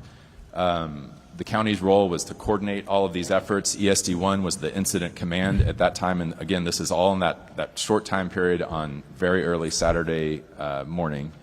I declared a disaster at 9 a.m., updated the governor's office about that, talked to Chief Kidd, talked to TDM, was in touch with them the whole day. I guess if I want to say something in summary, it's that TDM and Chief Kidd are amazing, and I talked to them constantly throughout this. They set up that incident command. They had DPS at the incident command once they set it up the entire time.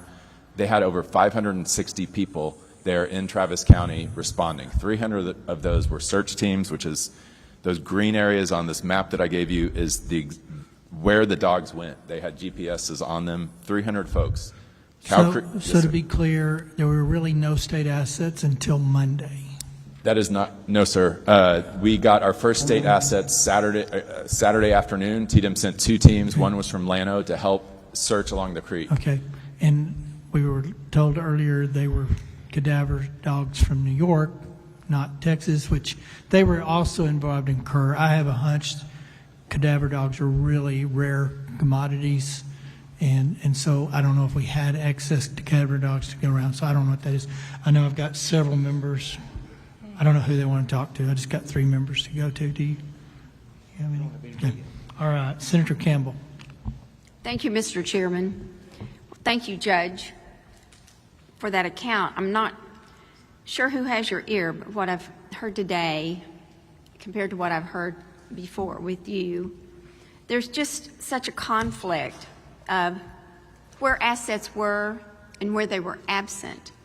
And it seems like Sandy Creek, Windy Valley, Long Hollow, Cow Creek area, wherever those assets were situated, And you did say, you know, there's a lot of square miles covered. But the emergency response team, people that gave witness today, testimony, they just didn't see them at all. And even today stay in crisis. And the folks initially, the heroic efforts were by the volunteers. I mean, we have Auburn, Gallagher, and Melanie Strong, who brings in her own backhoe or some large piece of equipment. Yeah. Or an excavator, who knows, she's able to drive it.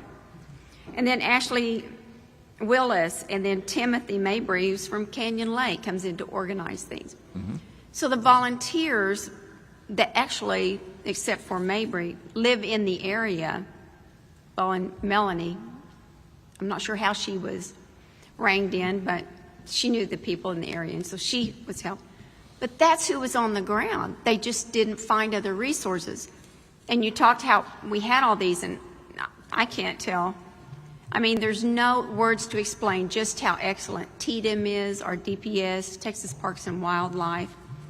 There's just no words to say how excellent they demonstrate. But calling them, and you first asked them to come in, when did you say? 5:30 in the morning? Or when did you say you asked TDM to step in? On Monday. Monday. They helped us before that, but to become the incident command structure. So Cade Long, who has worked in Asheville in their recovery, he works for TDM full time. I asked Chief Kidd to send someone to run the incident command, and he came, and yes, that was on Monday. But then the flood was really on the 5th, the morning of the 5th. It was. So that was Saturday morning. Why do you think it was so long between the time the flood happened on the 5th and reaching out to TDM, asking them to put boots on the ground, which they did, but on the 7th? Yeah, fair question. So I'm in touch with TDM the entire time. So we asked them to send the teams that we needed to help us search on Saturday. They sent those right away. Those teams had to leave to come back here to Kerr County Saturday night into Sunday. So on Sunday, it was our group that was doing the search. So I met at 8 a.m. on Sunday morning. I was out there at the Round Mountain Baptist Church. That's where we set up the initial command. I had the pleasure of meeting Aubrey, who came and testified here today. She was there with me. We both saw over 50 firefighters in the parking lot that morning at their briefing together. Okay. There was, no question that we had every resource possible there from Travis County, from TDM on those first 2 days. Those were the days where they were doing search and rescue. Okay. They had these things that looked like radar guns that looked for heat that they were going up. I think what we need to do is, I've talked with them to get specific information from them and dates, and sit down with you and have you go out there and see what's going on, because they're still in crisis. They still need funds, infrastructure, having a big problem with aqua water. That's a whole other issue that is not just because of the flood, but that we need to deal with. I would like to do that, because I think with the conflict of information, the only way we're going to do better going forward is to make sure we clean up now what's wrong, and make sure we don't revisit, that never happens again, with timing, response, because we've seen the state agencies all work so well together and quickly. I do want to ask just some questions that I got from the group. Sure. Some I think we'll have to, you may not have an answer for. We'll get the information regarding funding, but will you investigate claims that the 911 calls that Sandy Creek sent out after the flood were unanswered? Will you look into that, please? Yes, ma'am. That's a concern. If any time anyone has a 911 call that goes unanswered, please. So if you'd investigate that, and Yes, we'll write that down. And did you notice that, or did you receive notice that troopers, and we can write it down for you too, but you can make those notes. I appreciate that. Did you receive notice that troopers from other regions were available? And if so, why didn't we access those troopers? I can answer that one right now. We Go had ahead, a please. DPS trooper, a lieutenant in the headquarters the entire time. Oh, just at the headquarters. At the incident command headquarters And- with Cade Long the entire and- time. He was aware of everything that we were doing. Okay, and again, the incident command headquarters was stationed. It hopped around at first. It was at the ESD1 at first, and then it went to the church, the Round Mountain Baptist south, Church, right, the and then it Baptist got a church. more permanent location thanks to Leander ISD at At the Heisel school? Middle School. Yes, ma'am. Okay. The next three are related to funding that will, and they're just questions I can't answer, but my office will get with you. Will flood relief funds require all the listed documents? Because just as Chairman Perry was saying, documents are lost, passports, driver's license. How do you even prove up that you have an electric bill when you can't find anything? And thankfully, we have DPS out there this week printing new driver's licenses for people if they need them. We had on Sunday. And where is that? Where are they going? Where do people go to get that? To the Round Mountain Baptist Church, the pod, the sort of resources of, we have Are showers. they going to be there? That's the place you've got Yes. the laundromat, showers. Is that right? Yes, laundromat, laundry, showers, cooling tent, resources. HEB has been amazing And throughout that's this. on somebody paved a parking lot to put these on? Yes. Or Yep, I okay. believe it was Pflugerville Road and Bridge that came and paved that parking lot Okay. early on. And will assistant amounts be based on losses or incomes, and how do they prove that last tax? So we, return? along with, it was this judge's idea from Williamson County, but the Central Texas Community Foundation, they set up a fund with them. We followed suit and did the same thing. All of the money that we raise, I think that they raise, is going to go, it will go directly to residents only. And none of it is coming to us. So how do they, how do they access that, or what is either a site? Where do they go to look into receiving funding? So that it does go pass Yes, ma'am. through and not taken up as administrative fees by other organizations. Where do they go? So we're still in the fundraising part. So if anyone's listening today and wants to donate to Travis or Williamson County, it's the Central Texas Community Foundation. But they are administering it. They have experience doing this. Any money they give out is considered disaster relief, so it's not taxable. And where can they find the site, either the physical location or the email? Where do they find where they either need to show up or where they need to email? So where can they get that info? So right now, if they need resources, FEMA and Travis County Health and Human Services is set up at the Round Mountain Baptist Church. That is the epicenter of all assistance. We will have the same, once these funds become available, once an application process is developed by the Community Foundation, they will be at that same place. When it's developed. So the application, it's not developed yet? I think they probably have it already. We just haven't said go because, frankly, we're still trying to raise money into Well, it. still trying to raise money, but they're needing funds now. So if we can get that Yes, ma'am. going, that we'll would get be. that going. I think we have about 300,000 is my understanding. We're Well, trying to get to there's 2 million. A lot that can, they need that. There are multiple dams, homemade, I didn't know this, homemade dams, because the area is fed by springs. So homemade dams, which are not earthen dams, they're not cement structures produced from the Corps of Engineers, they broke. And Yes. that added to the flooding. I don't know, what are the ordinances, or what does the county say regarding homemade dams? And are we going to prohibit that? So we put a stop work order on the dam you're referring to. It was sort of a two-part dam. There was a lower part, an upper part. The lower part was destroyed at some point in the flooding. My understanding is they were rebuilding it. We put a stop work order on that. So that's on personal property, Yes, private ma'am. property, Yes, but it still affects people downhill. it could. 4 of them, just how many? But the point is, Travis County's going to look into every one of those homemade dams to stop, because they can't just. Yes, ma'am. And I'm in touch with Melanie on this. We texted earlier today Melanie. about that. So, yes, Okay, yes. that Yeah. Melanie, okay. And trying to have a better flood detection system. I think we've heard that out of that's a main theme going on through. Yes, ma'am. So I'd like us to meet and go over, compare the timelines, see what resources we can get to them now. They are still in crisis. Yes, ma'am. And there's still not enough communication. So if we can do that, it's a lot to unpack here, but thank you very much. Could I give you one anecdote about that dam? Yes. Is that all right, Mr. Chair? No, it's fine. Okay, so this is, I think, a bright spot in disaster recovery and TDEM. So on Monday at about, 1 or 2 o'clock, we got word from a TCEQ engineer that the dam you're referring to, the upper one that had not burst during the flood, might burst. And it was upriver from about 380 people in the part of Sandy Creek that were trapped by that bridge going out that I'm sure you've heard about. So I talked to the sheriff immediately. We were about to start evacuating those 385 people. I called Cade, who's my contact at TDEM. I said, can you talk in 5 minutes? And he said, yes. And so he patched us through to the State Operations Center, headquarters.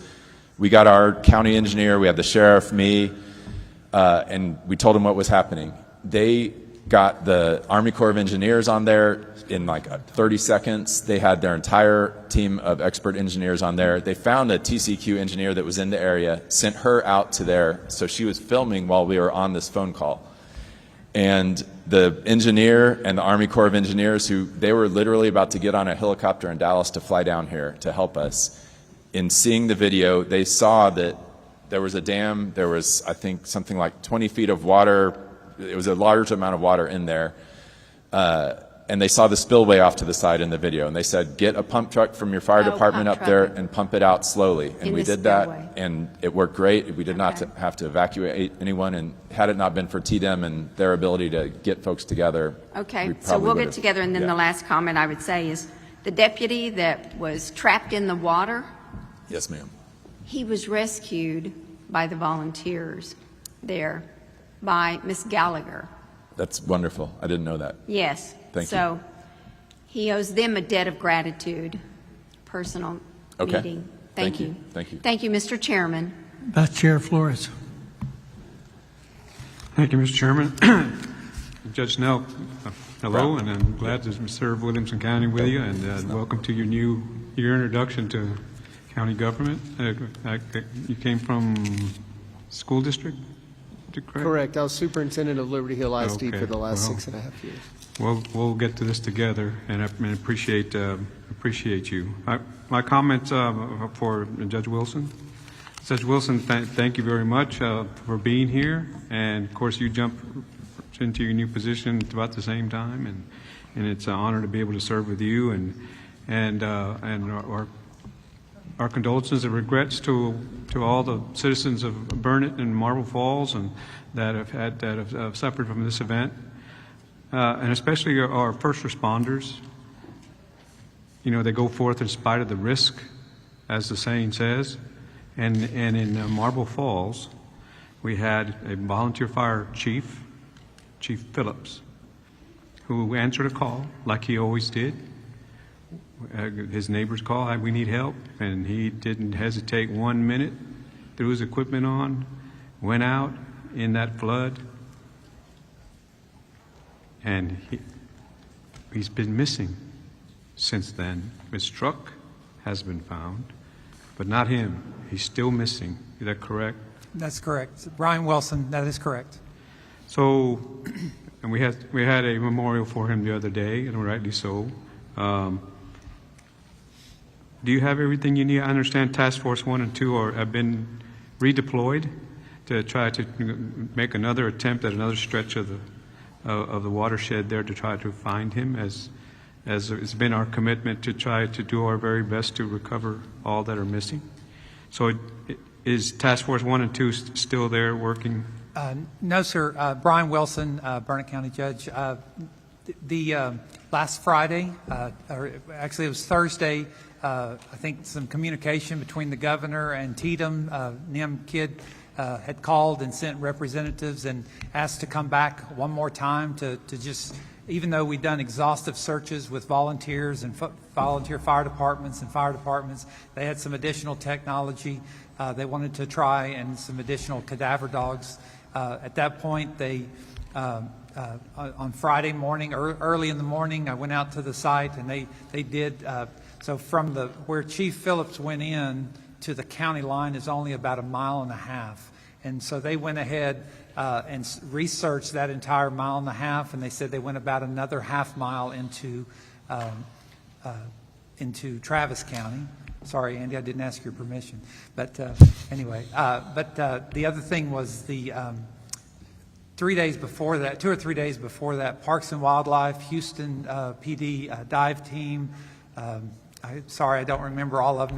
There's quite a few resources that have been applied. They went into Lake Travis. They did a very exhaustive search trying to look in the debris field that's right at the end of Cow Creek in Lake Travis.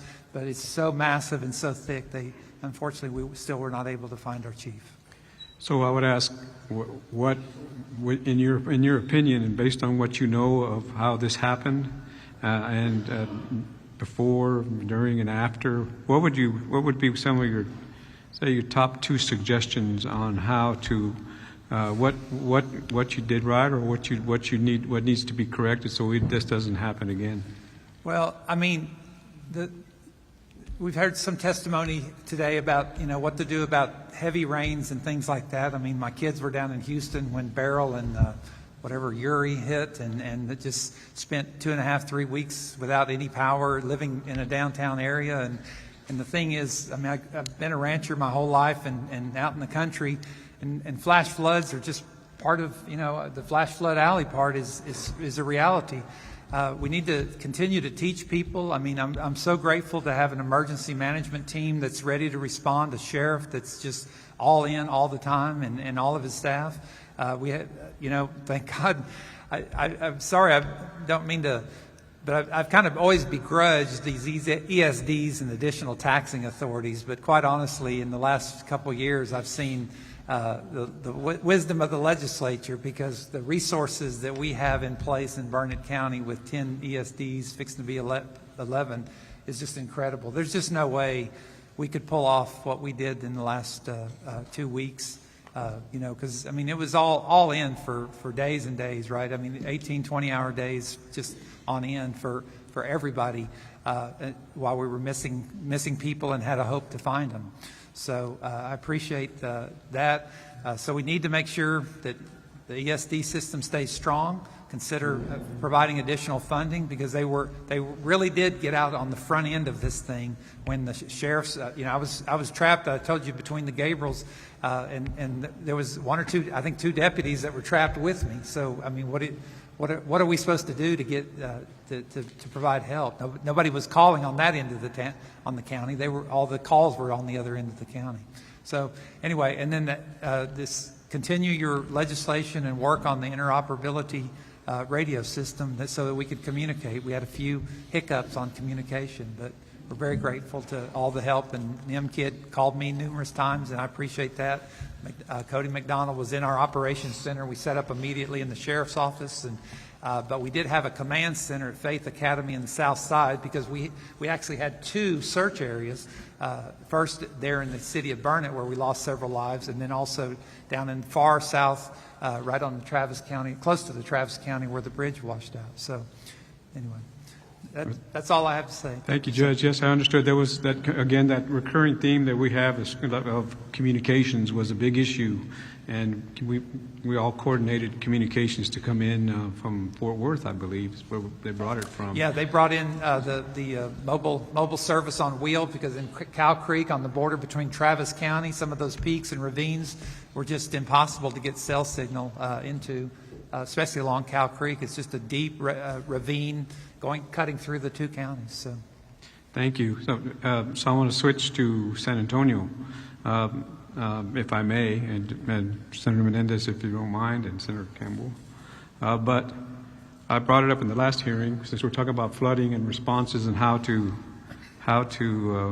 be more effective or to prevent. On June the 10th, there at Vital Creek on 410, I think it was the access road, there was about 3 inches of rain. But San Antonio is notorious for flooding. I've served in Kerr County, so I know how that is. But 13 people, while they were commuting right there at Vital Creek, were all swept into the creek and lost their lives. And then, we heard about it for about a couple of weeks, and then we heard nothing more. And then, of course, now we have this. But it's still the same thing. It's a flash flood. What steps is San Antonio taking that you know of as an emergency management responder on that event and other events just like it in that urban area, but especially, that 13 people lost their lives there. There's other similar events in low water crossings in not only the urban areas but everywhere else. That's another topic as we do our response. But can you tell us what after action that you did or that you know of that would prevent people from on their morning commute with a 3-inch rain getting killed on 410 at Vital Creek and other places similarly situated? Yes, sir. Valerie Frosto, San Antonio.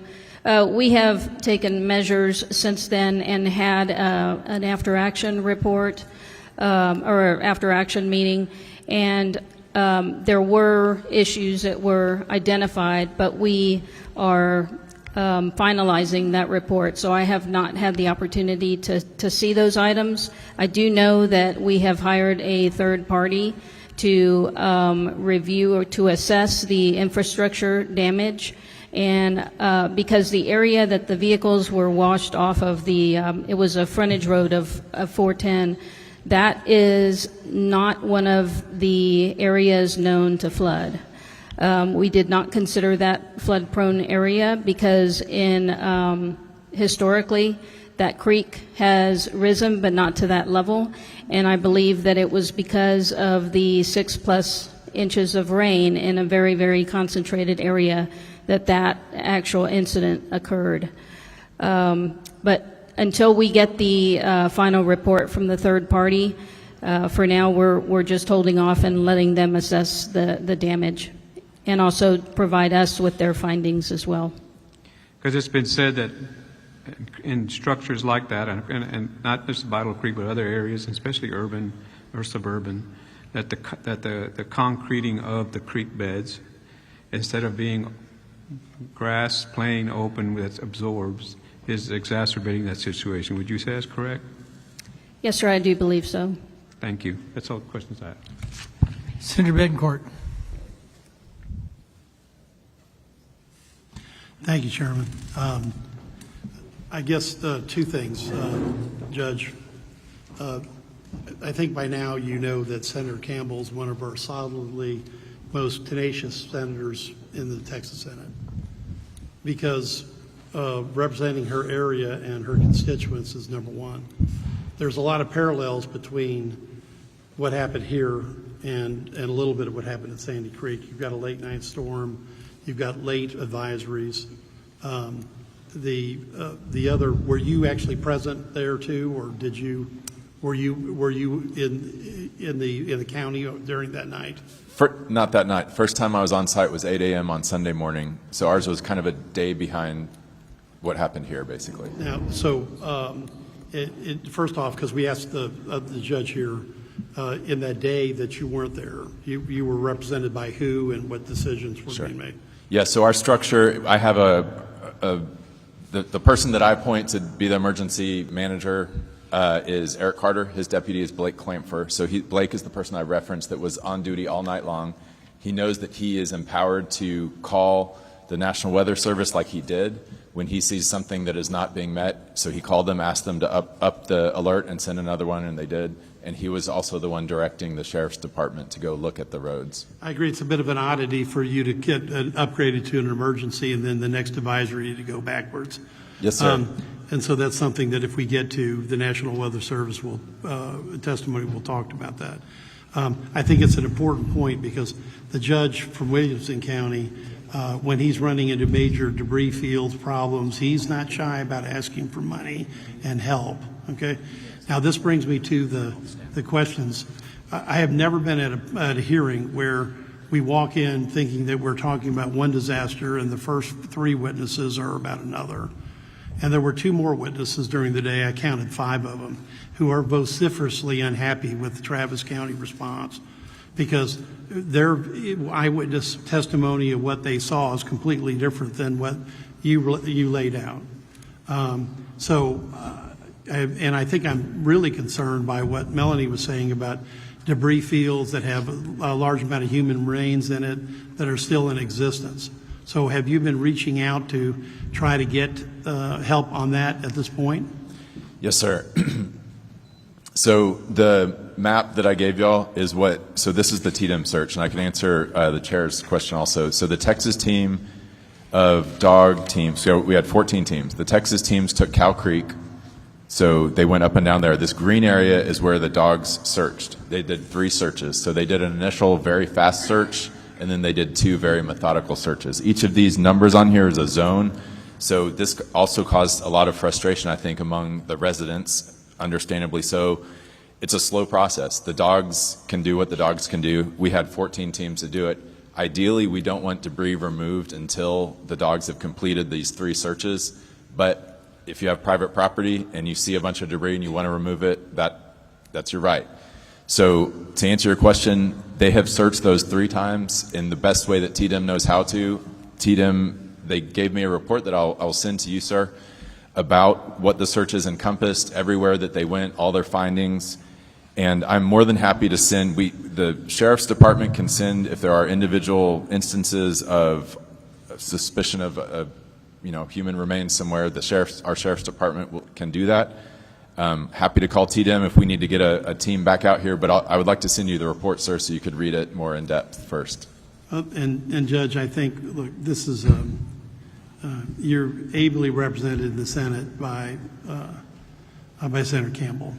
And, but you have an opportunity, because there's a whole group of people behind you, that I hope you take the opportunity to turn around and look at this point besides Melanie, okay? And Senator Campbell is here as well. So I would hope you would avail the opportunity to have a discussion, because I've not seen such a disconnect between the first few, eyewitness testimony in a disaster, and then have the elected official come in later. And these are just 2 non-intersecting tracks at this point.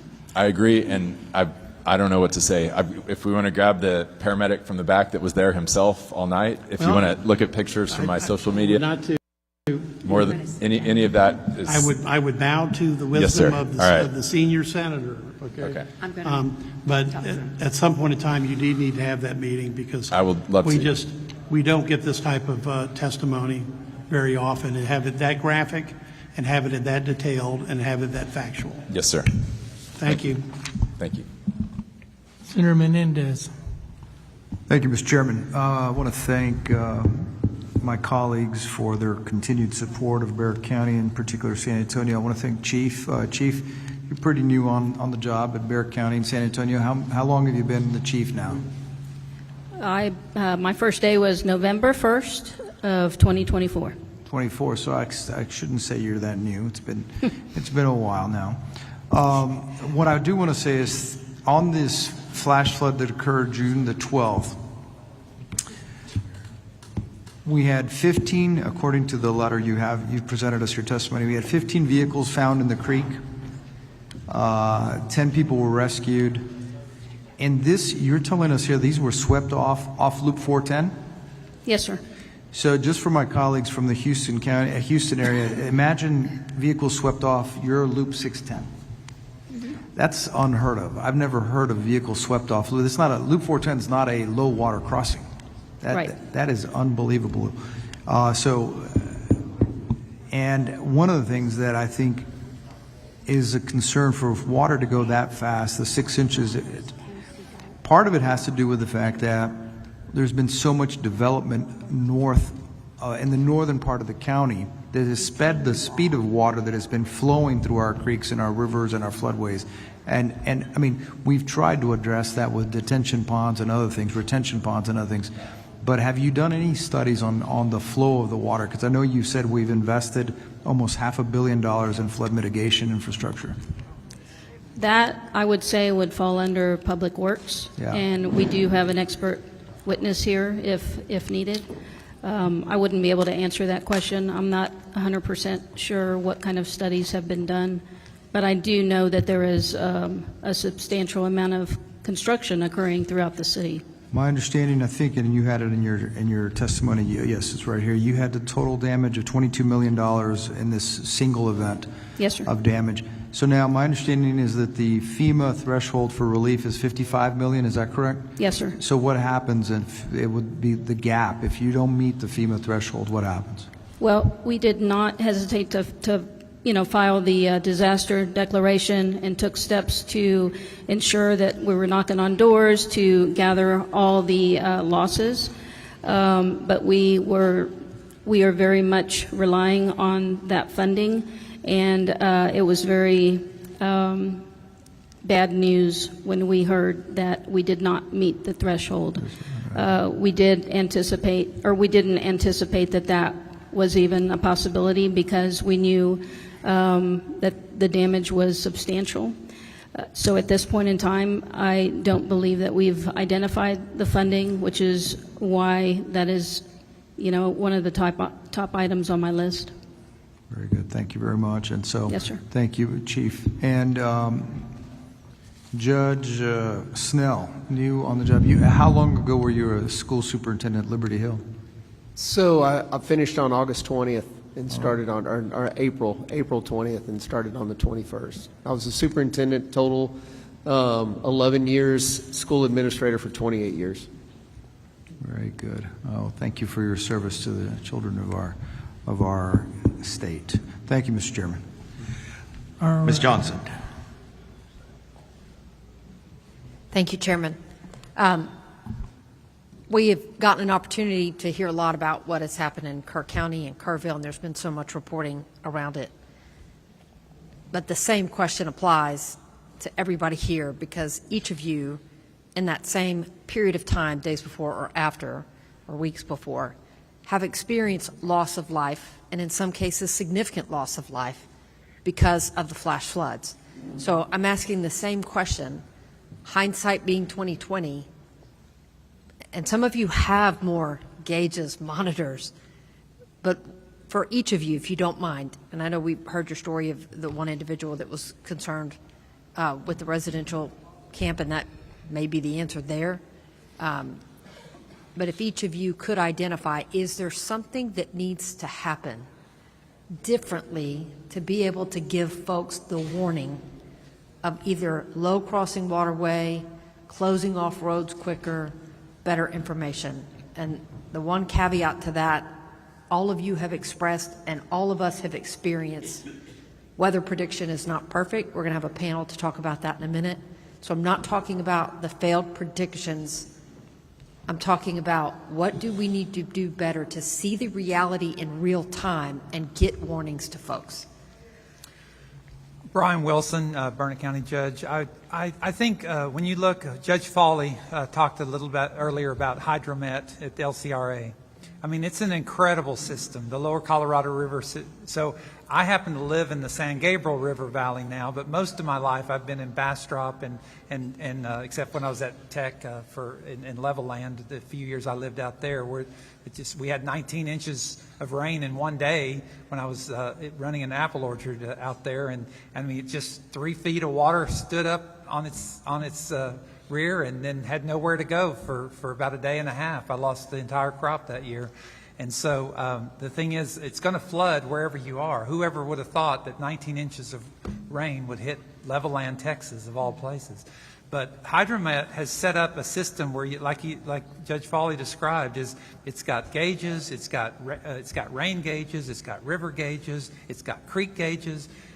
Having river authorities to be required or have something like that and invest whatever money that they get from the state or ad valorem taxes. I didn't know that river authorities had ad valorem until today's meeting. So, but those kind of resources are invaluable because that measures the water that's falling in from the sky at a time when you really need to know that ahead of time. And I've always relied on Hydromet whenever I need to know something about how much rain should I be expecting or whatever, is just look at the rain gauge upriver. When I lived in Bastrop, we could always tell what was going to happen next. Thank you. And in your circumstance, were these deaths transportation that people are driving and get swept, Most of them. There was one man that was in the RV. There was an RV park down there by Faith Academy in the south part of the county, just off of Hamilton Creek, and that creek flooded, and that gentleman died in his RV. Most of the other ones were related to low water crossings. And one of the things that we talked about last couple weeks ago or a week ago in Austin was the responsibility for folks that need to block off roadways when appropriate.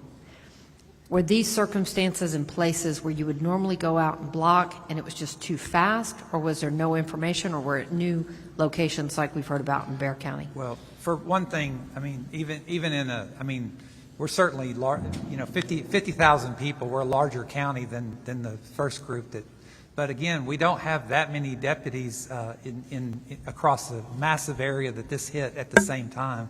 The sheriff tries to use zones, to keep people in zones, South County, North County, but even those, it's huge. I mean, Burnett is bigger than most other counties. If you look at a map, you recognize. I think I remember Webb County's like 6th largest, and I would dare say Burnett's still somewhere in the top 10 or 12, just in its the way it's from north to south. It's humongous. So there's just no way we could have covered even the three. So to get out of my house, I could either go north or south, but there was 3 points of the San Gabriel, plus hundreds of water crossings just in my precinct. Precinct 2 is the whole northeastern quadrant, and there's just no way a deputy would have been able to get to all the low water crossings in my precinct, let alone across the whole county. Steve Snell, Williamson County. It's an interesting question because this storm was so different. We've had water over our low water crossings before, but we haven't had the road washout. So the speed of the river and the debris in the river were wreaking havoc on roads as well. So that was part of the problem. I think it's a multifaceted approach. I don't think we just throw everything at it. I think we need to be strategic and purposeful in what we do. But I think one thing that can happen, regardless of the weather prediction, is now we know how much rain is possible and what it does. So there shouldn't be any more surprises when 21 inches drop and what's that going to happen to the watershed. Williamson County has spent hundreds and thousands of dollars on a new, it's called the Atlas Floodplain Mapping System. And it was pretty darn accurate to that 100-year floodplain. But I think all the gauges we have across the state, if they could be hooked up to an alert system that maybe you could subscribe to, what rivers are close to you, that you could subscribe to that. And definitely our first responders know, hey, we got this much rain, the rain gauge has hit a certain amount, we need to start sounding the alarm and letting people know this isn't. Because when we went door to door, we weren't asking, and everybody knew because of what we saw in Kerrville what was possible, so they got out quickly. We had zero resistance. Yeah. And I've been in Houston where there's hurricanes and, went through Katrina, went through Ike, went through some tropical storms, and it gets to the point where no one wants to leave because they haven't seen it.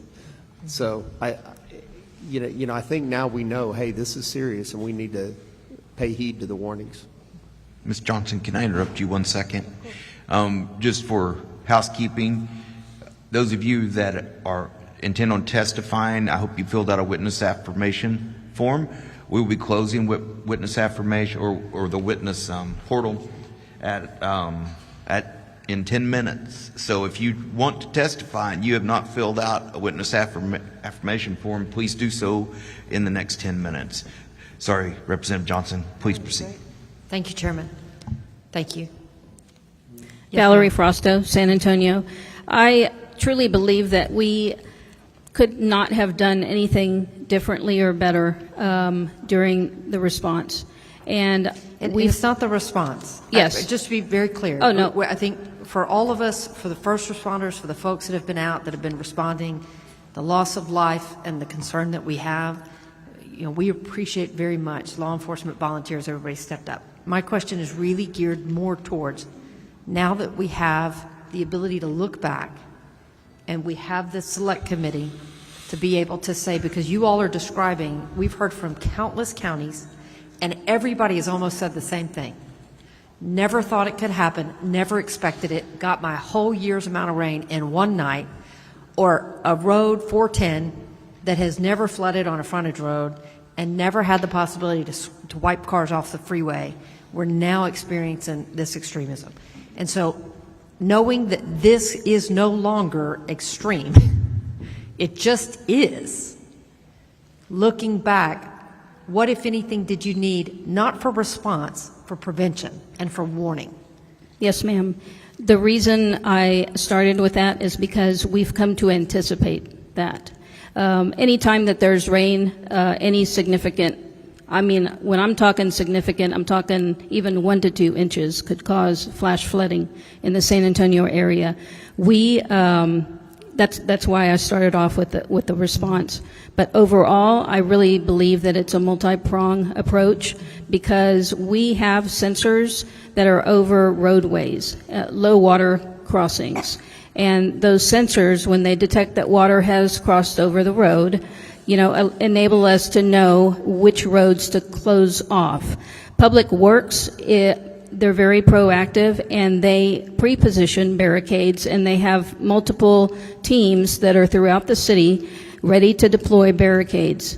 Once those sensors communicate to a central location, which is monitored 24/7, in order to get the barricades in place. So I believe that if we were to have automatic arms, barricades with flashing lights, signage, lighting, and a more robust system that has better sensors, I believe that could make a difference because at least that would automate the gate operation and close off the roadway.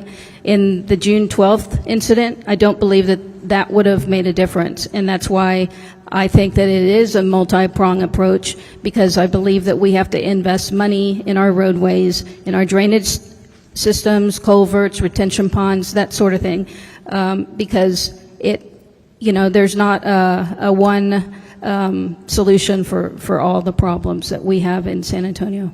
And so did you say that on this 410 section, were there no monitors out there because it had never happened before? Yes, ma'am. It is not considered a low water crossing in that location that they were swept off the roadway. Okay. And all of you have mentioned TDM, and I think all of you have praised TDM. And I just want to clarify, Judge Brown, I think TDM was embedded with you guys at like 10 a.m. on the 5th. Because I got confused by some of the questions earlier about when you brought in TDM, but TDM was with you. Yeah, so the way it works And we're all lucky to have TDM. Yes, because ma'am. for those of us like us in Houston where we've experienced it and we're preparing for it, they are a key partner, and we appreciate that. So I just want to make sure the record is clear. Yes. Yes, so they were with us the whole time. The way it works is you enter a STAR request for a helicopter or for water or whatever the thing, and TDM gets that to you. They were doing that, as they always do in disasters, from before the event, through the event. What happened on Monday was I actually asked them to send an incident commander, which is unusual. This is, I believe, the first time they have done that for a county, because we saw the scope of how big this was, frankly, for Travis County. So they sent in Cade Long, who was our incident commander. That's the thing that we requested and that happened on Monday. But before that, yes, they were still there. They were providing the same kind of help that they were to Williamson and anyone else. That was on top of the cooperation that they had been giving for at least 48 hours. Yes. And coordination with it. What about same thing? Because we heard from LCRA last week when we were in Austin. Yeah. And they talked about the impressive systems that they have out. Again, this is an extraordinary event, a significant loss of life in Travis County. Looking back, what lessons have we learned or can we do differently? What needs to be put in place as coordination between all of our state, local, federal, anything? What have we learned? Great question. So I think there's a few things. One is there was a guy named Paul Ura who worked for the National Weather Service until about, 3 or 4 months ago. He was the liaison between the National Weather Service and San Antonio, or Bexar County and Travis County.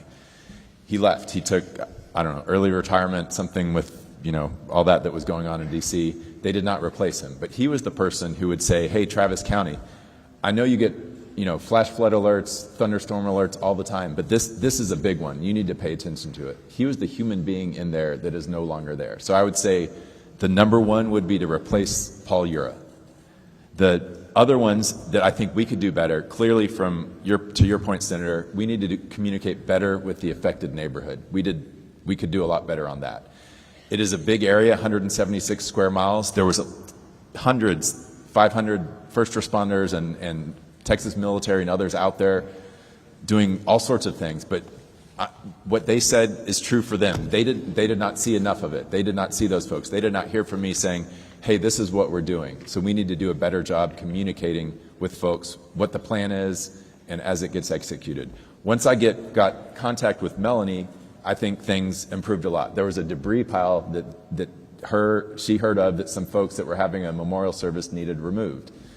Before we had that line of communication, it wasn't going anywhere, but we addressed it and were able to go on private property because she secured a release to private property and got it removed. So I think better communication with the affected residents would be a big improvement.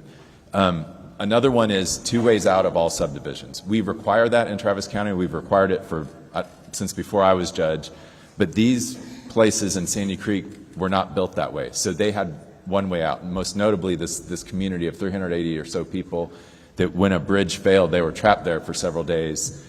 I mean, they could walk across. We got them food and water, basic necessities, but they couldn't go to work as they wanted. They could walk across and take a shuttle. It was not a good situation. If there had been a second entrance in that subdivision back whenever they built it, that would have helped. So I would think having that as building code across the state is something, I don't know if it is or not, but that would be great. Those are the top things that come to mind right now. Thank you. Thank you, Chairman. Thank you. Thank you, Mr. Chairman. Just the last thing, Judge Brown. Search and recovery, is that still going on in the Sandy Creek area? The whole area there, Windy Valley, and I know they found a leg just not very long ago.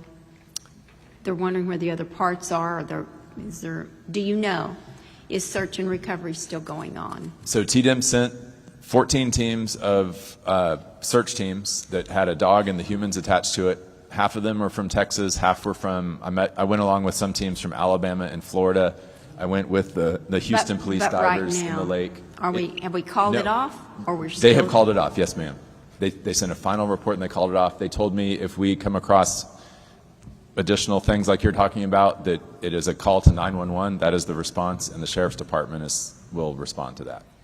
Okay. Well, I don't know when the right time is to call off search and recovery. So thank you for that information. We'll find out.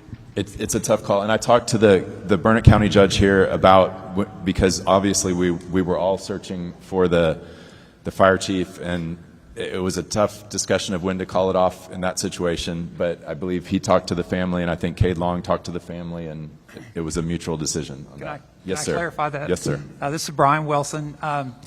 It's a tough thing to ask a county judge or a group of volunteers or the fire department to call off a search, and we're not going to do that. I mean, the governor has said we're going to keep searching till we find. Right. It doesn't search every avenue to look under additional debris piles, to use other technology. We've used LIDAR. We've used gas ray detection equipment. But to ask us to say that we're not going to hope to find Michael Phillips someday is just too much. I can't bring myself to do that. But we're stopping for now. And if we have other opportunities or other things that come to light, that we'll continue that at that time, and we may ask, as I said in my release to Texas Task Force 2, that if we find any additional information or opportunities, we'll call you back. And they said that was fine. So, who said that was fine? The Texas TDEM. TDEM. Okay. Thank you, Mr. Chairman. Representative Wilson. Thank you, Mr. Chairman, and Judge Wilson. I know losing Chief Phillips is a gut punch to the whole community. 30-plus years, and he totally beloved. And then you had the Hammond family, 17-year-old girl who made sure her brothers and sisters got out of the van. I know the families, know the entire county is hurting, plus the others that was lost. Thank you. And, you know, I just want to back up. When I was at Faith Academy and seeing the whole task force efforts, and you could just see the first responders are just so tired, 18-plus hour days, and just, man, they're just not going to give up. And anyway, we can understand that that's what community's all about. And we just appreciate you stepping up in such a very short period of time, very difficult time for the county, nonetheless, outside of the storm and so forth. But thank you, and I know that we won't stop looking for Mike Phillips. We know that this is also a gut punch on the economy in Burnett County because tourism. Obviously, this is the tourist season with the beautiful lakes that you have there in Burnett County, Inks, Lake LBJ, Lake Marble Falls, and so forth. And I know just as there's a lot of debris in Lake Canyon, there's a lot of debris in your chain of lakes as well. What is it that the state could do to help us get on that community on their feet with this debris, considering that LCRA focuses on navigable parts of the lake only, realizing all this stuff goes to the shore, fills up the coves, all those sorts of things. What could the state of Texas or even LCRA do to help in that endeavor?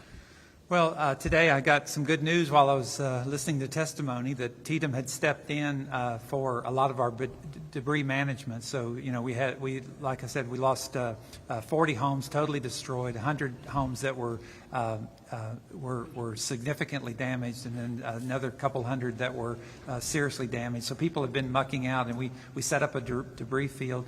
A site through the assistance of the TDM has taken that over to start removing that and taking care of it. And so we appreciate the assistance to help. I wasn't expecting that. We were in the middle of making contracts, but for the same purpose. I mean, a lot of that debris that's collected into the lakes, that would be another good part, because, you know, of course, as you most people probably know better than I do. I don't spend a lot of time on the lakes, but a lot of those lots are owned back, you know, by private properties down into the lake. And as Judge Brown spoke earlier, counties are not allowed to touch private property unless we have very specific circumstances and situations. So that's one area that the state, through LCRA or through its own authority, could begin to draw out some of that debris out of those coves and away from property owners. So. No, I appreciate that. When you look at it, especially in the coves, Highland Haven, Granite Shoals, and so forth, actually the municipalities own that lake, a lot of that lake bottom as well. And of course, you know, with the economy as part of the concern, you know, I would hope, and if you put more thought to that, because I know that we have some thresholds on the FEMA piece, right, but there may be some additional opportunity there for which the state can assist in that direction. Just need to hear from you. Judge Snell, sir, thank you for your leadership. Obviously, Liberty Hill, you may have been a school superintendent, but you were a leader within the community, and obviously Liberty Hill jumped out and started supporting outside of their city limits, especially along the San Gabriel and so forth like that. And so it was really good to see a lot of work in that community. I know that Leander was looking to push support into Travis County. Between yourself and Judge Brown, can you kind of walk us through that, if you have any knowledge of that, and if there was any hiccups and something there that we need to look to to make sure that even though they share the same zip code, that doesn't mean they're actually part of Leander proper, but when you look at the Sandy Creek effort, it's in close proximity to one another. Yeah, I'm not sure on the Leander working with Travis County, but I was in contact with my mayors on their needs, and I'm assuming Mayor Delisle from Leander was in contact with Judge Brown on her needs for the ETJ. You know, a lot of these cities were in an interesting spot because most, if not all, of the damage around Liberty Hill was not in the city, and similar for Leander, but those mayors stood up and led for their communities as well, and we had a lot of help from state people, from other cities in the county. So I was calling Judge Brown either every other day or every 3 days, and Judge Williams too, or Wilson too, to get if they needed any help whatsoever. So we were in communication throughout. Especially when it came to establishing a fund and so forth, or a place where people could actually make contributions. So there's a lot of the county to community county foundation, discussion. and it was actually just people in Williamson County. It wasn't my idea. We just gave them the vehicle of using the Wilco Cares to donate. They've raised over $800,000 right now, and the goal is to raise $1 million and keep going. And Travis County started about a week later, so we got Travis County Cares. And we've got Burnett County as part of it too. So it's a great organization looking out for the whole community, not just for this disaster, but for every aspect. No, appreciate it. Yeah. Would you like to comment on the Leander? Because eventually what happened in terms of the Sandy Creek support, the basically started to become headquartered out of Leander, did it? Absolutely. Leander ISD was where the incident command was, where the initial where the volunteer center was and where the resource center was initially. They've been wonderful partners with us. Judge Snell and I have talked several times, as he said. And our radios, I know there's been some discussion about this, but as of something like 2008 or something, our radios are all interoperable. So our first responders from Travis County and Williamson County can talk easily. I double checked that with ESD1. They've got the Wilco frequency on their radios down here today. So yes, great partnership here between Williamson and Travis County. That's good. So and thank you, Judge Snell. Thank you, Judge Brown, on that question. It handed us this. It shows us basically the terrain. And oh, by the way, when you're talking edge of balcons, in the balcons, and you're talking about, especially in the Cow Creek area, in the area of the Sandy Creek, extremely difficult terrain. And so you mentioned that TDM was co-located. Was that at the EOC or at the incident command? When it was the incident command. So we asked them on Monday. I think on Tuesday they were there setting that up, and it ended up being at the Leander ISD Middle School. Okay, and that was ESD1 initially, was Yes, the sir. incident command before Yes, you sir. requested TDM, just to make sure I got that straight. Yes, sir. How many ESDs does Travis County have? Man, you were going to ask that. 13 or so. Okay, well, no, I Yeah. appreciate it. It's large. Yeah. And out of how many ESDs was basically directed to go and support because it was ESD1 that was impacted, correct? Yes, sir. It was every single one of them, is my understanding, that they came. So they had a part and piece because they also have to make sure that they protect against fires and so forth, like that, or other emergencies across the county. Yes, sir. And I but think every one of them was engaged. It's a big reason why we asked TDM to come in Monday, because that exact reason, that these firefighters obviously dropped everything, came to the aid in Northwest Travis County that night and into that morning, but they have to answer 911 calls for the rest of the community, and so that's a big reason why we're so And it was thankful. pretty overwhelming, and that's why we got TDM in Yes, there, sir. and TDM basically took over the 7th or 8th of July. So 5th, 6th, 7th. We asked them the 7th. They took over the 8th. They took over on the Yes, 8th sir. of July. So, and I can only imagine that the terrain that you're describing here, with this number of search teams and so forth going, a lot of cadaver dogs. Yes, sir. Plus, you have the issues going on in Kerr County as well as the other counties for which was impacted that testified earlier today.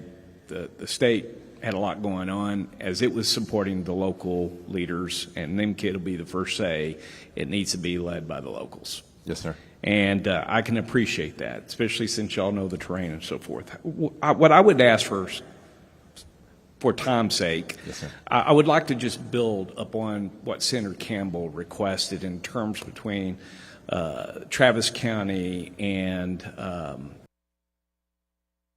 rebuild that timeline. Okay. And also share that after action review once, because I'm sure y'all are going to do one. When do you think y'all will execute the after action review? So we're still it's not after the action yet. As you have heard today, there's Sure. still a lot of work to do there. So you wait till the total piece. You Yes, don't sir. do it by phase or anything else like that. You Yes, sir. Wait till okay. Yes, sir. I got it. So we'll wait to hear to see when you think you may be able to make that. But when you go to build that timeline, because I'm pretty sure when you're talking about this amount of terrain, Yes, sir. that you were focused on recovery, first to save lives and recovery. Yes, sir. And that goes for several days. And so I imagine, obviously when you look at this complexity of terrain, you may not see a lot out there. Yes, sir. In your local place, because your incident command was how far from Sandy Creek? 20 minutes away. 20 minutes Yes, sir. away. Okay. So if you could, please, could you also articulate in that timeline when other management pieces come aboard? Like, for example, the management system that y'all or processes you put in for volunteers, where they would report to. How would they report? How did they know? If you could just kind of give us a total picture so that we can understand, we can learn as well. Because the one thing that is obvious is that the people do need to see us, and they need to see us out there working hard and helping to organize. There's an expectation that we organize. And so if you wouldn't mind including the management pieces, all the way down from the water and food that was provided, if it was, or did we depend on the volunteer base from the churches and so forth. But also, if you could put inside that timeline how the low water crossing was discussed and determined, and what resources we were looking towards, because that community really didn't have that low water crossing in place for, 8 days? 10 days? Yeah, I've got that in the timeline. But yes, it took a while. Yes, we first got, I think, TxDOT engineers out there, then Travis County. Do you want me to go into the timeline? No. Okay. I just want you to build it into that timeline, Sure. if you would, Happy that to. Senator Yes, sir. Campbell was talking about. And I greatly appreciate y'all being here today. Thank you, Mayor. Thank you, sir. Chief. Yes, sir. Thank you guys for being here. Appreciate you hanging in with us. It's been a good panel. I'm going to call up the next batch of publics. Kyle Nidever, Nidever, Catherine Fox, Evelyn Miller, Rosa M., I believe it's Toter, T-O-T-E-R maybe, Rosa M., Deborah Strain, Clay Lambert, Sarah Stewart, Chris Distel.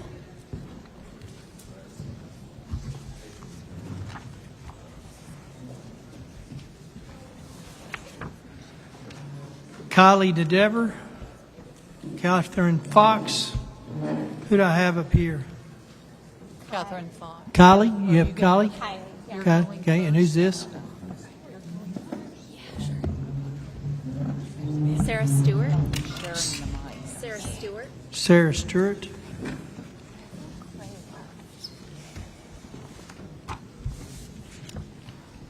Catherine Fox. Okay. Kylie. Evelyn Miller. Is that you? I'm Deborah Strain. You're Deborah.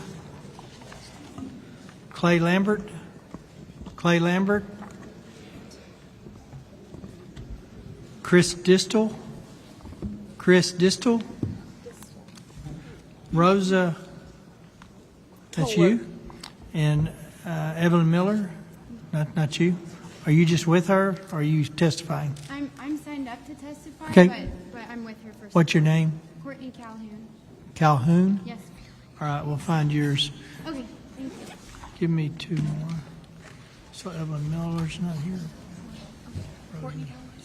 Courtney? Yes, sir. All right, we'll put you in. Need two more. Barbara Oates and Ashland Bolton. Barbara Oates and Ashland Bolton.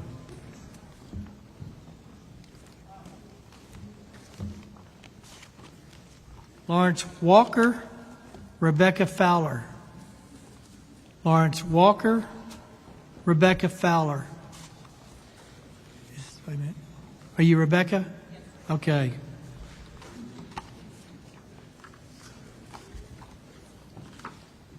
Daniel Edelston. Daniel Edelston, got you? Okay, all right, we got a full panel. Let's go ahead and start with you, Kylie. 3 minutes. Pull that mic real close and talk real big. Hello, Chair and members of the committee. My name is Kylie Neidiver, and I am a lifelong resident of Kerr County. I live in Bumblebee Hills, a working-class neighborhood located off Highway 39 in Hunt. Of the 33 homes in my little community, only 5 were untouched by the raging floodwaters of the Guadalupe River.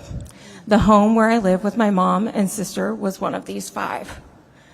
In the early hours of July 4th, my neighbors' homes were flooded with anywhere between a few inches to over 8 feet of water. By the grace of God, no one in Bumblebee Hills was seriously injured or lost their life that morning, but many homes were ruined, and we are now faced with the monumental task of rebuilding and resuming our everyday lives while bearing these new unseen scars of trauma. The only thing more powerful than the flood has been the outpouring of volunteers and community members who have taken it upon themselves to help us recover. Assistance and prompt guidance from our local government regarding our rebuilding efforts have been non-existent.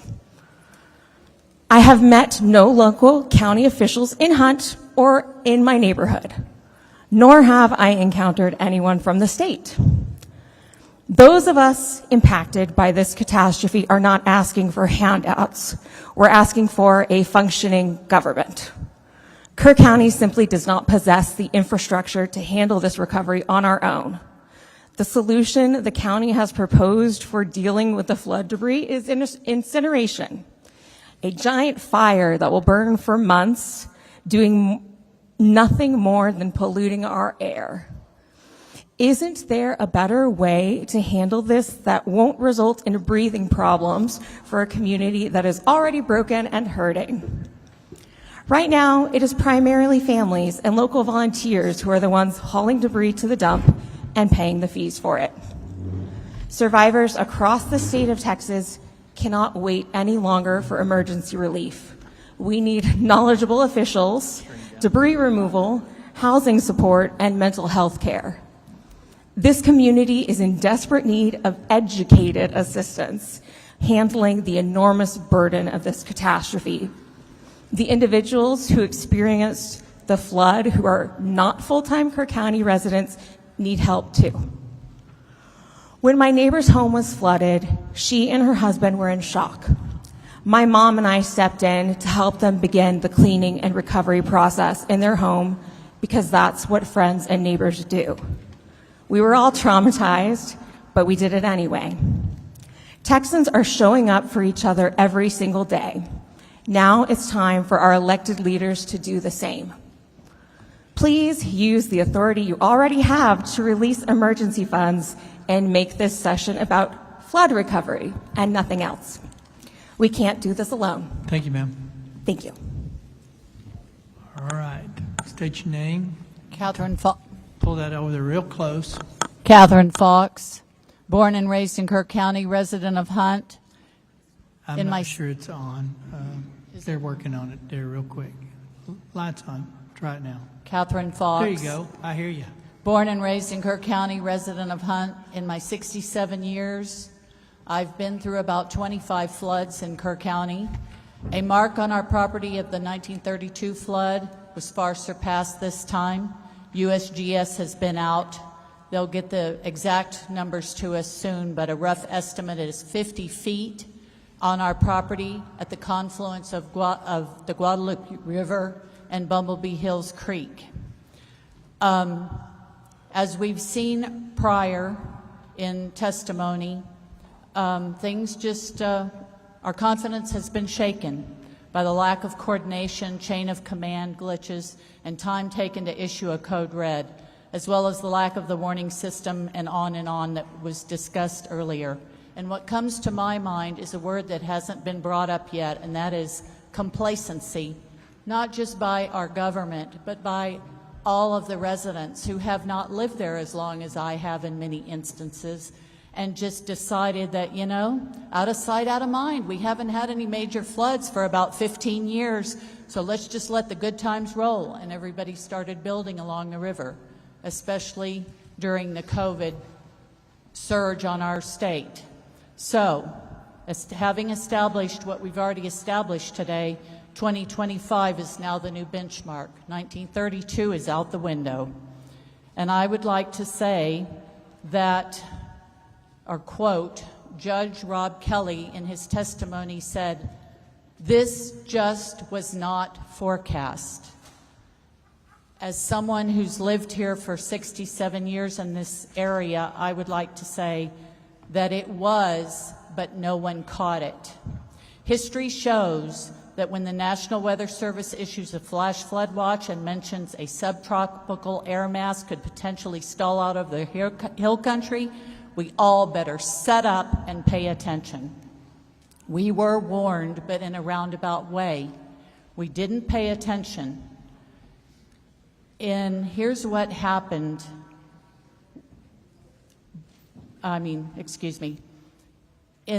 Here's what we should be doing. Bring whatever you can to higher ground, including vehicles and boats, just like preparing for a hurricane. Stay vigilant. When it starts raining buckets and it doesn't stop for many hours, you form your own family watch, especially at night. Change your plans if you know that this is coming and you're not from the area, especially if you have extremely small children and elderly family members. Have an escape plan. Practice it. Yes, it's inconvenient, and yes, often nothing happens. Yet when I was a little girl, that is exactly what the community of Hunt did every time. Not just the camps, but everyone who lived along the river or a creek. We didn't have today's technology. And as it has been alluded to earlier, and even one person on your committee stated, no warning system is fail-proof. We braced for impact without technology just in case, and we managed many times to save lives and property. Finally, stricter building code and enforcement. Currently, FEMA only maps main river channels, and as we have had people mention earlier, creeks need flood gauges that go into the Guadalupe River. And in FEMA's plan, Ms. Fox, kind of finish up. creeks are not factored in. If someone wants to build a house or a development by the confluence of a creek and a river, they're allowed to. Mother Nature humbled us. She reminded us that she is a force to be reckoned with. We must improve our flood plans to honor those who were lost and save lives in the future. Good suggestions. Go ahead, ma'am. I'm Sarah Stewart from Kerrville, Texas. Sometimes to move forward, it's important for us to look back. So I thank you for providing this opportunity, especially my rep, Wes Ferdell. So they don't build them like they used to. We've all said it. Maybe it's time we built them like they used to. I grew up in Tornado Alley, and we had civil defense sirens.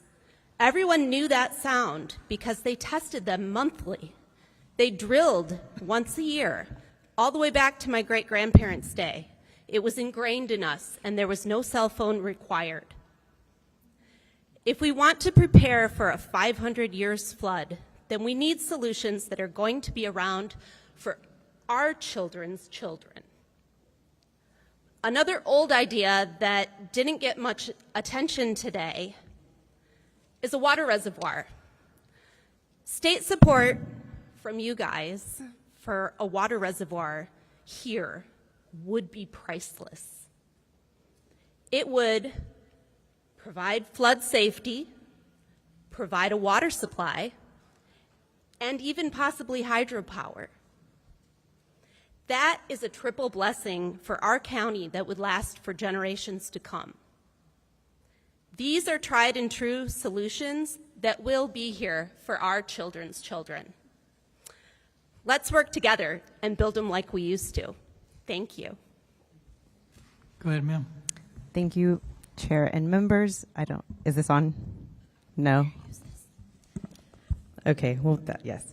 Thank you for the opportunity to speak today. My name is Rebecca Fowler, and I'm here on behalf of Mental Health America of Greater Houston, as well as the Texas Coalition for Healthy Minds, a network of over 35 organizations focused on mental health and substance use recovery across Texas. Personally, I am here in person because I've lived in Houston for the past 15 years, and we are no stranger to disasters and trauma and recovery in that process. So I really wanted to share with you all what we have learned. My written testimony is quite extensive, and I encourage you all to reach out to me and our other organizations to really learn what are these best practices and what are organizations that are in place. We are already working with folks on the ground here in Kerrville to kind of help implement that practice, but I also wanted to share with you today that flooding is not just a physical disaster, it's also a psychological one, as we've already heard today. Kids, families, neighborhoods, this entire community has been impacted, and this will be a years-long recovery. We need to start thinking about how do we give supports now for kids who are afraid of the rain or water, who don't want to be separated from their families, and there are real ways that we can do that. And there's already kind of a very clear example that the committee understands it, this community understands it, and I'm very grateful for that. One thing that we did want to point out is that unfortunately disasters sharply increase suicidal ideation and substance use, and specifically here in Kerr County, the suicide rate was already nearly twice as high as the state average, and we already have very limited access for mental health services for youth. So we want to get in here and really amp up the supports that we can provide now that we know that they are needed more than ever. Schools have kind of formally been that front line for recovery in the past, and we would like to go in and support them as much as we can now. And for us, that really does come from looking at how the state can invest in emergency funding now. We saw after Uvalde, there was flexible state investments of about $5 million specifically for the Resiliency Center. We think that's a great model, but we would love to see that with additional flexibility so that communities here can turn to people that are already trusted, turn to the schools, turn to the churches to meet those communities' needs. We would also love to see, we've talked about T-Chat, we've talked about the LMHAs, we've talked about ESCs. Those programs exist, but a lot of schools that aren't connected is because they don't have the technical assistance or they don't have the actual internal infrastructure within the schools, whether that's a classroom or someone to kind of be with that student. So if there can be some sort of crisis mental health funding, either through the ESCs or to the districts specifically impacted, we would love to see that targeted mental health supports just so we can build out those structures in a new way. Thank you. Good testimony. I did check. Kerrville ISD does participate in T-Chat, and they said it was awesome. So Good. I didn't know if it made it here or not. It was good. Go ahead, sir. Okay, is this on? Yes. Hi, my name is Daniel Edelstein. I'm a local resident. Thank you all for the opportunity to speak today. I also want to take this opportunity real quick just to thank all of our first responders and county officials and many volunteers that have poured their hearts and souls in this community. I mean, it's been a real blessing. My wife and 4 children reside here in West Kerr County, and I'm speaking today as a local resident on behalf of my parents who have a local business in Ingram, Texas. I'm here today just to bring light to the rebuilding of our communities and the struggles that we're facing right now. My parents own the Ingram Dam Center, which is located directly next to the Ingram High School, just across the street from the dam. The strip center is filled with other local businesses and residential apartments. This business was my parents' livelihood and their retirement. It's been extremely devastating to their lives because with their medical conditions, it's impossible for them to rebuild themselves. Thank God for all the volunteers and community help that we have received because without it, my parents, the business wouldn't have been salvageable. At least the building wouldn't have been salvageable itself. Their business and others at the Ingram Dam Center sustained 6.5 feet of water inside for hours. We had 4 residents in there, and they also survived and were water rescued, which was amazing, until the waters receded. So we had friends, family, random volunteers, and many churches and private organizations help us demo everything to the studs. So you go over there now, a lot of people know about the Ingram Dam. They've slid down the dam, when they're kids or their kids have done it. It's just kind of a central location in Ingram, and it's really sad to see where it's at right now. Things that I've learned a lot about, because I've never been in a disaster like this or anything close to it, that a lot of people don't know and I didn't know, is that once you take funds from FEMA, which they don't help businesses, but even individuals out there, once you take the funds from FEMA, in a catastrophic event, even like this, even if you're not in floodplain, they're going to require you to have flood insurance. And knowing the market quite well, being as a realtor, that's going to reduce families' home values or, really just price them out of the communities that they live in because they can't afford flood insurance as well as mortgages and all that kind of stuff. So it's really going to hurt the people in the long run by them just taking the FEMA funds. So I've reached out to a lot of those communities and told them just because they're only giving them $12,000 to $18,000 for the damages in their houses. And I've told them just to go look out for grants, get as many grants as possible, because taking FEMA funds is just going to be detrimental to them in the long run. There's been very, very little relief for small businesses that are supposed to be the pillar of this community. FEMA doesn't offer recovery assistance for small businesses, even if we had residential units inside. And the SBA, just to be honest, has been kind of a joke. They told my parents that they give them an 8% loan, and they'd have to, if the only way they'd give them a 4% loan is if they either had bad credit or couldn't get approved somewhere else. So it's really detrimental to them, because that's their livelihood, and that's the way You're going to have to kind of wrap. Yep, I'll end it right now. So I just want to switch gears real quick. I'll end it right now.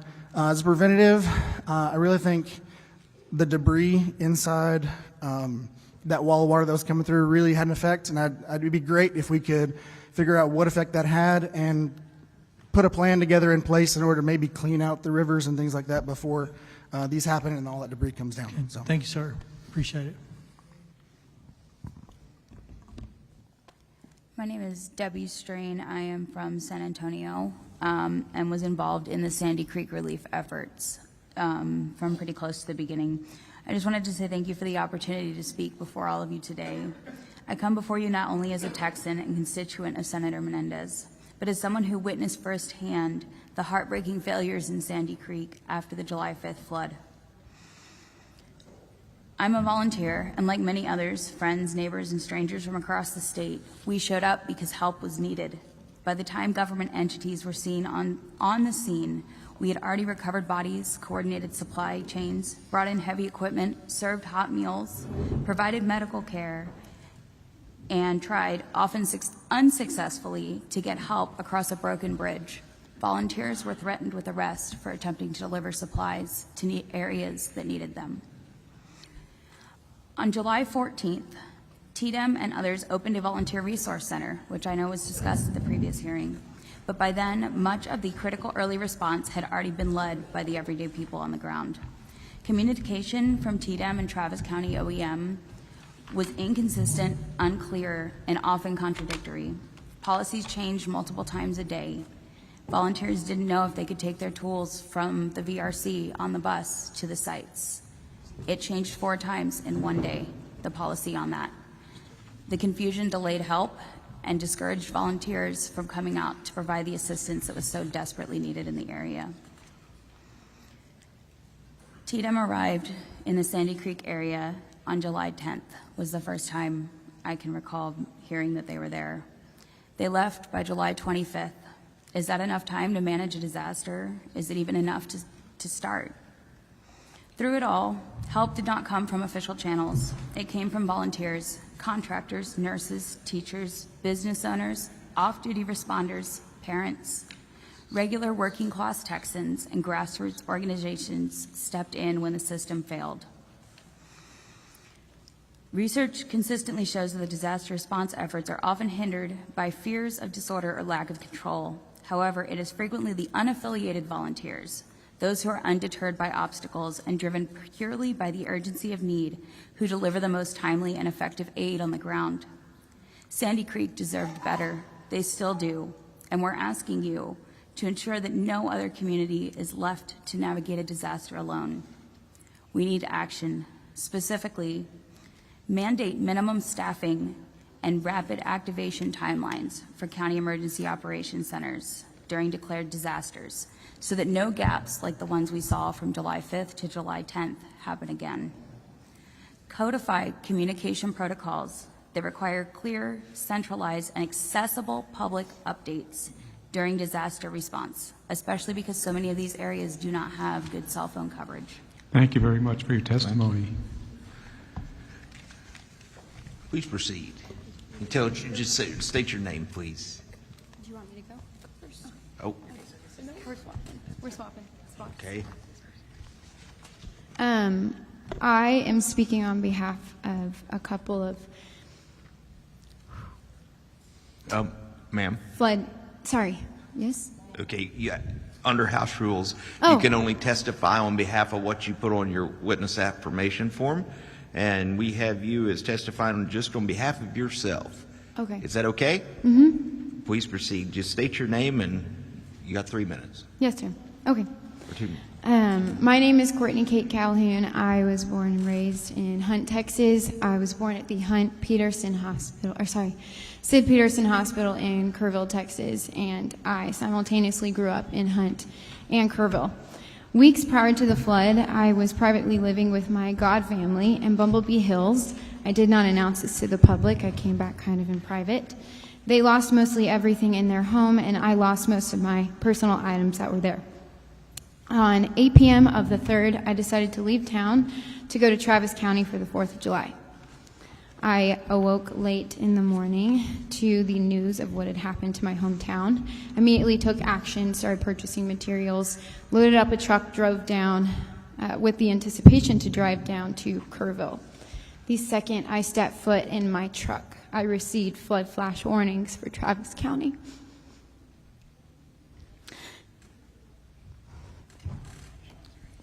I waited with my mother near my front door for nearly 13 hours in terror, watching my hometown be destroyed, annihilated, unable to go there. Without the proper notification that I could leave, I took a risk and I left her and my pets. I rushed down to Kerr County. I came to my God family's side, delivered my materials, immediately went boots on the ground for search and rescue. On the 5th, I was doing search and rescue at Casa Bonita, and based off of the information from someone who testified earlier, I can without a doubt say that we recovered some of her family members. We were amongst the first to come by. After the wave came from help looking for survivors, we were amongst the first to come by to start looking for recovery that were not alive anymore. We did this for several days. On the 7th, I decided to make a mass resource list for Hunt to Kerr County, and upon this, the chief of the Hunt Volunteer Fire Department gave me a badge and a vest and asked me to also help with the first victim needs intake list and volunteer sheet. Then I went back to search and rescue. Every day I did search and rescue. Over the next few days, Governor Abbott came through Hunt. I just happened to be there at that time where I met Mr. Verdell and a couple other people, and I spoke on behalf of my county, speaking about the lack of communication and leadership and volunteer turnaway that was happening if you weren't there for search and rescue. My godmother was amongst, and so were these kind people amongst the others that were in Bumblebee Hills that did not receive aid for a couple of days because they were not involved in the missing. They were forced to sit there and watch mold go up their walls.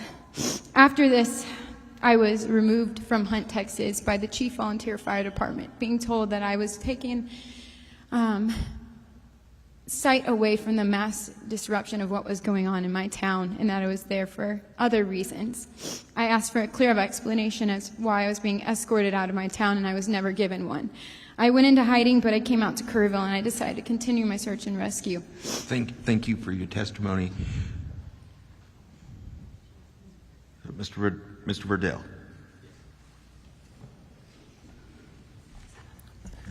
Thank you. Two things. One is. Hang on 1 second, Mr. Verdell. Rosa? Yes, sir. Are you going to are you testifying now? I am. Okay, you just wanted her to go first. Yes, sir. That's why I skipped over you. I thought you had decided not to. No, sir.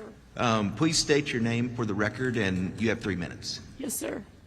My name is Rosa Toller. I live in Bumblebee Hills. This is our neighborhood. I've been here 26 years. I've never seen anything like this in my life. In Bumblebee Hills, we all survived. There's always sunshine after the rain. Cindy alone from Michigan, you're not alone. But we were. But we weren't, because we are Hill Country strong and we're the heart of the Texas Hill Country. And we had our neighbors, all of us, together. At 2 a.m., I've heard the first transformer go out. Poof. I told my husband, did you hear that? He said, yes, our power's still on. K-Pub will come. Our lights are on. 3:15. Our warning was screaming down the road.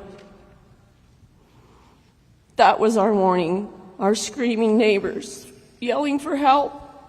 So I ran up and got out of bed and went to the door and started out the door with a flashlight. It was dark and pouring. My husband opened the door and the river raged and ran through the front and the back door and took all of our belongings with it. I lost my son 10 years ago, so I have to have complex trauma PTSD already. And now it's a million trifold, along with all my other neighbors, so now we all have it. We are now facing monumental of rebuilding Bumblebee Hills, and now we have been told this afternoon, while I'm still working logistics as being here, I was able to. I am representing us alive. We're alive, the survivors. Where's our help? Where's our excavators as I stood on the highway for 5 hours to track down our semi to come through the gates just to let them know that I had 17 skid steers lined up in the front waiting to unload the debris. I have the black mold disease bacteria and infection of follicular in my body. I am the only one. How is that possible that I am the only one? I was in the hospital at 11:24 p.m. on July 4th, that same day, for injuries that I sustained. The next morning, when the final light shone what had come through to our neighborhood, this is what's coming now, today. Bumblebee Hills, FEMA Home Foundations are now saying that they have to raise our foundations higher. FEMA trash cleanup is coming when?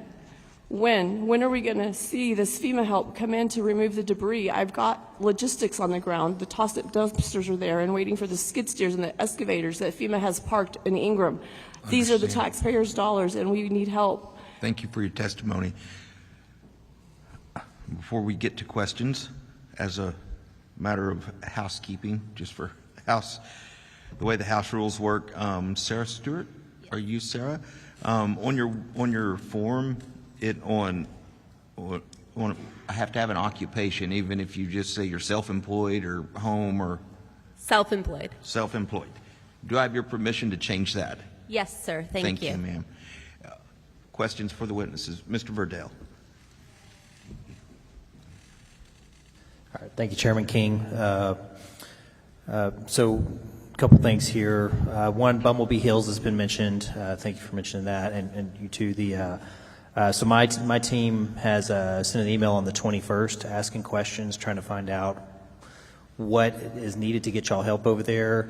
And they also sent an email out yesterday, again, asking that same question. So we're trying to find answers for y'all, just so so you'll know, because it looks like Bumblebee Hills has I don't want to say forgotten, I don't mean it that way, but has been left out of where a lot of work is being done right now. So we're trying to find answers for that.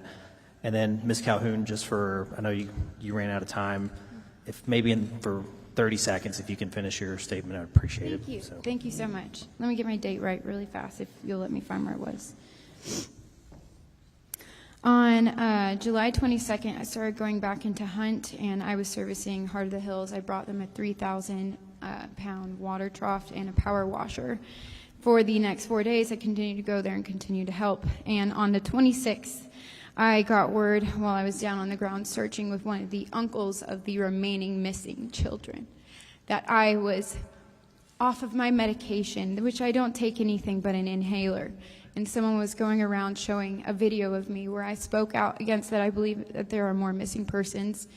And I was escorted by 12 state troopers off of that road, away from the side of this uncle looking for his daughter, as I was the only person there with him besides the Navy SEALs and some task force.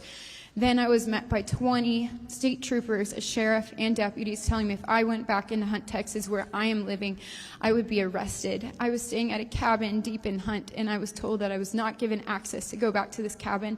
To this moment, I do not have my inhaler. I do not have my allergy medications. I was prohibited from going to the Hunt store reopening, the Hunt store concert. I have not been allowed to go to any funerals. There is a family of one of the homes that I searched for an hour and a half that I found out is alive and well, and I am not allowed to go to their house to meet them. I am trying to say all of this, that I do not believe there is a proper structure of who is in charge, and there is no clear indication of what power can be executed by whom. We are all exhausted by trying to figure out who's in charge, and we are all exhausted by the abuse of power. And we are trying to get back to our homes. We are trying to regrow and live, and I am being prohibited from my home. But I also want to speak in regards to those that are missing. Yes, a lot of people were found, and I firsthand have been on the ground to find a lot of them. I am a 28-year-old that was born and raised here. I just happen to have the opportunity to come back. There are still the other parts of their bodies that are missing, and our search and rescue teams have been sent home. Our equipment is being sent home, our free food for all of us, because we don't have our houses, we don't have kitchens, we don't have laundry. They are being sent away. We still need them. We still want them. And please, if this list of the remaining persons could be officially released for those of us that are not in law enforcement, and we were there, the first ones that were there with boots on the ground, we want to know who is missing. So that we, if y'all leave, that's fine, but we want to stay and keep looking. We are not done. Thank you, Thank Courtney. you. Appreciate it. Sarah, I just want to say thank you for your ideas, too, that you mentioned. Well, we appreciate that. And that's all I had. Thank you, Chairman. I appreciate you. Senator Kokors. Thank you. Thank you all for your testimony. I have a little bit of a hearing loss, so I can't, with the echo, hear everything you're saying, but I hear your passion and your emotion. I wanted the lady on the end, your name? Kylie Neidiver. Thank you. You spoke of the debris piles and how those might be removed. Just speaking from a little experience, Mr. Chairman, and to Representative Verdell and Senator Flores, post-Harvey, I'm the senator from Rockport, Fulton, and at the time Port Aransas, the debris piles were 3 and 4 stories high. One of the concerns certainly in Rockport in Aransas County was burning the debris. And when we brought in the task force and we used the Texas A&M Aggie agencies to come in and help our local cities and counties who were overwhelmed, and I'm not so sure we shouldn't look at that model again, especially as it's isolated to Kerr County and maybe most destruction here in Kerr County to Senator Flores and Representative Verdell. It worked really well. On the incinerator, we brought in incinerators so that there were not plumes of smoke because of our citizens being very concerned about the quality of air. So that is something that we could possibly do. FEMA was our partner in that as we, move through this. They are our federal partner in paying for that. So I wanted to offer that to you. And again, the debris is part of the healing. I've been through this. I think I had more destruction in Harvey over a geographic area than any other senator, and debris removal is a part of the healing. To the lady, 67 years living here, thank you for your quote that Mother Nature humbled us. I do agree that Mother Nature can be a force, and this is the new watermark, as you said. So thank you for that. And then finally, I want to clarify on the end. Are you saying that you're not allowed to return to your home? So I moved back to live with the Tollers 3 weeks before the flood. We're all displaced. They were given a small cabin. I was given one to myself. That's a little bit deeper into Hunt. It's right before the Hunt crossing. No, ma'am, I am not given permission to return back to that home. I have not been given permission to go back and gather my belongings, and I am not given permission to go into Hunt as orders of Chief Poole from the Hunt Volunteer Fire Department, who has been given access to all of Kerr County sheriffs and state troopers. I am not allowed past the border of Bumblebee Hills. So this is July 31st, and I do think that we need to cut through that red tape as a part of meeting our citizens' needs at this point. And ma'am, I have already gotten permission, and I would love to resume search and rescue with that family looking for their child, their niece. So, Mr. Chairman and Mr. Chairman, I had some constituents that had been volunteering and drove to here today. They weren't able to stay to testify. I know that we're going to get their written response. It is a very consistent message on volunteers being turned away and the frustration. I like to say that Texans take care of Texans and Texas. And in every disaster, we learn from it. But I do think in our smaller counties, and I represent a lot of smaller counties, that we need to help our elected officials and step in with a similar model that we used post-Harvey. Aransas County was tiny and devastated, and we were able to put people around them, help them fill out the FEMA grant papers, get things moving more quickly. So I look forward to working with this committee, with the Texas Department of Emergency Management. I just want you all to know your voices are being heard. Senator, in particular, I think there has to be a better way to deal with all of the mature cypress trees that are down. This seems like perfectly good lumber that somebody somewhere might want, and instead of just burning it, I appeal to you all to find another solution that's more environmentally friendly. We drove to Hunt in Ingram today, 3 of us did with our staffs, and I saw them. And I'm a nature lover, big. That's what I love to do most, is to be in nature. And that is one of the things I said to my husband today is the cypress trees that are, some of them hundreds of years old. It was the hardest thing after Harvey to see those trees chipped up and burned. And so we'll try to help you with that. It is a fact at one point that you have to remove the debris. And it is tough. But there could be potentially, especially with those very large cypress that are very special, given to us by our Lord and Creator, that we could do something with it. We hear you.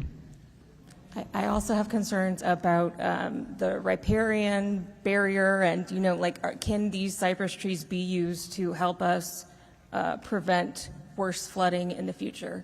So before it all just gets turned to ashes, I think we should all pause and think about what we're doing to the environment and how we can help things in the future to maybe make this a little less worse, potentially. So. Yes, ma'am. It's been in one of our local newspapers. I don't remember which one, but the incinerators are going to be used. That was in the paper. And as far as volunteers being turned away, it's my understanding, I've had a lot of volunteers on our private property, and they said that they had no problem as long as they registered at the Tivy High School in Kerrville before coming out to our area. You must register or you will be turned away. But if you register, you're A-OK in most instances. On private property. Thank you. Senator Menendez. Thank you, Mr. Chairman. I want to thank all of you for coming today. I want to thank my constituent for being a volunteer and helping people. We've heard similar stories about volunteers being turned away, so I think part of what this committee should do is look at, you know, how do we make sure that people who are just out of the goodness of their heart who want to help are able to help. But by the same token, I think part of what's going on too, I think if it's factual, and we must trust, but we also need to verify information.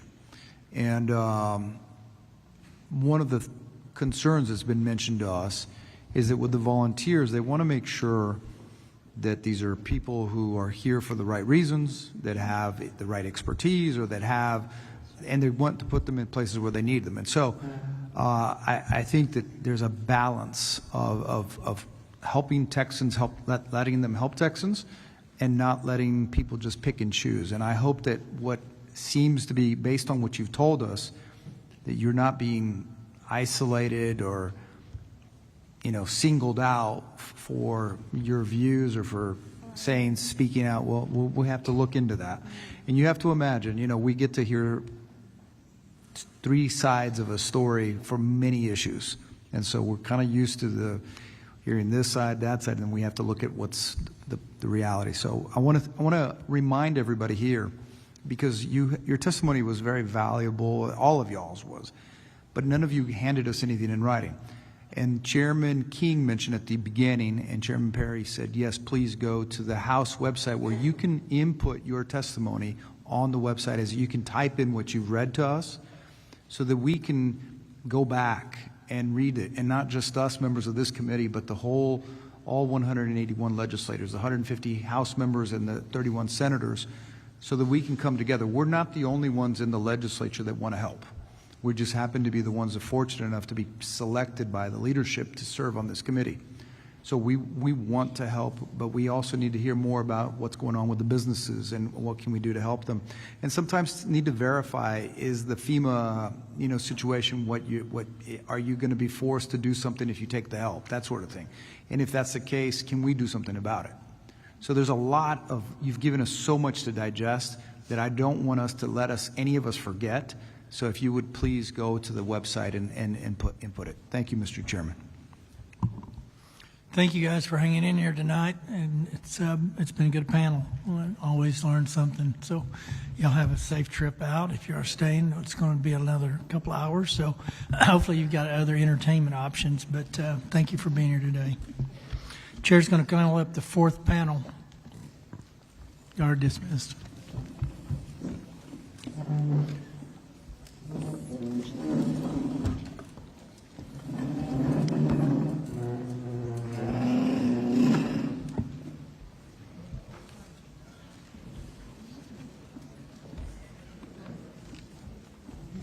John Honore, Carla Guthrie, John Nielsen Gammon, John Schrader, Phil Bedient, Nick Fang, David Maidment.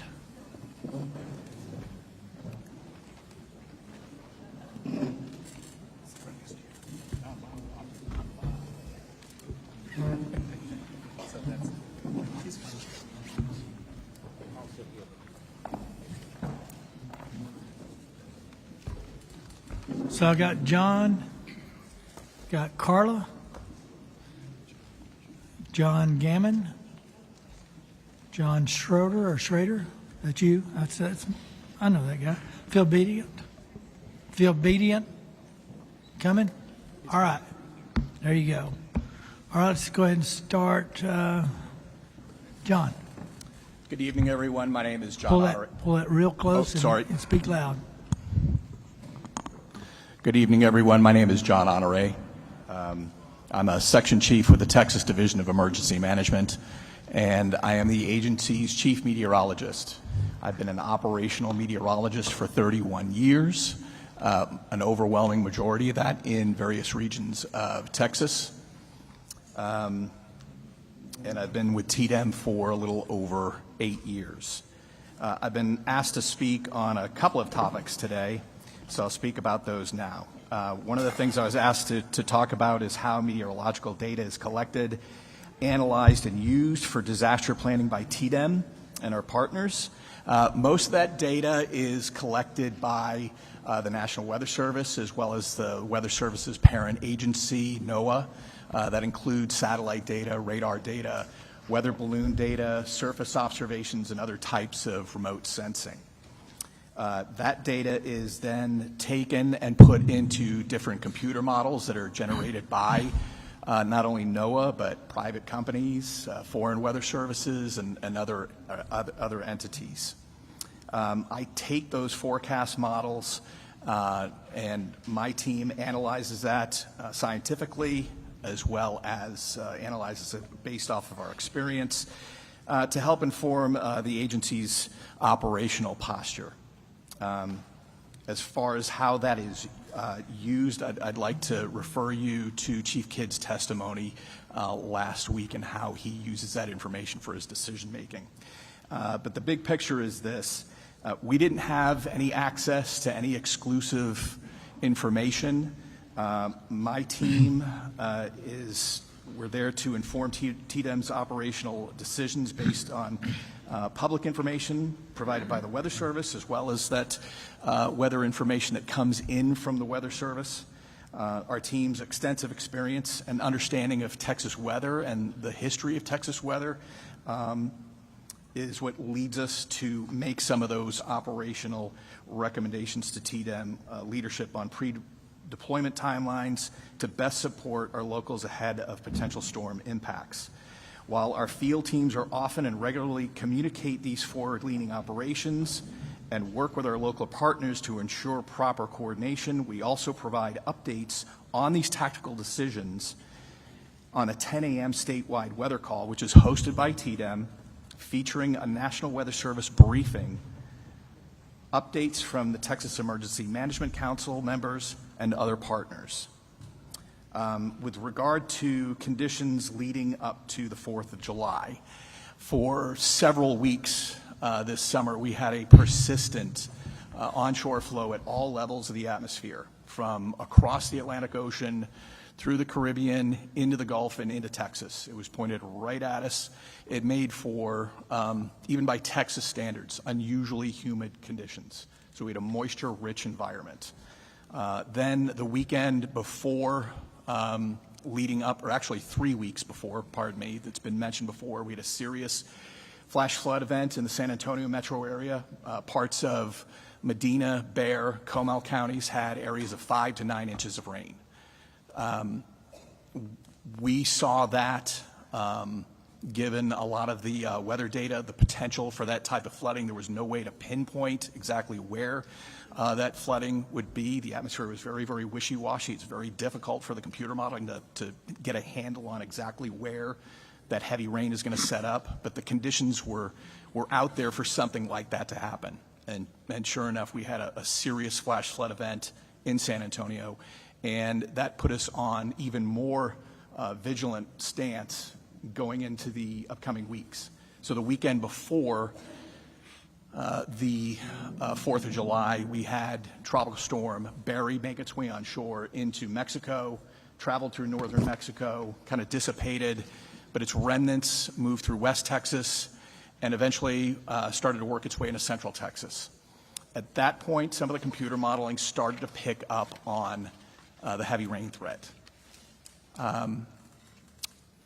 That in and of itself, just the fact that we've got a weak disturbance floating around slowly in a very humid environment is going to set off red flags. It's even been mentioned here on this panel.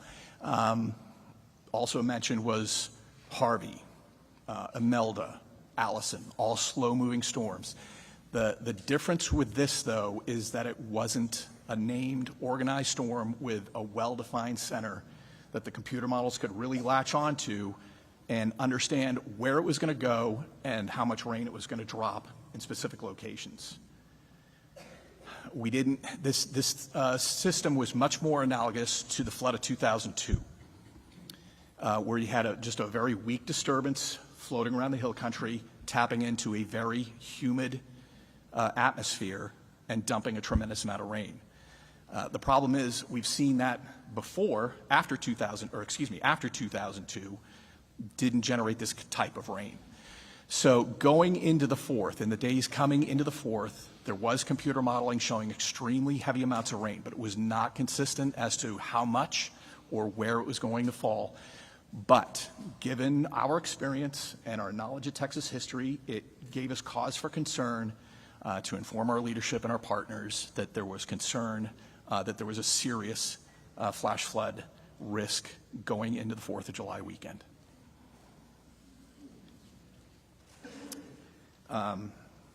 So that's basically what the setup was going into that storm that occurred over the 4th of July weekend.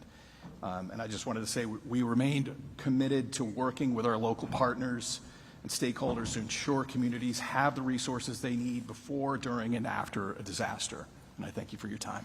So I'm going to violate my rule because I can, our rule. Real quick, really what I wanted to hone in on, because there was a lot of confusion last week, and rightfully so, we're not weather people, as to who's got data, who uses data, what they use the data, and where does the data come from. So specifically, and I'm going to share from my understanding, correct me if I'm wrong, and I've got another 6 opportunities are here to correct me for sure. NOAA is the keeper of all inputs that generates the models that you take and every meteorologist around the country takes. An overwhelming majority of it, yes. And so NOAA is getting feeds from gauges, USGS gauges, we've talked about those ad nauseum, local sources, private sector sources, mesonettes. Texas has large mesonet networks, both at Texas Water Development Board, and then private sector, and even I think I heard a different one today. LCRA may have their own. Correct. So all of that is pushing data up as inputs, no modeling, just they push that raw input. They put it in their system and they generate what they believe is a forecast, and that's what your 10 o'clock calls are based on. That's what your internal conversations are centered around. Is that basically the correct understanding? Sir, I'm not fully up to speed on everything that the Weather Service puts together to come up with their forecast, so I wouldn't want to, it would be irresponsible for me to definitively say, yeah, that's what they do. But in general, we have more data gatherers than we have more predictors. We leave the predictions up from kind of coming out of NOAA down to National Weather Service, and then the local guys kind of get to add their flavor to it, I guess. Is that kind of a general statement? You're saying that when you say the local guys, there's local input once it gets kind of out of. So you're referring to the Weather Service, right? Again, I Okay. don't think I'd be very responsible for me to comment. We'll go to the next the panel. We'll try to get through them, members. I just wanted to set effectively what we needed to know is who's sending data, who's using the data, what it's for, and then we get into the whole modeling conversation in this panel too, which is kind of where all the magic happens. You know, all this stuff comes together and people put it together and come up with what they think is right. So let's move on down it. I just want to kind of set that stage because we're going to hear, if you're going to say the same thing that we just agreed to, you can skip that part of your 10 minutes. All right? Thank you. Good evening, Chairman Perry, Chairman King, Vice Chairs, and members of both the Senate and House Select Committees. My name is Carla Guthrie, Surface Water Division Director for the Texas Water Development Board. Thank you for the opportunity to describe our Tex Mesonet statewide weather network that we're working to build for Texas, and to answer any questions that you may have. Although floods are a part of the Texas landscape, the events that occurred this past month are particularly tragic, and I offer my heartfelt condolences to everyone who is affected. Today, I will provide a general overview of the Mesonet system operated by the Texas Water Development Board, a description of its utility for natural disaster-related planning and response, and recommendations for improving Tex Mesonet for this purpose. I will address each of these topics and welcome questions to fill in the gaps. You've also have a presentation in front of you that will be helpful for understanding what I'll present. So next slide, please. The Tex Mesonet is a statewide hydrometeorological observation network that's operated by the Texas Water Development Board. It is designed to collect and distribute high-quality, near real-time atmospheric and soil moisture data across Texas. The network supports water resources management, drought and flood monitoring, emergency response, agriculture, scientific research, and more. Specific to natural disasters, the initial stations in the network were installed to provide better data for warning and forecasting of flood events following the Memorial Day Wimberley flood. However, station data also is informative for droughts, heat waves, tornadoes, fire, wind, winter storms, and tropical systems and hurricanes. In 2023, the 88th Texas Legislature authorized the TWDB to serve as the statewide resource for hydrometeorological data as described in Texas Water Code 16.026. However, the first Tex Mesonet stations began reporting in 2016. And today we have 118 stations reporting across Texas, and we are continuing to build this network out to at least 225 TWDB-owned stations to fill in gaps in coverage. The map on your slide shows TWDB-owned stations in orange, and the gray triangles show all other locations where we have partner networks that have similar weather station information. The counties shaded in gray reflect those most impacted by the recent floods. Next slide, please. Each Tex Mesonet station collects a suite of parameters, including temperature, precipitation, and soil moisture. The data we provide is available for use as needed by others, both during disaster and in clear weather periods. In a few slides, I'll go over how we make the data publicly accessible. But I also wanted to show on this slide the Mesonet coverage in Kerr and surrounding counties. There are 2 stations within Kerr County, a station at the Kerr Wildlife Management Area and another at the Kerrville Municipal Airport. However, there are other stations just outside of the county that also provide coverage. And so if you look at the slide, you can see a series of orange circles and gray circles. Those circles represent the coverage around a station. And so we're building out the network so that there is at least a 20-mile buffer or between stations. So around each station, there's a 10-mile radius. So when you look at that, you can see that there's fairly good coverage for Mesonet stations in Kerr County. This also is not showing the GBRA rain gauge stations, which also provide coverage. So while there are gaps, there is a reasonable amount of coverage, and I wanted to point that out to you today. Next slide, please.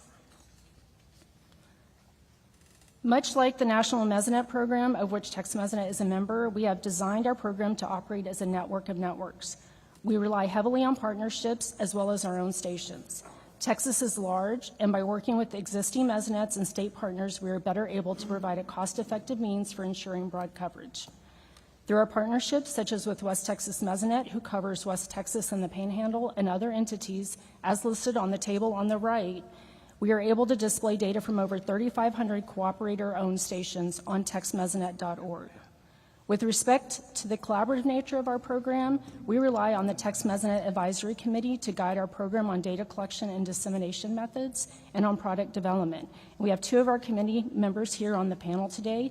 Dr. John Nielsen Gammons serves as our chair, and Dr. John Schrader is representing West Texas Mesonet. We also have representatives from the National Weather Service, Regional Weather Networks, Oklahoma Mesonet Program, state agencies, and members with expertise in a variety of subjects. Tex Mesonet also contracts with several universities to improve data products, data quality, station coverage, education, and outreach. However, one important point that I want to make today is that Tex Mesonet relies on landowners to provide space to host stations. We have agreements with Texas Parks and Wildlife Department, other state and local entities, as well as with private landowners. And this is one of our greatest limitations to expanding the number of stations in areas that lack coverage. We need to find landowner hosts who are willing to provide the space and access for a station, and we welcome those who have the space and are willing to partner with us to help us continue to expand the network. Next slide, please. TWDB stations collect and report out all measurements every 5 minutes. However, many stations in our partner network collect and report at different frequencies. There's not a standard across all networks. And remember that each network is designed for a different purpose, and not all need to report at a 5-minute rate all of the time for all parameters. The pie chart that is shown on the left slide shows the proportion of stations in Texas that are collecting data at various frequencies. From our assessment, a majority of stations, the color shown in blue, so 39%, collect data between 5 and 15 minutes. But only 23% of stations are collecting data at a frequency of 5 minutes or less. And so in terms of the frequency of reporting data, most networks are not reporting at a fast rate. The American Association of State Climatologists recommends a 5-minute collection and reporting rate, and this is the rate at which our stations adhere to. And there are only 2 networks in Texas, Tex Mesonet and West Texas Mesonet, that meet this 5-minute data collection and reporting requirement for stations. And these locations are shown on the map that's on your right.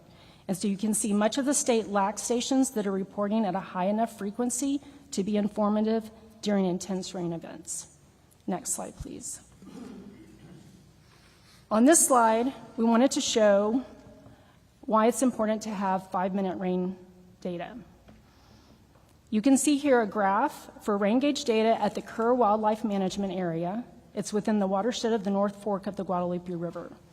In this graph, the orange line represents data at 5-minute intervals, and the gray line represents a 1-hour reporting interval.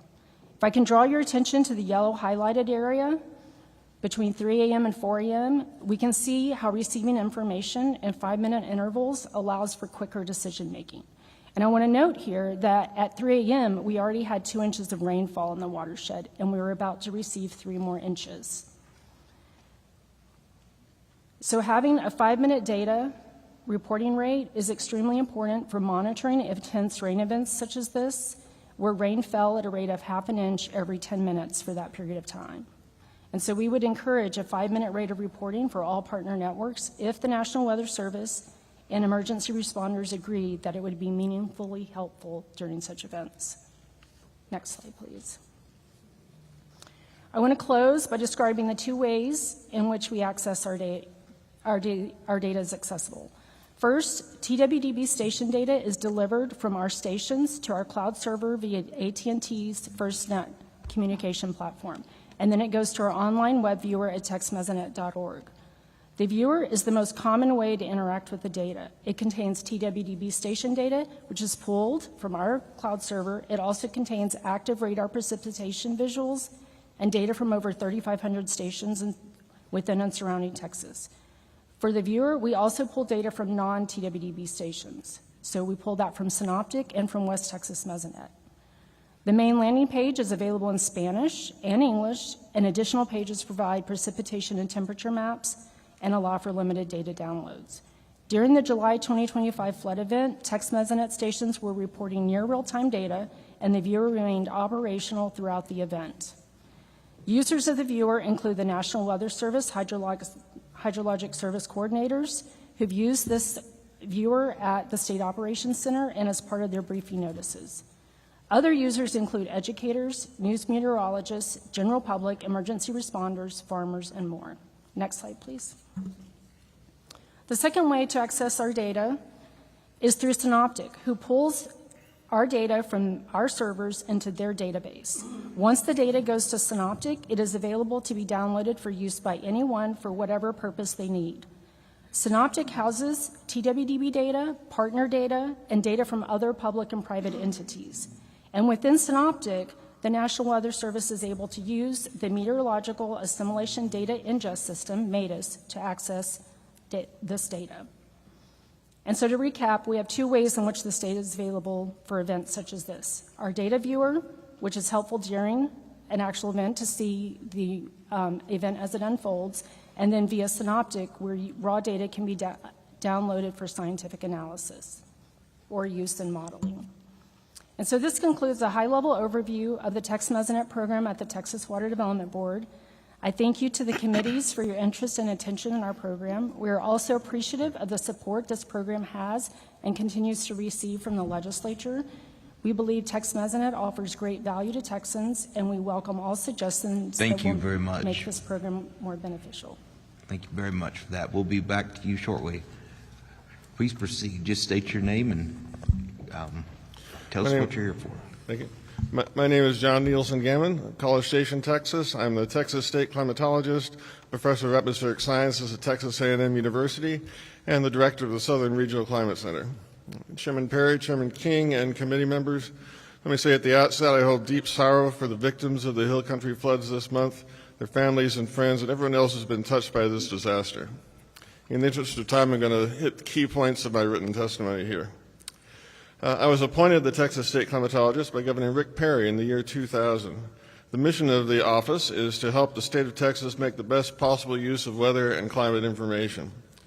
The Office of the State Climatologist, or OSC, has no statutory responsibilities for disaster planning and response.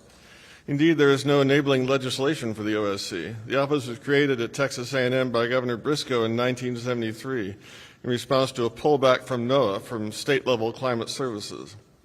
We receive no direct baseline funding through the state budget. Our operating budget is provided by Texas A&M University. We also receive occasional funding from state agencies for particular projects. Given my own scientific background and experiences, I've made the focus of the office extreme weather in Texas, particularly droughts and floods. Much of this research and service is directed toward understanding extreme rainfall risks, which in turn can inform planning and preparedness activities. In my testimony, I highlight a few examples, and I provided a more detailed list as an addendum to this testimony. In 2005, we analyzed every rainfall event in Texas from 1948 to 2002 that produced at least 20 inches of rain. There were quite a few such events. We also looked at computer simulations with rainfall in one particular event that happened to be the July 2002 event that Jean Honoré just mentioned. We found that for events like this, it was not possible to predict the locations of extreme rainfall at the county level a day or two in advance with computer models, no matter how good the data is. I also work directly with state and local agencies when requested, such as TDM, ERCOT, the PUC, the Railroad Commission, and TCEQ, and TWGB.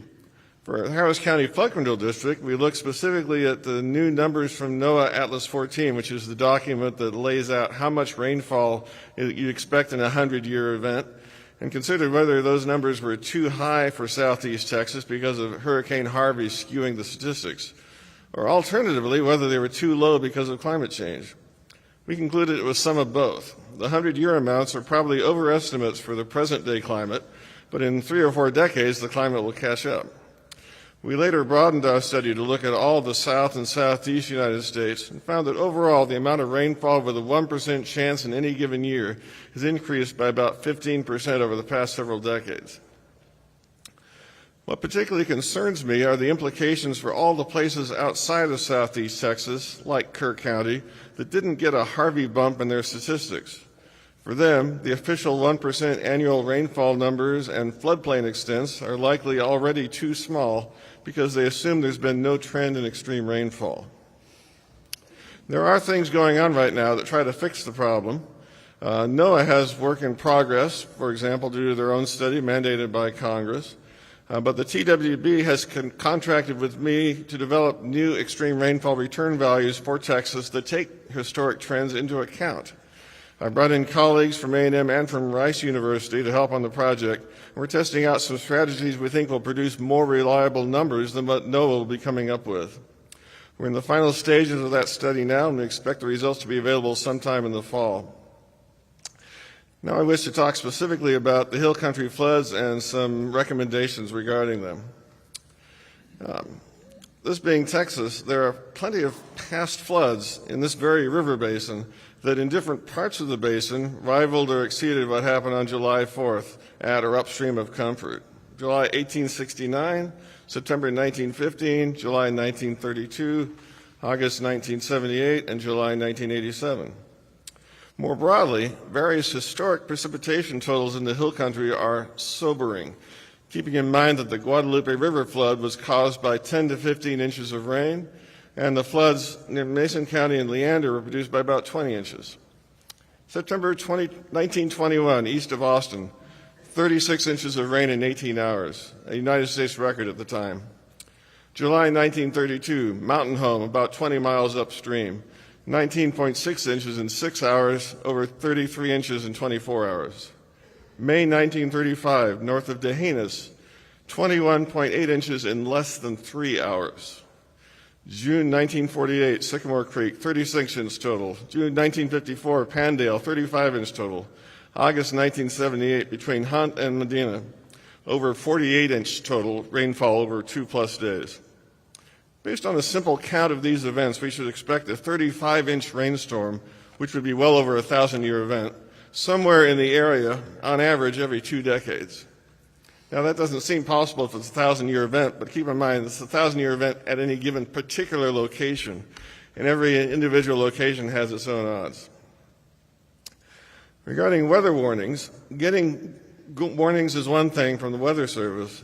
Determining the proper action is another. Sometime in the middle of the night, the situation changed from there's a flash flood, appropriate action is to stay indoors and not drive, to there's a flash flood, appropriate action is to seek higher ground if you're less than 20 feet above the river, or then less than 25 feet, or less than 30, or possibly less than 50, as the situation evolved. And the weather warnings did not keep pace with that threat and with the change in action necessary.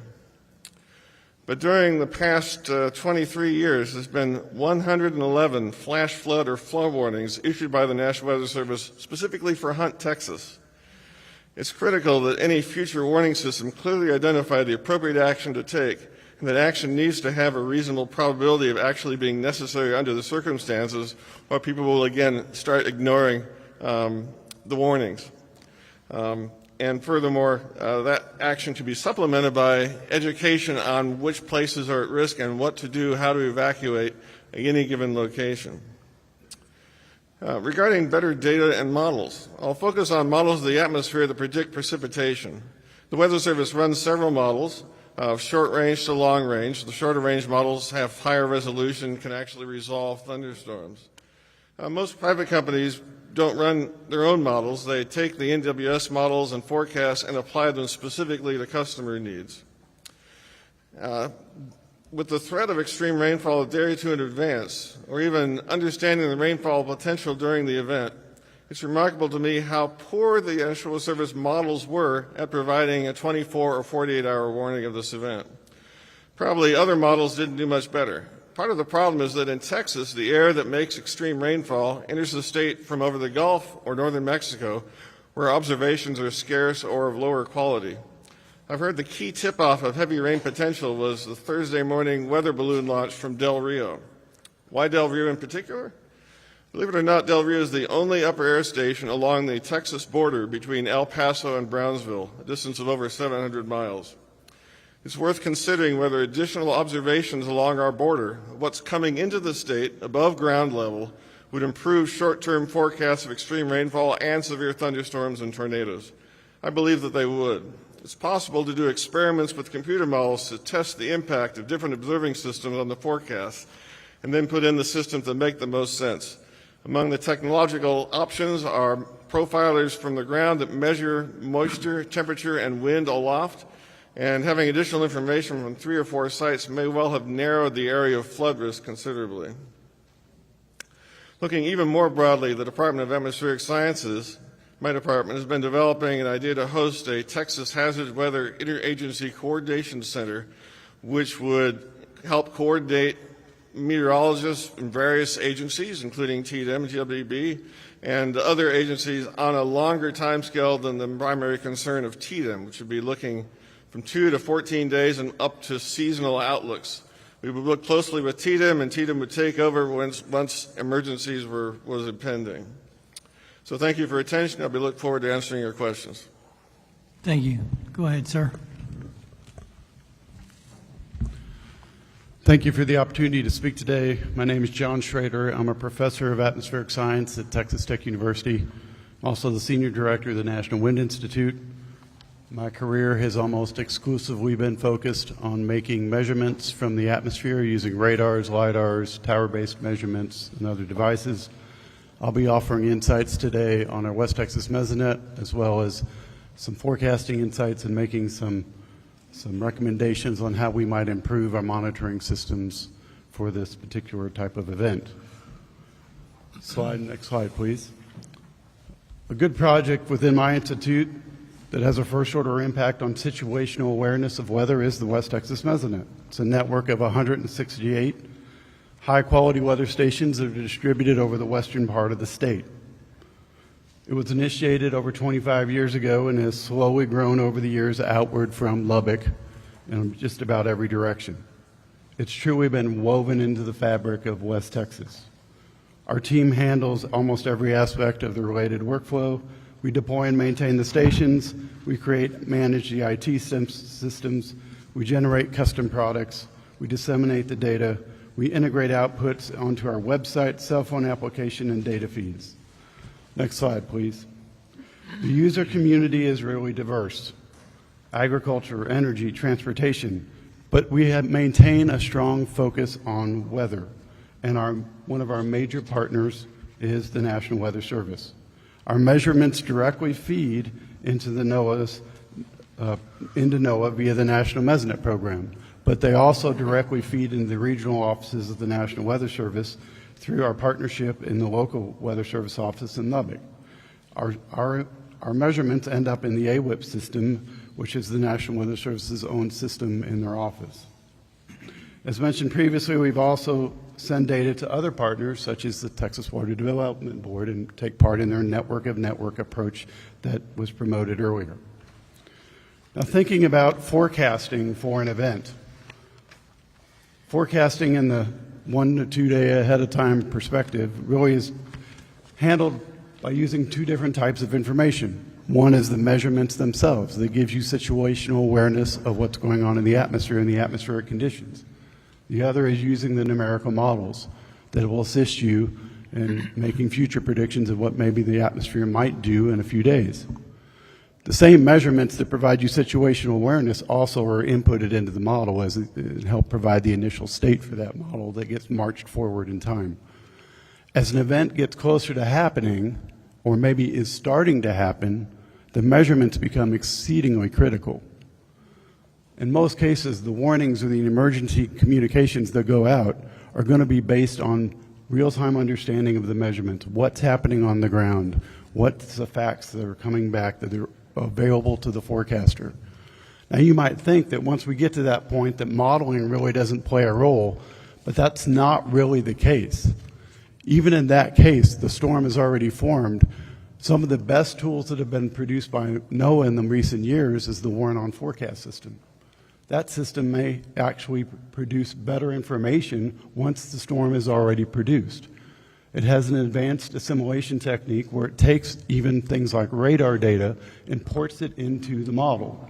And then there's a high-resolution ensemble-based system that actually produces probabilistic output based on things like, what's that storm going to do in the next 6 hours? Is it going to die? Is it going to stall somewhere? Is it going to move off to the east, to the north? These sorts of things can yield probabilistic output that has real value, sort of like, hey, there's a 50% chance that the western part of this county is going to get 7 inches of rain in the next 6 hours. That's very actionable intel for a forecaster. It's exceedingly valuable. So even at that late time frame, numerical models can provide input. So in looking towards making recommendations, a sort of a comprehensive recommendation is probably what we would lean on. Let's go to slide 5. Yeah, thank you. So one of the things we've heard over and over again today is this idea of adding stations, adding ground truth, okay? Filling gaps in existing networks, whether that be rain gauge gaps or high quality mesonet stations. The map that's shown there is from the region and includes the West Texas Mesonet stations and the high quality Texas Water Development Board stations. And there are still gaps, even in the hill country, that could be filled. And we've heard numerous times today the idea of filling rain gauge gaps and maybe strategically placing rain gauges in certain places upstream where creeks and streams are especially vulnerable. Next slide. But we would also recommend that you consider adding additional technology. Radar can be added to help map the rainfall. In particular, adding high-resolution radar at locations closer to the headwaters region and using low-level scanning techniques can really enhance our ability to pinpoint rainfall and occurrence, not only the location and intensity. Radar provides a spatially continuous coverage. That's advantageous. And when you merge high-resolution radar data with the ground-based truth underneath of it, with the rain gauges and the high-resolution weather stations, that provides the most effective way to monitor rainfall. It's actually the best tool we have in our toolkit. Next slide. The other recommendation we would make is that Texas consider setting up its own Texas Prediction Center. This would not be something that would replace NOAA. Rather, it would just complement NOAA's own national forecast models. In this particular case, we believe that it would focus on the 0 to 48 hour period. It should use high-resolution systems that can better model thunderstorms and more accurately produce rainfall intensities. At the same time, we believe it should use an ensemble approach, so it can capture uncertainty, highlight extremes, and provide probabilistic forecasts. You remember before, one of the things I said was this nice tool that NOAA has called the Warn on Forecast System. NOAA decides each day where to apply that system. It's applied on a subgrid across the country. And if they usually try to find places where there's going to be high impact weather to apply it. Well, if there happens to be a tornado outbreak focused for Iowa and a flooding event focused for Texas, there's a pretty decent chance that we would lose that fight. And I think one of the things that we should do is set up a Texas system and bring that Warn on Forecast system architecture over to that system so that we're never left out. We always have our forecasters have access to that level of information because it is really valuable from their perspective. So I've been talking a lot about forecasting in these systems and what they could provide. Obviously, the output can impact much more than just a forecaster. That output can impact weather warning systems. That output can impact how agencies prepare to respond to an event. That output can be handed downstream to someone who's going to model the hydrology. If we can provide a probabilistic output of the weather output and hand it to a hydrologist, they can provide probabilistic output for the stream. And so you can build upon these ideas downstream and build a better system. The fundamental idea here is we want to arm our forecasts and our decision makers with the best possible information we can, with the best possible tools to do their job. And we believe following through on recommendations like this would take a giant step forward to do that. Thank you. Next. Yes, thank you. First of all, I greatly appreciate the invite from the chairs and the committee members here. I'm Phil Bedient at Rice University. I run the SPEED Center, Severe Storm Prediction, Education, Evacuation from Disaster Center. It's been in place all the way back to for about the past 15 years. In the aftermath of this devastating storm in 2025, it's clear that the need for reliable real-time flood warning systems has never been more urgent. The meteorologists up and down the table here that have just presented have set me up very nicely because, again, at the end of the day, the rain hits the ground, and that's where the issue is with the runoff and the floods that ensue. So it's never been more urgent. While rural and urban areas experience flooding in different ways, both face life-threatening risks without timely information. For decades at Rice, SPEED has led efforts in flood modeling and disaster preparedness. The state-of-the-art model flood information and response system called FIRST provides accurate real-time forecasts to protect and critical infrastructure and communities in the Houston area in 4 major watersheds within the downtown Houston area and outer reaches as well. The system's capabilities are applicable to both urban centers and rural regions nationwide where flash floods occur. The floods happen fast, and as extreme weather events are becoming more common due to all sorts of changes, we're seeing these happen more frequently, especially in the last 15, 20 years. In Houston alone, we've just been hammered over there, but nothing as devastating as what hit here in the Hill Country. The designer of this system and the way in which we pulled this together, and my colleague here, Dr. Nick Fang at UT Arlington will speak next. We helped put this together to create early possible warnings and ideally hours before flash flooding occurs. So it's a unique approach, and it actually started more than 25 years ago with work on the Texas Medical Center post-Tropical Storm Allison. So it was initially developed there. It serves as a critical decision support tool for emergency management. It provides data every 10 to 15 minutes over a variety of the watersheds, and it instantly displays flood risks in a very easy-to-use visual map. Now, by that I mean we get rainfall on the ground in visual maps, and those are provided in some of the handouts that I've given to you. But in addition, we also get to see in the background we have built out about 100 floodplain maps, and these maps are driven by amounts of rain that vary from 5 to about 18 inches in the upstream and the downstream portion of these watersheds. And that combination of rainfalls then provides 100 floodplain maps. As the radar falls each 15 minutes, those floodplain maps are selected and shown, and basically you're seeing that rain passing through the watershed, and so it has a timing sequence associated with it. So FIRST was created to serve essential facilities, critical facilities, hospitals, nursing homes, fire stations, communities. It could be camps, it could be whatever that are vulnerable to flooding.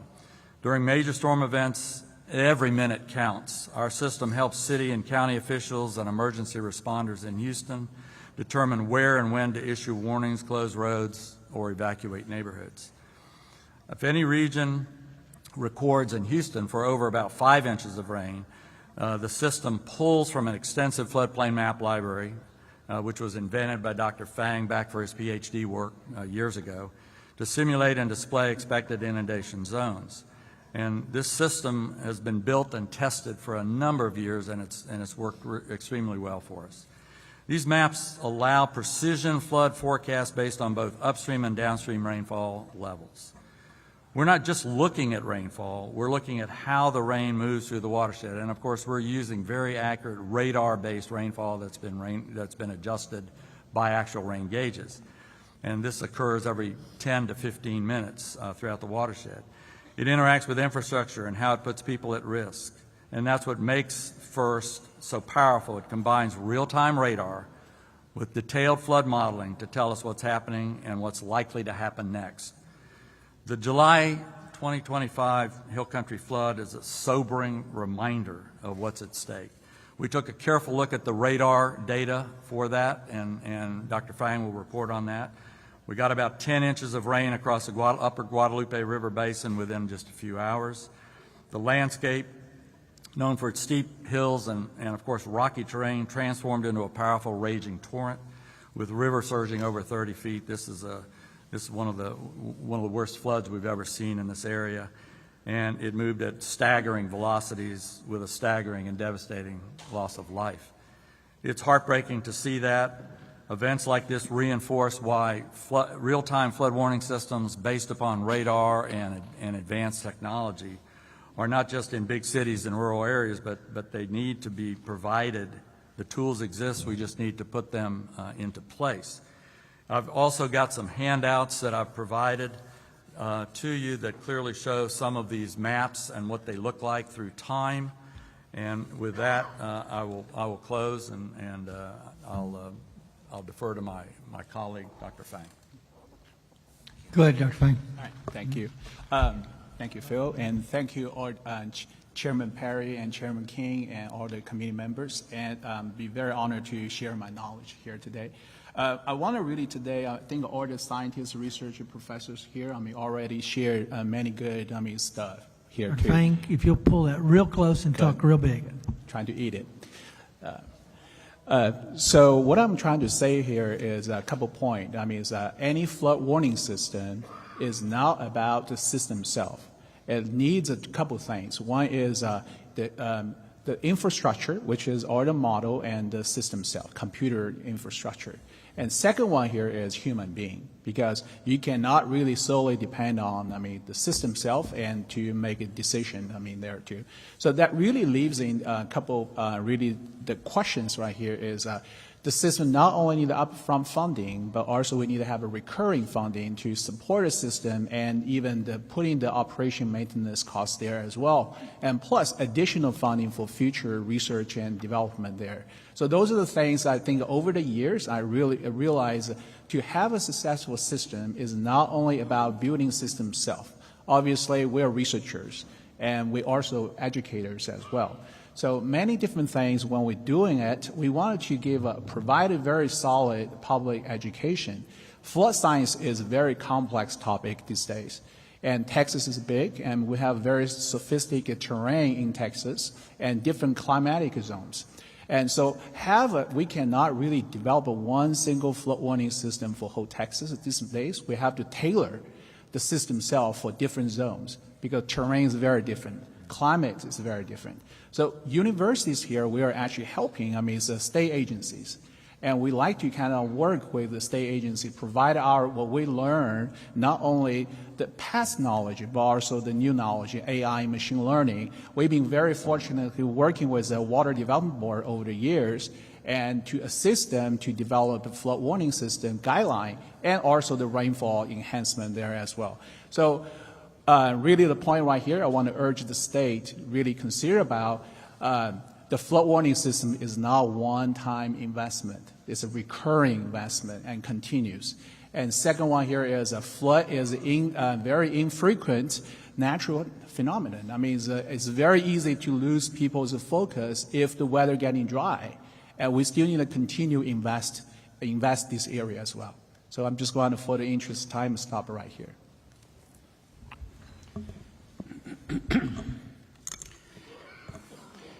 Chairman Perry, Chairman King, members of the committees.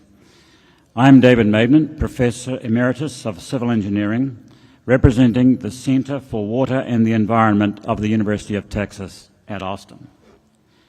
Like my fellow Texans, I have been shocked and devastated by the awful flood disaster that occurred on the Guadalupe River and elsewhere on Independence Day.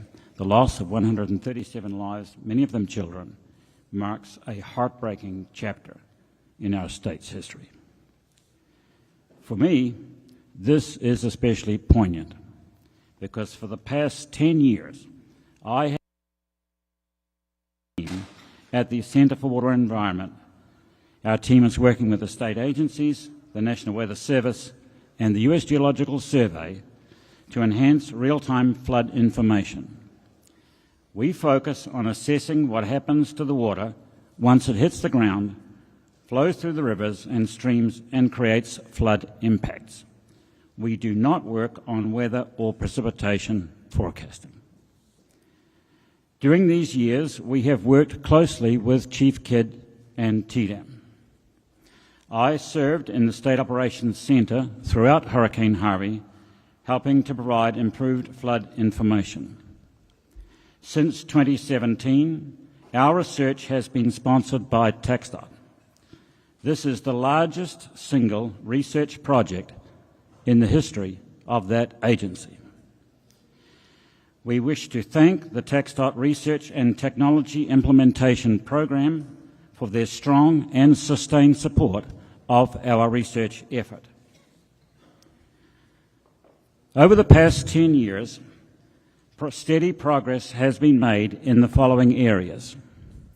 National Water Model. In 2015, the National Weather Service established a new National Water Center in Tuscaloosa, Alabama, to improve national flood forecasting. We led the engagement of the academic community with the National Weather Service to create the National Water Model. A prototype of this model was developed in Austin at the Texas Advanced Computing Center, or TAC, in 2015. And the model was made operational by the National Weather Service in 2016. The National Water Model continually forecasts flow throughout the stream network of the United States including 200,000 miles of streams and rivers in Texas. Water has become like weather, forecast everywhere all the time. Statewide flood inundation mapping. With the support of TDEM, we created in 2016 the first version of large-scale real-time flood inundation mapping. This methodology was adopted by the National Weather Service and is now being deployed in an improved form across the country. Real-time flood inundation mapping covers now half of Texas, and the rest of our state is expected shortly. Publicly accessible flood map services from the National Weather Service depict current flood inundation and worst-case future flood inundation. Flood decision support gauges. Since 2017, with TxDOT support via research funding, we have initiated a consistent program that deploys novel radar stream gauges on TxDOT bridges. These gauges measure both water level and velocity rather than water level alone. TxDOT later expanded this program to 80 gauges, which are installed and operated by the U.S. Geological Survey. We call these flood decision support gauges because they measure stream flow during flood events. These gauges are particularly applicable for flash flooding because they can potentially detect the velocity spike that often precedes the rise in water level during rapidly rising flood flow. The nearest TxDOT flood decision support gauge is on the Guadalupe River at Comfort, just downstream of Kerrville. Provisional data provided by the USGS for the July 4th flood show that the water level began rising there at 8 a.m. The velocity spike happened at 8:10 a.m. and the water level peaked at 9:45 a.m., 1 hour and 35 minutes later. Now, I want to stop here. This is a really critical piece of data. What happened at 8:10 a.m. is that the velocity of water in the Guadalupe River increased from 2 feet per second to 14 feet per second in 5 minutes. It just went straight up. And then the water stage height gradually increased over the next 1.5 hours to 35 feet. But before that, there was a signal. So, Vice Chair Flores, you spoke about the monster. The monster was sending a signal. There was a signal coming ahead of that. And that's well understood in fluid mechanics. When you quickly increase the slope of the water, there's a velocity wave that gets sent out of the head of that, and that velocity wave is detectable. And our gauge at Comfort detected it in this July 4th flood. Now imagine if that gauge, or gauge like that, had been at the Mystic Camp. The flash flood occurs upstream, the velocity wave propagates downstream, the velocity spikes detected at the camp, the siren goes off. I mean, it doesn't take much to connect the dots here. So there are solutions that can emerge out of this. There is new kind of gauging that can occur. Although not suitable for all gauge sites, radar stream gauges have the potential to be less expensive than the full-range gold standard USGS gauges, and they collect water level and velocity as compared to local flood alert gauges, which collect only water level. The TxDOT network is the largest deployment of radar stream gauges in the United States. While significant progress has been made, our work with TxDOT is still in the research phase and is not fully ready for operational use today. Integrating components into a seamless, unified system remains a challenge. To improve resiliency for future flood events, I recommend the following. Statewide flood decision support gauges. Texas has 25,000 bridges over water, more than any other state. We can use this as a foundation for a statewide coverage of flood decision support gauges by equipping more bridges with radar streamflow sensors. Texas Flood Hub. Data from all the real-time precipitation, streamflow, and water level gauge networks operating in Texas should be ingested into a single system that is publicly accessible. Improved flood inundation mapping. Over the past 5 years, Texas has developed base-level engineering models for statewide flood planning. In parallel, we have developed the methods to translate the output of these models into real-time flood inundation maps. The application of these translation methods should be accelerated. Training Center. A technological transformation in which real-time flood map services from the National Weather Services have become publicly accessible for everyone has occurred. The existence of these services is not well known and they are underutilized. A training centre is needed for public officials and first responders to learn how to get direct access to flood map services during flood emergencies. Thank you for the opportunity to make this statement. I will be pleased to answer any questions you may have.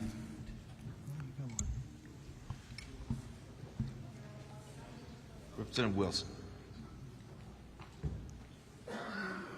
Thank you, Mr. Chairman. Sir, it's Dr. Medment. Yes. Am I pronouncing that correctly? Are you familiar with the Bureau of Economic Geology? Very familiar. Okay. And you mentioned the advanced computation Yes. both in 2015 and Yes. 16. Are you familiar with their work that they're doing in water mapping right now? I'm sorry, the work they're doing? The work that they're doing right now in water mapping? Well, I do a lot of water mapping, so tell me about that. Are you familiar with what they're doing With right the now? TAC or the Bureau of Economic Geology? I can't understand you, sir. The Texas Advanced Computing Center or the Bureau of Economic Geology? Together, both. Yes, sir. No, tell me, I'm so not. If you would, if you would mind, please, I would like you to take a look at, get in touch with them at the Bureau of Economic Geology, and if you would look at what they're doing on water mapping, Okay. I appreciate your feedback on it. I'll Thank do you. that. That's all I have, Mr. Chairman.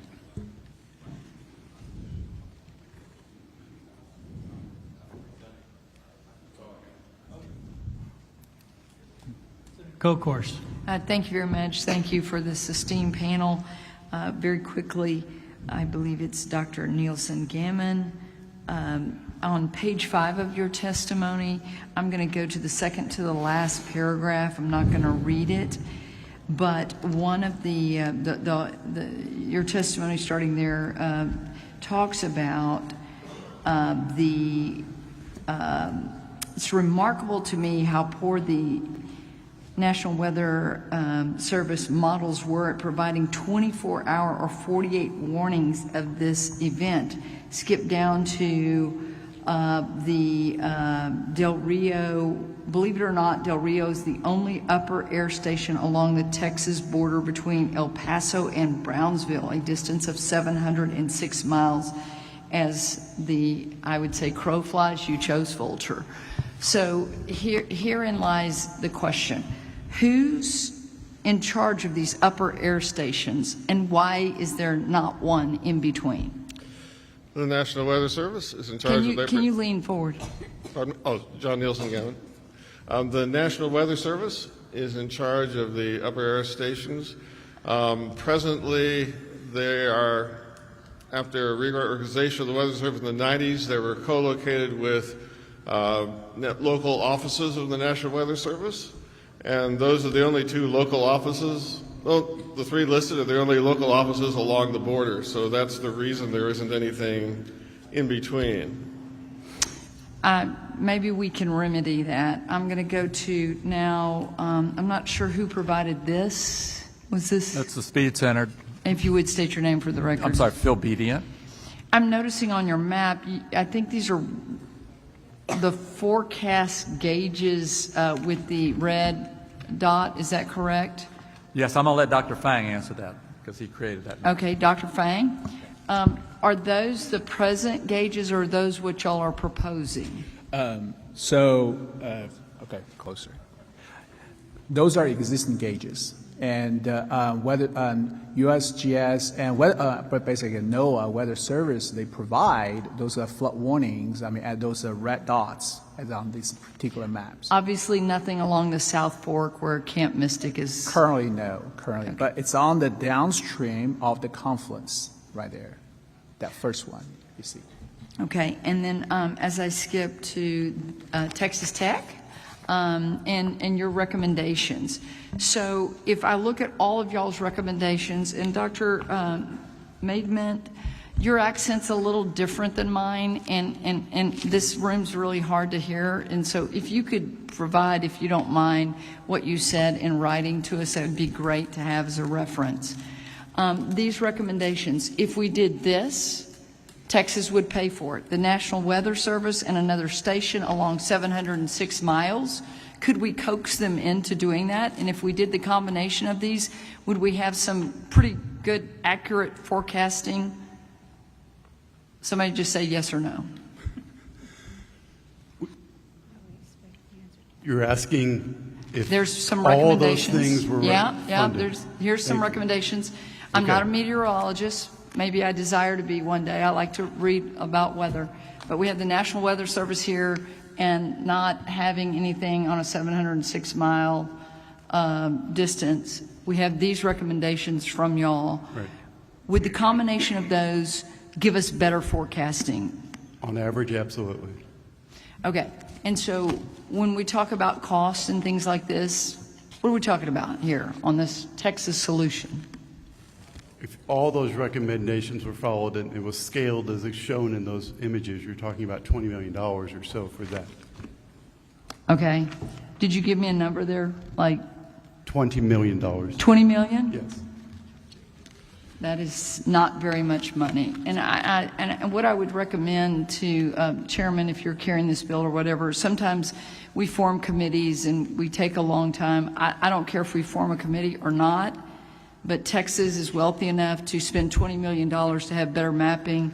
We can work with the National Weather Service to come up with another, I think between 706 miles, we're a huge state, and the combination of that would give us better forecasting, which we talked about a great deal in the last hearing. Would y'all all agree?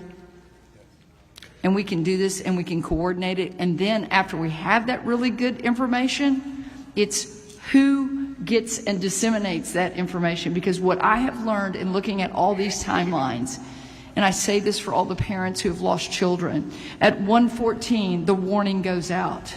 Really, they had minutes if you're on the South Fork, because the gentleman that testified here, who was a mile below Mystic, said he woke up at 2:40. I'm not going back in my notes, but 2:40. By 3:05 he said we need to leave, and at that point the water was around his house. He'd never seen that, and they've had that property since 1930s, I believe, and his estimation was at that point it was 41 feet.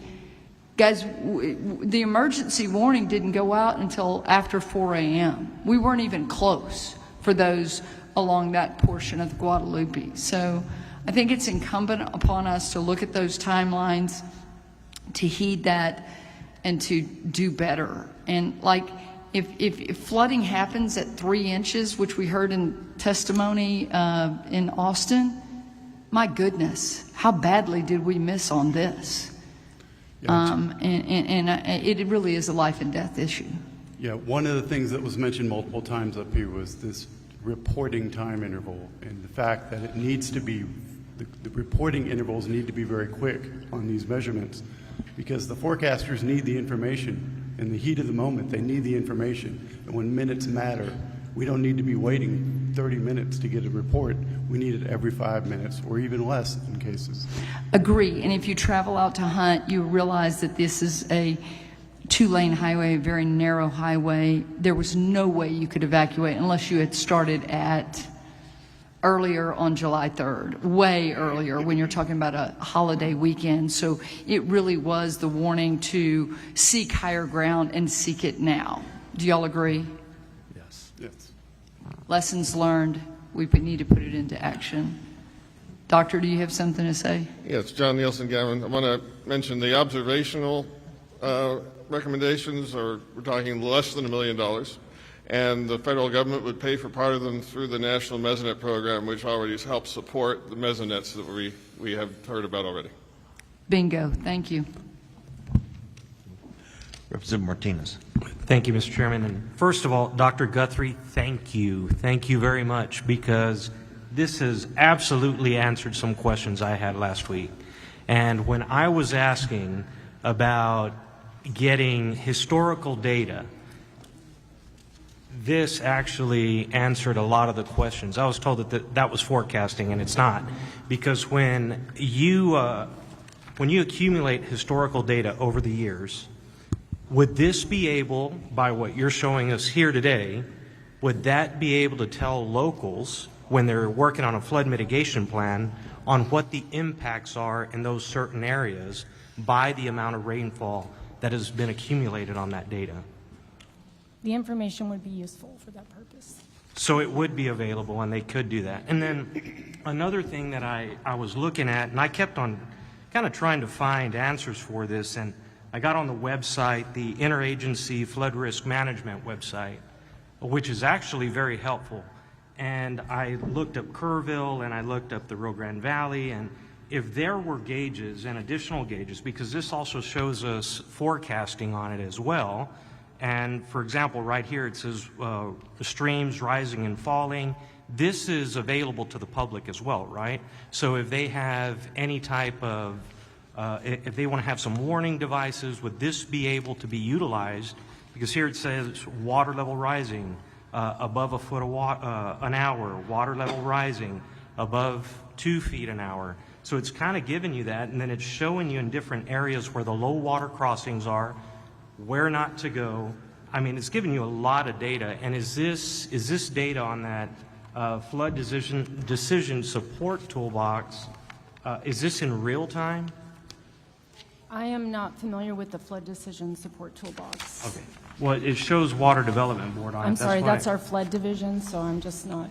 Yeah. I'm So, in but this surface is water. right. Go ahead. Oh, I just said I'm in the surface water division, so we don't, the only way we touch flood is with the text Mesonet network and our USGS flood gauges. Okay. So I'm assuming that this is also kind of linked to maybe the National Weather Service and obtaining the data from gauges that through the flows of rivers and creeks and on lakes. And that's what I'm assuming it's picking up here. And then I go over and I look at the text Mesonet, and that's also giving us some forecasting data on rainfall and the amount of rain that's falling. Am I correct? Correct. It's showing observed rainfall data that's being collected by rain gauges, but there's also some information about forecast warnings and other information on the website as well. Okay, wonderful. So if we're gathering all this data and we want to say in 2018, let's say one of the cities wants to find out what the impacts are so that way they could have a flood mitigation plan. And they want to figure that out and say, okay, listen, I need to figure out how much rain fell in these areas during this rainstorm and the ones that were impacted the most and by the rise and fall of the water, and how should I invest my money for flood mitigation. You all would have that data compiled so that they could be able to do that. Is that correct? The data would be available at Synoptic, and there'd be other sources probably available for that consultant or researcher to use to do that work. Wonderful. Thank you very much. Thank you. Senator Campbell. Thank you, Mr. Chairman. Well, there's a lot of knowledge sitting there, 7 people. With all your knowledge, with the models, are they just theoretical? Have they been measured? Did you use any of the knowledge you have or the models that you've talked about or patterns that you've talked about on this storm that we just had? Or is it just something you've got to pay for and have put in place? Any of you? Not a long answer, just let me try to answer that. So the floodplain map library approach that we've been talking about in Houston, we think directly applicable here in the Guadalupe Valley. What it does is it takes measured 15-minute radar data across the whole watershed area. Did y'all do that this time? Say it again. Did y'all use it this time? Yeah, it comes from the National Weather Service, and it gets ground truth and it's used. We use it in Houston. What did you do with the information? Would it have helped? Did you share it with anybody? We didn't have it No, you didn't have it. at the time of the flood. We just ran this just recently. After, okay. Yeah. All right. It That's- wasn't operational at the time. We Thank ran it, and it's in the handouts. You'll see the saw amounts that. there. It's very, very detailed, and it's very, very centered in the far upper end, where you see 6 inches of rain in about 3 hours, and so Fine. on. Thank you for that. Sure. Of course, we'd want things to give us advanced warning, not back up, and I suppose the model, if I really looked at it, would do that. Yes, the idea Okay. is that rain would then convert to those floodplain maps, and it would provide that information downstream. Yes. Dynamically, just as it's happening. Yes, as a Okay, function of thank time. you. Yes. Thank you. And then, to any of you, or maybe John, with Tatum, was there any cloud seeding going on? That may sound kind of far out there, but was there any cloud seeding any days before this flood? I don't have any knowledge of the cloud seeding. I know that cloud seeding does go on. Even if it were, that would not have really significantly contributed to the flooding. Okay. Thank you. Yes, sir. John Nielsen Gammon. There was cloud seeding on July 2nd in Karnes County, I understand it. I I'm ran sorry, a can trajectory you- model, and Can you just speak maybe a little slower and louder in the mic? There was cloud seeding in Karnes County in July 2nd. I ran a trajectory model, and the air that was seeded would have ended up in Nebraska or South Dakota by the time of the flood. Thank you. Thank you, Mr. Chairman. Mr. Verdell. Thank you, Chairman King. Just a couple quick questions again. Y'all are mentioning like the modeling maps. Are y'all familiar with the North Carolina flood inundation map? Have y'all seen that one? Yes, I'm aware of that. Okay, and do we have anything like that in Texas that an emergency manager or anybody can go to right now to basically see, for those who aren't familiar with the map, you can go to it, you can put in how much rain you expect or the height of the water, and it will map out where the flooding is. It lets emergency management know what roads to shut down, what buildings are touched. It'll actually even calculate the amount of damage that the buildings in the area will receive from that. Do we have anything like that in Texas? Yes, the Flood Decision Support Toolbox that we've been discussing is a similar system. Okay, what's that name again? The Flood Decision Support Toolbox. Flood Decision. That does a similar system to the North Carolina. Okay, and do we have access to that now? Yes, we do. Okay, copy that, thank you. And then next question, which is just kind of a Forrest Gump question. So sometimes technology can be, I made sure I wrote this down so I didn't mess it up. Sometimes too much technology can become a hindrance and we begin to rely less on common sense. I know you mentioned that it's hard to take out the human factor that happens. If we look back at data over 20 or 40 years, and we spent billions of dollars on this technology, y'all have dedicated your lives to saving people, which we greatly appreciate. Would you say that we're safer today than even 20 or 40 years ago related to flash floods or anything like that? I think we are safer, but we are getting bigger floods. Yep. There's no question about that, but I think we're definitely safer. There's so much information out there. There's so much gauging, and there are these model development tools available on the iPhone for warning. So it's gotten better. It's just we've got to work on that communication link. That is the missing link right now. We've got to make sure that there are folks on the ground, boots on the ground, emergency managers, mayors, folks in charge that get that information in Yes, a sir. useful way. I appreciate you bringing that point up. I think that's the most important point to know. Most important. Yes. Thank you very much. Appreciate it. So I served during Hurricane Harvey in the State Operations Center. For the first 2 days of Harvey, we really didn't know much about what was going on at all. So we had resources coming in from all over the country, and they were asking, how do I deploy? Do I deploy from Sealy? Do I deploy from Conroe? Do I fly in from San Antonio? We couldn't really respond. As time went on, the number of maps that were produced increased until there was a deluge. We were completely overwhelmed. What we needed at the time was one water map across the whole state. What's going on now? What's going on 7 o'clock tonight? What's going on 7 o'clock tomorrow morning? That did not exist in 2014, but it is about to exist now. Now, that's a critical step forward. Right? What that means is that the response community, Chief Ted and Ted and so on, can see this water situation at the State Operations Centre as the people are seeing it on the ground where they are. Now, that is a huge step forward. Yes, sir. Thank you. Thank you all for y'all's time, too. Appreciate it. Senator Schwartner. Thank you, Mr. Chairman. This is to Dr. Bedian, Dr. Fang. I'm referencing this, your handout from Rice Engineering Computing. Just to make it perfectly clear, on the back page, Dr. Torres is, who's not part of the panel, but he's gauge, design, and placement. What I care about most is the last line of defense before something tragic occurs at headwaters, which appears to be what happened here, without the ability to contact the county judge and get them up and get them to order to higher ground, for instance. It has to be automatic, it seems like, at headwaters of various rivers. Does the technology exist to measure the rise in a river, either through ultrasound, radar, or just simple buoy gauge, and have it remotely go to a siren that's battery powered, that goes off when a certain level of river rise occurs within a certain amount of time? Can y'all please just say yes or no to that? Yes, that technology exists. You can turn lights on. You could set it up for the alarm to go off. And how much is it?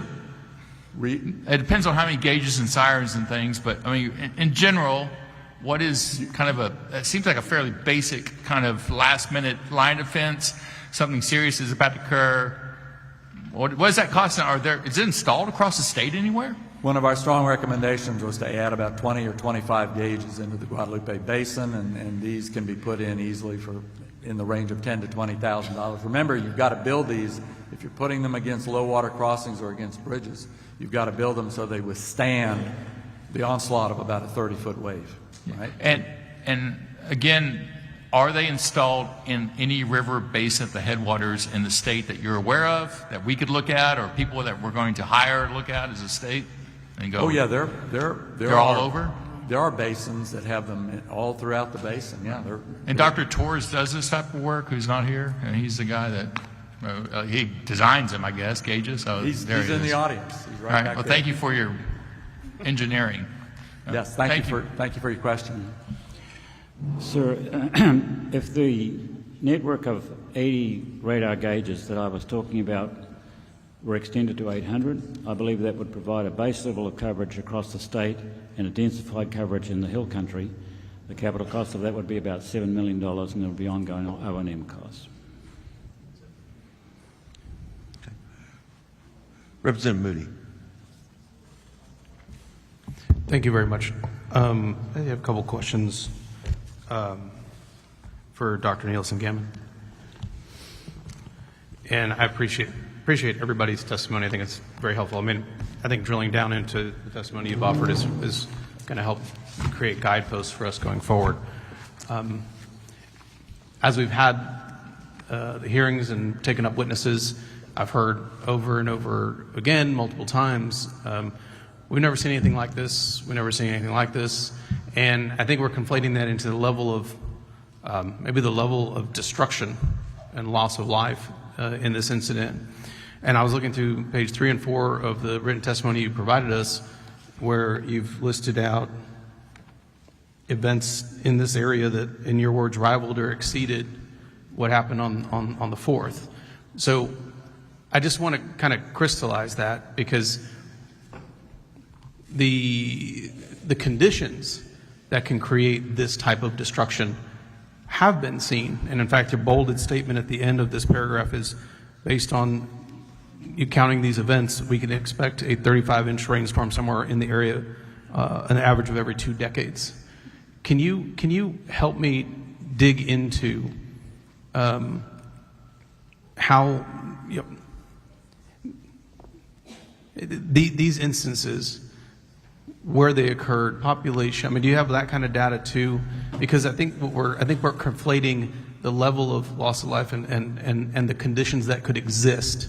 So are these examples you've listed here, are these conditions that if in a populated area like this could create the same or similar effect, loss of life and destruction of property? Yes, John Nielsen Gammon, thank you for your question. It depends upon a variety of circumstances. So, for example, in the 1932 flood, cabins that housed campers in the South Fork were destroyed, but there was no loss of life, and the camp managers reported that was because the flood happened during the daytime and they could see what was going on and they could evacuate safely. So this flood was particularly damaging in terms of loss of life because of the time it occurred and the difficulty for people to understand what was going on. Similar rainfall totals were happening anywhere, and we have to be. The next flood's not going to be, hopefully, in this river valley. Is going to be another one nearby somewhere, and we have to be prepared for all of those. Part of the problem is people not having seen something like this before. I've seen some interesting technology looking at storm surges, where you basically can do a three-dimensional picture like Google Maps of the terrain and show how high a flood would be and what it would actually look like. And that has a bigger impact than a flood map does on people's perception of what's possible. No, and I think that's what's important, because I think when we talk about we never see anything like this, right, there was a number of, and I think we had some reports in our first hearing, there were a number of factors that were very unique to this that really exacerbated the damage, the destruction, the devastation. But I think what your data tells us here is, we've been speaking in terms of 100 years, 500 years, 1,000 years. These are conditions that exist more frequently than that and just maybe don't have those other factors. And that's just a matter of, I'm not going to say chance, but it is a matter of those things not kind of coming together at the same time.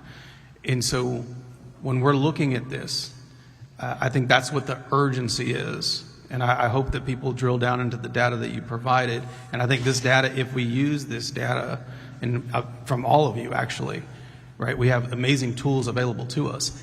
The pivot forward from there, and I know we have someone from the Water Development Board, and kind of mirroring off what Vice Chair Martinez talked about, the game plan going forward, right? That data informs where the risk is. I'm looking at the 300-page report from 2023 on the flood plan for this region. That's got a number of deficiencies, it's got a number of ideas, it's got a number of concepts, and I think what we need to do is figure out how the data informs that better, and then as policymakers and as those who look at budgets, right, Water Development Board exists to identify those things. We also task them with opportunities to fund those and figuring out how to triage that, because these are events that are going to happen in our mind. We can't push that out to 100, 500 years. Those are metrics we use for convenience of understanding these events. But this is going to happen, and triaging this into the highest risk areas, because those are all laid out. We have it. We have it all. And this event is going to help better inform those things. And so not a question, but as we work forward, this is a group of folks that we need to figure out how to harness that and put that into action in communities like that. And it becomes a funding question at some point, and how we prioritize things. And that's where really the complex part of our job is going to come into play. What do we put into statute that says, here's how we want this to unfold? Because 20, 30 years down the road, we do not want this type of tragic event to this level of devastation when we had a plan on paper and we just didn't fund it. And so I want to thank you all for the work you do. And I want to thank the prescient Governor Briscoe for creating state climatologists here in Texas, because it is an office that we should utilize more in the work that we do going forward, because this is not going to slow down. Thank you. Senator Mendez. Thank you, Mr. Chairman. To the whole panel, thank you. Dr. Bedian and Dr. Fang, your partner is Dr. Torres? Yes. I wish he would be on the panel with you, but maybe you can help answer for him. He's the expert, and we've established he's installed over 60 flood gauges in the state of Texas, correct? So Yes. these are remote. These they can tell The early flood warning systems, automatic activation. Is there the technology, is it available? Because I've heard from people, well, the sirens may not work because we can't hear them inside. Here's the thing. What do most people already have inside their homes to detect something while they're sleeping? Can you answer that question? If you have a fire in your home, do most people not have a smoke detector? Is there the technology available that in the event of a flood, that if you had homes in a floodplain, that this technology could say, the alarm could go off and could say, go to higher ground now? Is that technology available? Senator, let me give a first step right here. I would say yes. First one, cell phone service is right there. I mean, it actually can be easily really tapping into this decision, and for the people sign up, I mean, they will be able to receive those warning timely. Mm-hmm.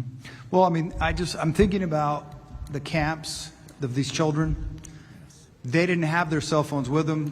They didn't let the children have them in there. So if they'd had something in these bunks and the alarm starts going off, the counselors get up and say, move to higher ground now, and the alarm's going off, you can't ignore that. I would say, I mean, such a device trigger off the warning. It's very feasible. I mean, it's right there too. And based on what I talked to Dr. Torres, and he mentioned about the data feed and the signal being transmitted could also go on the satellite. So that will be, I will be the second channel to make the communication smooth. Well, I mean, and this is not something you need in every home in America. You just need it in the ones that are in these flood alleys. I totally agree with you. Thank you. Thank you, Mr. Chairman. Thank you. All right, I'm going to try to make sure everybody leaves here with a cohesive message. I don't know why. First of all, Water Development Board, who do you give your data to? Who are beneficiaries? Is it Rice and those guys? Who uses it for modeling? Yes, Carla Guthrie, Texas Water Development Board. Our data, at least talking about the text mesonet data, because we have lots of different types of data, as you know. Text mesonet data is available for public use, so through the Synoptic Public Benefit Corporation. So our data is delivered to them, and then it's available. So that's the flood decision tool? No, sir. That is just a database that houses data from Texas Water Development Board, West Texas Mesonet, other weather and similar networks can report their data to that, and that is then available to whoever wants to use it, including the National Weather Service. You're a warehouse and people can grab it? It's not our warehouse, but similar. Okay, all right. So I want to make sure, and I don't understand all of this, so there was multiple concepts presented. You know, the North Carolina model, which is kind of on the end there, that's kind of been out there.